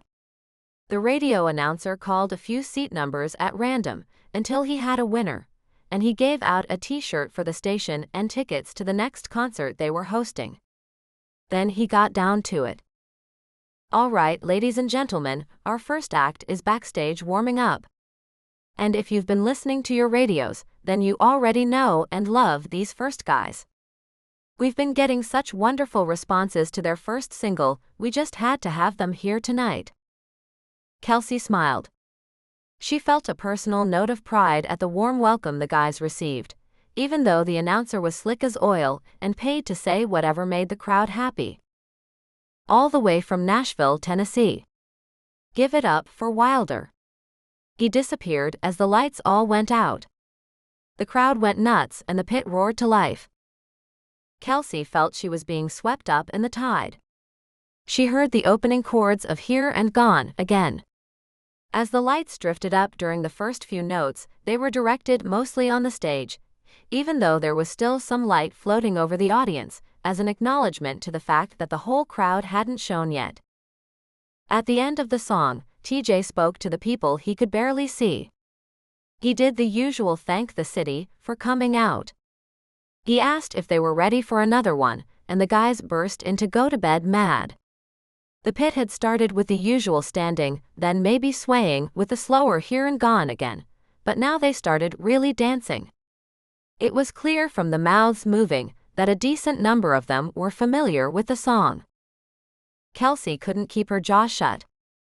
She scanned the crowd, dancing along with them despite feeling a little lost. When she looked up again, JD frowned at her just a bit. It took her a moment to realize he thought she looked like herself. He just didn't believe that it was her. He leaned over to TJ to sing the main line, then casually wandered back to her side of the stage and looked again. But the song ended, and TJ announced another, leaving her no time to really communicate with JD while he was up there. Oh well, she sighed and sang along. She knew this one by heart. No one else in the audience did. She felt just a little superior for it. Again JD wandered to her side of the stage, scanning the audience, which was clearly hard to do by the expression on his face. Only then did she think of what it was like to be up there. The lights were in his face, and the guys might never know she'd been here tonight if she didn't find a way backstage. So she pressed her way toward the front, and she smiled up at JD as he passed by. His expression as he hit the last chord was fleeting, but clearly dumbfounded. He got it together, giving no acknowledgement to her other than the look of surprise that had crossed his features. As he turned, she saw that he mouthed something to TJ, who was sweet-talking the audience again. Kelsey decided to pay attention. This one is new and… Whatever JD had mouthed stopped him from what he was about to say. Smooth as silk, he changed tacks. Well, we need to know what y'all think of it, so afterwards I'll ask and you ladies out there let me know. He grinned something wicked and laughed at his brother while JD and Craig both changed guitars. Kelsey was positively riveted to the spot. She hadn't had a band in her garage for too long. They had a new song, and she hadn't heard it. In a few moments, the guitars joined each other for what was obviously soft and low. The drums were all but non-existent in the background, and TJ started with eyes closed and mic stand clutched like a lover. He sang about what I am. A man, a friend, a shoulder to cry on. Then the I am again, but this time, scared, alone, in need.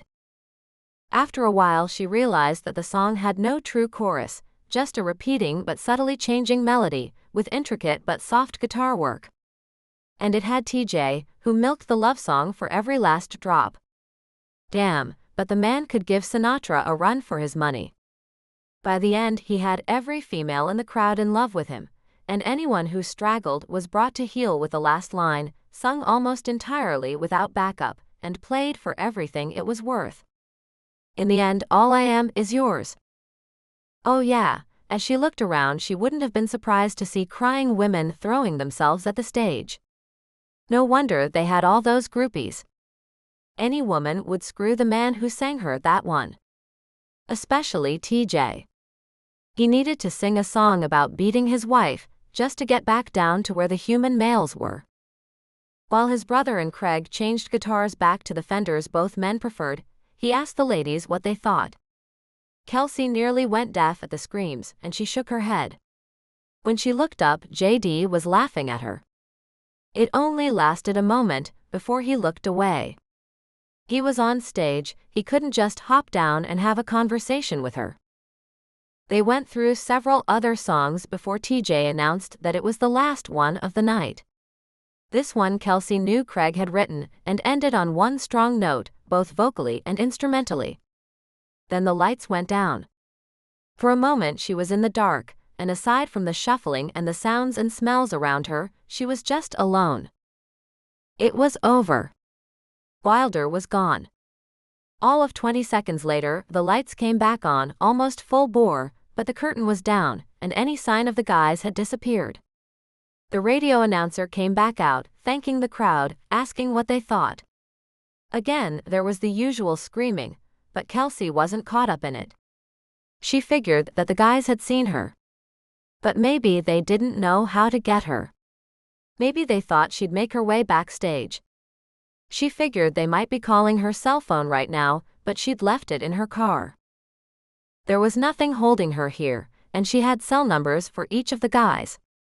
Surely, she could get a hold of one of them and see if there was any chance to hang out? Grab dinner, at least to say hello face to face. The announcer's voice caught her from behind as she was halfway up the stairs. They'll be signing autographs in the lobby and selling copies of their album in just a few minutes. Kelsey smiled. With a new spring in her step, she bounded up the carpeted stairs, hoping to be one of the first on scene for the autographs. She was. She was also among the sanest. There were screaming girls that radio station employees were herding to a set of doors with a curtain, and a table set out with Wilder CDs and 8.5 by 11 reprints of the guys. Kelsey smiled at the display, fingering the album. She hadn't seen the final thing, the total package with the disc and all the photos with the fold-out. One of the people behind the table in a Wilder t-shirt asked if she was planning to buy it. Kelsey was tempted, except she probably didn't have to. Oh, her hand flew to her throat as she realized he thought she was probably attempting to steal it. I designed this, I was just looking at it. Aha. His look said it all. Like 15 girls every night claimed they had designed the album as a cheap ploy to get in with the guys. Kelsey was offended. As a cheap ploy, that had to be somewhat original, right? But she heard a voice she knew and looked up. She did design it. Let her back. Craig smiled at her and enfolded her in a fierce hug. Kelsey, what the hell are you doing here? By the time he finished the question, the rest of the guys had come out the door, and the security guys had ushered her in behind the curtains rather than let one of their wards out. I came to hear you in concert. She grinned, but it didn't last long, before she was enfolded in another hug from behind. Chapter 29. Kelsey. TJ whirled her around and grinned. This is awesome. I can't believe you came all this way. She glowed. She knew it. Never had she expected the guys would be this excited to see her. She really had figured that she'd be something of a nuisance, but she so desperately wanted to see JD that she hadn't cared. Alex hugged her, and girls in the crowd were starting to glare at her. JD just managed a wave and a confused grin before management pulled them all to the table to sign autographs. JD looked up. Can you wait for us? Oh yeah. But after a few minutes it was clear they weren't going anywhere for a while, and she excused herself to run to the car for her purse. When she got back in, she was freezing and had to fight her way back to the edge of the curtain. One girl recognized her and offered her $50 to introduce her to the guys as an old friend. Kelsey refused, then double refused, when the girl said she just had to meet that JD. Kelsey figured fire might have burned in her eyes for a moment, because the chick finally backed off. Kelsey slipped through the curtain after Alex reminded them that she was with the band, which nearly made her laugh out loud. She loved that she was with the band. She pointed to the stacks and asked, "Can I have one?" Alex picked up the nearest one and said, "Sure." When the clerk glared at him, he glared back. "She took all the photos, including that one on your shirt, and we lived in her garage for months. Give her the damn album," with a smile. Kelsey blinked. So did the clerk, who uttered a soft, "Okay." Thanking him, Kelsey promptly tore off the cellophane and security stickers. She was still examining the contents when the guys were herded back through the doors and turned to take her with them. They walked like they knew the place, even though her itinerary said they were only here for today. They wound their way down a long, dull cinderblock hall that went deeper underground, and eventually opened into a large room. There were people milling about, mostly with headphones on, and saying things into the microphones while tapping buttons on walkies attached to their waists. Tables draped in white paper were loaded with food, and as they went by, each of the guys grabbed something and encouraged her to do the same. But she was too keyed up to be hungry. Eventually, they hit a series of dressing rooms. They all stopped, turning to her. "So you came all this way to see us?" "Yeah." She smiled. "I hadn't seen you all on a real stage before." "Are you here for a while?" Alex leaned against the wall, waiting. "Just overnight, I have a room. We can go out." TJ smiled. "I want food. Serious, sit-down food." Kelsey felt the smile get a little more stuck on her face. Somehow, on stage, they really had become a little larger than life. And she knew she was intruding on whatever they usually did. I don't want to get in the way. But they didn't let her finish. No, this is great. You're not in the way. So she agreed. But then TJ turned to Alex. Listen, man, I didn't want to say anything before the show, but Bridget called the bus and she was in a serious snit. You have to go work that out before you go anywhere. I am not fielding another one of those calls. Kelsey started. It was the first she'd heard of any marital anything other than pure bliss. JD leaned over. Bridget upset is someone you don't want to be too close to. Okay. Kelsey just accepted that with a little nod. Alex groaned as he went into his dressing room, muttering something about, "It was good to see you." Craig and TJ went back to get more food, and she was left in the hall with JD, who was looking at her like he still wasn't quite sure she was there. Finally, he shook his head. Come on. He led her to the fourth door and walked inside. I stink. I have to shower. As proclamations went, it wasn't quite what she'd been hoping for. But he closed the door behind her and grabbed her a bottle of water from an ice bucket on the mirrored counter and motioned for her to get comfortable in a chair before he disappeared into the tiny bathroom carved out of a corner of the room. She heard the water start and promptly stood up to survey the room. There were a few magazines lying around, but the room was fairly obviously for generic use. A bowl of candy and granola bars and fruit sat quietly to one side of the long counter. Aside from the cowboy hat and leather bag with clothes falling out of it, nothing in the room spoke of JD. Just then, the water turned off and Kelsey resisted the urge to startle, like she was snooping or something. A minute later, the bathroom door opened and out walked JD, white towel tucked low around his hips and his hands rubbing another one across his head. His broad chest and lean legs were on display for her, whether that's what he intended or not. Kelsey took a second to adjust her gaze from full-on stare. From under the towel, he looked up at her. I can't believe you're here. She almost gulped. This was more of what she had hoped for, but it didn't really tell her anything.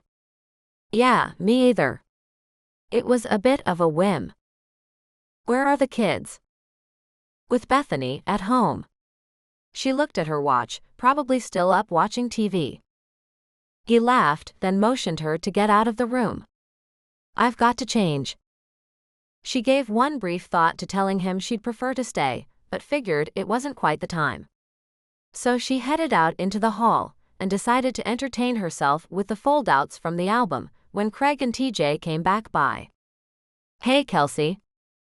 She looked up at Craig, still in his stage clothes and still wearing a look that said he'd worked hard up there. Hey. Listen, we've got to shower, and there were these two girls before the show. We're going to meet them out at the bar across the street. Then we'll call and catch up to you and JD. Sure.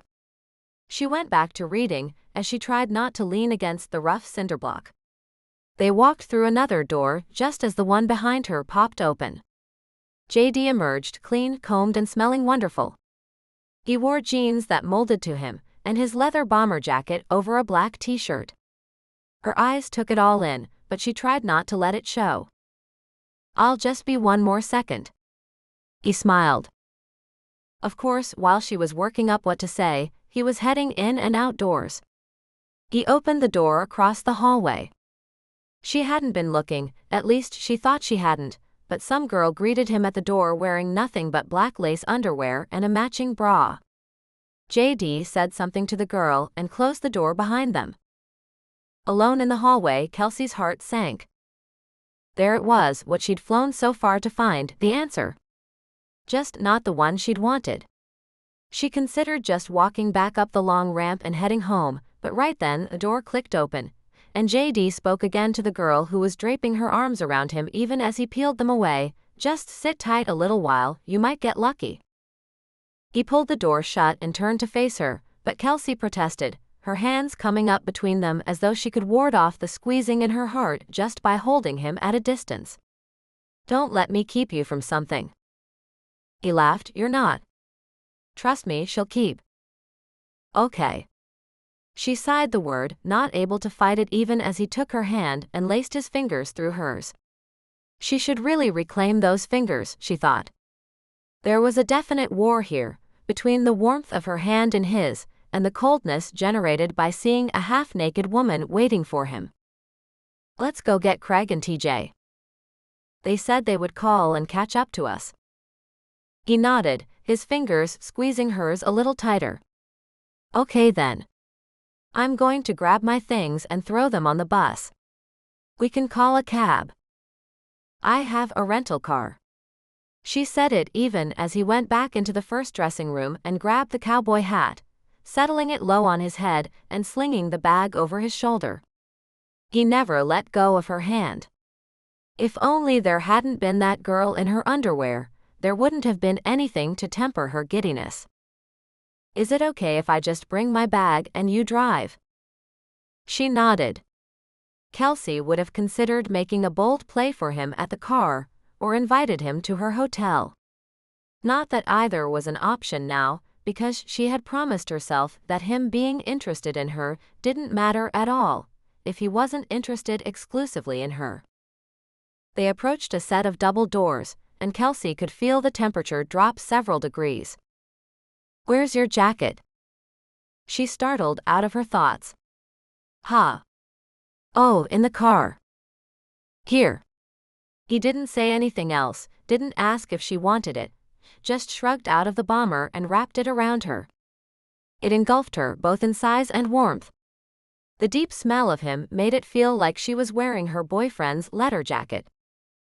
Kelsey scanned the parking lot, trying to get oriented.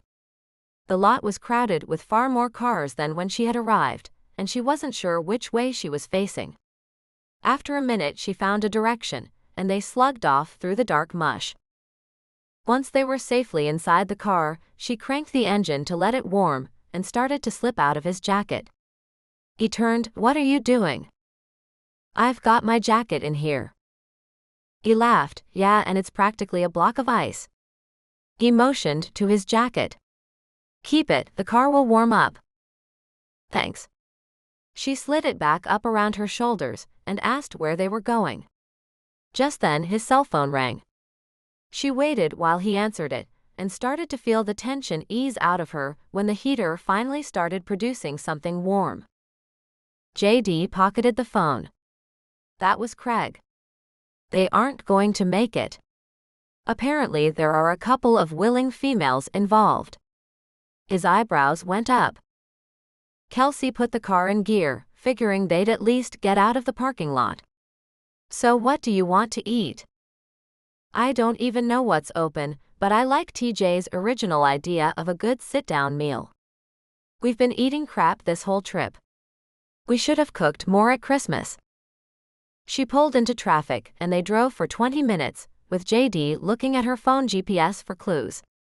4 streets later they saw a diner, and decided they were tired of looking. Still in his jacket, Kelsey followed him in, his fingers somehow once again laced through hers. They slid into a vinyl booth and ordered burgers and milkshakes from a woman who seemed happy as a clam to live in the cold Minnesota winter and wait tables late at night. Kelsey looked up to see JD eye her sideways. I still can't believe you came. Clearly I had to. You guys haven't been in my garage for a while and you've been working up some new stuff.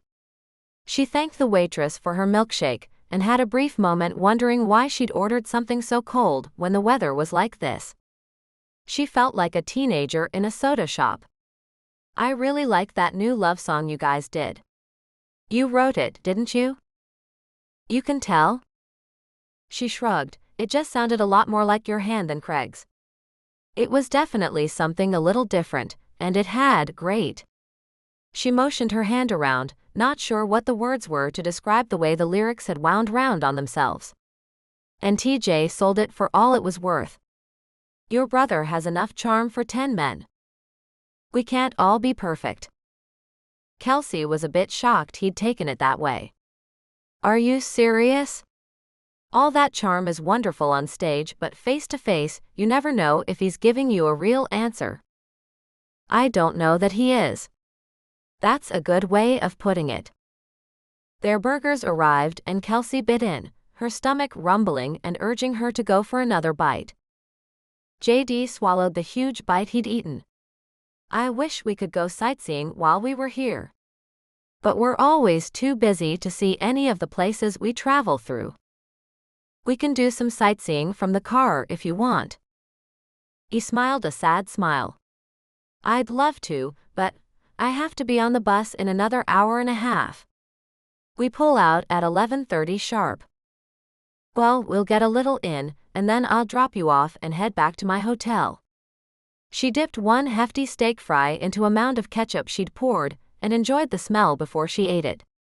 The waitress came by as Kelsey had her mouth full, but JD ordered them both waters. Something else loosened in her chest just then. She'd been thirsty and about to order it herself. They ate for a few more minutes, then the waters arrived, and JD swallowed his like he'd been dry for a year. Have you checked into your room yet? She shook her head. You should stay with us on the bus tonight. Before she could respond, he started up again. I'm wide awake, and it's a total bummer that we have to leave from here so soon. We can drop your rental car off and catch a cab from the airport. You can trade your ticket for a flight out of Chicago. Suddenly he stopped talking and just sat there, waiting for a reaction from her. It was all she could do to finish chewing her bite of burger. She needed a sip of water. As she opened her mouth, he spoke. That's okay, it was just a thought. It'd be fun to have you on the bus. It would be fun. So he just watched her, waiting for her to make a decision. But there was no real decision to make. She hadn't come all this way to toss and turn in some cold hotel bed. She'd saved the price of the room, that was a bonus. Sure, why not? His grin lit up his whole face and made the world change color to something brighter, something deeper. Kelsey hid behind her burger, so he wouldn't see what she was thinking. She couldn't remember the last time anyone had been so happy to have her. Sucking in a breath, she forced herself to take a bite and act calm. But it was too difficult to do when you just realized that you were in love with a man across the vinyl booth from you. Never mind that it probably wasn't returned. She had come for an adventure, and she was going to get one, it seemed. She finished what she could of her burger in silence, and the waitress asked if they wanted dessert. Kelsey did, if for no other purpose than to have something to do, something to occupy her mind and keep her from being so obvious. But JD insisted they had to go if they were going to get the car to the airport and get back to the bus in time. Kelsey excused herself to the ladies' room. She checked her face in the mirror and tried to see if she looked different. She was 32 years old, and she'd never really been in love before. She hadn't let herself. Andy had been the love of her life.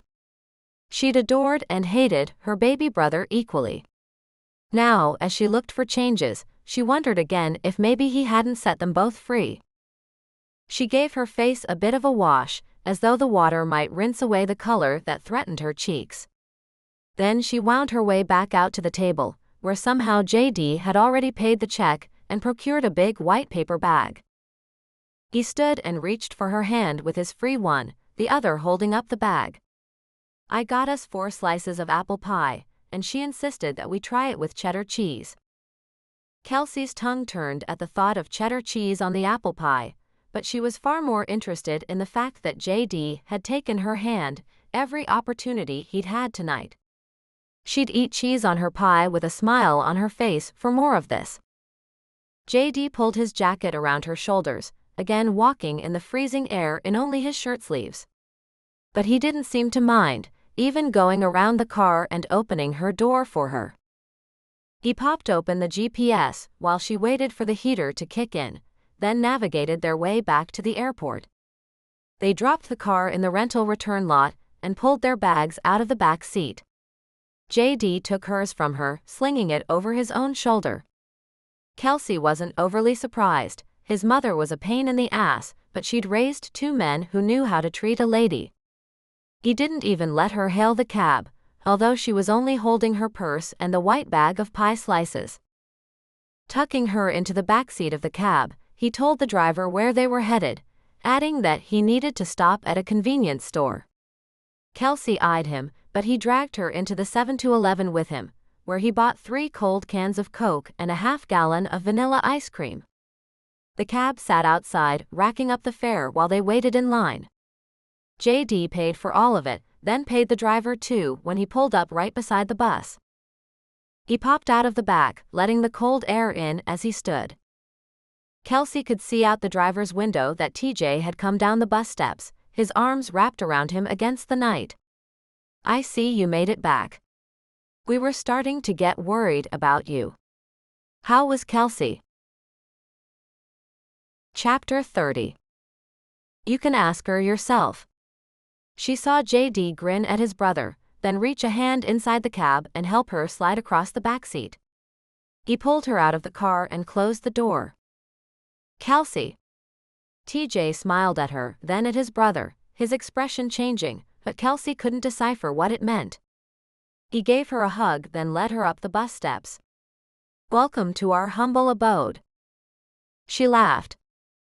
When JD climbed the steps behind her, the driver pulled the doors closed and stepped on the gas. The motion didn't bother any of the guys, still TJ had to grab her arm to steady her. Craig and Alex came out and greeted her as well, but fairly quickly the others all disappeared into their rooms. Kelsey suspected that their speed may have been due to females waiting behind closed accordion doors. Wasn't that why they hadn't made it earlier? JD was missing for a moment, but he quickly appeared out of his own room, having shed the bags inside. He flipped down a tabletop and motioned for her to slide onto the couch that sat directly behind it. Taking the pie bag from her, he pulled out pieces and asked if she wanted hers with cheese. Kelsey refused, then made faces at him while he nuked a slice of cheddar right over his. "It's a Southern thing. Just tell me you'll try a bite." She shook her head, "I don't know." She sat and watched while he pulled out a Coke for her and scooped ice cream, serving the dessert on dinnerware that was nicer than what she had at home. He slid in next to her and proceeded to try to get her to eat a bite of the cheese-covered pie. His slice was gone in moments and hers followed soon after. He asked about the kids. So she told him stories, promised him that Andy's behavior had been fine, and soothed him that it was all right for her to have his daughter this long. He promised her this touring thing was going to slow way down here really soon, and Kelsey told him she was looking forward to that. Later, they decided the pie hadn't been big enough, and they nuked the last 2 pieces. Again he put cheese on his and insisted that she try a bite. Only this time he came after her with a fork full of pie and cheese. "No." He waved it around like you might to a small child who didn't want to eat his strained peas. "Come on, Kelsey, it's good. Try a bite." She shook her head, her mouth clamped together. "You'll like it. I promise." She shook her head again, stifling laughter, until he manually tried to get her to open her mouth. First with his finger on her chin, which almost worked. But when his fingertips traced her lips, they parted in surprise at the ripple that spread through her. He fitted the fork into her open mouth, and she bit down in surprise. He had only fed her a bite of pie, but his eyes held hers in a way that seemed to have nothing to do with pastry. Only as she sucked in a breath did she realize that the pie was in her mouth, and it actually was good. She said so. "Oh my God. Here, have another." He held up the fork again, giving her another bite. And another, until he'd fed her the remainder of the pie. That was so good. The words just tumbled out of her mouth. But another voice interrupted. "Can you two go to bed? It's 2:30. Alex stood in his open doorway, scratching his head and blinking sleepy eyes. "Oh, I'm so sorry. We'll be quiet." Kelsey felt so bad. She'd woken him up in the middle of the night, on a moving motel. "Sorry, Alex." JD scooped up the plates and put them into the sink. He carefully folded the table back up and secured it in place, before grabbing his jacket in one hand and her fingers in the other. He led her down the short hall, just across from Alex's doorway and into his open one. Kelsey's eyes almost bugged out of her head. The room was so small, and there was nowhere to sleep. She almost said so when JD unfolded a bed at her waist height, much like the tabletop had. He added a few pillows while she still stood in the open doorway. "You sleep on that?" "Every night. It's fairly comfortable." She eyed the thin strings supporting it at each end. "It won't hold both of us. I'm surprised it holds you." "I can clear out underneath and you sleep on it." "No. It would drop me on you and kill you in the middle of the night." That thing looked scary. The mattress looked plenty fluffy and it was somewhere just wider than a twin, but those little strings were too weak. She said so. "They're wire, Kels. They'll hold, I promise." He scooted over, and she backed out the door to make room. Turning, he sat himself on the high bed and bounced, promising again, "It'll hold." "You maybe." He grabbed her and pulled her between his spread legs, closing the door behind her.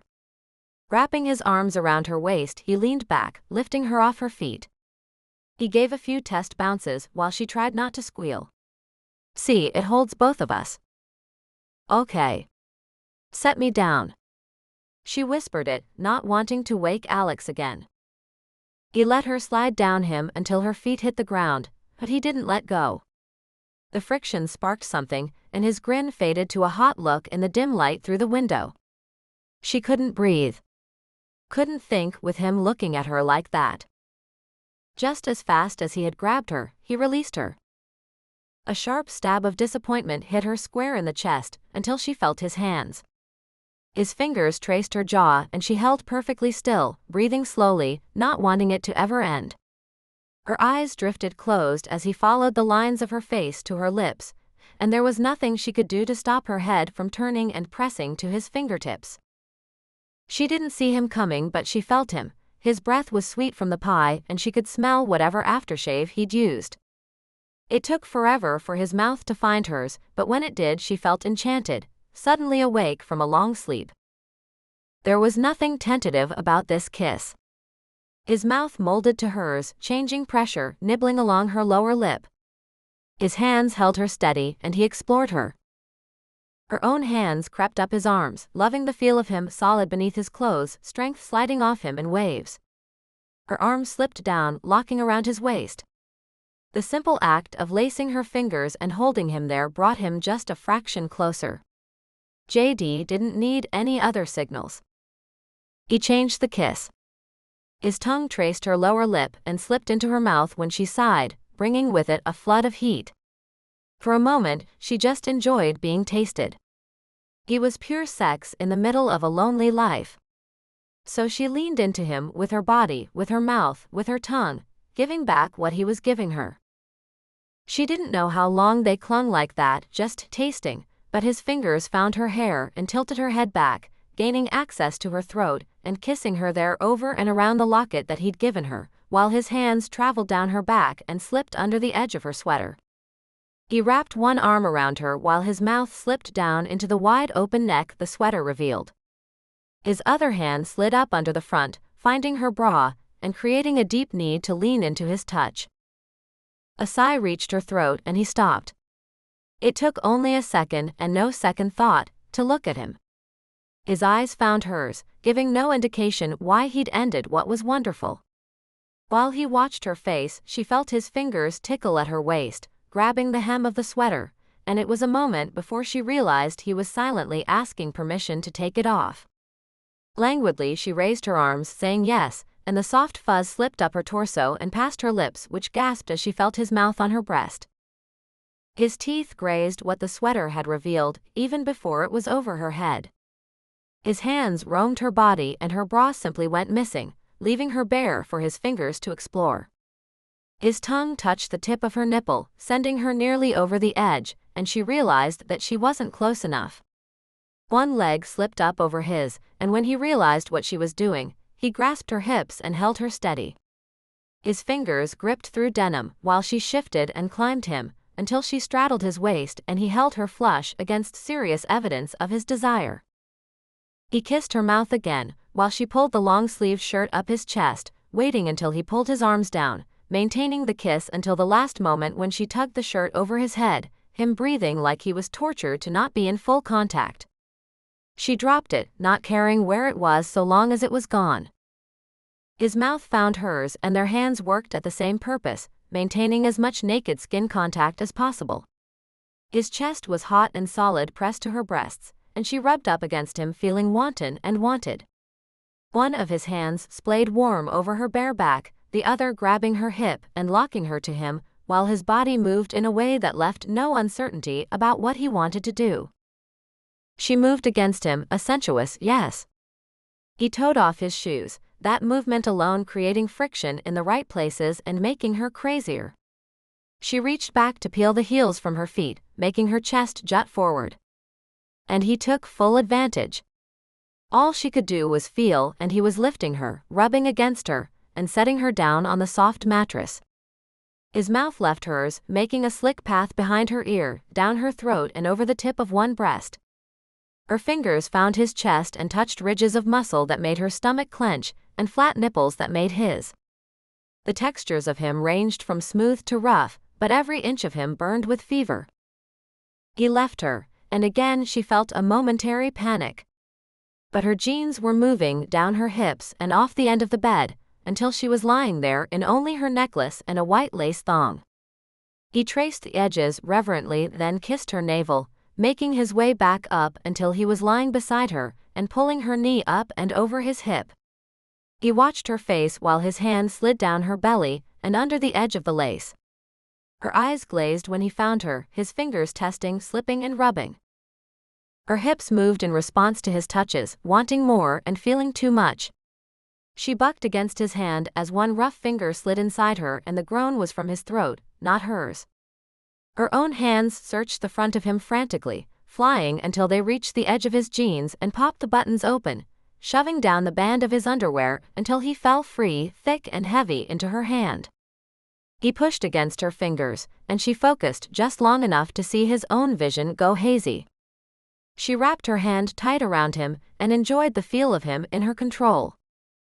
His breathing labored like her own, and his whole body moved in response to her touches. His eyes slipped closed and she leaned in to kiss him, fusing their mouths together in a common want.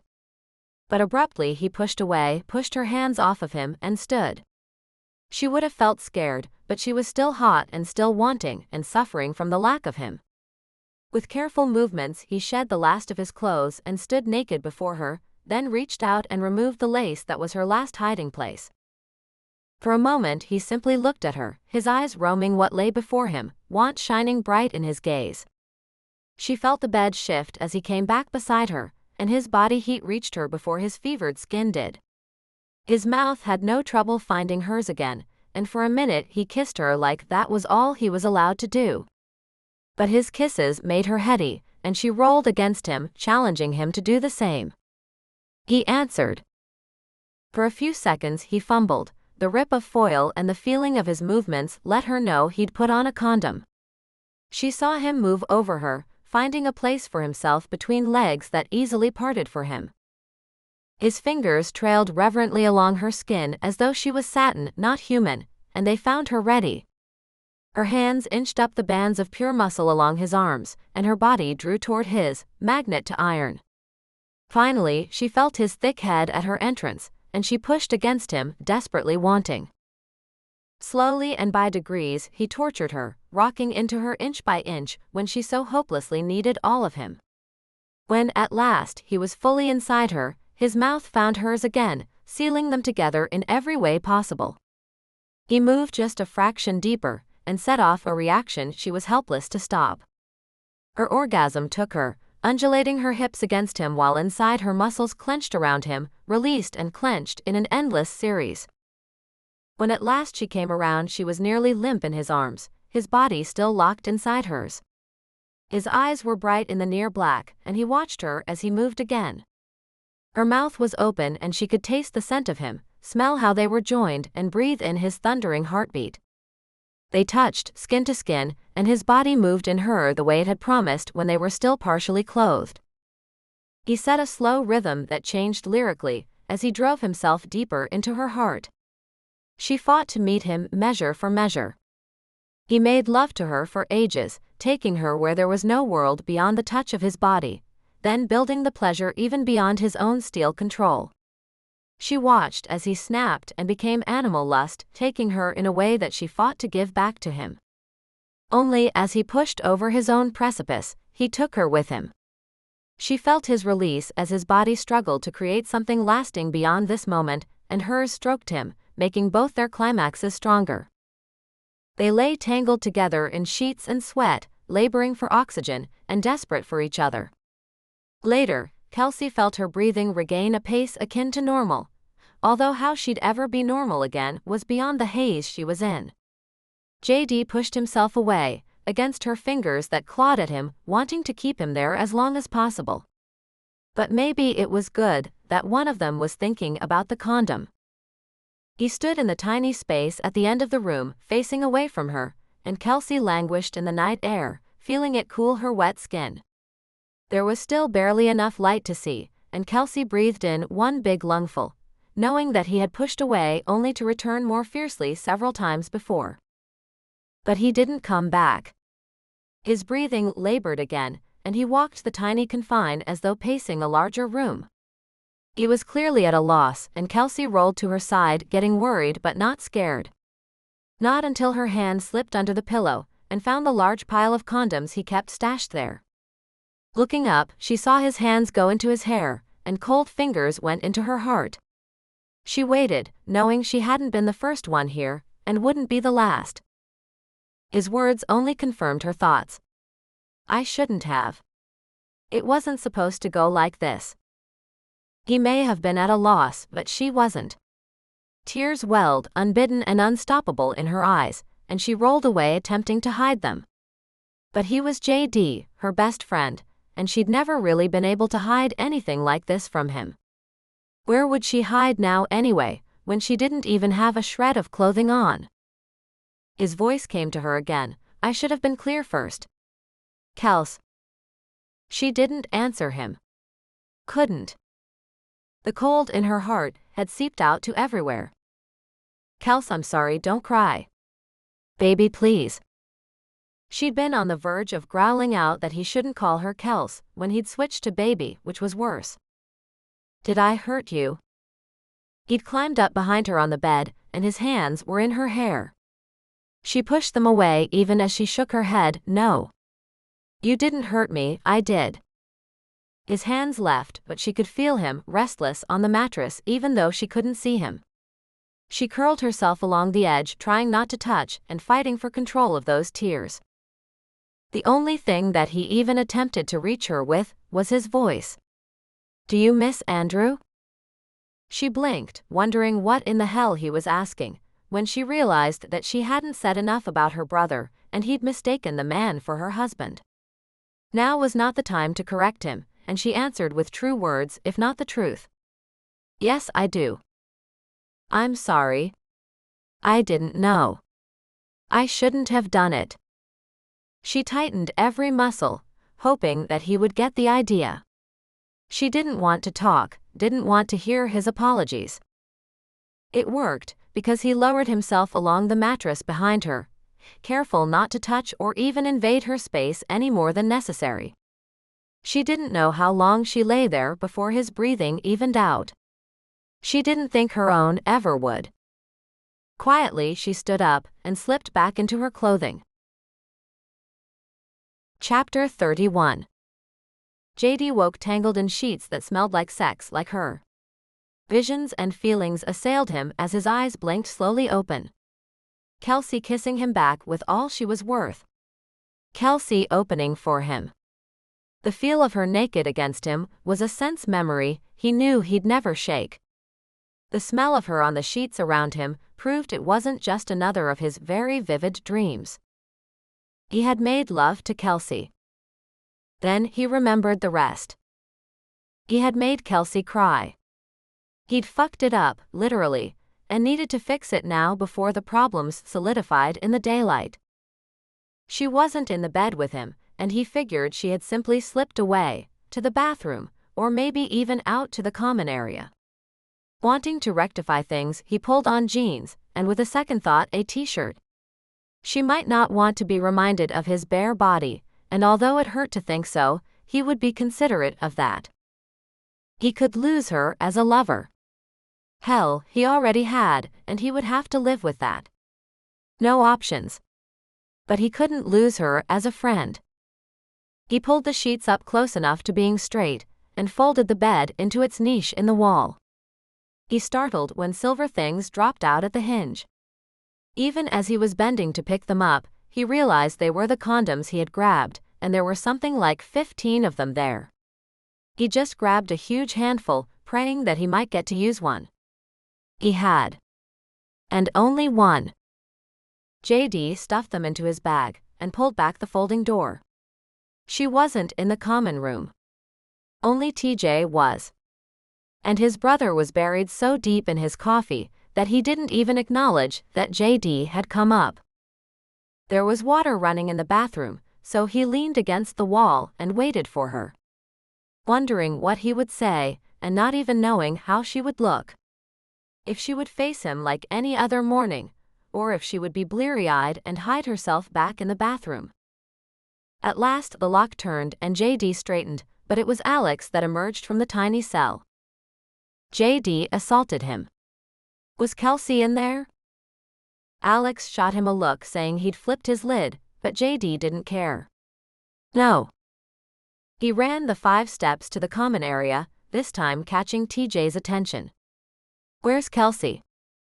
With you. He shook his head. His breathing raced, a panic like he had never known set in. He wondered if she had somehow slipped past him, and was in his room again. He looked. No Kelsey. He stuck his head through Alex's open door, then assaulted Craig, knowing that Kelsey liked him and may have crawled in after leaving him. Craig didn't even get upset, and JD assumed that his terror showed on his face. She wasn't there. All 4 of them converged in the common area toward the front. His voice strained, giving away his feelings, but he didn't care. We're on a moving bus. Where could she have gone? Alex looked at him askance. I thought she was with you. She was at 2:30 last night. That made TJ and Craig raise their eyebrows, but Alex kept talking. I thought I heard some noises that would indicate things were going well. You did. JD laid it out there. It didn't matter what his friends knew. Nothing mattered except finding Kelsey. We did, but I made her cry. TJ stood up, putting his hands on JD's shoulders, but he couldn't stand being touched, even by his younger brother, and he shrugged the hands off. TJ spoke anyway. Listen, JD, the bus wasn't in constant motion. Maybe she got off. Where are her things? JD barely heard the end of the question. He slammed toward the very front, crossing the line he wasn't supposed to while the bus was in motion, and he got the driver's attention. Ben, did the woman who came on last night get off? Ben nodded. Yup. About 4:30. But she didn't get back on? Horrifying thoughts assaulted him. Had Ben left her there? Was she stranded?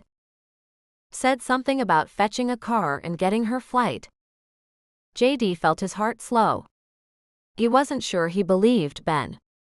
Surely Kelsey wouldn't have.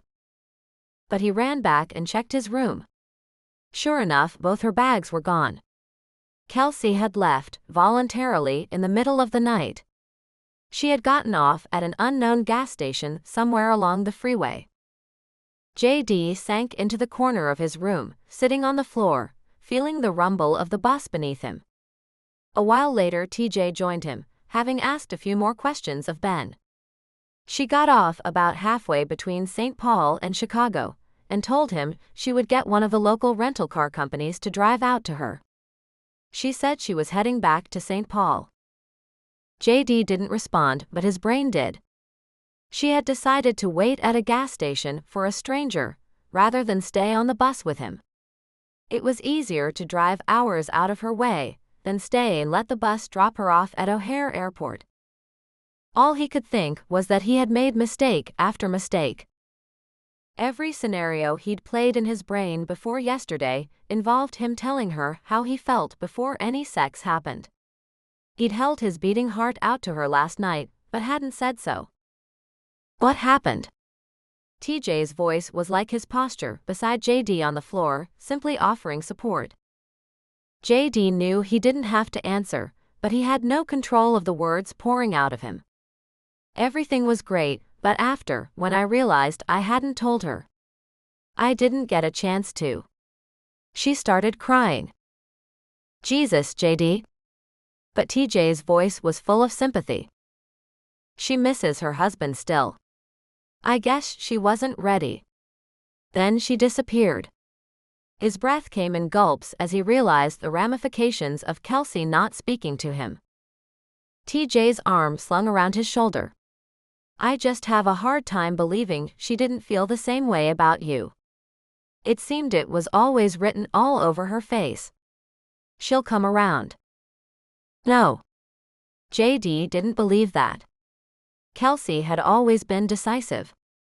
She stuck to her guns. She wouldn't have run if she'd intended to turn around. Sometimes women are just slow to see what's in front of their faces. People say it's men, but that's not always true. JD prayed his brother was right, but he didn't believe the plea would be answered. He prayed that Kelsey was all right. TJ fished through the leather bag in the corner, pulling out his brother's cell phone. JD stared at it as it was slapped into his hand. Call her. Find out if she's okay. JD nodded, hitting speed dial. It went straight to voicemail, sending his heart pounding again. What if she wasn't okay? What if she was beside the road, or something had happened at that gas station? TJ watched and tried again. Would the babysitter know where she is? JD nodded and punched through his contact list until he had Bethany. He waited while the phone rang, his hands close to full-on shaking. He didn't know if Kelsey would ever speak to him again, but worse, he didn't know where she was, didn't know if she was safe. Hello. Bethany. It's JD. Oh hey, how are? He cut her off, he didn't have time for pleasantries. Do you know where Kelsey is? He heard the frown in her voice, but she answered. She called a few hours ago, said her flight was a little late, and asked if I could pick up the kids at school. Is that okay? Are you coming back? His breath expelled and his shoulders sighed. Kelsey was okay. Her phone wasn't answering because she was in the air. No, it's okay. Thank you, Bethany. He simply hung up, unwilling to listen any further, unable to carry on a conversation. She's all right. TJ could tell just from watching JD's posture. She's on a later flight. Okay. TJ's hand rested on JD's shoulder while he stood. Silently, he left. In a moment, JD was alone in the corner of his room, his head resting in his hands. He didn't see how things had gone so wrong when they had felt so right. Maybe they had only felt that way to him. In his head, it hadn't been sex, it had been something he'd never experienced before. Afterward, had been something he'd never experienced before either. He'd had no idea how to handle it, and clearly he'd handled it wrong. Those same thoughts cycled through his brain. Never really changing, just seeping deeper and deeper into him, down into some level of acceptance of what had happened. At one point TJ had brought him food. JD had wanted to tell his brother where to put it. He was spoiling for a chance to yell his frustrations at someone. But he discovered he hadn't the energy. Later, the bus rumble changed underneath him, although JD barely noticed it until it bounced him around too much. Just then he felt the bus stop and the small lurch as the brake was set. Again TJ came to sit beside him. For a moment he just sat, offering his presence. But he was TJ, and it wasn't long before he offered his voice too. She should be home now, right? With the kids? JD looked at his watch. Somehow it had become 4 in the afternoon, and from the view out the window, he was very much in Chicago. He nodded. TJ simply picked up the cell phone that JD had left lying beside him on the floor. It hadn't rung. She wasn't calling him. You always call her when we get in. JD didn't answer, so TJ punched buttons until he found Kelsey's number. JD didn't pay attention until his brother handed him the phone. It's ringing. He panicked, his thoughts and heart racing, but TJ saw that and talked him down. You always call her when we get in, you can't change that now. You have to go on tonight. And you clearly need to hear her voice. What if she hangs up? He didn't get to worry further than that because her voice answered, sweet and unsure. Hello. TJ left the room, and JD closed his eyes, using all his energy for the conversation. Hey Kels, it's me JD. He didn't know why he'd said that. I know. I just wanted to see if you got in okay. Something in her tone softened. Yeah, I'm here and so are the kids. She sounded like she was about to hand him off, so he butted in. You gave me a hell of a scare.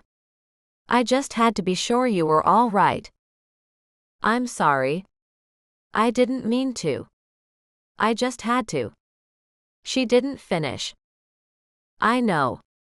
I just needed to hear your voice. He sighed, too tired to think of anything else to say. Can you put Andy on? Of course. A few moments and a few shuffling noises later he heard his daughter, bright and cheerful. Hi Daddy. It was exactly what he needed. Somehow he made it on stage that evening. The guys asked nothing of him, except that he hit his notes. He spent Friday in a haze, trying to figure out what to do to fix the rift between himself and Kelsey, but he came up with no solutions. When the bus stopped, they had only half an hour to unload. But TJ showed up in his room again, and handed him the cell phone. Call her. JD shook his head. I called her yesterday. She's okay. You call her every day. And things are not okay. I can see that in your face. He held the phone out, waiting for JD to take it from his hand. But JD didn't. TJ continued, I would imagine her face looks much the same. She needs to hear from you. Call her. Still, JD simply looked out the window at the unfamiliar skyline that had come to a standstill. He didn't even know where they were, and he didn't care. What he did know was that TJ was almost right. Kelsey probably didn't need to hear from him, but he needed to hear her voice. Needed to put every patch in place before he had to face her. So he took the phone. TJ looked at him, good boy. At any other time it would have been insulting, but right now it just passed by. TJ stood in the doorway just long enough to see that JD dialed Kelsey's number, then shut the pocket door and left him with his thoughts and the ringing of the phone. It rang long enough that he wasn't sure she would pick up. The dreary sky outside beyond the bus let loose, hitting the window with a smack of rain, and keeping him from hearing any noises from the phone. Her soft voice startled him. Hey JD. Hi. It bothered him how he warmed because she had simply picked up and deigned to speak to him. For a moment he couldn't think of anything else to say, but he realized if he didn't speak, things would only get worse. I wanted to see how you were doing. Do you want to speak to the kids? No. His voice sounded weary to his own ears. I want to talk to you. Tell me what's going on. She could have interpreted that any way she wanted. I got a check from the label. And it's huge. There was a pause. I thought I would take the kids on a small vacation later. You deserve one. Maybe you leave the kids with me and you go with a friend. He smiled, until he realized that he might wind up babysitting while she went on an overnight with a date. His stomach turned at the very thought, but he worked hard to hold steady. There was a pause. He had caused it. They had never had pauses before, but after a few seconds ticked by unused, she filled it in. Brenda called me. They wanted to know what I would do with photos of their girl band. For t-shirts, a poster. He gave her what she'd given him. Of course she did. You're an amazing photographer. You'll get it. Thank you. She didn't pause, but her voice was soft, as though she couldn't quite commit herself to the volume required to be excited. I have to research the band. So, if you could watch the kids a few nights, I could go see them perform.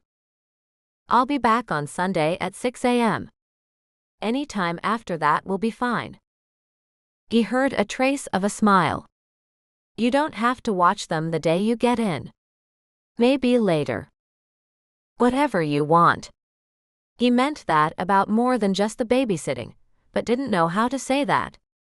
He would give her anything, except unlimited space from him. He just needed her too much. When he hung up, he hadn't spoken to the kids at all. He wished he'd had time, but repairing things with Kelsey was far more important. That night he went on stage remembering what he played for, Kelsey's studio. He asked her Saturday evening when he called if she had started clearing the garage for her portrait shop yet. She hadn't. She asked if Alex and Bridget had patched things up. As far as he knew, Alex had fixed them that very evening. If only he could do as well. This time he asked if he could let himself in and sleep on the futon, so he'd be there when Andy woke up. She hesitated. After all the times that she had let him in there and sent him to bed, all the days he had just stayed there when the layover between tours was too short, she hesitated. He was about to promise that he'd stay in the back room, that he wouldn't come climb into bed with her, when she said, sure, that would be okay. Thank you. It grated. He'd never had to ask her before. Never felt the urge to thank her profusely just for letting him stay. Of course, he had never before pushed himself on her and made her cry. They hung up, and he went about getting into the theater, and getting his bag into his dressing room. All the while, he was thinking that he knew he hadn't forced himself on her. She'd been willing at the time. But maybe if he'd talked to her first instead of just kissing her and totally losing his head, they both would have realized how she felt and not made such a colossal mistake. Of course, if they had talked and he had told her how he felt, she might have pulled away just as much. Maybe it was better the way it had gone down. He had a chance to redeem himself. The only problem was that he knew what it felt like to be inside her, to have her kiss him back and move with him. But he wouldn't have that again, and the knowledge only hurt him. So he shoved it to the far reaches of his brain. He went out on stage and tried to smile. He played for the people in the audience, trying to convert new fans. They would support him in the coming months, if the band could rack up the numbers. He did a fine job of faking it, until they got to I Am. The song was now a knife twisting deep in his chest. He realized that he had written that song too close to the heart. He hadn't played with anything to make the song work better. He'd simply told it exactly as it was. The problem now was that he recognized that he was all those things in the song. Except for one, hopeful. TJ sang the last line in the spotlight. The instruments were quiet, the way it was intended to be.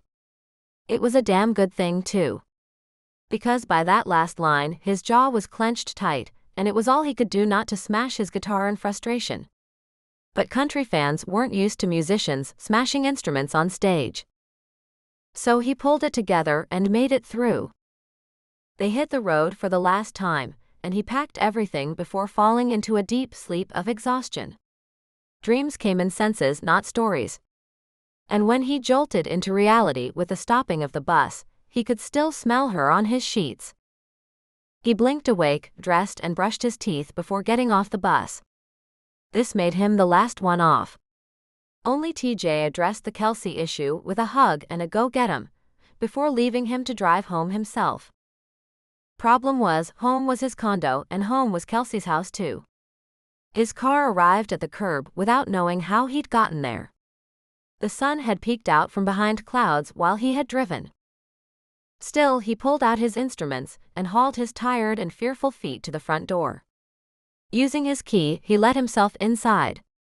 The kids rushed at him, already awake and up, screaming and clamoring for hugs and kisses. He grabbed each of them in turn, giving a bear hug and asking how they were. But there were only the 3 kids, and it didn't take that long. Kelsey had stood at the fringes of the frenzy in her oversized t-shirt, but this time she had pulled on sleep pants, and JD felt the loss right there with the idea that she had already altered things because of Wednesday. She would glance at him, meet his eyes, and offer a forced smile before looking away. Still, he did it. He stood up and looked her square in the face and held his arms out to her. She hesitated until he felt the sting of rejection. Then her feet started to move. She came to him, and the hug she gave him was stiff and awkward, but it was all he was allowed to hope for. She started to pull away, and he wasn't going to hold her too tight to keep her there. Instead, he waylaid her by leaning over and speaking into her ear. "I'm sorry." He felt her head shake no from where she had leaned against him. This time she whispered, "Don't be. It was my fault." "No. It was mine." Chapter 32. JD ran home to get nicer clothes before they all went to church. Andy walked with Allie and Daniel, the 3 of them chattering endlessly. Kelsey was clearly in control of the little group. And he wasn't included. It was the same thing they'd done plenty of times before. Only this time, he didn't hold her hand. She didn't even scoot closer to him after the kids had left for the story. She remained a full seat away on the hard pew.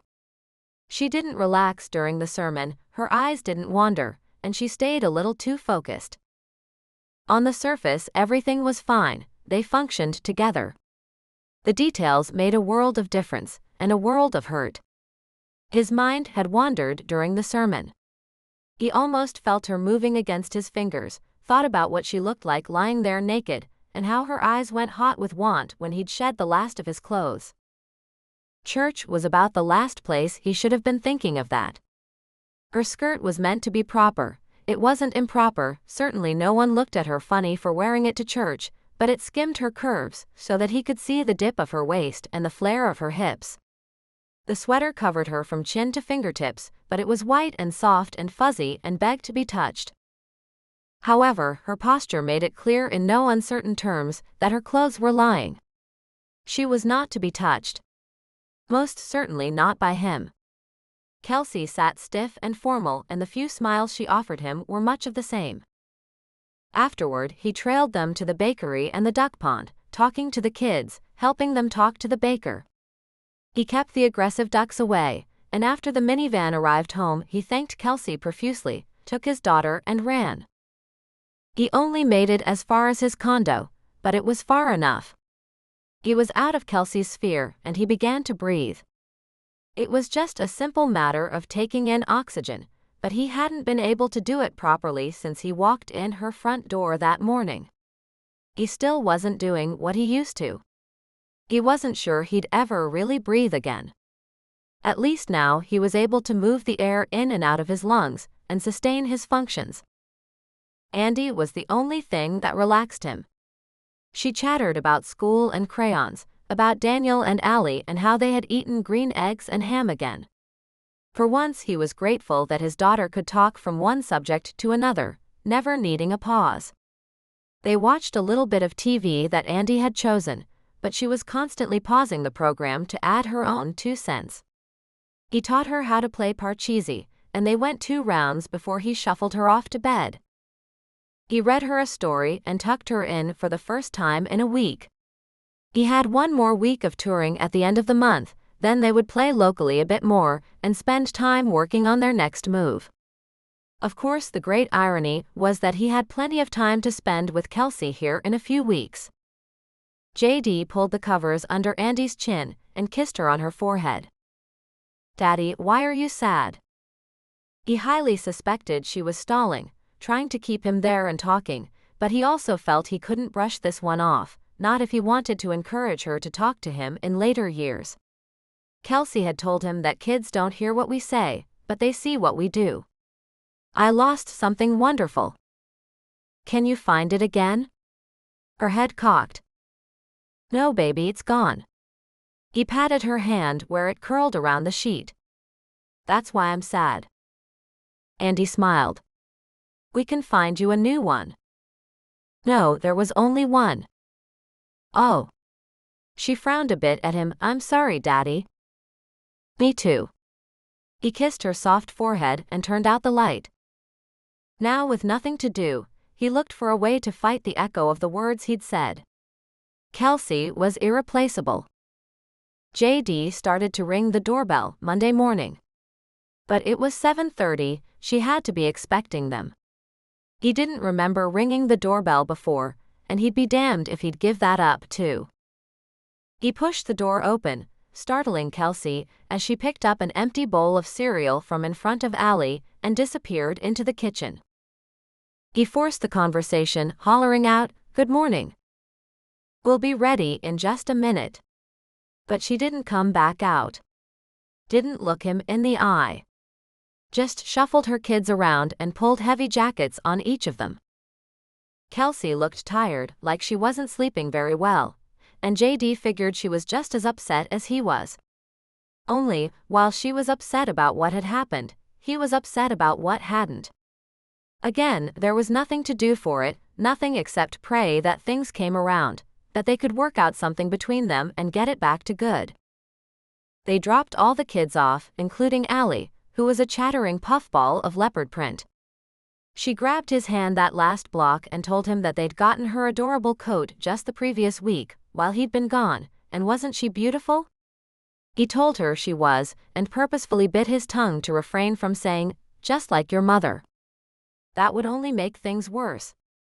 He wondered if Kelsey had dropped Allie off last to have less time alone with him. He shoved his hands deep in his pockets to keep them warm, and to stall the itch to hold her hand in his.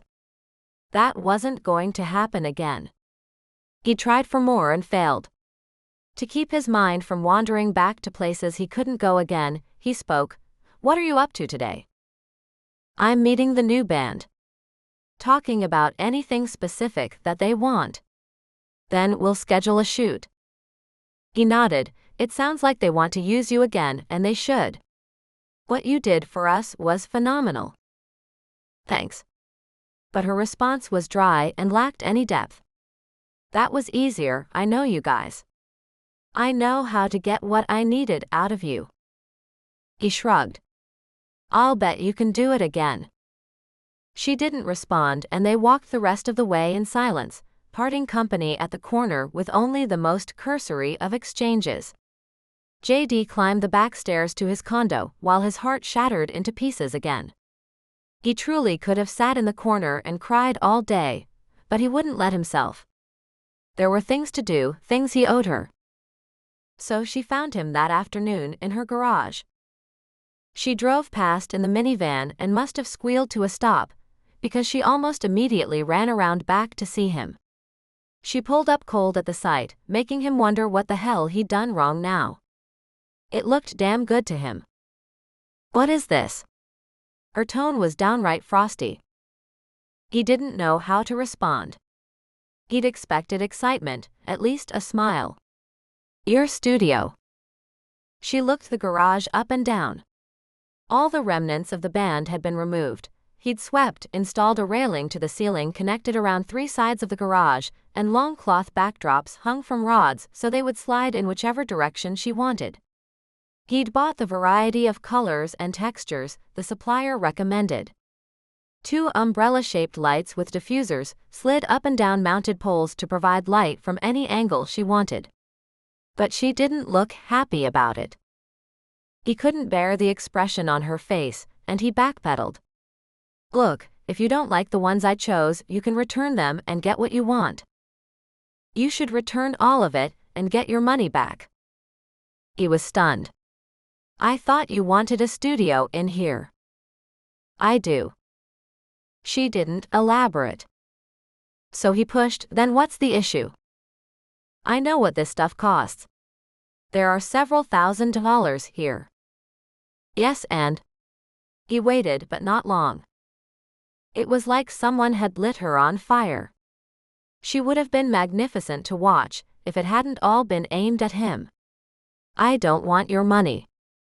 You don't owe me anything. I made a horrible mistake, but I made it. She pressed her fingers to her heart. You throwing money at it makes it worse. It hit like bricks. She felt like a whore, like he was paying her for the other night. And it was his turn to go up in a flash. He'd never been so insulted, and by someone who was supposed to know him better than anyone else. His voice slid out like ice. This was my plan for my first paycheck from way back when we were signed. It was a goddamned present. A thank you for everything you did. If you want to trash it or burn it or return it, that's your prerogative. But if you want to throw it back in my face, that's too bad. Because my face won't be here to throw it at. It's a damned gift. The wrench he didn't realize he'd still been holding slipped from his fingers, hitting the cement floor with a clang to rattle the windows. He didn't look at her. Didn't care if she was stunned or mad or what. JD simply walked away. Chapter 33. JD drove to pick up Andy that afternoon, and wondered why the hell he'd been walking in the cold all this time. He knew, of course. He'd been walking because Kelsey walked. And because he got to walk with her.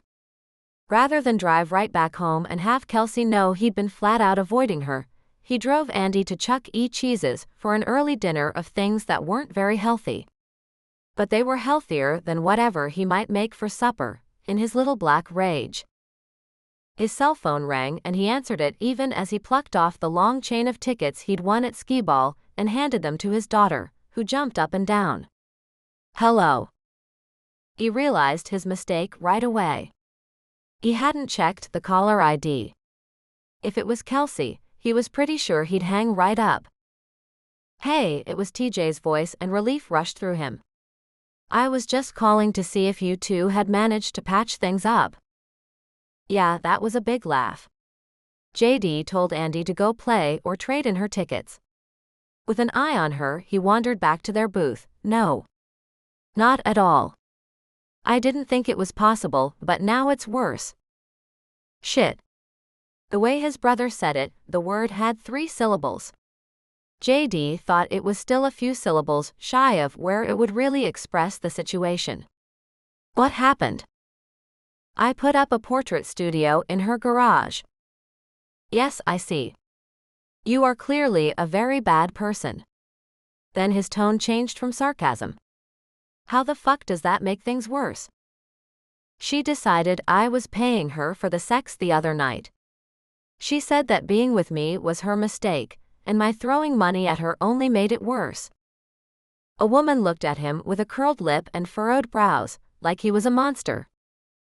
JD was about to tell her where to stuff it, when he realized he'd spoken at a fairly normal volume in the middle of Kittyland about whether or not he'd treated his neighbor like a whore. Oh hell, JD. He could practically see his brother pacing the tiny apartment kitchen. I have to say, I expected you to yell at me for interrupting the two of you having hot monkey sex. Yeah, that's not going to happen. I still say it will. TJ had some sort of belief in this shit. He'd always had it. He'd believed that he would marry his high school girlfriend. Never mind that everyone else could see that one was over before it had started. Or that JD was pretty certain his brother had cheated on the girl. TJ just wasn't the most reputable source for predictions of everlasting love. Well, it won't. I'm done. JD, you two just need to talk a boo. JD hung up on his brother. JD drove Andy to school the following morning and picked her up the same way. He saw Kelsey walking with her kids, but he didn't wave or anything. He'd been icy and numb for about 48 hours. He figured that was good. He was in for a world of hurt when the cold wore off, and there wouldn't be much he could do about it. At least this way he could function. He fixed macaroni and cheese with applesauce for dinner, and served it on paper plates with plastic spoons so he wouldn't have to wash anything. He figured Andy would get her daily allowance of polyvinyl. Then he looked at the calendar and marked a big black X exactly 1 week out. On that day, he would have to start cooking healthy meals and stop sleepwalking around. But he had until then to refuse to feel anything. He figured he was entitled. As part of his entitlement, he sat on the couch and watched stupid TV, flipping channels each time there was a commercial, and giving Andy cursory help with her tracing letters homework. About an hour later, a knock came at his back door. JD dragged himself to his feet, mentally shuffling through the possibilities. Alex with Bridget problems, Craig with TJ problems, or TJ come to talk about Kelsey problems. If it was TJ, he'd just close the door again. But it was Kelsey, and she looked scared. "Help me." Blood flooded him. The panic was instantaneous. She needed him. He grabbed her arms and looked her in the eyes. "What is it?"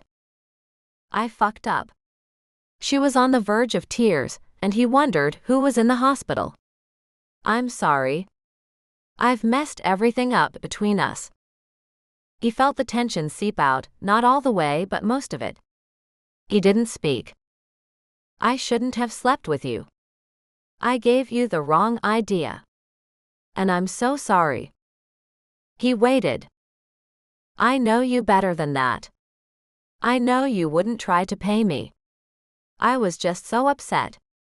Fat tears had welled in her eyes and now spilled over onto her cheeks. He wanted to brush them away, but checked the urge. He simply stood there in the open doorway, letting the heat out and the cold in. And waiting. "I can't handle not talking to you, JD. I can't stand this." Neither could he really, but she kept going, not letting him talk. "I lost Andrew because I had no other choice. But I have a choice here, and I'll do everything in my power to keep you. I love you." His breath sucked in and he stepped toward her. When she said that, he couldn't have stopped himself from taking her into his embrace if he'd been told the entire world depended on it. Her voice came to him, this time from the front of his sweater where she'd tucked her face. "I can't lose you. You're my best friend." Again with the letdown. He didn't know how many times he could survive getting dropped from a high place. Kelsey's arms were wrapped around his waist where she'd snuggled herself into the hug she'd wrangled with that, "I love you." He had been a fool, not anticipating the like a brother that came after. She tipped her head back to look up at him, but when he finally looked at her face, her eyes were squeezed shut. She spoke in frightened tones. "Say something." He sighed and hugged her. He did it because she was pressed into his arms, and because he knew he had no chance in hell of successfully pushing her away. He resigned. "We'll work it out." Her sigh was audible, but she didn't open her eyes. "Thank you. I can't stand us not talking." Neither could he, but he didn't say so. This time she looked. "Tell me you and Andy will be over tomorrow morning to walk to school." "We'll be there." He told himself he was 7 kinds of fool. "I have to go. I left Daniel in charge." She wiped at her face as she turned to head down the steps. JD just watched her go and saw her turn around at the bottom. Her hand rested on the railing, and she looked up at him with big, soft eyes. "And thank you for the studio. Once I realized I was being an idiot, I realized that I love it." "You're welcome." Her smile was genuine and wide, if painted with the remnants of tears. Then she wandered off into the night. Brenda Lyle sipped at the glass of Merlot Kelsey had served. JD leaned back in his seat nursing his own glass of beer, glad that he hadn't said yes to the wine. He could smell the foul stuff in the women's glasses from where he sat. Kelsey had invited Brenda and her son over for dinner, and him and Andy too. The kids were off playing in the back, and Brenda was explaining the label she'd co-founded while Kelsey cleared the table. He'd offered to help, but like she always had lately, she'd refused. And in those jeans, he couldn't say he really minded watching her walk away each time she came back for a different set of dinnerware. Brenda spoke again, pulling his attention away from Kelsey's gorgeous ass. Which was probably a good thing. We all worked for different big labels, and we realized that no one there was in charge of their own life. Not even the artists. We were all a slave to the label. She shrugged and took another sip of the Merlot. So we mortgaged our houses, and John Abbott put in his inheritance, and we started Heartbeats. JD nodded. That's why you were willing to take us, even though I couldn't hit the road all the time. Brenda nodded. I wanted to see my kid grow up. It was one of those there just had to be a better way situations. Speaking of, you guys are on hiatus from touring for a while now. I know you need some time with your little girl. Haley Watkins stepped up and filled this next week's roster for you guys. JD smiled and relaxed a little. It would mean that he could help Kelsey out for a while. That would be a nice change. Maybe they'd be around each other enough to sort things out and ease off the rough edges. Right now they were in an uneasy truce. Brenda spoke again. Kelsey, I want to talk to you about the straight-up contract tomorrow. JD warmed inside. His girl had gotten the go-ahead to do the photos for the up-and-coming girl band. Brenda turned her attention back to JD, and he almost laughed. The woman had quit a job she was a slave to, but the job was clearly her passion. She couldn't not talk business at the dinner table. But since she was delivering only good news so far, he let her. Wilder may be off tour, but you guys are going to be interviewing on the local radio stations and a few around the area. We're going to get you to 2 places a week, hopefully at drive time, if that's okay. Like where? Memphis, Atlanta, Louisville, Charlotte. She grinned. Houston, Dallas, and Austin if we can swing it. His heart fell. I won't really be home then, will I? Brenda made a stern face. Don't look at me like that. You'll puddle jump out early and be back in town by noon. Kelsey piped up. I'll take Andy to school. I'm right here. She'd been a little overly helpful since her apology. He'd have to find a way to curb that. He just wanted Kelsey back again. Brenda talked about the other players at Heartbeats. John's going to have your album in Target and Walmart before the month is out. Lisa's going to get all the interviews lined up. And Bart wants to get you back into the studio to record I Am. She discussed a few options for it, since they missed getting it on the album. Brenda couldn't decide if they should release it right away or hold it for the next album. It's evolutionary to your other work, really. I know. Kelsey agreed, it's my personal favorite. JD couldn't help the wry twist that curled the corner of his lip, or the thought that freight trained through his brain. There was a perverse joy he found in the irony. Of course she loved it, it was hers. After the wine had time to clear from her head, Brenda gathered her little boy and took him home. JD started to gather Andy too, but the kids had made a monumental mess. Kelsey was scrubbing dishes and loading the washer, so he directed all 3 kids in cleanup. When Andy picked up an elf, and he realized that her pants were too short, too small. He told her so. Nah. The protest startled him. Andy, they don't fit. Daniel looked up at him with a sage expression. They fit fine. She's wearing them like Mom does. JD looked at Daniel, wondering what in the hell the kid was talking about. Your mom does not wear high waters. Daniel obviously didn't know what that meant, but he countered anyway. They're too tight. JD thought about the way they hugged her curves, and how his hands itched to grab her. Those jeans made other parts of him itch too. You're right, they are too tight. He bent over, laughing to himself, to pick up another pastel-colored pony, and saw the heeled boots standing in the doorway. His eyes followed them up long thin legs to where they created a small gap before her sweater, showing off a sweet piece of skin that he could no longer touch. The sweater clung to curves that were also hands-off. But her face was devastated, her mouth hung open, and she stood stock still. Kels. No, it's okay. She turned and fled down the hall while he blinked. For a moment he stood there, unable to think of anything to say. He could explain that the jeans were too tight because they turned him on. But she sure as hell didn't want to be reminded of that night, which was all that telling her about his thoughts would do. He looked around Daniel's room for something sharp enough to cut a few good veins, so he could bleed to death before he choked on his own feet. Chapter 34. Kelsey sang softly to herself as she did the dishes. The guys were in the back, playing video games with the kids. Bridget was egging them on.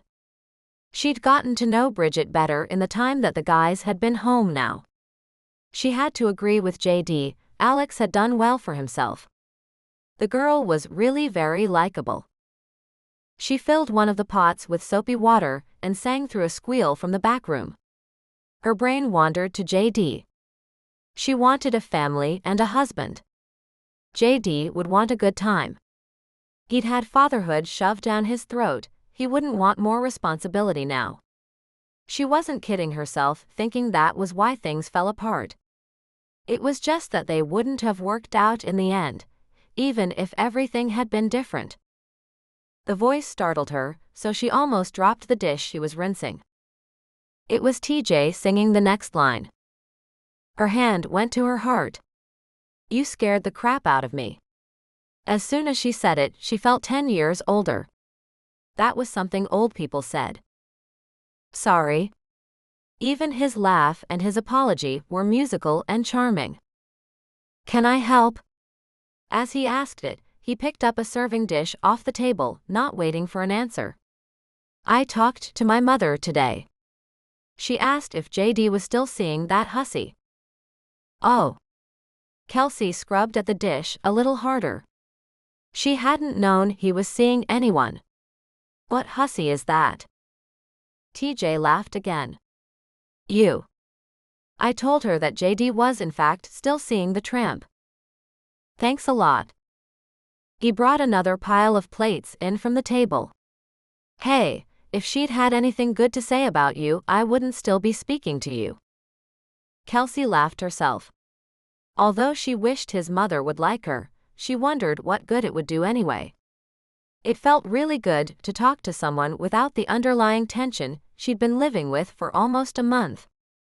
I thought you were her better son now. Please. JD was always number one son in more ways than just birth. He shrugged and collected silverware, like what he was saying didn't bother him in the slightest. By the time he ran off here and she turned it on me, I was old enough to know better. I never bought in the way he did. He grinned, and she couldn't see it, but Kelsey bet there was a world of hurt under there. You know, Andrew threw things and raged, but at least I knew he loved me. How did you get Daniel? JD said he was Andrew's from a previous marriage. Why didn't he go back to his birth mother? If you don't mind me asking. No, I don't mind. Kelsey shrugged. About a month before Andy died, he assigned me guardianship of Daniel. He showed me Daniel's birth certificate, and the mother line was actually blank. Andrew never told you? TJ took the heavy dish from her gloved hands and loaded it into the machine like a pro. Wasn't he married to her? Oh, I have no idea about that one. He disappeared for 3 years. I didn't know where he was or if he was alive. But he showed up one day, sitting in the living room in my mother's rocking chair, with this baby in his arms. TJ stopped what he was doing and stared at her. You seriously let your husband disappear for 3 years and show up with another woman's baby that you raised? Kelsey, do you hate yourself? He wasn't my husband. She laughed. Oh God, she had to straighten them all out. He was my baby brother. I forgave him everything. He was your brother? She nodded, tears welling up just from thinking about Andrew. He was my pride and joy when he was born. And my mother had something in common with yours. She didn't want anything to look less than perfect. So when we realized that Andy wasn't normal, she didn't get him help right away. She figured he was so young, she could just discipline him out of it. She didn't want to deal with it, so I took care of him. What was it that was actually wrong? She shook her head, the tears falling. I still don't know. He was diagnosed as bipolar with poor impulse control, but he had elements of both paranoia and schizophrenia. Jesus. She shrugged, her heart squeezing at the pain she knew Andrew had lived with. The doctors loved him, he was a fascinating case. But sometimes he hated himself so much. And sometimes I think he planned the whole thing. I had just made the last house payment, and he knew I was so happy to be free of it. And him signing Daniel over to me, I didn't question it. I was always so afraid that Andrew would disappear and take Daniel with him, that I didn't ask him why. I didn't dig. And then he killed himself. A fresh round of tears fell, and things she hadn't known she'd hidden became clear. She bit her lip and pulled off the dish gloves before apologizing to TJ. I'm sorry, I don't know what this is. It's okay, that's what it is. He held his arms to her, simply because she was a person in need. She walked into them cleanly, no baggage, no walls, and cried there. After a moment, he stepped abruptly away. She'd probably gotten to be too much for him. He wasn't his brother. But no one was or ever would be. And she didn't get to have his brother. So it was a bad situation all around, in her estimate. TJ polished that off with, I have to go. And he fled the kitchen, calling for JD. Kelsey sniffled a few more times and then turned back to the dishes. It was as good an excuse as any to take a little time and get herself together. She scrubbed the dish TJ had brought in. It had been her grandmother's, one of the few family heirlooms she hadn't sold off to pay for Andrew's treatment. So she loved it. That was where TJ found her when he returned about 15 minutes later. You doing okay? She nodded, and figured changing the subject was the best way to not burst into tears again in front of an unwilling man. What did you run off for? He shook his head, like he was getting rid of a bad memory. I was after JD, but it seems he isn't talking to me. She washed another 2 forks, then handed them to TJ, who had taken up a dish towel and was graciously drying the silver, piece by piece. Really? What did you do? What makes you so certain it's my fault? You're as bad as he is. He put down the towel and walked out of the kitchen. JD was home most of the time. Kelsey walked Andy to school on the days the guys had radio interviews, and she walked along with her portable radio when they interviewed at a local station. He sounded great, intelligent and likable, although there were a few listeners who called in saying they couldn't distinguish the brothers' voices on the air. Kelsey didn't have that problem. JD's was the one that sounded cold. He'd built some distance in between them again. Although she couldn't really peg when it had started, she knew it was there. And she couldn't really be sure it was just between them. He seemed pissed at everyone lately. Hence the cold voice on the radio. She had closed alone that morning. She'd done it simply because she'd started it 2 months ago. It had taken forever, due to the couple changing their minds, then calling back and starting all over again. She wondered if it would be the last one ever, and thought that it probably would. She'd banked some money for the studio, and JD had spared her spending that, so she had a small bundle of savings. She had shot a few portraits in there over the past week, and the clients had been really happy with them. Tomorrow, she would look at buying advertising space. Today, she would pop open a bottle of champagne and celebrate. She pulled open the fridge and searched the back for the split that she'd stashed there. She closed the fridge without grabbing the bottle. Her heart sank. JD should be here, celebrating the last of the loans. He was the one who talked her into this. But he was barely speaking to her now. He handled the transactions between them, shuffling his child and her children back and forth. But that didn't change her feelings for him at all. Okay, that was a lie. Now she hated him almost as much as she loved him. She forgot about celebrating the last loan and slunk off to the back to work on touching up the photos. She was still neck deep in shading and lighting when the voice came from behind her. Are you ready? He didn't call her Kels. He just showed up and barely spoke. He did much of the same on the walk to school to pick up the kids. He mentioned that he would be in Atlanta the following Tuesday, and could she take Andy to school with them in the morning? She considered telling him she had to check her calendar. At least he was human to Andy. His daughter jumped and skipped and chattered nonstop about her day. Only Daniel seemed sensitive to the tension between the adults. Just when she thought she'd gotten Daniel back on track, she knocked him off again. And the things that knocked them both off the track had all been related to JD. She considered just cutting him off. Tell him she was glad for the time they'd been friends, but we're going to California. Andy skipped, her breath coming out in little puffs. When? That was news to Kelsey, but maybe Andy would tell the story if her dad wouldn't. For spring break. We're going on an airplane. Wow. Daniel's eyes got big. Kelsey didn't think he'd ever been on a plane that he was old enough to remember. That sounds like fun. Kelsey questioned Andy herself. Where in California are you going? Bear. She hadn't heard of any place called Bear, but JD filled in the blanks without any emphasis or excitement.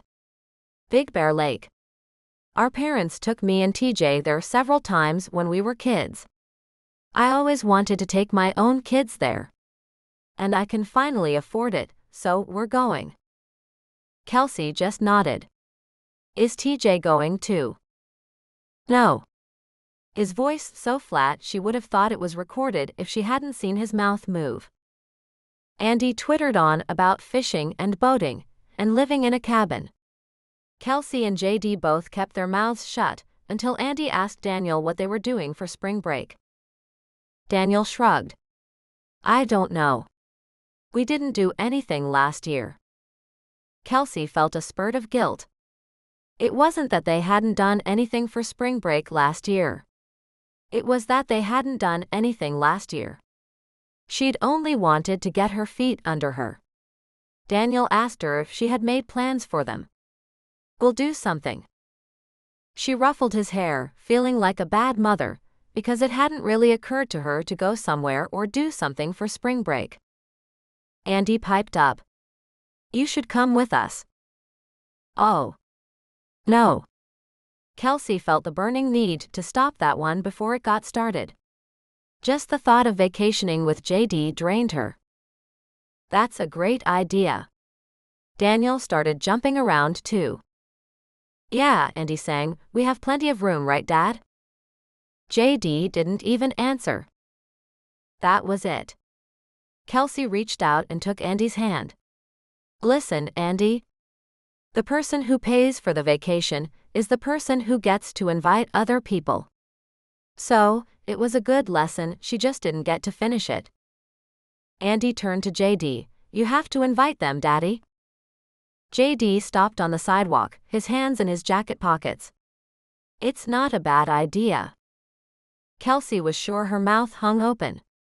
So she did the only thing she could think of to keep from being upset that he wouldn't even say, shut your mouth, Kels, like he used to.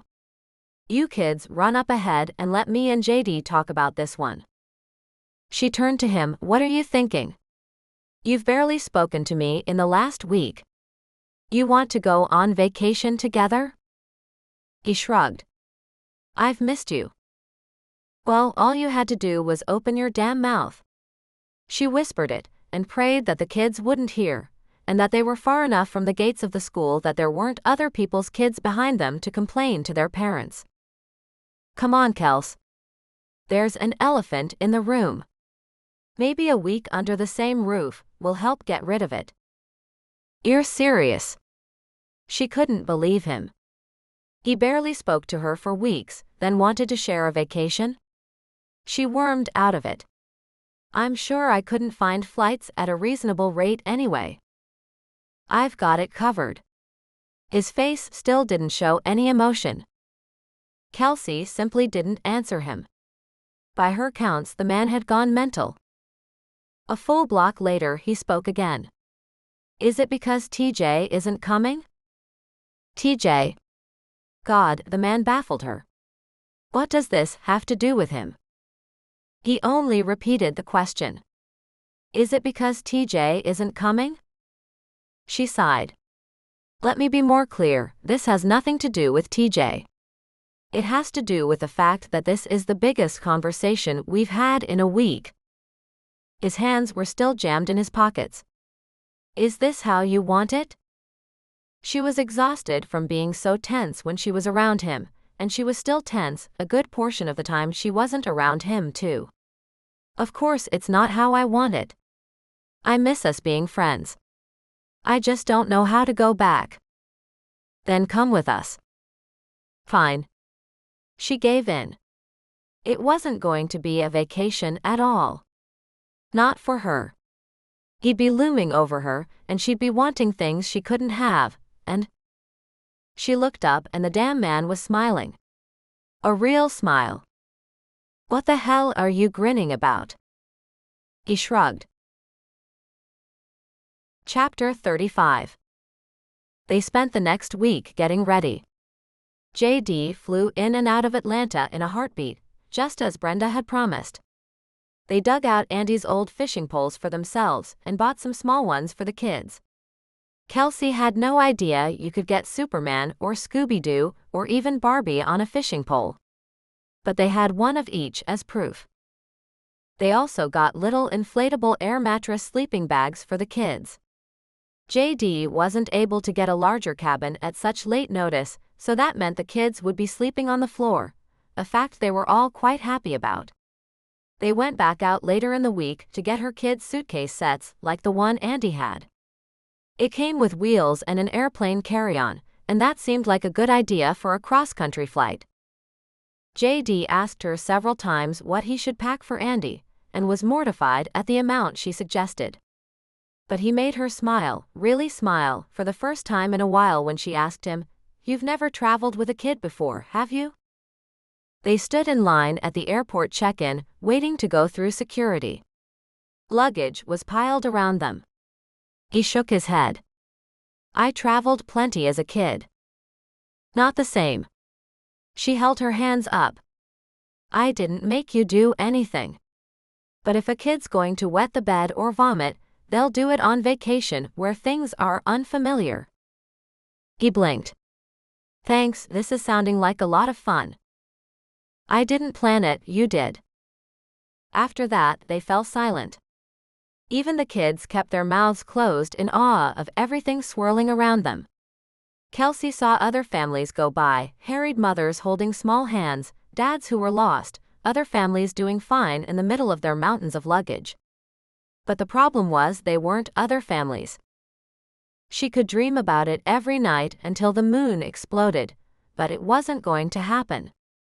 JD didn't want to settle down, and he was in the best position to never have to. These days, he had plenty of money and plenty of groupies. She wouldn't compete. They made it onto the plane without any mishaps. The kids insisted on sitting together in the middle 3 seats, leaving Kelsey and JD in 2 together. JD didn't look like he'd ever be comfortable. Still, he got settled, and the kids sat down with their carry-on bags and each unpacked a book or a handheld game and got lost in that. After they reached altitude, even she got bored enough to fall asleep against the window.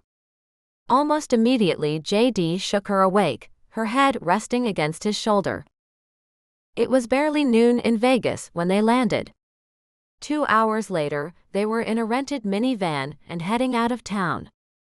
It rained on them on the drive up to Big Bear Lake, and she pointed out the sheets of water she could see falling through the mountains to the kids. But all three were already passed out cold. JD drove, eating up Mountain Road at a steady pace. He wasn't inclined to stop or admire the scenery.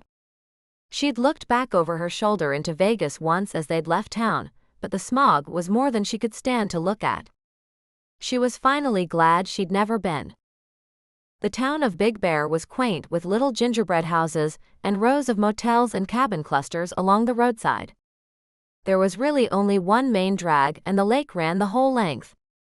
JD handed her an email confirmation with the info for their cabin and a map that was printed on a legal-sized piece of paper. She directed them to a single cabin along a side street. When they woke the kids, all three snapped to like they'd never been asleep. They all wanted to run screaming into the pool. Once JD assured her that it was heated and supposed to already be turned on and warm for them, she helped the kids change into their suits. JD brought in suitcase after suitcase and sorted them between the rooms.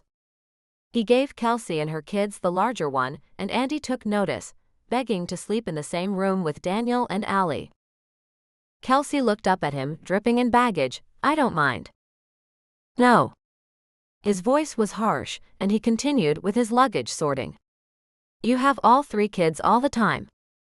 They'll never sleep if they're all together." He trailed off, shaking his head. Seeing that Andy desperately wanted to join her kids, Kelsey protested that he had paid for the whole thing, he should get to enjoy it. After a few minutes, he asked her very politely to shut up. Were they going to argue about everything? She obliged, then made the kids wait while she climbed into her own suit. She'd packed her old one-piece after that comment about her jeans being too tight. She slipped into it, glad that it was black, even if it did have insets of sheer mesh. The kids went screaming out the back door and she followed them with an armload of towels. Daniel cannonballed in, slipping back into his kid persona, for which she was grateful. Allie and Andy gingerly took the steps down, but squealed in delight that it was warm and Kelsey should join them.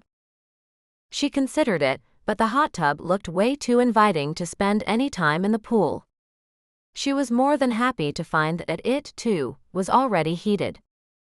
Because the hot tub was in the far corner of the yard, she had a good view of JD walking out in his suit.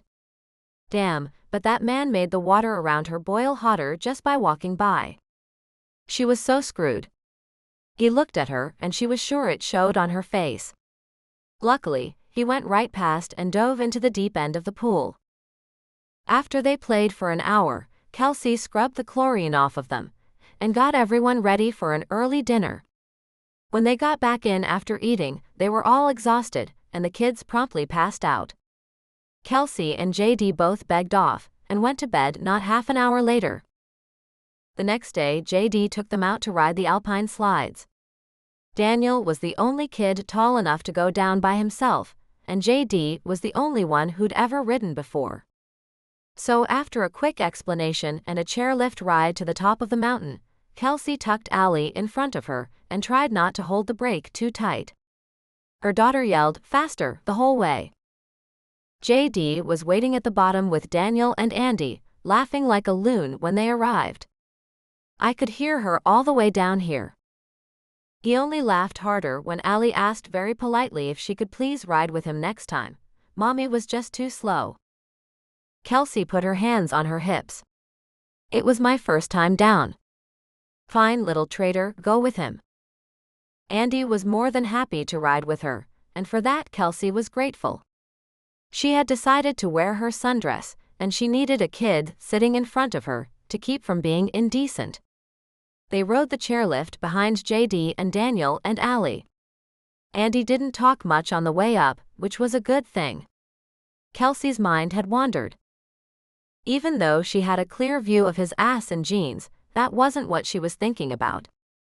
It was that, even though she couldn't hear anything, she could see that he was perfectly at ease with her kids. And just at ease with her having his kid. He talked to Allie and nodded in response to her. JD easily talked Daniel through jumping off the lift and put his hands on Allie's waist, lifting her out of harm's way, but setting her feet down quickly enough that the little girl would feel like she'd done it herself. Kelsey's heart squeezed. How could she not be in love with this man? She wasn't going to get over it. That was just a big, fat, hairy lie that she'd been telling herself.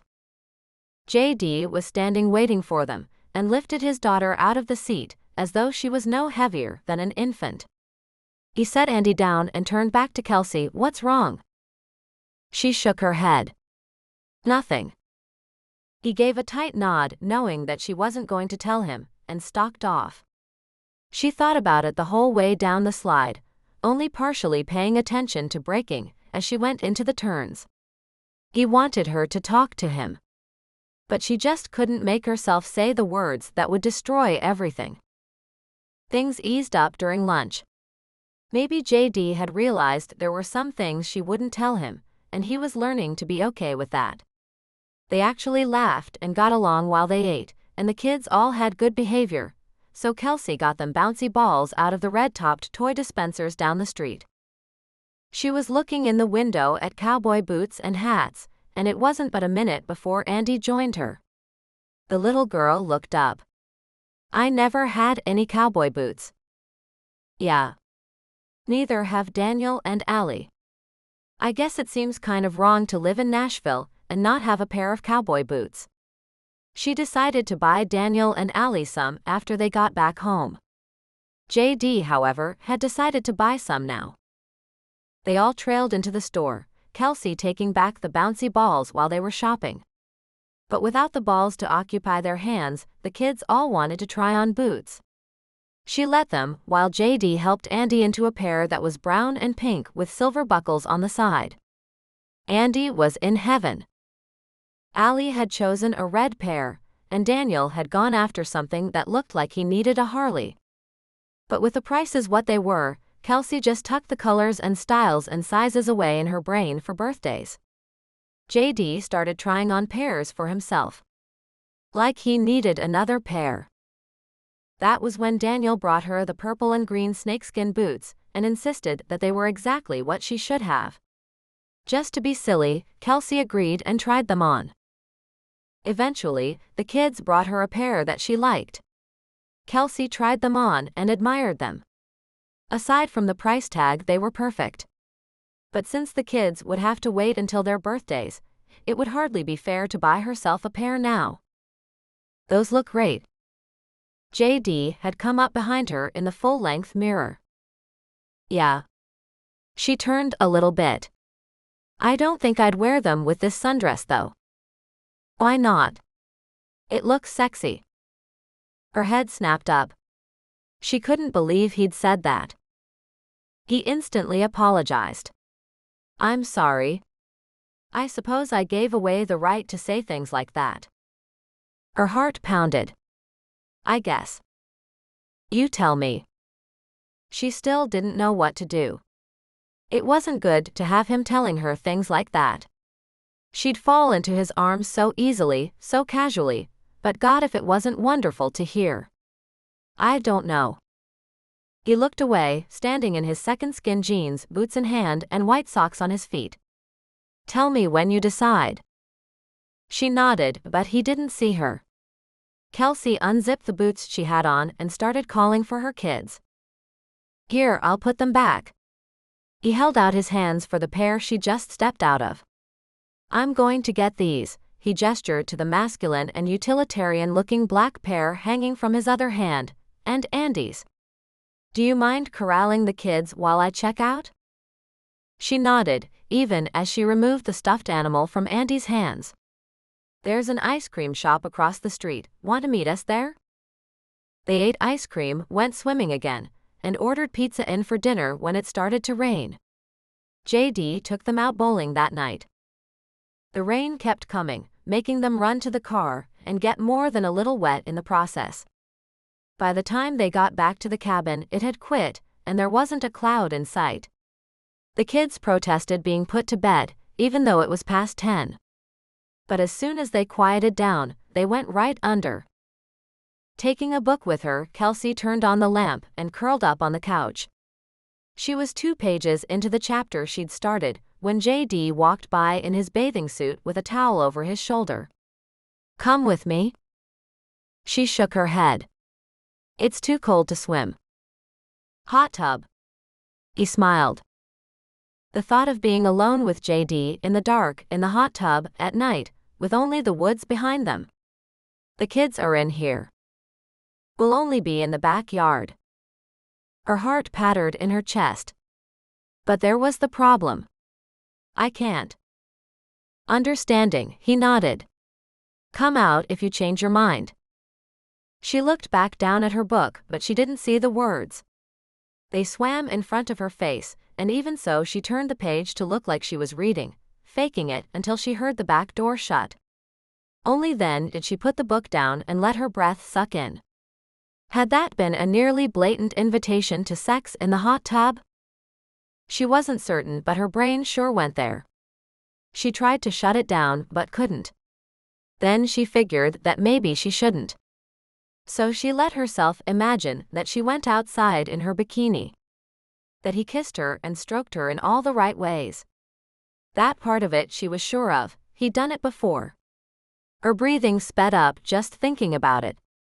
But then she got to the part after it was over and he said something like, "Thanks," or, "God, I'm tired now, see you in the morning." That was the part that kept her inside. Chapter 36. It rained again the following morning, and they made their way out for brunch. In what seemed the pattern up here, it cleared up quickly, and they took the late morning boat tour for an hour and a half, which was about an hour too long for the kids. After a vote for fishing, they made a quick stop for bait, then pulled out fold-up chairs and set up shop at the edge of a stocked pond. Despite horrible technique, Allie caught the first fish only half an hour in. The kids had no idea what to do. JD coached from the sidelines, but Kelsey was pretty certain none of the kids was really listening to him. Eventually, they got it into a bucket where JD pulled the hook out with a few fingers tucked under the gills, and a quick flip of his wrist. He tried to hand the still wriggling fish off to Allie to hold it up for a photo. Allie squealed and refused, but posed with JD holding the fish for her. Kelsey caught the next one, but when Daniel caught another right on her heels, she wound up pulling her fish up by herself. All hands were helping the 6-year-old. She managed to haul the silver devil up into the air, then clumsily swung him back where she could grab at his body. The whole time she was certain the line would snap and the fish would go flopping into the dirt. But instead, she got a good grip around his middle and managed to drop him into the bucket. Overcome by an attack of the willies, she wiped her slimy fingers on her jeans while she made faces. "Kelsey, what are you doing?" JD was beside her in a flash, handing her a towel. "You're ruining your jeans." "Oh, come on, these are the bad jeans." "They're great jeans. They look really good on you." She tilted her head sideways and decided to call him on it. "Come on, JD, I heard you. They're fishing jeans now." He made a face and turned away, then he turned back. "Just tell me it'll wash out." She breathed deeply and wiped her hands off on them again. Her palms still felt wet and slimy. "They'll wash off." JD walked away to help the kids. Later, once the fish were iced and put away, Kelsey got the kids ready for dinner. "Okay, everyone, shoes. How about these?" JD hauled out a few stuffed bags from the stop the previous afternoon. Andy jumped up and down. "I can wear my boots." Kelsey sent her own kids back into the room to grab their sneakers, but JD caught them as they went by and handed each child a box. Eyes went wide as Allie and Daniel opened the boxes to reveal the boots each had tried on the day before. They immediately plopped on their butts in front of him to get help pulling them on. Kelsey was almost mad. Her heart hurt. He had to quit being so great. "JD, you didn't have to." "I know. I wanted to." He pushed little feet down into the boots and had all 3 kids showing them off in a moment. He turned back to Kelsey. "Now these aren't the same sizes they tried on. The saleslady sent me back and suggested I get a full size larger than what fit, so they'd last longer. Allie, at least, remembered to thank JD and launched herself at him. Kelsey thanked him too, before heading back to fetch her own sandals. His arm snaked around her waist as she passed by. "I didn't forget you." He pulled out a huge box and opened it to reveal the butter-soft, stitched pair she'd tried on the day before. Her mouth hung open. "JD, these were expensive." He pressed his lips together. "You're welcome." "Thank you." "Oh my God, thank you." That at least made him smile. "You need help getting into them?" She laughed, thinking that having him handling her legs and zipping her boots would only cause more problems. "I think I'm okay." When they were all ready, they traipsed the 3 feet out the front door to the car. Kelsey thought they looked touristy with all of them in their new boots. That was okay, they were tourists and the kids were happy. Dinner was fabulous, and far more expensive than Kelsey would have chosen. When JD had gotten up to take Daniel to the bathroom, a nice woman came over and told Kelsey how lucky she was. That all 3 of her children were so well behaved. Then the woman added on what a handsome husband she had too. That startled her, and she said thank you without explaining that it wasn't true. That they weren't all 3 her kids and he wasn't her husband. "You okay?" he asked over his steak. The man was always sensitive to her moods, and it was really starting to piss her off. "I'm fine." They hauled full, sleepy kids home after that, forced them to brush their teeth, and together went through the 2 rooms kissing foreheads and telling them to sleep well. Again, JD emerged 20 minutes later, asking if she wanted to join him in the hot tub. Again, she refused. For dinner the next day, JD presented their catch perfectly cooked. Each of the kids took 1 bite and made a face. "Catching them is fun," Andy spoke up, refusing to take another bite. "Eating them is yucky." JD ate piece after piece, the little bites disappearing into his mouth. Knowing how much he usually ate, Kelsey figured he was burning more calories than he consumed, eating the tiny flakes he got. "Look guys, it's good." She took her own forkful of flaky trout and put it in her mouth. She was helpless to stop the grimace she made. "What?" JD was looking at her as if she were Judas. "It's fishy." "Of course it's fishy. It's fish." He ate another big bite to show them how good it was. "No."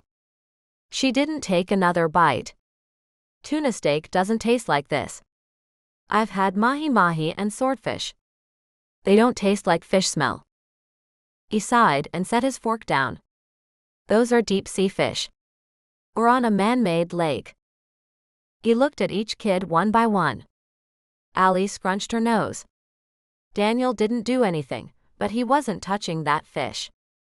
Andy shook her head. JD conceded defeat. "Who wants to go get burgers?" Kelsey was fairly certain she was the first one up. She raced the kids to the car, stopping just long enough to throw the salad uncovered into the fridge. She hollered to Daniel to get the bread. Being Daniel, he carefully set it on the counter before bolting out the door. Kelsey didn't care that they were all dressed for a backyard barbecue. She was in her cut-off jeans shorts with her new boots, and was grateful that her button-down shirt was reasonably presentable.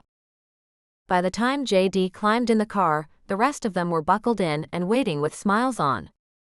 Kelsey sought to console him. It wasn't how they were cooked.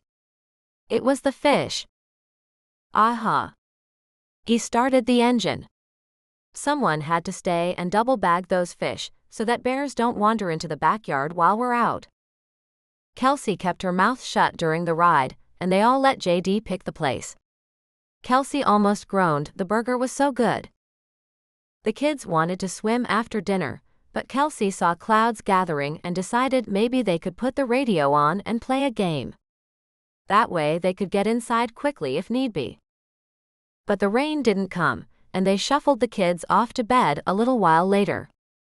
JD went into the kitchen to put his beloved fish down the garbage disposal piece by piece, so Kelsey made her way out to sit on the picnic bench and enjoy their next-to-last evening at the cabin. The sky was deep velvet, filled to bursting with little stars shining. Clouds skidded across the moon too fast to drop water. The air was just warm enough that she didn't go inside to change into pants. So she sat on the table, enjoying the air and the music and the peace. She relaxed and took a moment to be grateful that she had come. JD was right, there was an elephant in the room. At least now they were speaking again. Now things were getting better. She sat a few more minutes just soaking in the feeling of solitude. Until JD came out and perched himself beside her. For a long time, he didn't say anything. When he did open his mouth, it wasn't anything she'd expected. "I saw you with TJ a while ago." Huh. She had no idea what he was talking about. Unless he meant in the kitchen, but that had been nothing. "I would just recommend that you not fall in love with my brother. I don't think he wants what you want." JD didn't look at her. His posture looked relaxed at first glance, but she knew him better than that. "Trust me. I'm not going to fall in love with your brother. How could I? When I'm already in love with you?" But she didn't give it voice. Instead, not liking where that might lead, she changed the subject. "Listen, please don't think that I don't appreciate it, but you don't have to do all this. The studio, the vacation, the boots, we don't need those things. You don't owe me anything." He still didn't look at her. "On the contrary, I think I owe you everything." She wanted to press him, but didn't think it would work. So Kelsey reverted back to her old method of silence. She didn't have to wait long. "I'd had Andy for 3 weeks when I met you. I couldn't do a thing with her. Then you came along and started making things work. That's because I was a female." But he wasn't done, and didn't seem to care that she was speaking. "I'd been in Nashville for 2.5 years. Maybe I am talented, but I was as talented then as I am now.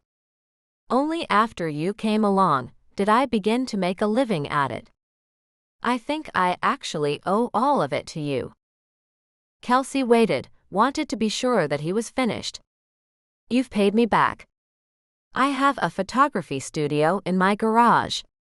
I have clients and the equipment I need. You gave me the kick in the ass to do it. And the whole time I was taking the risk, I knew you had my back. That means the world to me.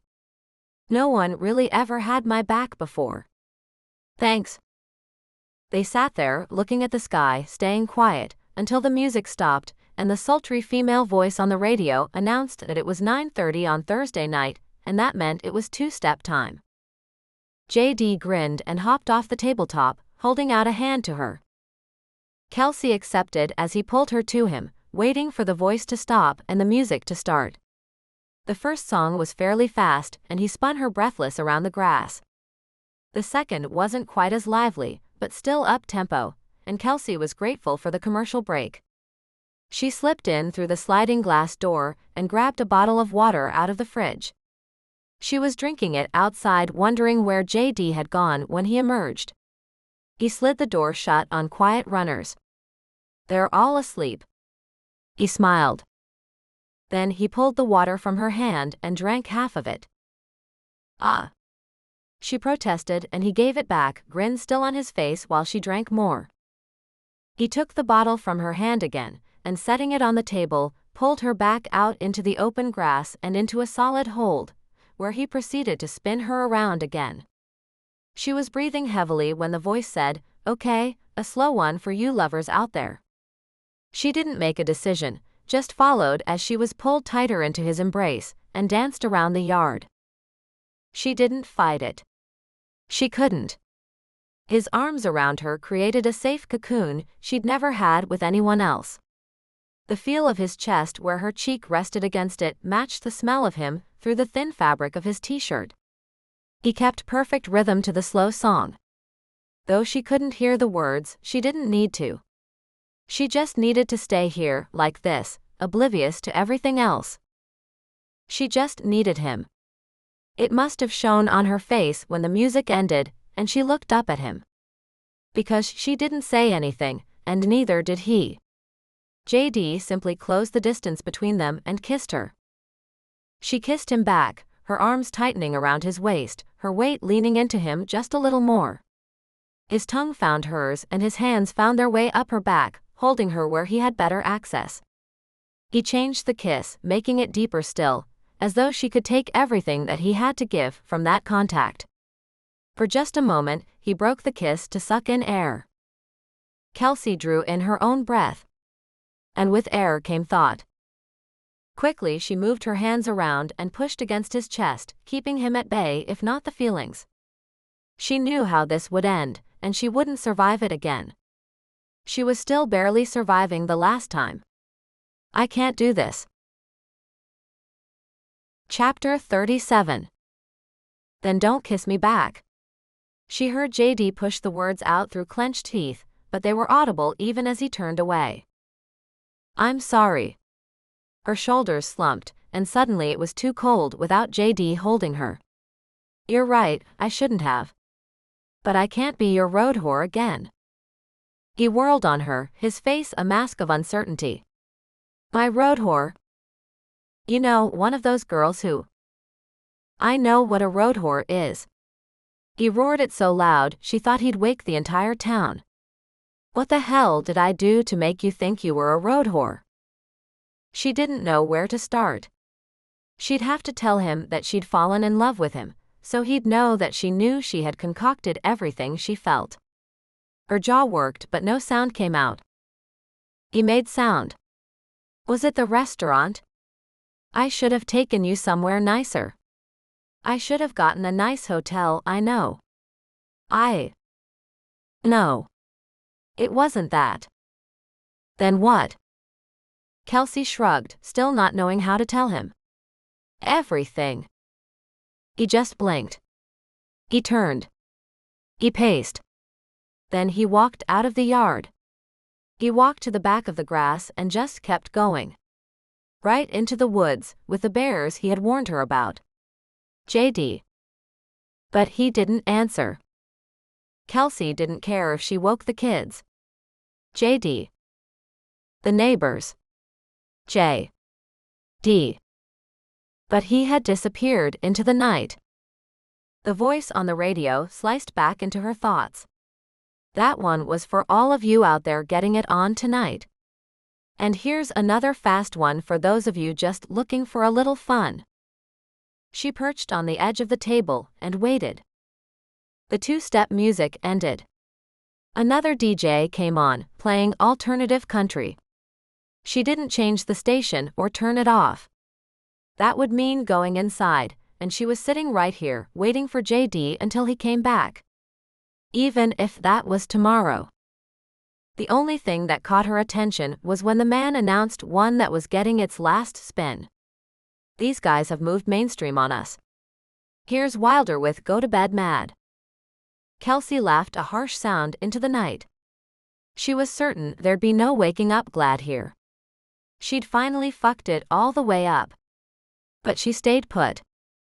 She had no idea how much later he showed up. She didn't hear him approach. What are you still doing out here?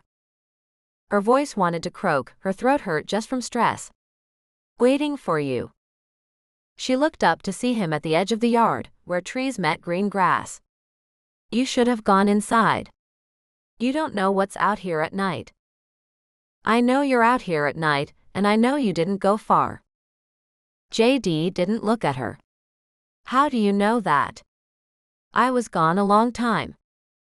Because you're you. You wouldn't ever go off and leave us unprotected. He didn't answer. Didn't nod, didn't concede. She waited for him. And he waited for her.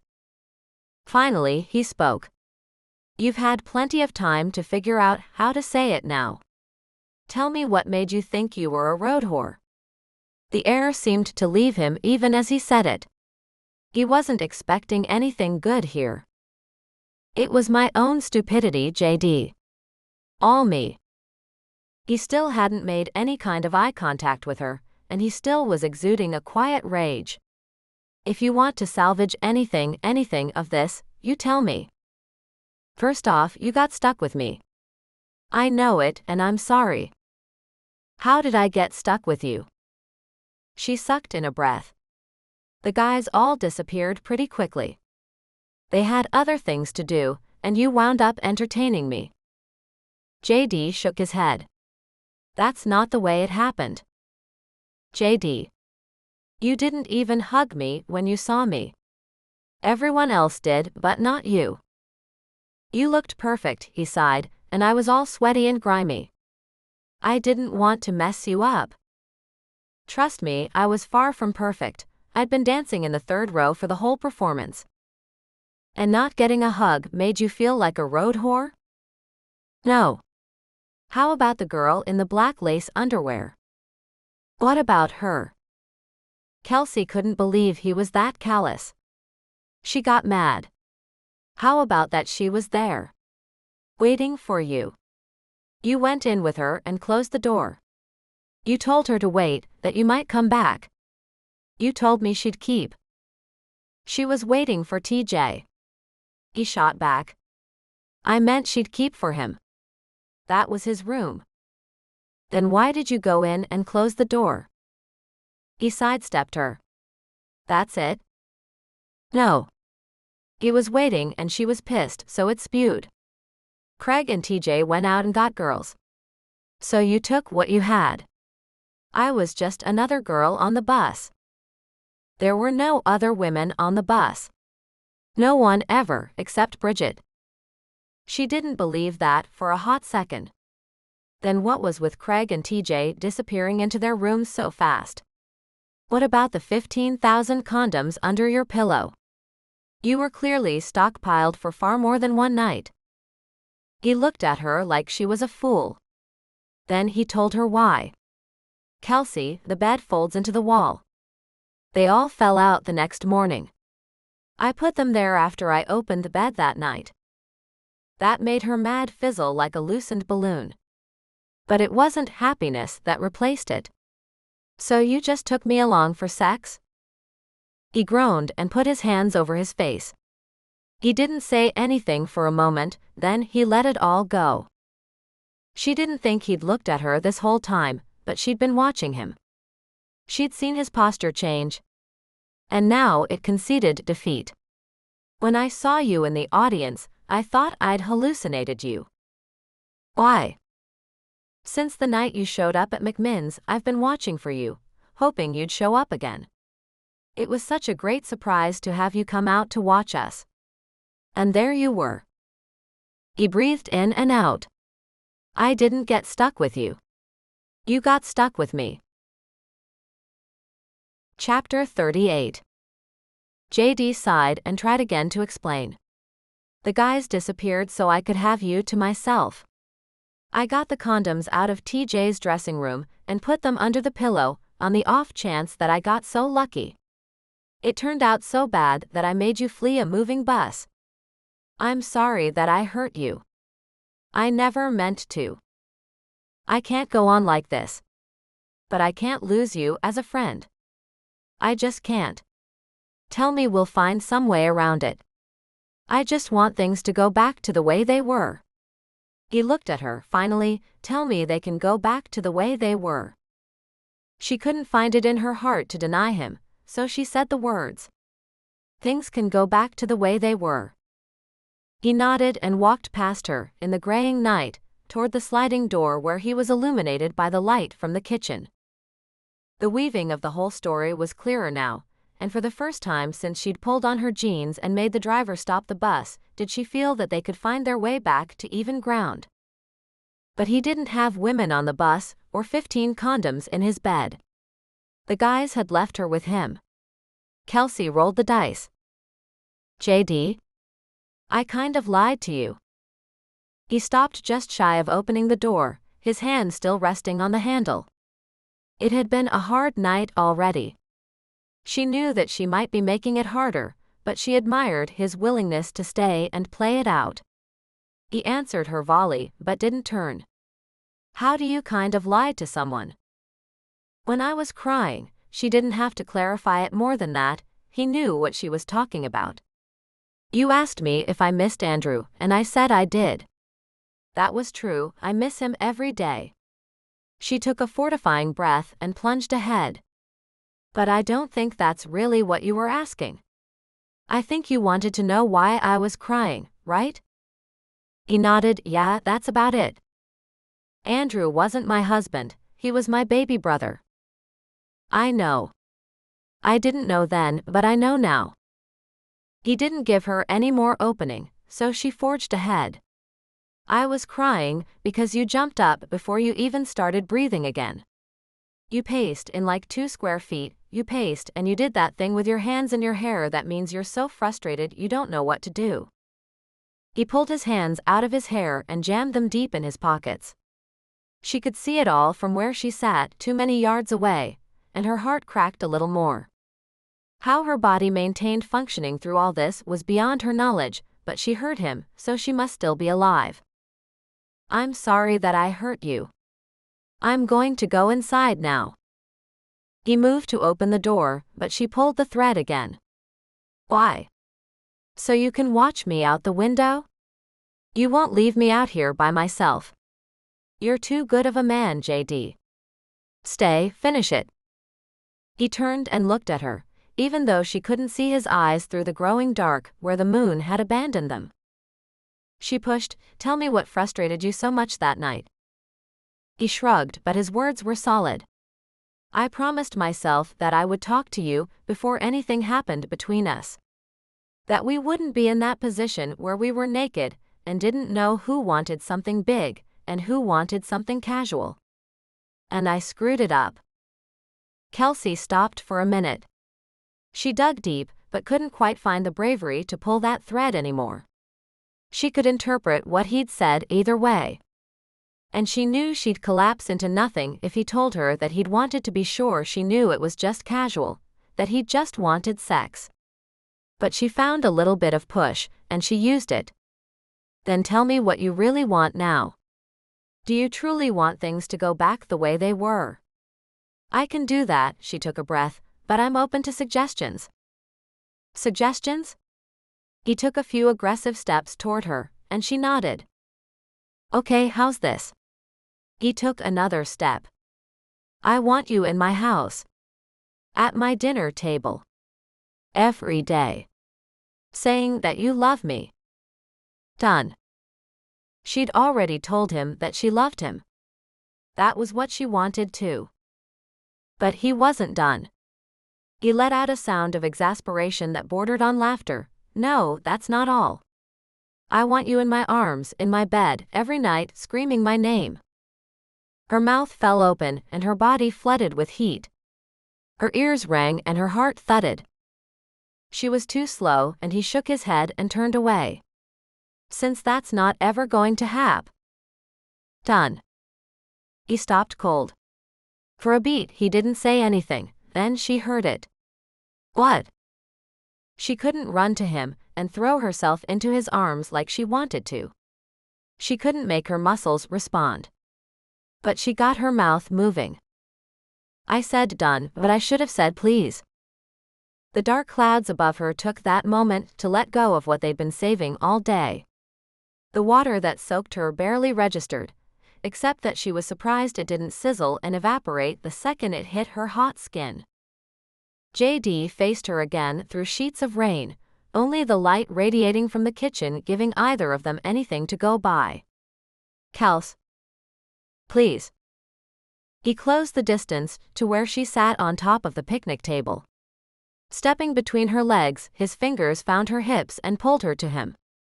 He was hard as a rock, and it was almost as though he were testing her. She pressed tighter against him even as she grabbed his neck and pulled his mouth to her. She led this one, devouring him, gripping his wet shirt in fistfuls, determined not to let him get away this time. She kissed him like the rain was nuclear, and there was no tomorrow. Like nothing else in the world mattered, because right now it didn't. She wrapped her legs around his waist, pulling him closer still. Kelsey reached for him again and again, enjoying how he felt so solid beneath his skin, enjoying his skin beneath his t-shirt. The way he had them grinding together, she couldn't help rubbing back against him. There were practically sparks flying from where they touched. Without knowing how she got there, she found herself flat on her back across the picnic table, with JD still firmly anchored by her legs around him. The rain came down colder, but JD was protecting her from the worst of it. It was a beautiful night to be making love on the picnic table. The real storm had passed, and his hand belonged on her breast. She was right to strain against him, wanting his touch, and to pull his mouth back down to hers. She was tugging at his shirt, trying to pull it off of him, when he stepped back, shaking his head. Kelsey would have been scared, except for the heat in his eyes. Except for the way his every muscle was focused on her. "We have to go inside." She shook her head. "No. Stay." But he stepped away, tugging her up with his hand, the rain coming down on her now. "You're shivering." "Not from cold." She tugged against him. But he won. He was simply bigger. "I am not letting you get sick on me. Besides, a bear could be 2 feet from me right now, and I wouldn't even know it." She smiled. He wouldn't. He was only looking at her. She gave in and allowed him to tug her along the lawn, open the door for her and usher her inside. The air conditioning hit her in an icy blast until his eyes found hers, and the cold air was forgotten. He barely had the door closed before he was kissing her up against the refrigerator. His breathing was as heavy as hers, and he made sure he maintained full contact with her, fitting them together perfectly. Until she pushed him off. He looked startled and then wary, until Kelsey pushed him against the counter, enjoying being in control of the kiss. She used the space to slide her hands under his shirt again, enjoying how the play of his muscles told her that he wanted this as much as she did. He tired of the kitchen and scooped her up, carrying her into the living room, where he draped her over the cushioned arm of the couch. He was unbuttoning her shirt and chasing the exposed skin with his mouth when a door clicked. "Mom?" They scrambled. Sitting upright, Kelsey grabbed for her shirt. The cabin was small, and she had barely a second to tug it closed. She didn't even try to button it. JD was busy pulling her legs across his lap to hide the bulge at the front of his jeans. Daniel padded out in his t-shirt and underwear, rubbing his eyes. "I have to go potty." Kelsey found her voice. "Okay, baby. You go back to bed when you're done." "Okay." He turned around and padded into the bathroom. They waited, unmoving, until they heard the toilet flush and the sink run, and then Daniel's voice calling out a soft good night before they breathed. Kelsey just sucked in a breath. JD found words. "We just almost traumatized that kid." She had to laugh. It was that or cry. JD shook his head. "He doesn't usually get up in the middle of the night, does he?" "Never. Tonight of all nights." He sighed. Kelsey curled into him, but much of the frenzy she'd felt earlier had dissipated into near guilt. "We're on vacation. I don't sleep well in a strange bed, neither do they." She sighed as she felt his hand in her hair. JD's voice was soft and resigned. "We can't do this tonight, can we? We don't have anywhere to go." Kelsey shook her head, but didn't move from her spot. She wasn't ready to just let him go off to his own room and be confident that things would be okay in the morning. His words reflected exactly that. "You're not going to jump off the bus tonight, are you?" "No." She laughed. "Then you have to get up. I can't stay out here with you without running the risk of screwing up one of those kids for life." He pushed her legs off his lap and stood. She would have felt rejected, except for the fact that standing was obviously awkward for him. JD tugged her to her feet and pointed her toward her own room. "You'd better get some sleep, because you won't get any tomorrow night." Again, just like that, heat flooded every piece of her. She wanted to brace a chair under each door and take him there in the hallway. But she couldn't do that to the kids. They'd be petrified if they woke up and couldn't get the door open. But still, she was disappointed. Tomorrow night? Trust me. I'm going to be awake all night, figuring out how early we can put the kids to bed. She laughed and gave him a quick peck on the cheek before slipping through her own door. She couldn't afford to touch him more or she wouldn't stop. She couldn't even make herself move until she heard his footsteps walking away from her down the hall. Kelsey worked by the nightlight, stripping quickly out of wet clothes and finding a towel to dry her hair. She slipped on a rib-knit cotton gown and tucked herself between the covers. Exhausted, she fell right asleep, only to jerk awake a few moments later. Reassuring herself that he wanted her, she would fall back asleep and wake again, her body running hot, her brain replaying his words. In my arms, in my bed, every night, screaming my name. She had to gasp for oxygen, even as she lay there by herself. The third time it happened, she gave up. Throwing back the covers, she decided to go drink some of the cranberry juice that was in the fridge. Kelsey quietly pulled the door open, being careful to not wake Daniel or Allie. On soft feet, she found the refrigerator, and she blinked in the bright light, looking in and trying to find the juice she'd wanted. Pulling the glass out, she drained it, set it in the sink, and made her way into the living room. She stopped dead when she spotted JD watching her from the couch. He grinned. Couldn't sleep. She shook her head. You. I can't share a room with my daughter while I'm thinking of you. She walked over to stand in front of the couch. So we can't sleep and we can't do anything. That about sums it up. He propped one jeans-clad leg along the back of the seat cushions and planted the other foot on the floor, then motioned for her to sit in the space between. Watch TV. No hanky-panky now. Yes, sir. Kelsey settled herself against his bare chest, finding a stillness in his arms that she didn't know she was capable of. She didn't care what was on TV. JD was holding her, and she could feel his cheek against her head. She snuggled in deeper. She knew that he would take care of her, yet all she wanted was to take care of him. Even now, he was thinking of her children before himself. She turned her head against his chest, enjoying the feel of his skin on hers. Stop that. What? She demanded. That squirming. Like this. She couldn't help herself. At least, that's what her brain tried to make her believe. But she wiggled her butt against him and enjoyed the groan he made. You know, his arms tightened around her. Two can play at that game. He bit at her neck and kissed behind her ear, his tongue hot and searching. His hands trailed down her belly and across her thighs, the material of her nightgown preventing what they both really wanted. In seconds they had picked up where they left off. It was all she could do to keep from exploding, and she writhed in his hands as they found her breasts and made her gasp for air. His mouth found her other ear, and he stopped kissing her for just long enough to whisper heated words. I cannot believe you let me touch you like this.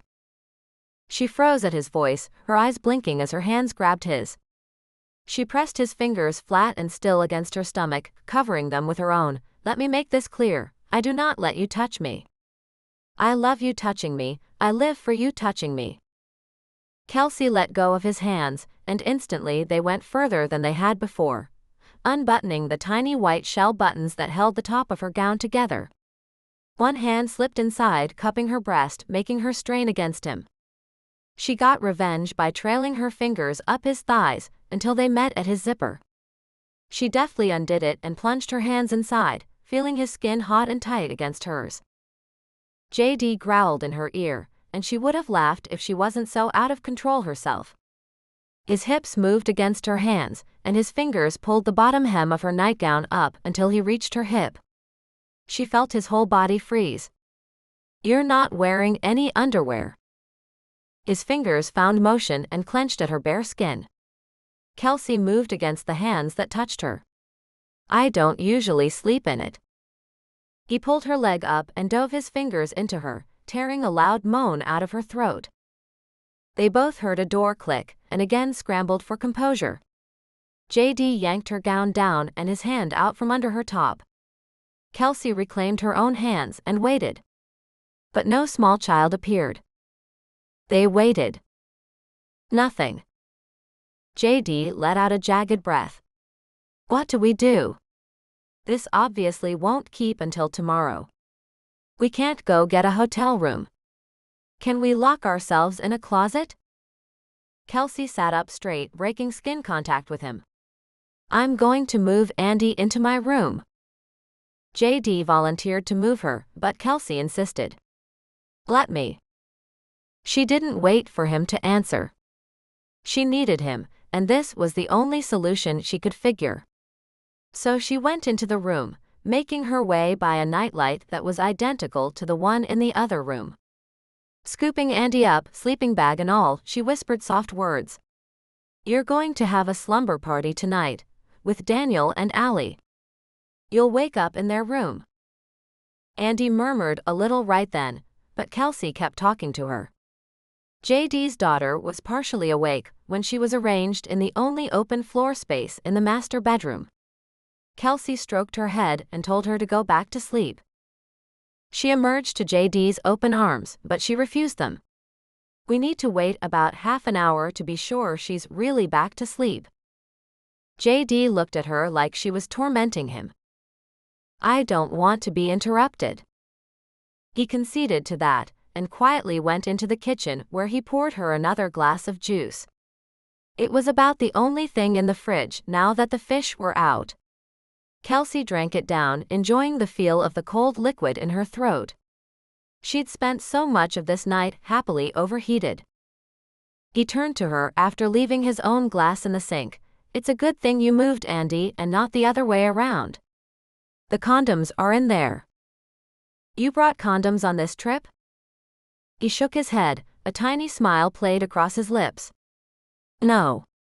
I never imagined this in my wildest dreams. Almost immediately, he rescinded. No, I did imagine this, never this well, mind you, but I didn't believe it would really happen. Kelsey could feel the flush creeping up her neck and staining her cheeks. It was heady hearing those words from an insanely attractive man, wearing only unzipped jeans in the middle of the night. That it was JD made it 1,000-fold stronger. She tried changing the topic. So you found the condoms? She scrunched her nose. Here, I'll show you how I found them. He tugged on her hand, pulling her along into his room, casual now that they had paused, now that they knew what was coming.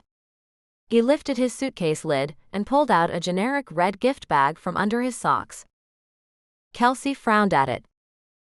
With a wry look on his face, JD pulled a huge combo pack of condoms out of the bag. She laughed. What is that? The fraternity house pack? According to the box, there were almost 50 condoms of various flavors and textures in there. Probably. It also came with these. He produced what looked like 2 greeting cards. Her eyebrows went up. Someone made greeting cards to send with a huge box of condoms?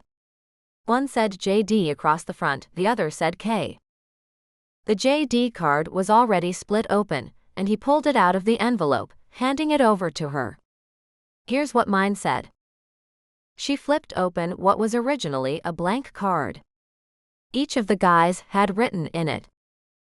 JD, just tell her how you feel. You'll feel better when you do, Alex. Yeah, we'll all feel better when you do, Craig. Hey moron, Andrew was her brother, TJ. JD raised his eyebrows as he watched her read it. I haven't read yours, but I wanted you to have an idea what might be in it. He handed her the unopened envelope and waited while she ripped into it. It was from only one person, and it made her heart slow. You should see the way he looks at you when you aren't watching. It had to be Bridget. None of the guys had that script. Just that one line. She showed him the card. JD simply nodded. That's true. Kelsey flipped the cards into a corner, not watching where they landed. Then she grabbed the box of condoms out of his hand. "You don't need those. I'm on the pill." At his grin, she tossed the box of condoms out of the way. She decided she hadn't heard a peep out of Andy, and they'd waited long enough. She tugged at his jeans and his hands covered hers, but he wasn't helping her. In fact, he was stopping her. Confused, Kelsey met his gaze. JD reached behind her and locked the door, then lifted his hands to frame her face. "I messed this up last time." "Not again." Her hands found his lean arms and held on. The rest of her reveled in the feel of his calloused fingertips against her smooth skin. "Kelsey Conklin, I love you. I am crazy in love with you. This is not casual in the slightest way. And don't you dare leave this bed without notifying me first." She would have laughed at that last line, but his mouth closed over hers. He had kissed her into such a frenzy for him that a minute later, when he broke the contact to pull her gown over her head, she was crazy without him for even those few seconds. He just looked at her for a minute, standing naked before him, wearing only the locket he had given her for Christmas. She found her voice. "I love you, JD." He let her help him slip out of the jeans he was still in, then he laid her backwards onto the comforter and drove into her. She screamed out his name. Chapter 39. JD cringed when Kelsey punched him in the arm. "What? Don't you dare apologize for that." It was too fast. Kelsey heaved a sigh at him. He reminded himself that he was okay. He was naked. She was naked. It was pitch black beyond the window, and she was still here. She pinned him in her sights. "Was I wet?" God, she made him boil. "Yes." "Did I come?" Forget boiling, he went up in flames. It was all he could do to push that one small word out. He was already reaching for her. "Yes." But she pushed his hands away. He blinked and started to get worried. But he only managed to get started. She rolled over him and pinned his hands down. "Was it bad for you?" How could she think that? "Oh God, Kels, I've never had anything like you." The words gushed out of him in a river of want. "Then you will do it again, and you may take as much time as you want, but afterward you will just say how wonderful it was." She started kissing him, even as he was laughing. "You think you can boss me around just because you're older than me?" Immediately Kelsey sat back on her heels, bothered. Just bothered, not hot and bothered like he wanted her to be. "Is it a problem that I'm older than you?" He pushed her hair back away from her beautiful, worried face. He shook his head, "No. It doesn't bother me that you're smarter than me, either. Does it bother you that I'm bigger? Stronger? Right now, I'm wealthier." She stretched out beside him, naked and warm, and kissed his shoulder. "I like that you're bigger than me, and stronger." She shrugged, sending a shiver of friction all along the side of his body, and lighting his fire a little brighter, if that was possible. "Wealthier comes and goes. I think it's sexy that you're older. Do I act too immature for you?" She made a face and turned away. "I'm going to admit that I kept expecting you to. But you never did." He smiled at her, reached for her, but she wasn't finished. "I underestimated you, and I'm sorry. I've known a lot of men who thought they deserved the title simply because of their gender and some age they'd reached. But you earn it, every day." How she had the power to undo him like that was beyond him. She thought too much of him, but the last thing he ever wanted to do was lose that. He pulled her close, maybe so she couldn't see how much she'd shaken him. He wanted to find comfort in her. But he was ready for more too, and he wanted her. He grinned into her hair, content even as he burned that she wanted him too. He'd implode if he waited in this vacuum, where she thought so highly of him. His fingers found his way into her hair, and he exposed one delicious ear. He whispered, Aren't women supposed to be hitting their sexual peak at 35? She pretended to be offended, her mouth hanging open. Is that what this is about? You know, you are way past your sexual prime, old man. She rolled away, playing with him. I'll just have to find some 17-year-old who can keep up with me. Because it was simply a joke, JD wasn't prepared for the jolt of deep jealousy that speared him in the gut. He grabbed her before she even made it to the edge of the bed, and kissed them both senseless. I'll keep up. He was hard as a rock again, and certain that with her around, he was about to re-enter his late teens. When she looked up at him, breathless, he found a few words. No one else, only me. Ever. He proceeded to show her why. There was light, too much of it. And a pounding in his head. But as tired as he was, JD was enjoying the feeling of being sated and content for the first time in what felt like forever. The pounding continued, and it wasn't in his head, it was on the bedroom door. He rolled to see how Kelsey was managing to sleep through this, since she hadn't moved at all, and he discovered that she wasn't there. JD bolted from the bed, hollered at whoever was at the door to wait a minute, and slid into clean underwear and jeans. He was zipping them as he reached for the handle, and just put together when he pulled back the noisy door to see his daughter standing there asking if she could go swimming. Jesus, swimming was so far out of his scope right now. Baby, we'll decide later, in a little bit. Where's Kelsey? I'm right here. The words were muffled, but it was her voice coming from the open bathroom door. JD stood there and offered her the courtesy of letting her finish brushing her teeth. His heart slowed its racing as he saw the smile in her eyes. But then he gave her the what for. Which part of "you don't dare leave this bed without notifying me" did you have trouble with? You look so sweet and yummy, all worn out, so I decided to let you sleep in. He shook his head at her, monitoring what he said, because 3 small pairs of eyes and ears were on the 2 of them. And I woke up, alone in my bed again. Did you have a slumber party too? Allie's eyes lit up. God bless her for giving him something he could work with. He got down to Allie's level. Yes, we did. He couldn't help the way his eyes lit at the thought, or that they automatically went to Kelsey, who was chewing her lip and making him think things that shouldn't be in his brain with children in the room. Daniel said he was hungry then, and JD ushered them all off to the living room. Daniel, why don't you find a cartoon to watch and Kelsey and I will decide what we're doing today? The kids shuffled off, and JD waited for a moment until he heard the voices coming from the screen. Kelsey must have been waiting for it too, because she chose that moment to launch herself into his arms and kiss him senseless. She tasted of mint and rightness. He pressed her against the wall in the bathroom, while the kids watched TV just out of sight. No, she wouldn't have to worry about him keeping up with her. He would more likely have to worry about being presentable in public. Knowing it wasn't the right time for this, he pried himself away from her and started talking anyway. I had this idea for what to do our last day out.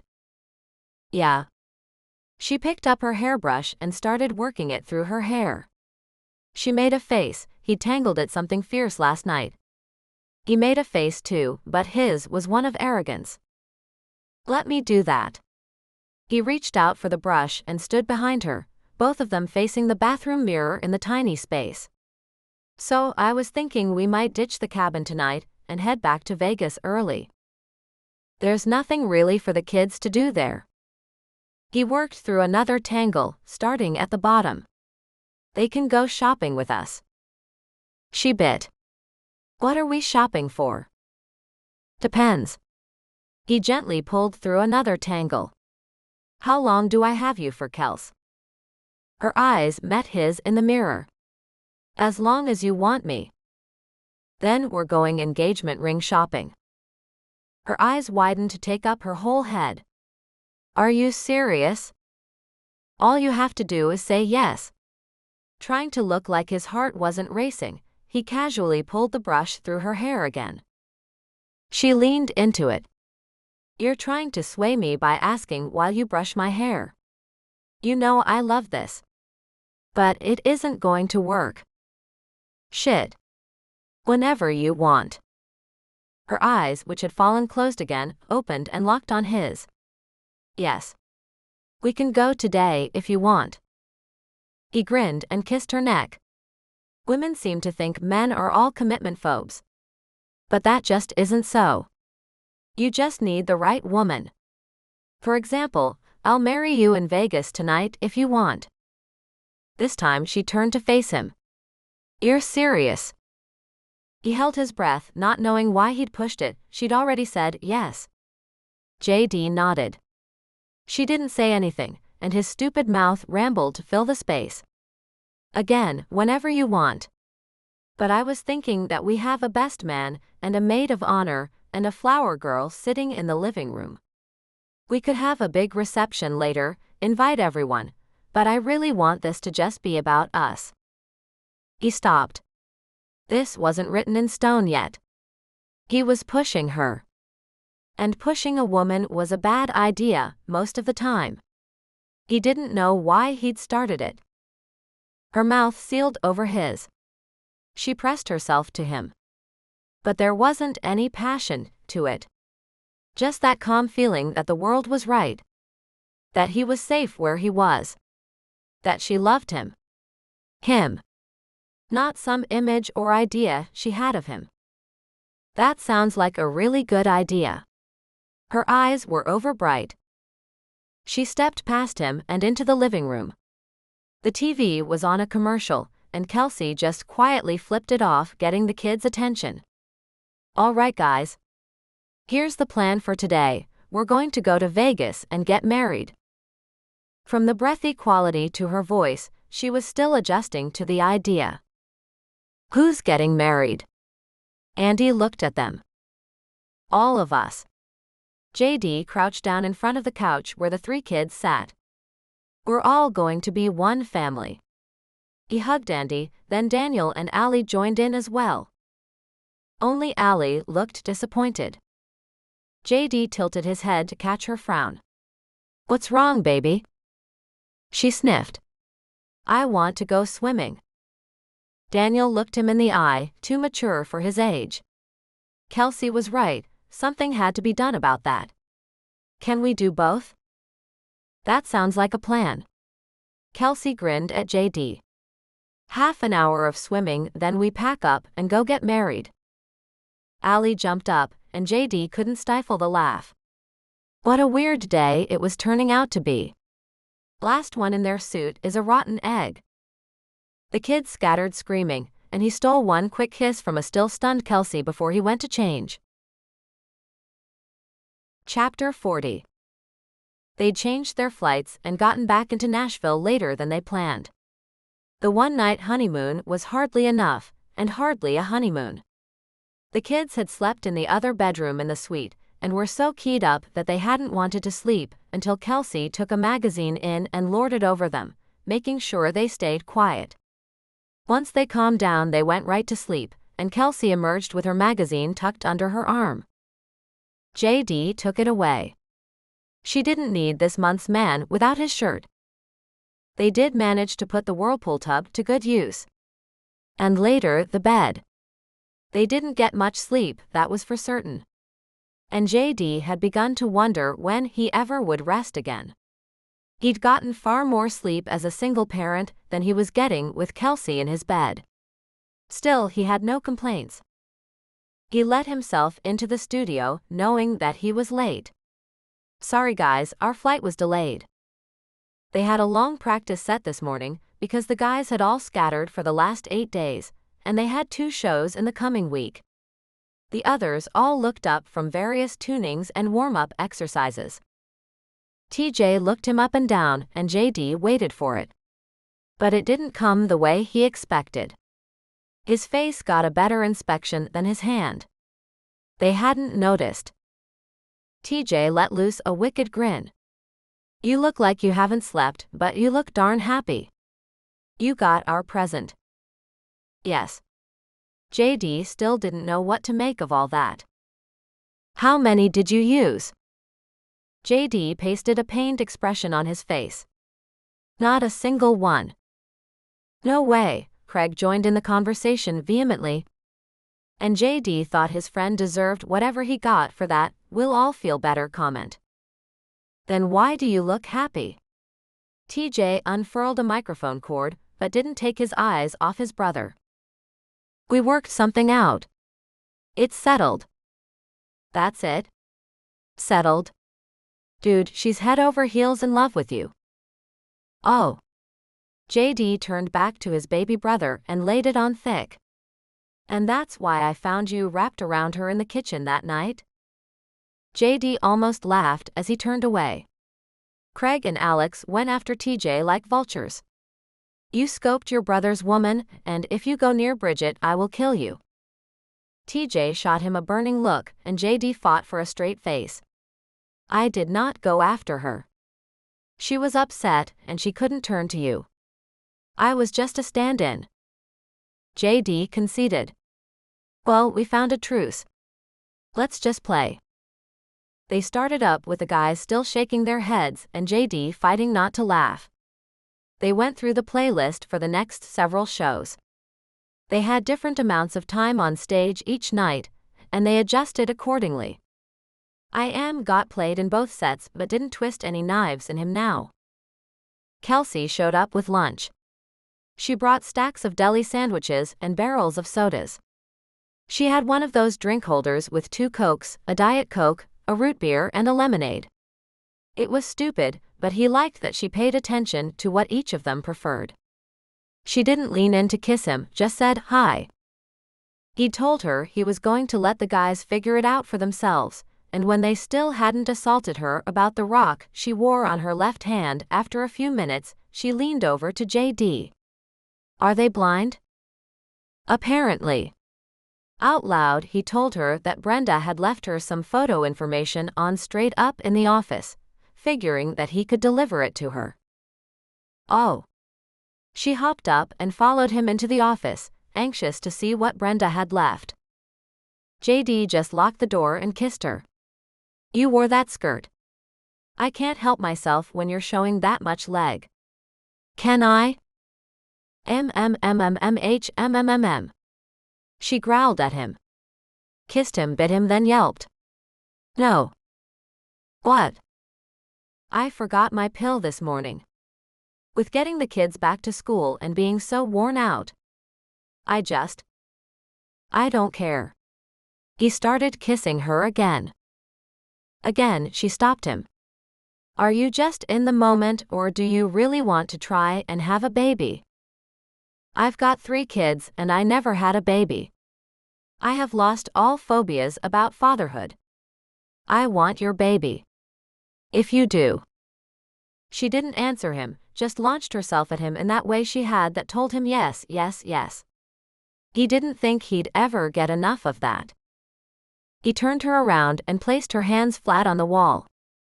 He used that short skirt to his advantage and made her bite her lip to keep from screaming out. When they finished, he stood over her breathing heavily, never having thought that the possibility of getting her pregnant would be such an aphrodisiac. His hands covered hers, and for a moment he just liked the look of those 2 solid gold bands side by side, hers stacked with the rock he had spent too much money on. He still didn't care about that though. He helped her put herself back together, and enjoyed the half-shy, half-sly smile on her face. And he caught her looking at her ring again. Yeah, I like mine too. Most men think it's a shackle. Nah. He kissed her ear as he said it. I like that when I wake up and you're not there, or when I'm here, and I think it all isn't quite real yet, I can see I didn't hallucinate the whole thing. You shouldn't have left me on that bus. You gave me a complex. She wrinkled her nose at him. Yeah, I'm sorry about that. It's my fault. I could have made it all go differently. Her head tilted, shy and sweet, she was hardly the vixen of a few moments ago. I married you because it all went wrong. You're going to have to explain that one. As bad as it was, you didn't walk away. You never let me down, no matter how hurt either of us was. You could have easily disappeared and never spoken to me again. But you picked up the phone and called me, and kept coming back and working to fix it. As usual, she gave him too much credit. TJ shoved the phone in my face and made me call you. Every day. The first two. She nodded. Yeah, TJ wasn't there for most of it. It was you. JD breathed her in and kissed her hair. I love you. But we'd better get out there before we get missed. He pulled the photos off the desk and put them in her hands before she left empty-handed. TJ looked up the second the door was opened. You two were gone quite a little while there, and she's got a serious flush going. I figured it out. Kelsey blushed an even deeper shade at TJ's proclamation, but JD wanted to hear this. So. TJ looked proud. You didn't like the brand or something and bought your own. That's how you didn't use any. Because you sure look like you fixed your problems the good way. Alex looked at JD but spoke to his brother. TJ, you've missed the most important thing. Look at her hand. You're engaged. TJ shrieked that. And gave JD the ultimate joy of saying, nope, wrong again. But she's wearing that rock. JD waited, but none of them got it. Finally, it was Kelsey who heaved a sigh and solved all the puzzled looks. She held up his hand and showed off his wedding band. Epilogue. Christmas. Kelsey covered her eyes like JD had told her. She was surprised when he slipped her jacket around her shoulders. It was still too big, but not for long. She was getting bigger every day. They had all gotten dressed to see her new present, and she had no idea what it was. All she knew now was that it was outside. There was a chattering in a little row behind her. What is it, Daddy? Allie had started calling him Daddy, even while she'd hopped down the hallways in Vegas, skipping and telling everyone that she'd just gotten married. Everyone had smiled at the little girl because she'd been trailing JD in his tux, carrying Kelsey in her white gown. Daniel still said JD when he addressed his stepfather. But he more than accepted JD as his father. Even now he was getting a little pushy. What is it? Why didn't you tell me? You know I can keep a secret. So can I, JD told her son behind her back. She still had her eyes closed, and the kids insisted that she actually cover them. JD took her arm and led her outside, the cold turning her cheeks a sharp red, she was sure. That was one of those side effects of the pregnancy. But he was a good husband, and told her he thought it was cute. He whispered in her ear, in a little while it's not going to fit, but after the baby it will. That made her think it was clothes, but she couldn't fathom why he'd bring her outside to give her clothes. She heard little shoes on the porch steps behind her, and thought of one more set of little feet running around. For a moment she breathed in the harshly cold air and was content. She wasn't scared. She hadn't felt alone in what felt like forever. Her photography business was doing better and better. She still had all 3 kids to herself when Wilder went out on tour. But those tours were paying all the bills, and there was nothing like hearing them on the radio. Brenda had released I Am just prior to Christmas, thinking that women would want it, and men would want to give it. Kelsey knew it was hers. She didn't care if she ever opened her eyes, it was all good already. But the kids were getting fussy and JD was shushing them, and it was cold. Can I look? Go ahead, baby. She blinked in the bright light, not believing that the antique Mustang convertible was sitting in the driveway. She blinked again, taking in the fresh teal paint job that had been buffed to a waxy shine. JD was nervous. He started talking a mile a minute. I got this bonus when the album went platinum, and I didn't tell you. I just knew what I wanted to spend it on. And it was finally ready last week, so it was perfect. I had it delivered last night. She put her hand on his arm and smiled at him, knowing it would calm him down to know that she was okay with it. But still she blinked. I can't believe you remembered. I didn't know you were paying attention. He gave her a wicked grin that stopped her breath. Baby, I was always paying attention. Thank you for listening. This has been our song by Savannah Cade. Published by Griffin Inc.